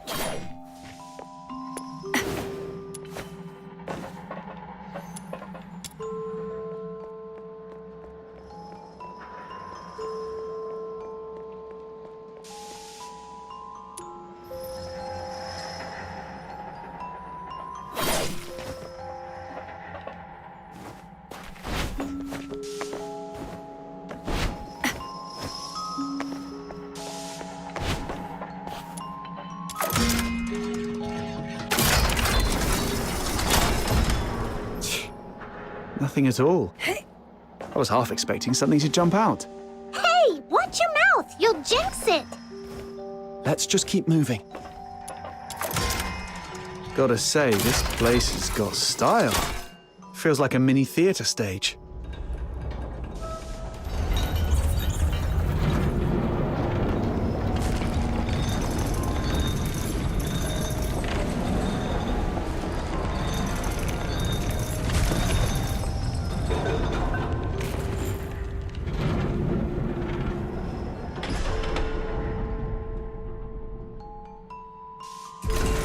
I've checked the lower area. No signs of anything unusual. What about your side? I found something. This fabric matches the piece of curtain cloth from the crime scene. But now that we've already found this spot, it doesn't seem to matter much anymore. The curtain. Wait, I remember something. That mannequin's pose and look. I've seen it before on an opera poster Blues once sketched. Now that you mention it, the whole room's staged like a theatre. Could the perpetrator be an opera enthusiast? Then again, since the Legion has already tracked down the perp, this clue probably doesn't matter much either. Right. Not like we can belt out a duet and hope they turn themselves in out of mutual admiration. Let's report back to Clive and see if he has any new instructions. Rhythm Fisher reporting in. We've reached the area beneath Silverpiece Square. Search complete. No irregularities found. Awaiting further instructions. Right. Hurry! Huh? What's wrong?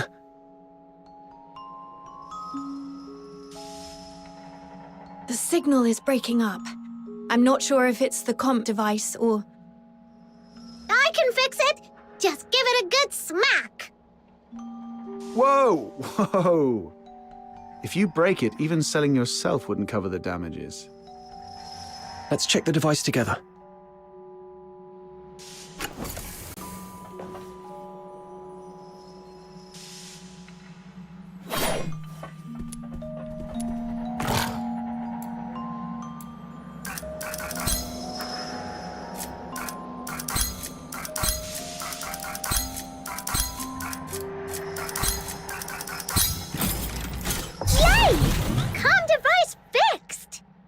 Breached! The monster is heading your way! Hang in there! Major Lin is coming for you!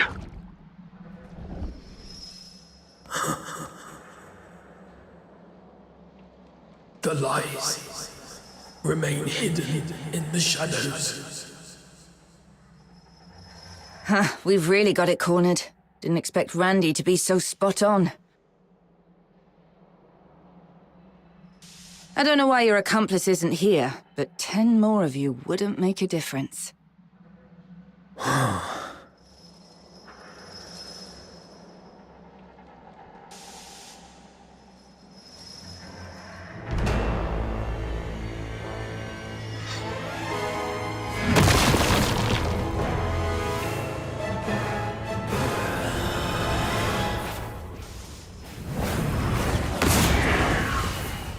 Die. It's coming at us! A second-rate excuse for a fight. Officer Lin, I'll assist you. Good teamwork. You've proven your worth. Now, let me teach you a new rule of thumb on the battlefield. When faced with absolute power, all tactics are meaningless.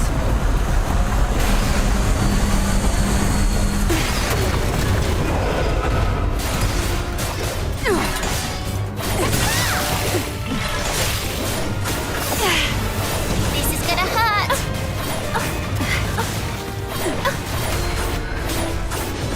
Did I not keep flying?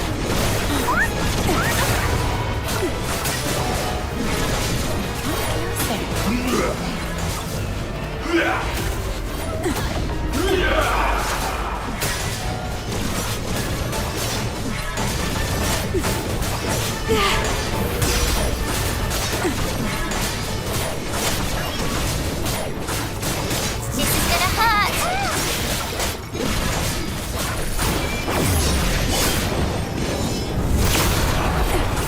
Tear you apart.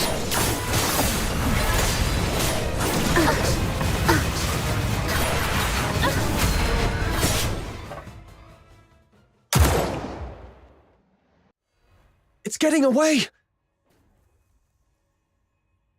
The culprit is confirmed dead. The Charon Hunt case is closed. Fisher, you know how to write the after-action report, right? I trust I don't need to spell it out for you. What? You fox hunters did well too. But remember this. Don't overstep your place. Officer Lin, isn't it too soon to call this over? The blood on the ground has darkened. Its organs were clearly pierced. It won't last long. Then I should follow it and confirm, just in... I said the case is closed. Don't make me repeat myself. Do not overstep your place.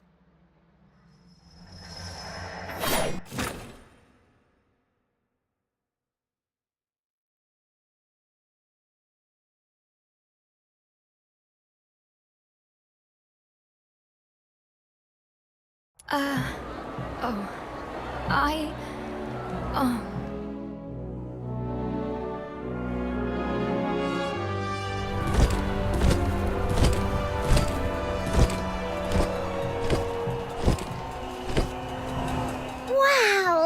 at this! Such a grand display.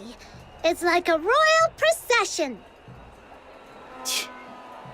All that talk, and in the end, it's just a show to make it look like they did something. Aren't you going to join the send-off ceremony?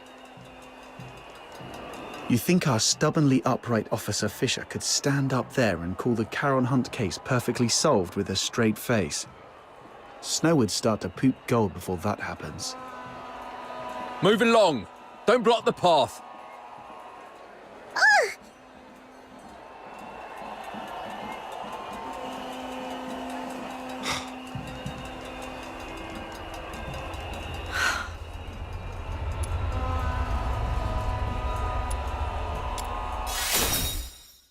Be who you are. Someone who never gives up. Who fights with everything she's got for what's right.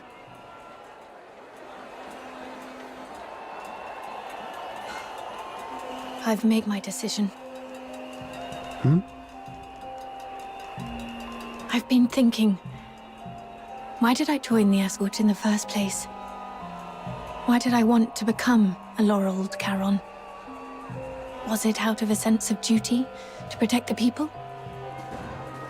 No, not really. I'm not that selfless. I just did all that to secure a decent life and a peace of mind. So, I've made up my mind. Well, fair enough, we get it. You've done your best. If the Legion won't act, we'll take care of it ourselves.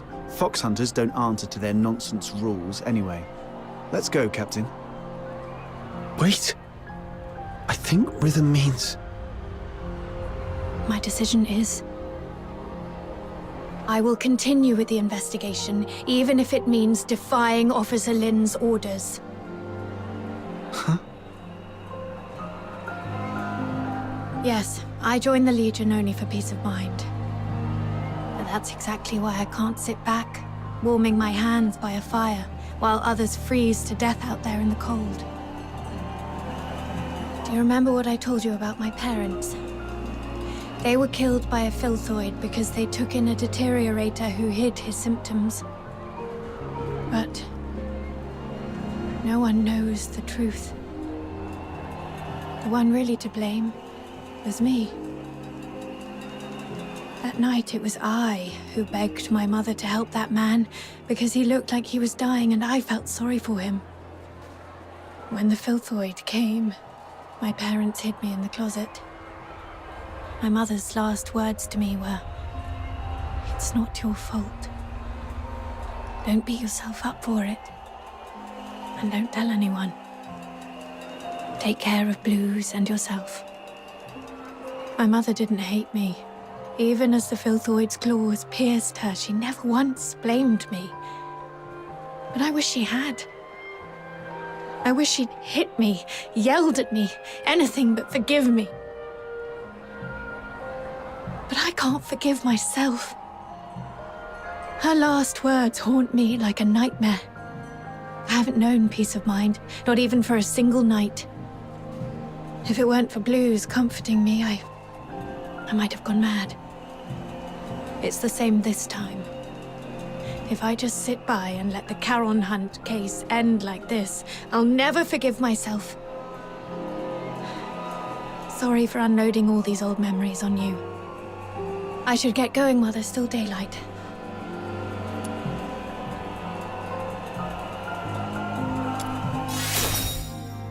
This is my own choice, and I have no other subordinates to call upon. You don't have to risk yourselves to help me. What are you saying? We've come this far and now you want to go solo and hog all the credit? Like we'd leave a good person who brings warmth to others to freeze out in the snow. And besides, if you freeze to death, that terrifying little sister of mine will make sure I pay for it. I heard that! I'm definitely telling Fina on you. Me too. I'll bear witness to Snow's words. How dare you, sneaky little button mushroom? I'm going to whack you on the head. Huh, try and catch me, mud ears!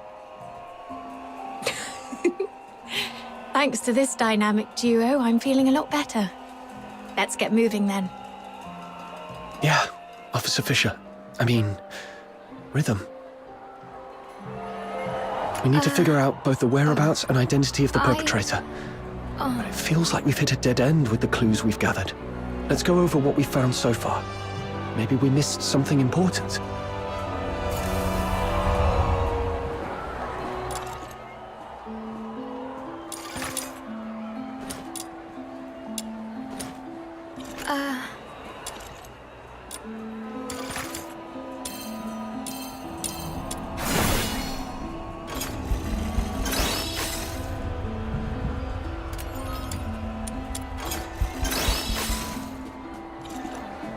Earlier, we suspected the perpetrator might have a connection to the Opera House based on the curtain clue, but we quickly ruled out the staff.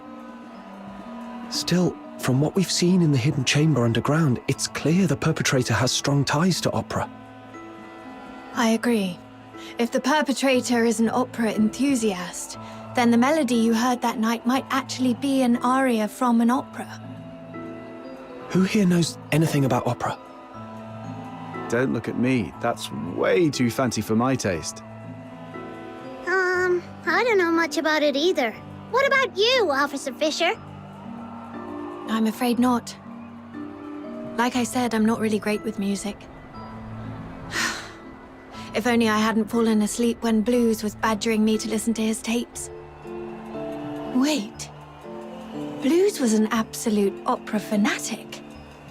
I remember he left a collection of tapes at our secret base. It's a long shot, but if we listen to them all, we might find that melody. Huh. Kudos to Blues for helping out big time. Captain, let's visit that place again.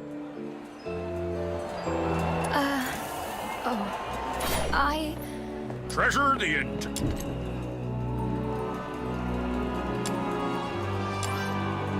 I'll never miss the threat.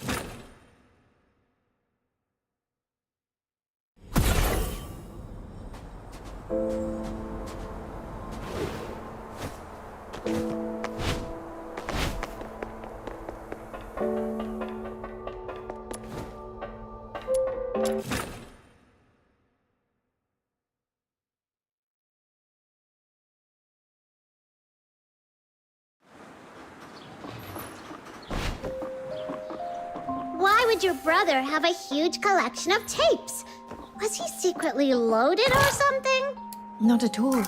Most of them were copies he made from friends.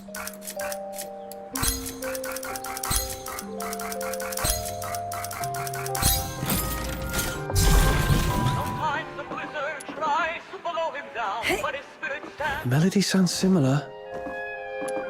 It's not quite right. The perpetrator's version felt much sadder.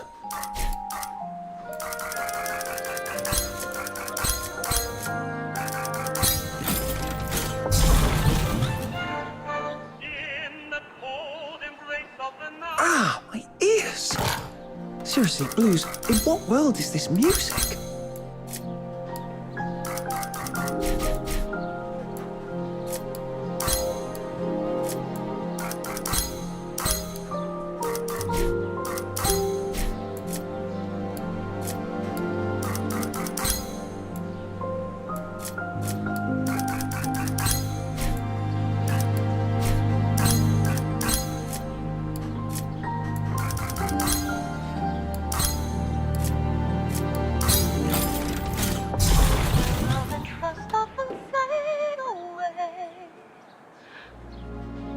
Can't be all of them, right? Got nothing?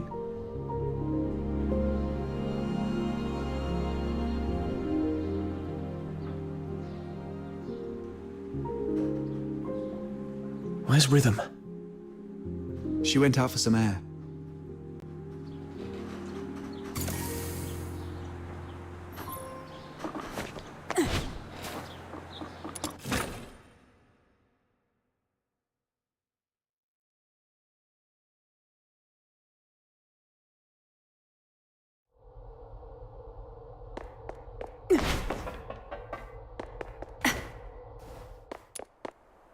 The silent, silent snow Child of the sky, may the nameless child be bathed in good time, dancing with snowflakes, so light, so great.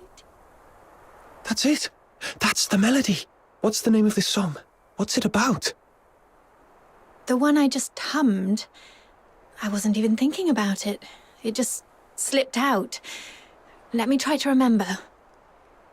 Oh, Blues taught me this one. It's called Requiem for the Nameless.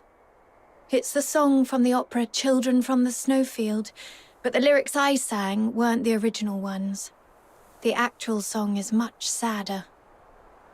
It tells the story of a nameless fairy who sacrifices everything to save their friends. But in the end, their friends never learn the truth. Only the snow remembers.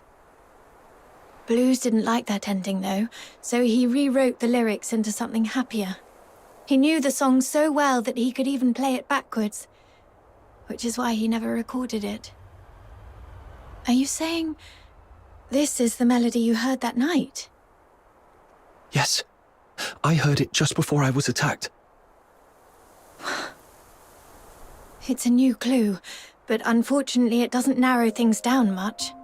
Children from the Snowfield has been performed at the Gallia Theatre for decades. It was incredibly popular, so a lot of the locals know it. Once, Blues and I saved up for half a year to buy 2 tickets to see the play. We were so excited. But on that day, someone in the theatre accused us of stealing their tickets. We were kicked out before the play even started. That night, I sat against the theatre wall for hours, feeling absolutely miserable. But Blues, he pulled out his harmonica like a magician and started playing that song. Turns out, he'd already learnt it on his own. As he played, a voice rose from the other side of the wall. A boy singing along. His voice was so beautiful, just like a lark. With Blues' harmonica and that stranger's singing, I felt so happy I'd almost forgot we'd been thrown out that night. Sorry. I didn't mean to get carried away and bore you with these old stories. My point is, this song is too common. It's not specific enough to serve as evidence. Any chance this play's being performed again soon? Maybe we could stake out the theatre and see what happens. I don't know much about recent performances. From what I know, the play's been off the schedule for a while due to an accident. An accident? Yeah. I came across a note about it while sorting through case files some time ago. It wasn't anything major, just a brawl at the theatre during a performance 2 years ago. According to Putsch, the troupe's director, their lead performer was injured during the fight. That's why the Magic Flute troupe decided to halt future performances of Children from the Snowfield. Let me check my notes. Here it is.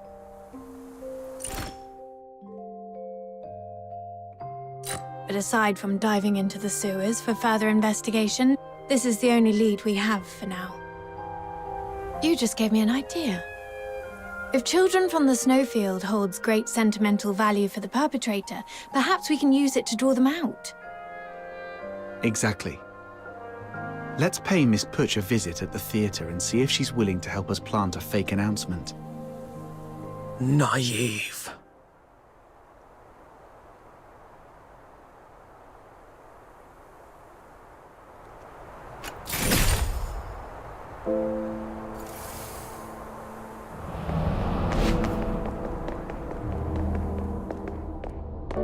I knew the perpetrator is still alive.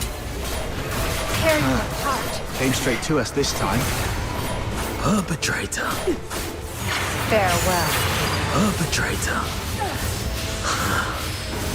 Even now, they haven't told you the truth.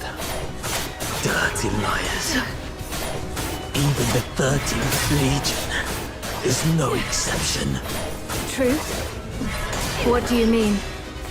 It's stalling. Take it down first.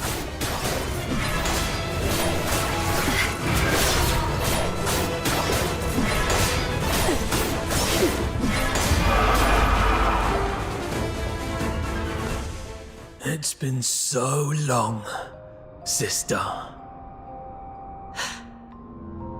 Or should I say, Officer Fisher? Have you calmed down now? Who are you? Answer me! Blues Fisher, your younger brother. The owner of that harmonica. Blues? Why are you dressed like that? What happened to your voice? I thought you were training in the inner city. Why are you... No. You're lying. My Blues has a heart of gold. He shares other people's suffering as if it were his own, and treats every Charon like family. He'd never have committed atrocities like the Charon Hunt.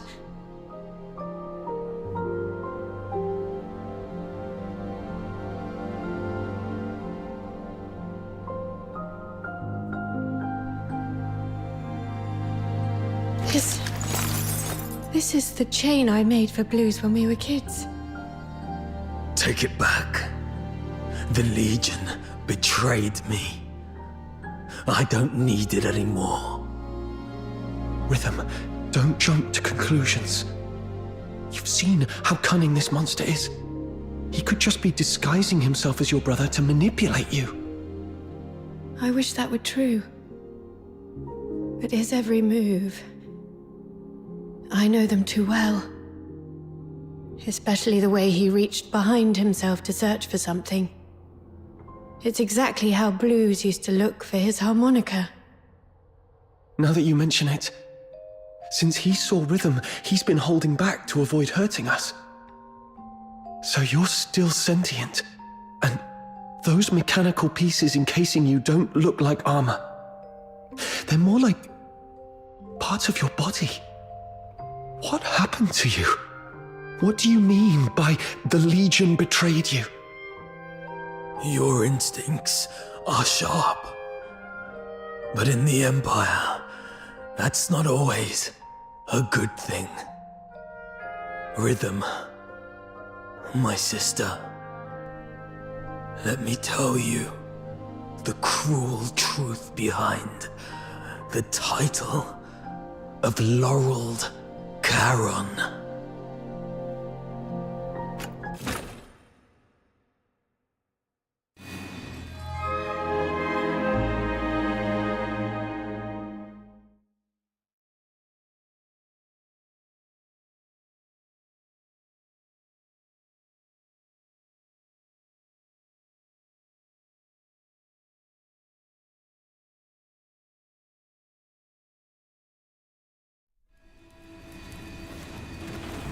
This glare.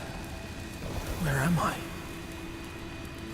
I remember passing the tests, being assigned to the 6th Legion's Alchemy Academy. And then... Professor, the test subject's consciousness seems to have awakened earlier than scheduled. It seems to be in great pain. Should I administer another dose of anesthetic? No need. Let it stay awake. Begin resistance data extraction in 2 minutes.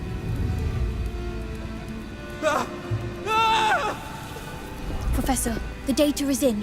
This one shows exceptional resistance among this batch of augmented subjects. The current test failed to breach the secondary heart you implanted, while fire has damaged its synthetic skin, causing its body temperature to spike far beyond normal limits. Data collection complete. It's on the verge of collapse. Shall I take it back to rest? Do not waste your compassion on these demons. Administer the sedative, secure its limbs, and prepare for the next enhancement experiment.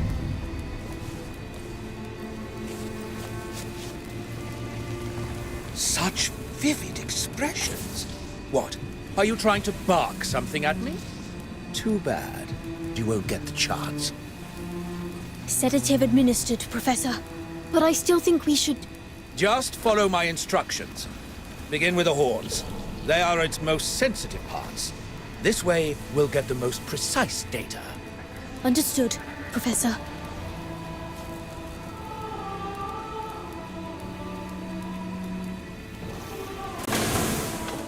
I don't know how long those days dragged on.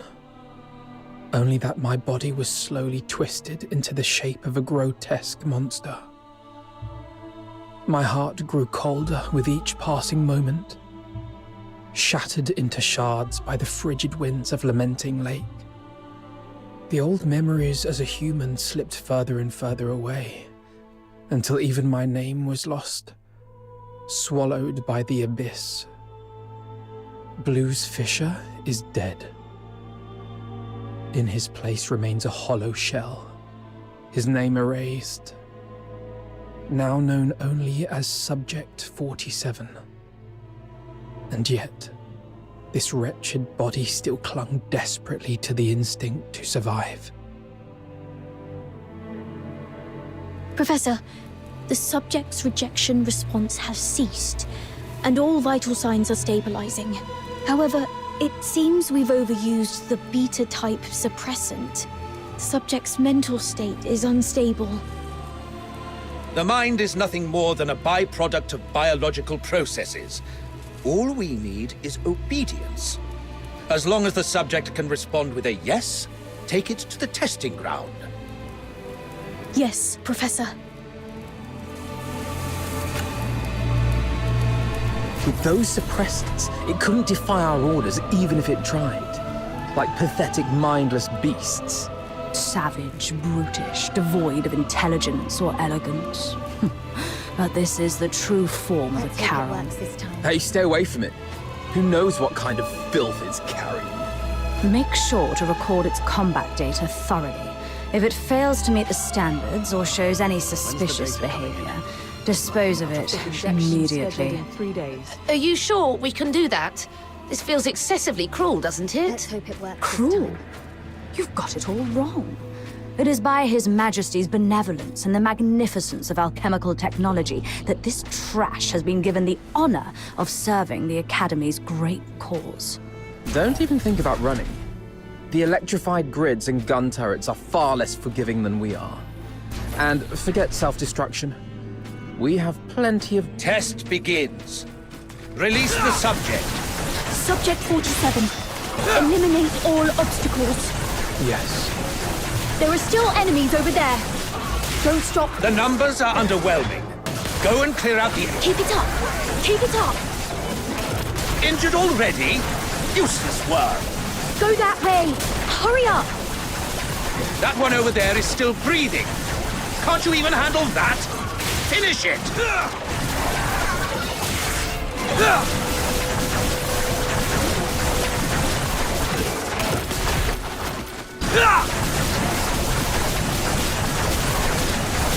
There's no escape. Test complete. Return it to the cell. Prepare for the next batch of subjects. Hey, wake up. I'm 36. Who are you? Not in the mood to talk? That's fine. Just make a sound so I know you're alive. 47. Thank goodness. I thought I'd never meet another person to talk to. Do we know each other? Not yet, but we'll get there. After all, we're the only humans in this hellhole. Humans? Only you would still think of us that way. It's what's in the heart that counts. The heart.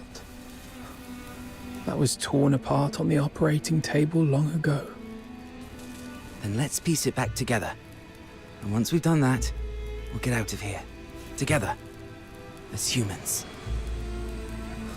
Keep dreaming.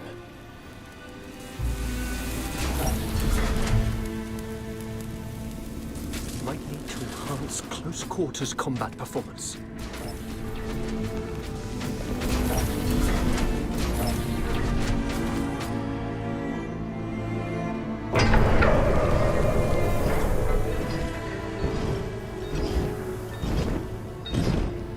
Test begins. The targets assigned to the subject this time are rare. Ensure the data is recorded in meticulous detail. Yes, Professor.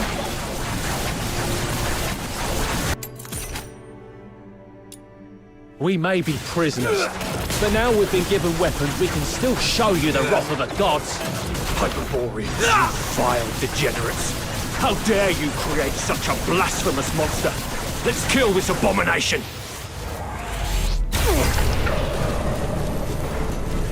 Please, spare us. We've already surrendered. There's no escape. Great Knight, hear me. Grant me your mercy, your wisdom, your strength, and your deliverance. Oh, merciful gods, grant me forgiveness, grant me absolution. Data's all logged. You can head back on your own. I've got to prepare the report for the Professor.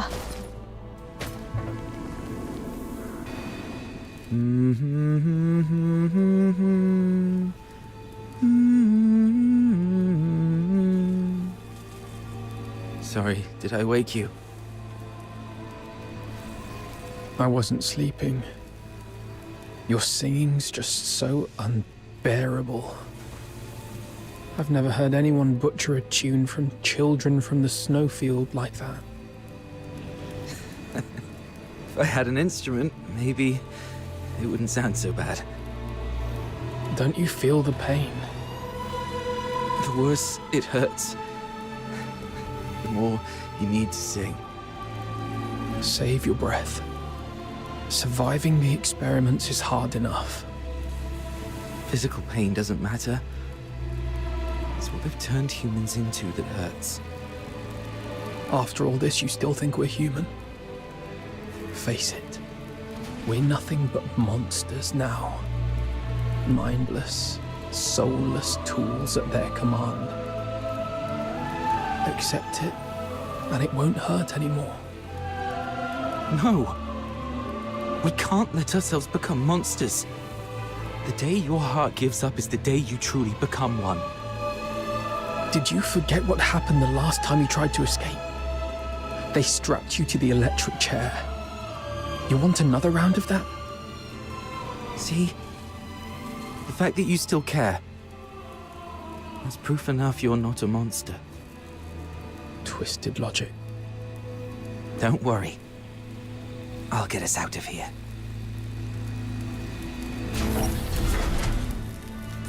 Phew. All cleaned up.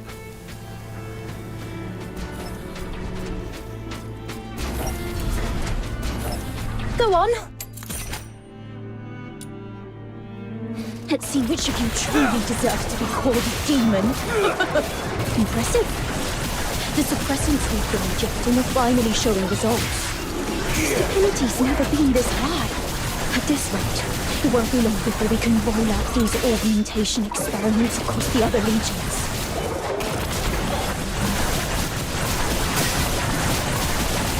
Wow, still kicking. Looks like the regeneration ability is adapting better than expected. Hey, don't think I don't know what you're up to. You could have easily won, couldn't you? Yet you just had to get yourself hurt. What a performance. Don't get your hopes up. We're not letting such a valuable augmented subject die for nothing. That'd be a colossal waste. 36.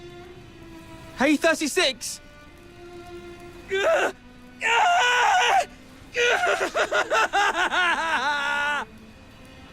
Hey!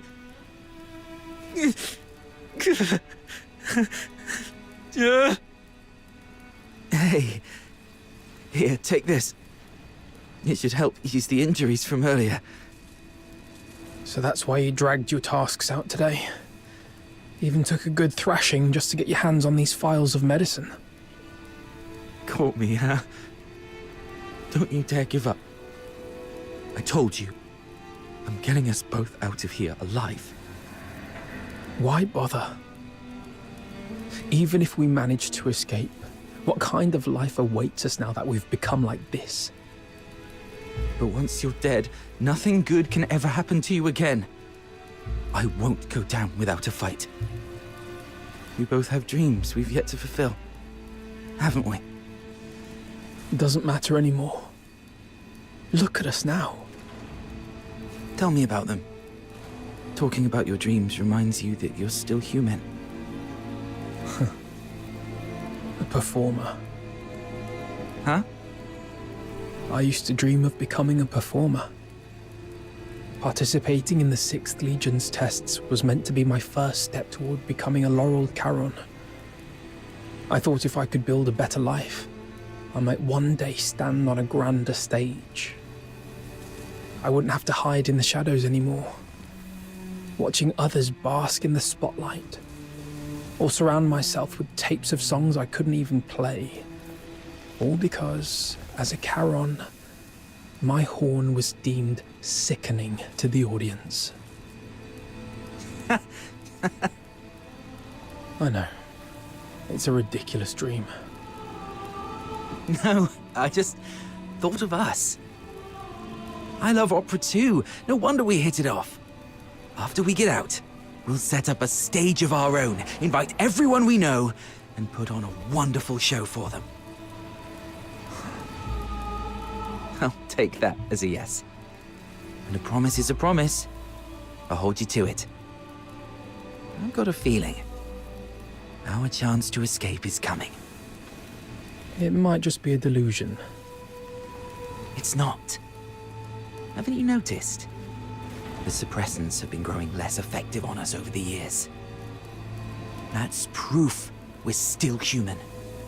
Even our bodies are telling us it's time to fight for ourselves. Or maybe it's just this cursed, monstrous body mutating for its own survival. But the alchemists haven't even noticed it yet. Their negligence is our chance. Let me think. We should come up with a secret signal for when the time comes.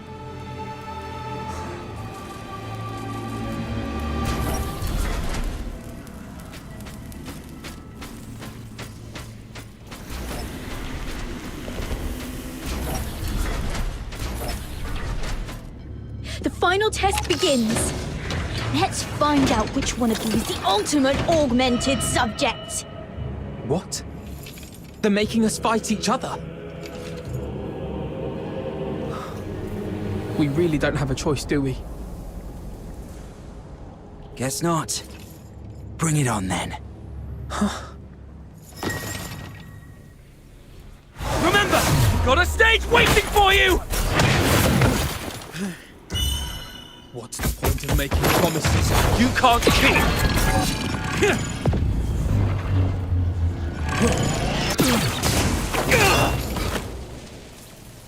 Because someday, they might just be fulfilled!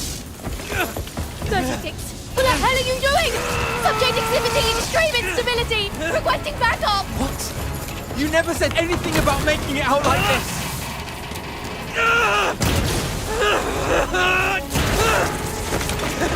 I never go back on my word! It's open!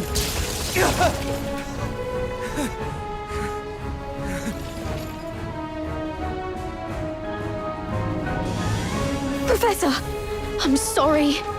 I didn't expect the subjects to resist the suppressant's effect. This kind of force is unprecedented in any of our test subjects. Fascinating. Perhaps they're our greatest masterpiece yet. Lock down all information. Deploy the latest gamma-type suppressant. Bring the subject in alive, no matter the... Did I make it? Yes. You made it. Great. Where do you think you can run off to? Monsters like you have no place in it.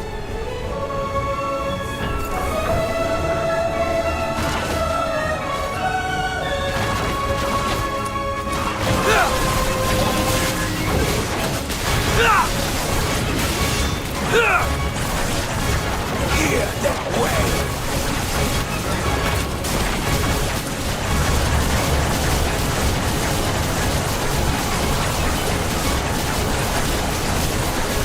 This way. There must be an outlet leading outside. Thank God.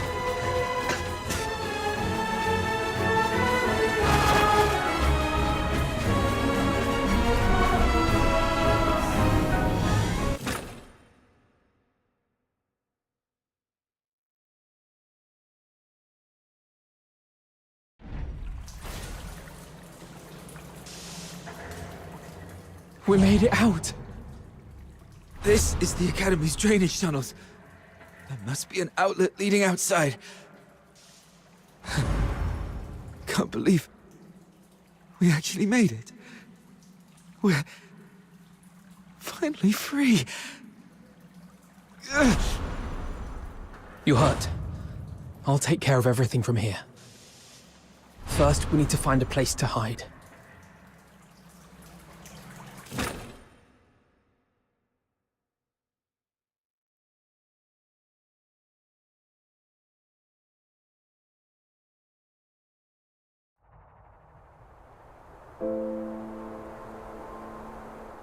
So you were the ones who built that strange stage in the sewers?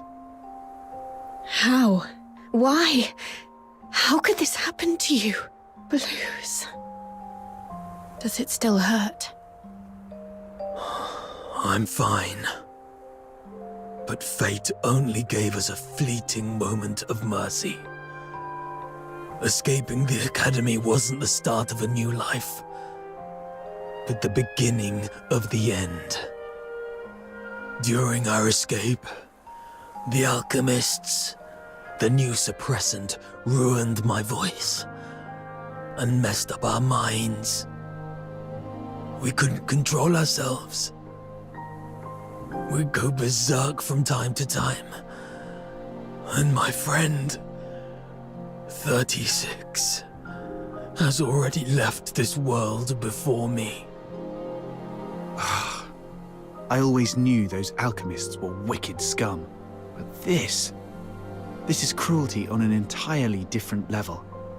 And to think that they had the gall to go in cahoots with the 6th Legion, luring Charons with strong magical aptitude just to turn them into test subjects. Listen, sister. The 6th Legion. They used the title of Laurel Charon as a lure to deceive us. Leave the Legion. Find a quiet, safe place and take care of yourself. What about you?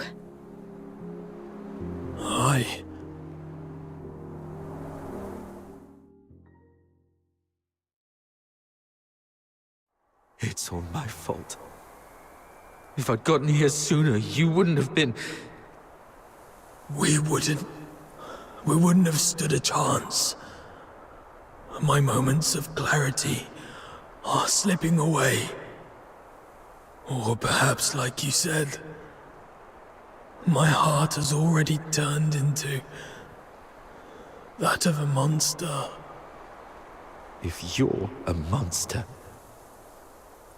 then what does that make me? We chased so hard to catch the light, the dazzling light, only to find it so unreachable in the end. If something is unreachable, why not pull it to the ground? Stay back. His body is toxic. Who are you? I have many names, many faces, but in the end, they're all just labels. No matter how those labels shift or change, one truth remains. We have been forsaken by the gods. Now, someone as sharp as you should already know who I am. I'm here to extend an invitation. Join us. Drag the untouchable Solars down to the ground and let them feel the wrath of Charons. Don't rush to reject me. Reflect on what the Empire has done to you. They lured you in with sweet lies, broke you with merciless torture, and buried you under an ocean of despair. And what lies at the end of this path? Becoming a laureled Charon? A better life? Greater dreams fulfilled? Absolutely not.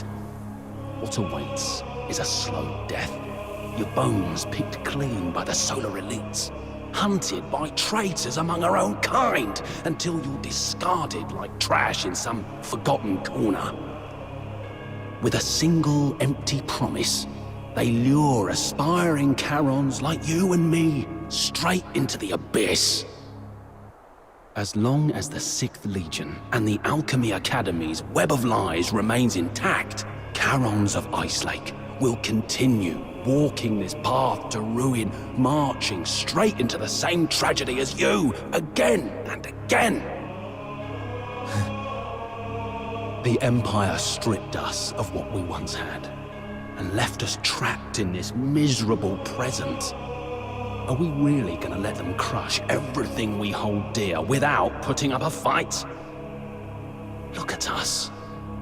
The Empire coveted our strength, shackled us like animals, and twisted us into grotesque monsters, into real demons. But now, we've broken free of those chains. Isn't it time to turn their own weapons against them? Time we made them pay. Let them tremble at the mere thought of us. Let them feel the pain we've endured. Make them never dare to covet what we hold dear again. Let them repent with their blood and remember us for eternity. Let the entire Empire scream our names in terror. The Forsakens. You may call it vengeance, but I call it protection. We demons bear a duty to protect our kind. We'll rid the inner city of its filth and give your loved ones the cleaner, brighter future they deserve. The Forsakens.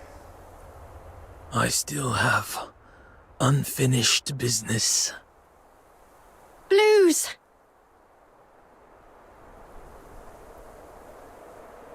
Do not follow.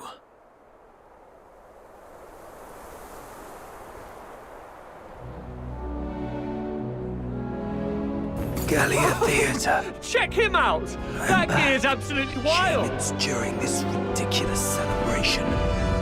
Such cacophony of lunacy defiles the sanctity of this place. Seriously? Hey, handsome. Care for a dance later?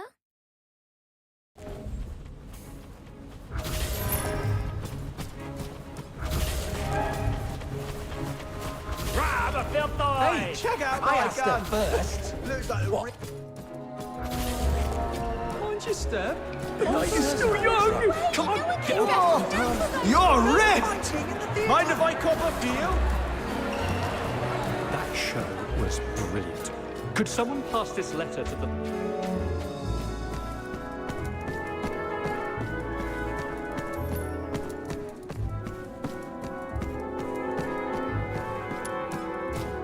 Can't believe you chose to meet in a place like this. Never took you for someone who enjoys such frivolities. And didn't I tell you to minimize contact until absolutely necessary? The 13th Legion is gone. We've got to finish our deal ASAP. Yes, it can be finished now, as we agreed.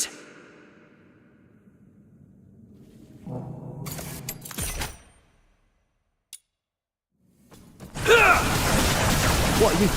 Why? I only cooperated with you to draw out.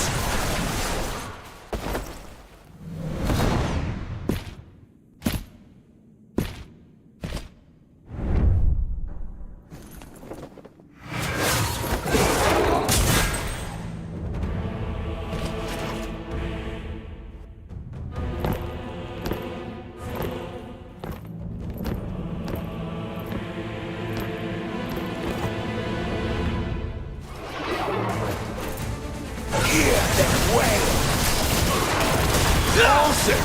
This year's show is on a whole new level! It looks so real! Check that out! Someone's really gone all in with that soldier costume. That gear, it looks legit. Is this a war-themed play or what? Come on, let's see some action already. Holy shit! Did you hear that? Man, the sound effects are spot on! Bravo! Let's hear it again! There's no escape! The 13th Legion is on official business. Live ammunition. Move it or you'll die. Wait, what? Are those real guns?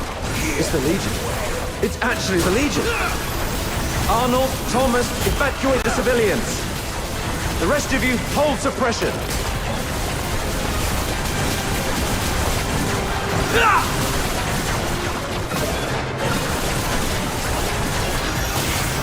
Hear that way!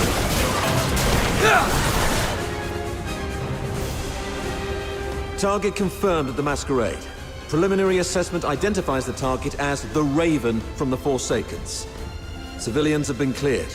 Apprehension proceeding as planned. Well done. Regroup. All units to Gallia Theatre. Captain, we're doing everything we can to stabilize the targets, but this Forsakens bastard isn't going to make it. What about target number 2?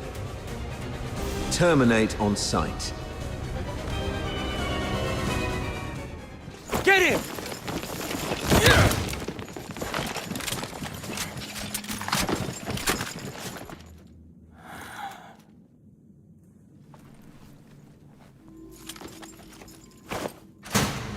Who is it?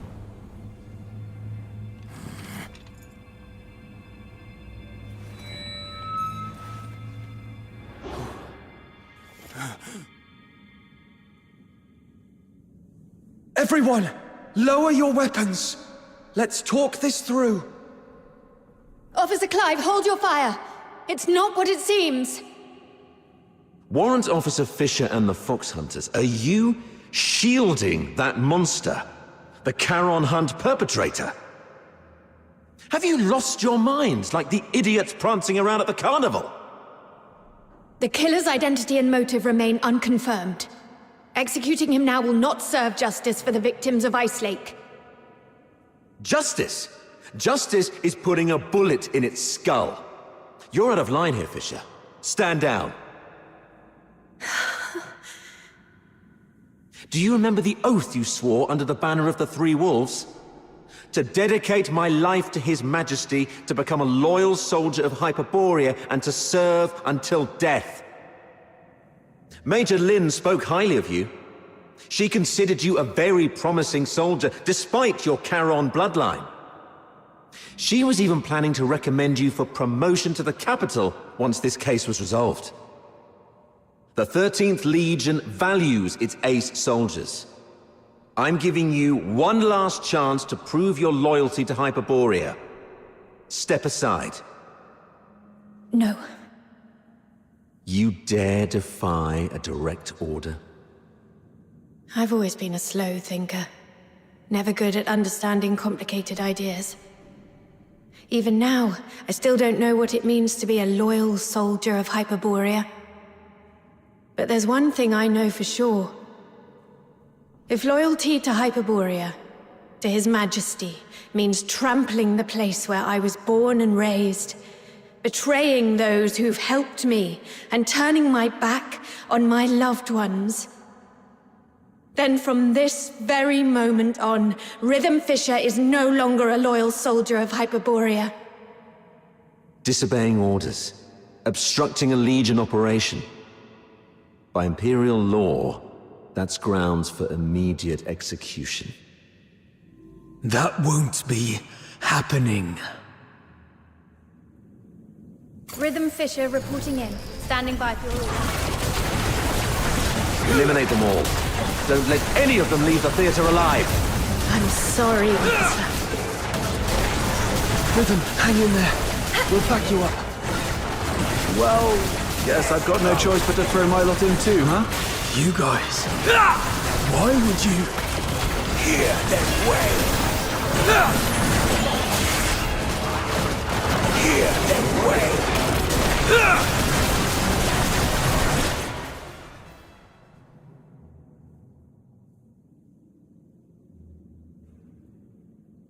Guess this is it.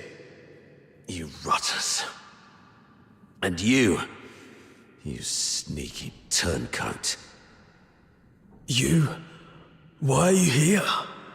You attacked the Legion. You were... When you left, Snow noticed those tiny shimmering specks clinging to you. Those specks, they're the same as the ones left by Lynn's final shot during the capture. That's when Outsider came up with a theory. Perhaps Lynn's shot wasn't meant to kill the target, but to track him. Her last warning to us, don't overstep your place, might not have been an excuse for her negligence or inaction. She just didn't want us to scare off the prey. And that grand send-off ceremony for the 13th Legion, it was nothing but a show to trick the target. They never actually left, did they? You're one crafty little rat, aren't you? That's right. After the Charon hunt spread to the inner city, Major Lynn suspected that the Forsakens might have been pulling the strings. The whole capture operation was just bait. A tiny shrimp to lure out the real big fish, so we could catch the Forsakens and wipe out their network around Ice Lake. You weren't supposed to be involved. But now that you've stood against the Legion, you've made yourselves enemies of the Empire. Run if you want. Major Lynn will hunt you down. I'll go with you. I'll face Officer Lynn myself and explain the truth behind the Charon hunt. She's sharp and reasonable. She'll see our side. I'm the one who betrayed the Legion. The Fox Hunters were merely caught up in it. They're innocent. Please, sir, don't punish them for my mistake. Blues, leave. Get far away from here. Head north, beyond the Vidofnir Mountains, beyond Hyperborea's reach. Go to the far north. Perhaps you'll find a place where you can survive. All right. I'll leave. But sister, can you promise me something too? No matter what happens, be brave and live on.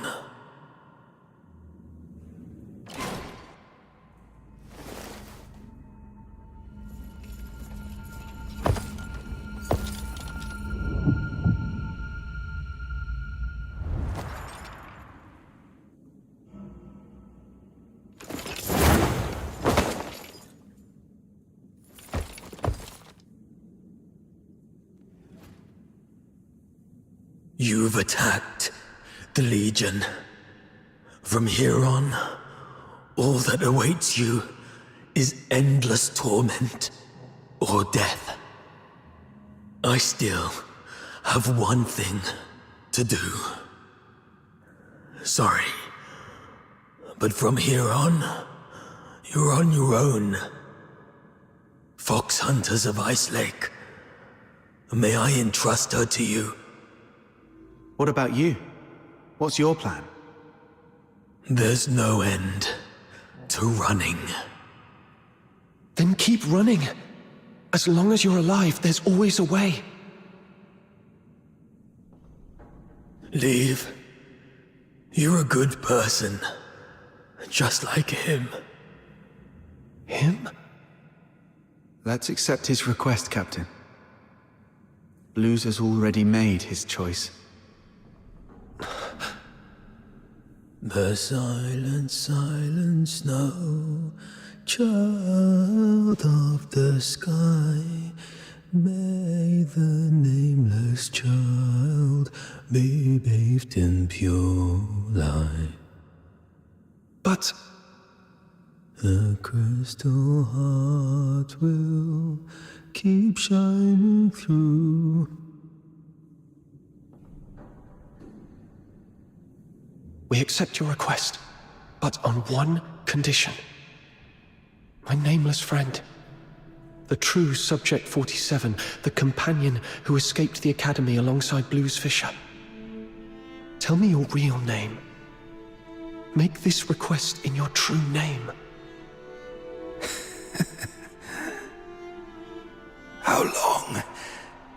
have you known? When you sang that song, or maybe even earlier. The silent, silent snow, child of the sky, may the nameless child be bathed in good time, dancing with snowflakes, so light, so great. Rhythm told us Blues didn't like the original lyrics. He rewrote them to give the song a happy ending. But what you sang is different. That's the original, sorrowful version, isn't it? You're not Blues, yet you know everything about what happened in the Academy. Then you must be the other protagonist of the story. It didn't make sense to me before. The culprit everyone described was a rabid beast, but you're nothing like that. You were calm enough to recount your past with such precision and clarity. So, could it be? You're not the one who committed the Charon hunt. Perhaps you've just been playing that role. It was just a guess, but your reaction tells me I'm right. You're such a talented performer. You managed to mimic Blues' every gesture so perfectly that even Rhythm bought it. That fresh wound on your throat. It wasn't an accident, was it? You deliberately sliced your throat because you knew Blues' voice was the one thing you couldn't perfectly replicate. But why? Why go to such lengths? Why pretend to be Blues? Was it to bear his guilt for him? To help your friend escape? Or could it be? The real Blues. Is he still alive? You even figured that out? Blues is gone. But he didn't want his sister to ever know who it was that killed him. You're sharp. If only we'd been as perceptive back then. Doesn't matter now. Regrets won't change the past. I lied to you. In the story, I swapped our names. It was the other way around. Blues was the one who saved me. He reminded me what it felt like to be human. But I lost the right to call myself human long ago. What's the point of a name for a ghost of the past? If a name is required, just call me Fantasio. Fox Hunters, here's my commission. Take Rhythm, leave this place, and keep her safe. And never, ever tell her about me. I accept your commission. I swear I'll see it through. And Fantasio, you are the best performer I've ever seen. Thank you. One day, if fate allows, I'd like to hear your story. The story of your own life. Until then, take care.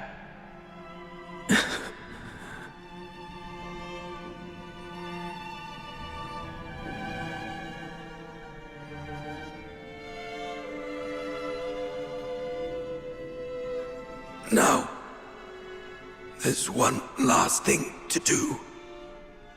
If I tamper with the shapes of their wounds,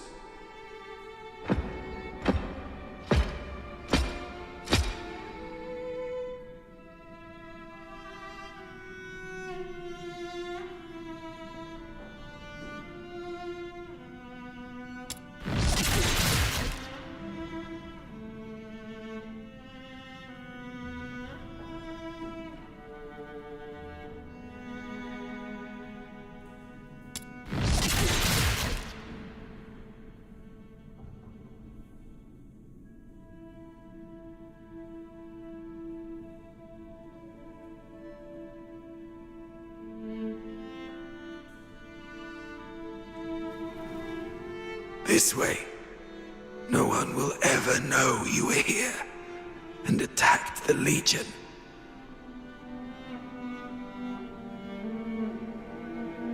I'm taking this secret to the grave. Blues. I fulfilled my promise.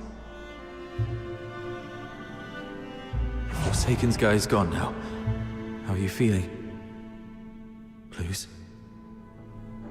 Blues? Turns out this body isn't exactly indestructible after all. So much for the Empire's so-called alchemical genius. My sister's aim has gotten a lot better. Looks like she's capable of protecting herself now. Is that what's important right now?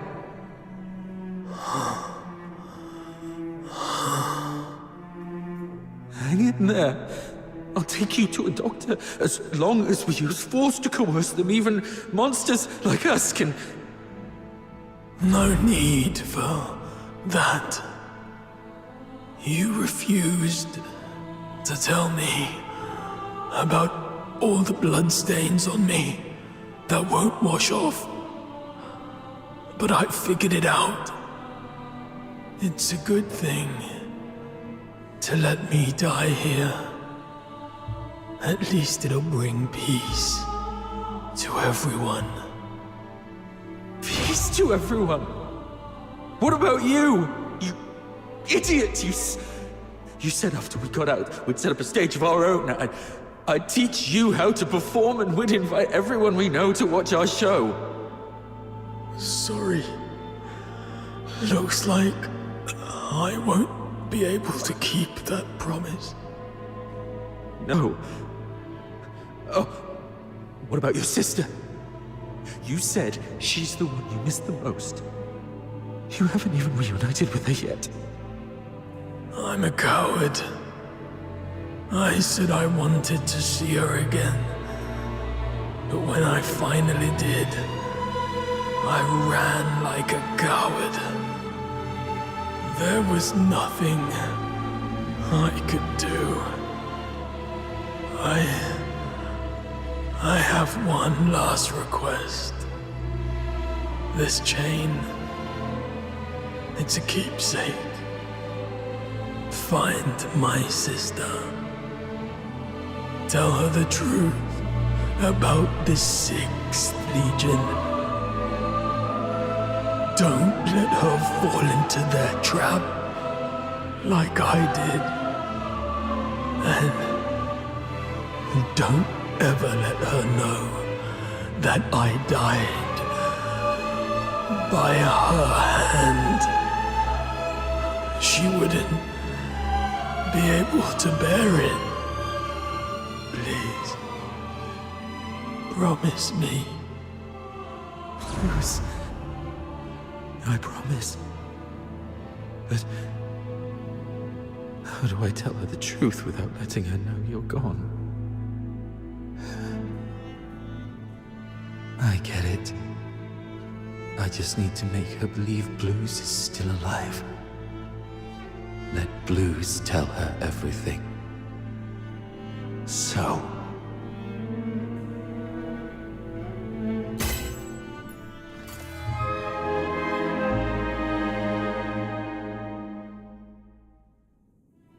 Blues. I did it. The 6th Legion's lies are finally exposed. Rhythm, you'll never know the truth about your death.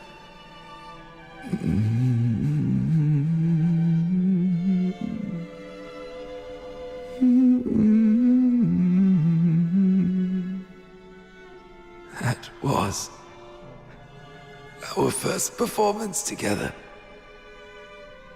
Not bad, wouldn't you say? You finally came.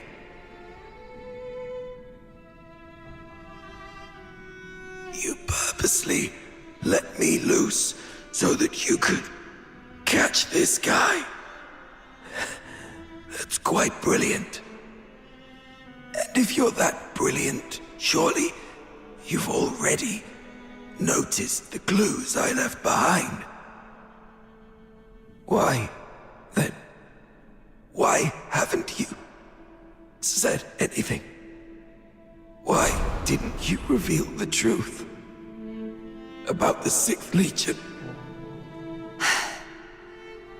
Our target has always been the Forsakens, nothing else. That is the order we received. Everyone has something they must fulfill. I'll make it quick. Something you must fulfill. I see.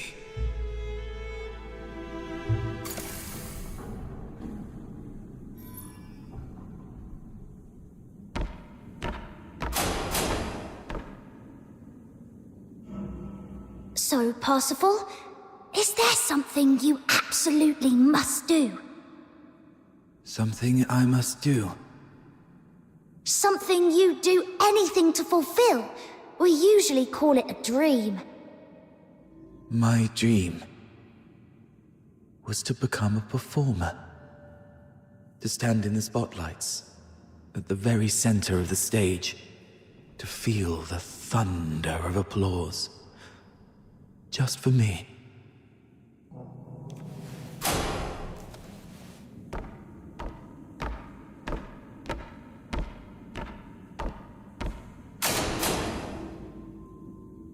Parsifal?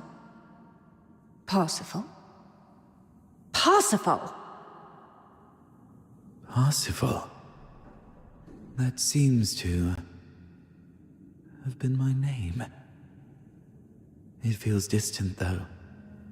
So distant. Why are you just standing there? It's your turn to take the stage. My turn to take the stage? Yes. The final act of Children from the Snowfield. You've been preparing for this moment for so long, haven't you? Yes. Yes, I have. I remember now, Miss Violetta. This is what I must do to complete this performance.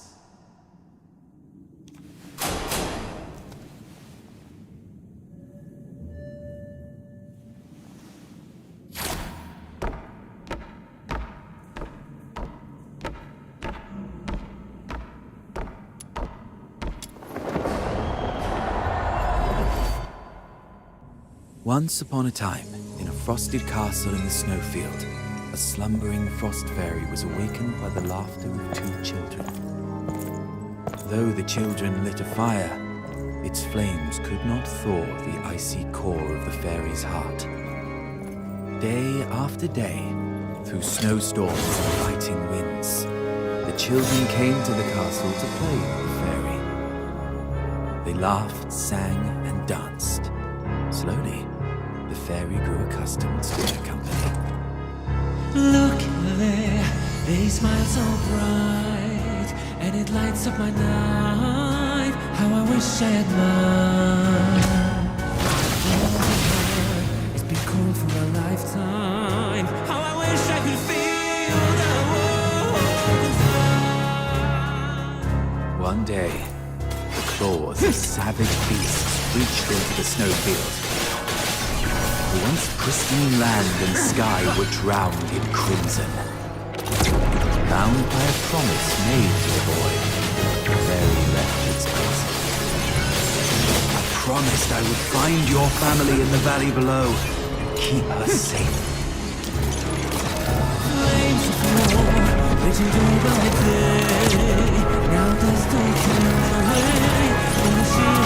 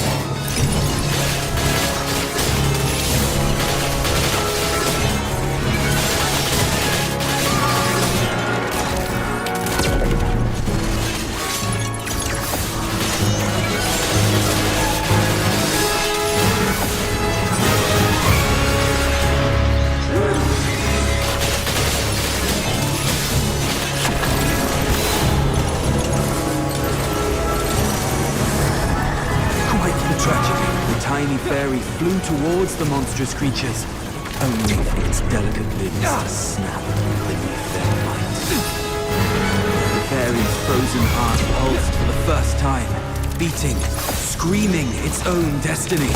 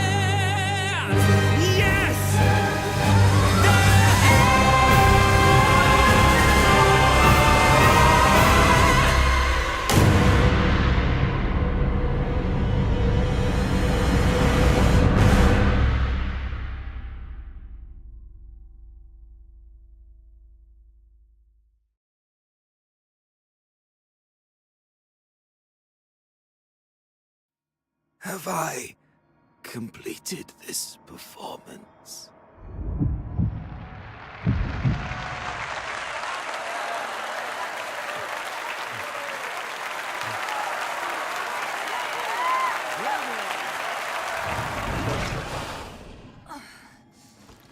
All units, ready your arms!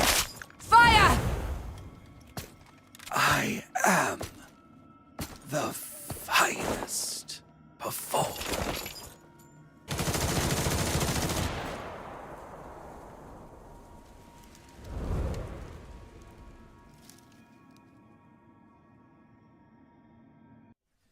Operation concluded.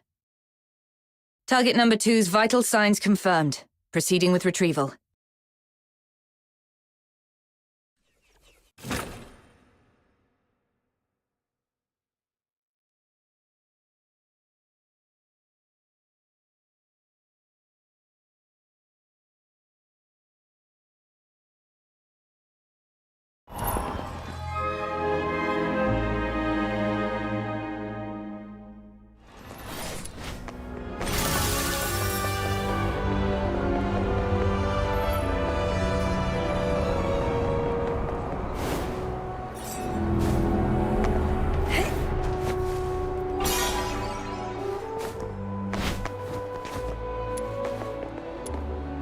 The light on the watchtower.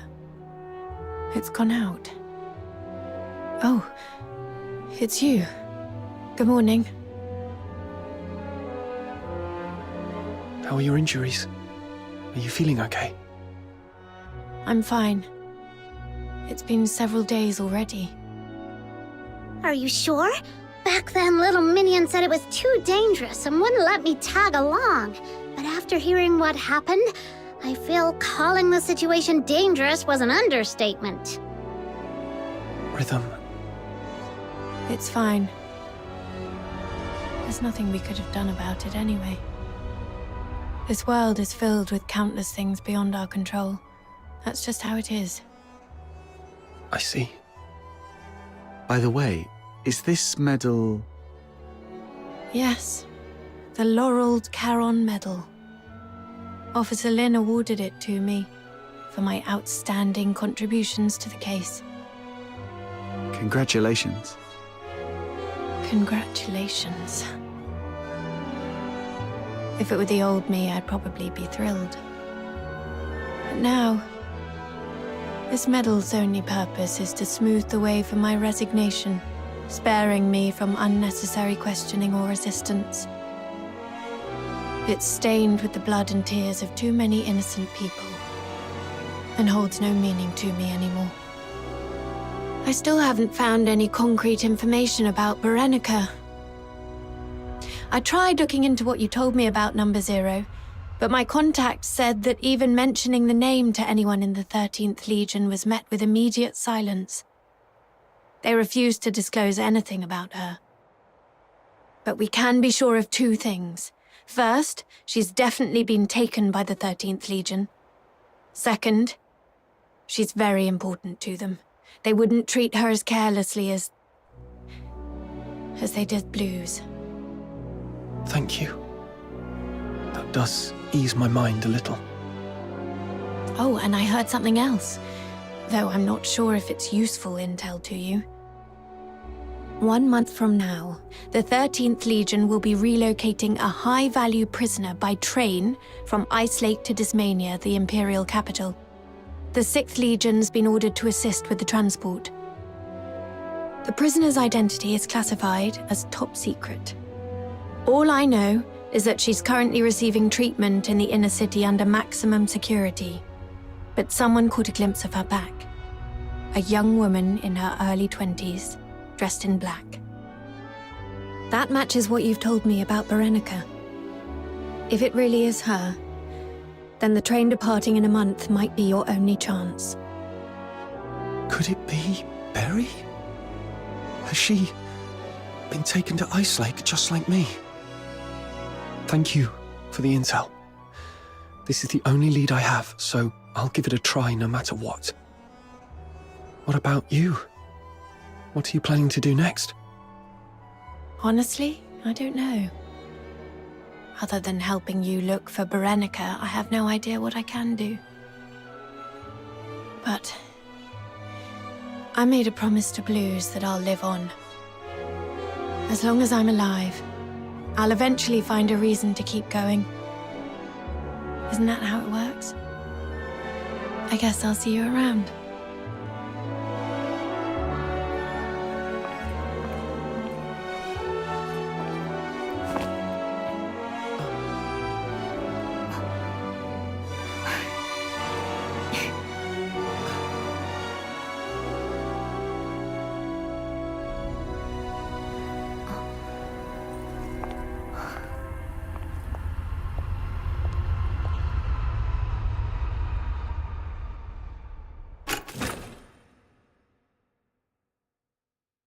Welcome back!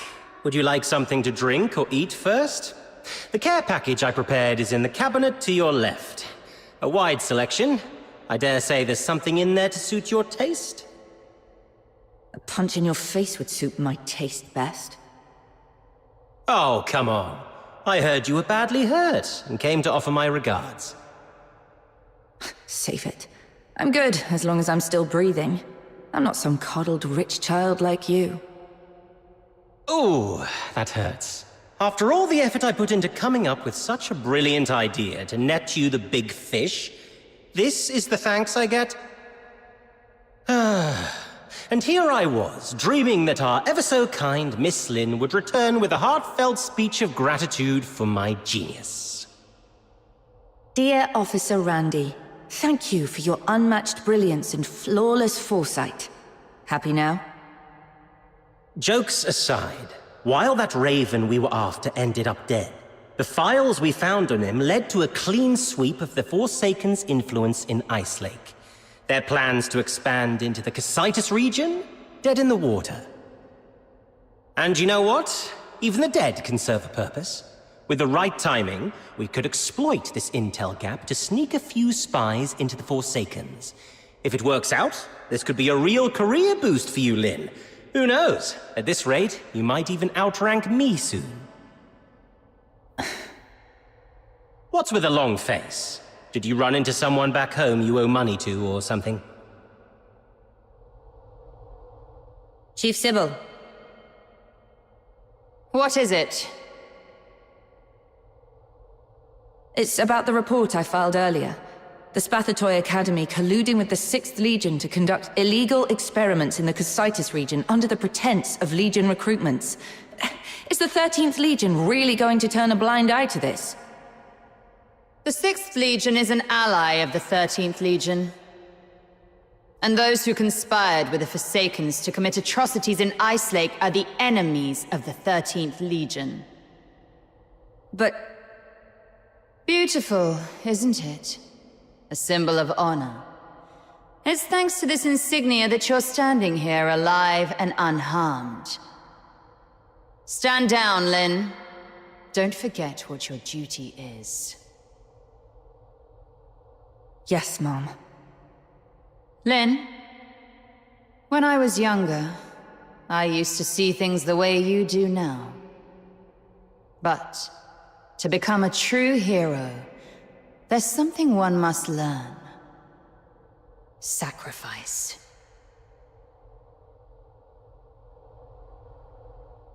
Nothing, just tired. My head's killing me. I'm going back to get some sleep. Later. Haha, finally! Been waiting for you to embrace the art of rest. Life lies in relaxation, you know. It's heartwarming to see my wisdom finally passed on to you. I'm so glad. Wait. There's one more thing. There's more? But I'm taking a vacation in... Shut it. No vacation for you. We found this slip of paper on target number 2.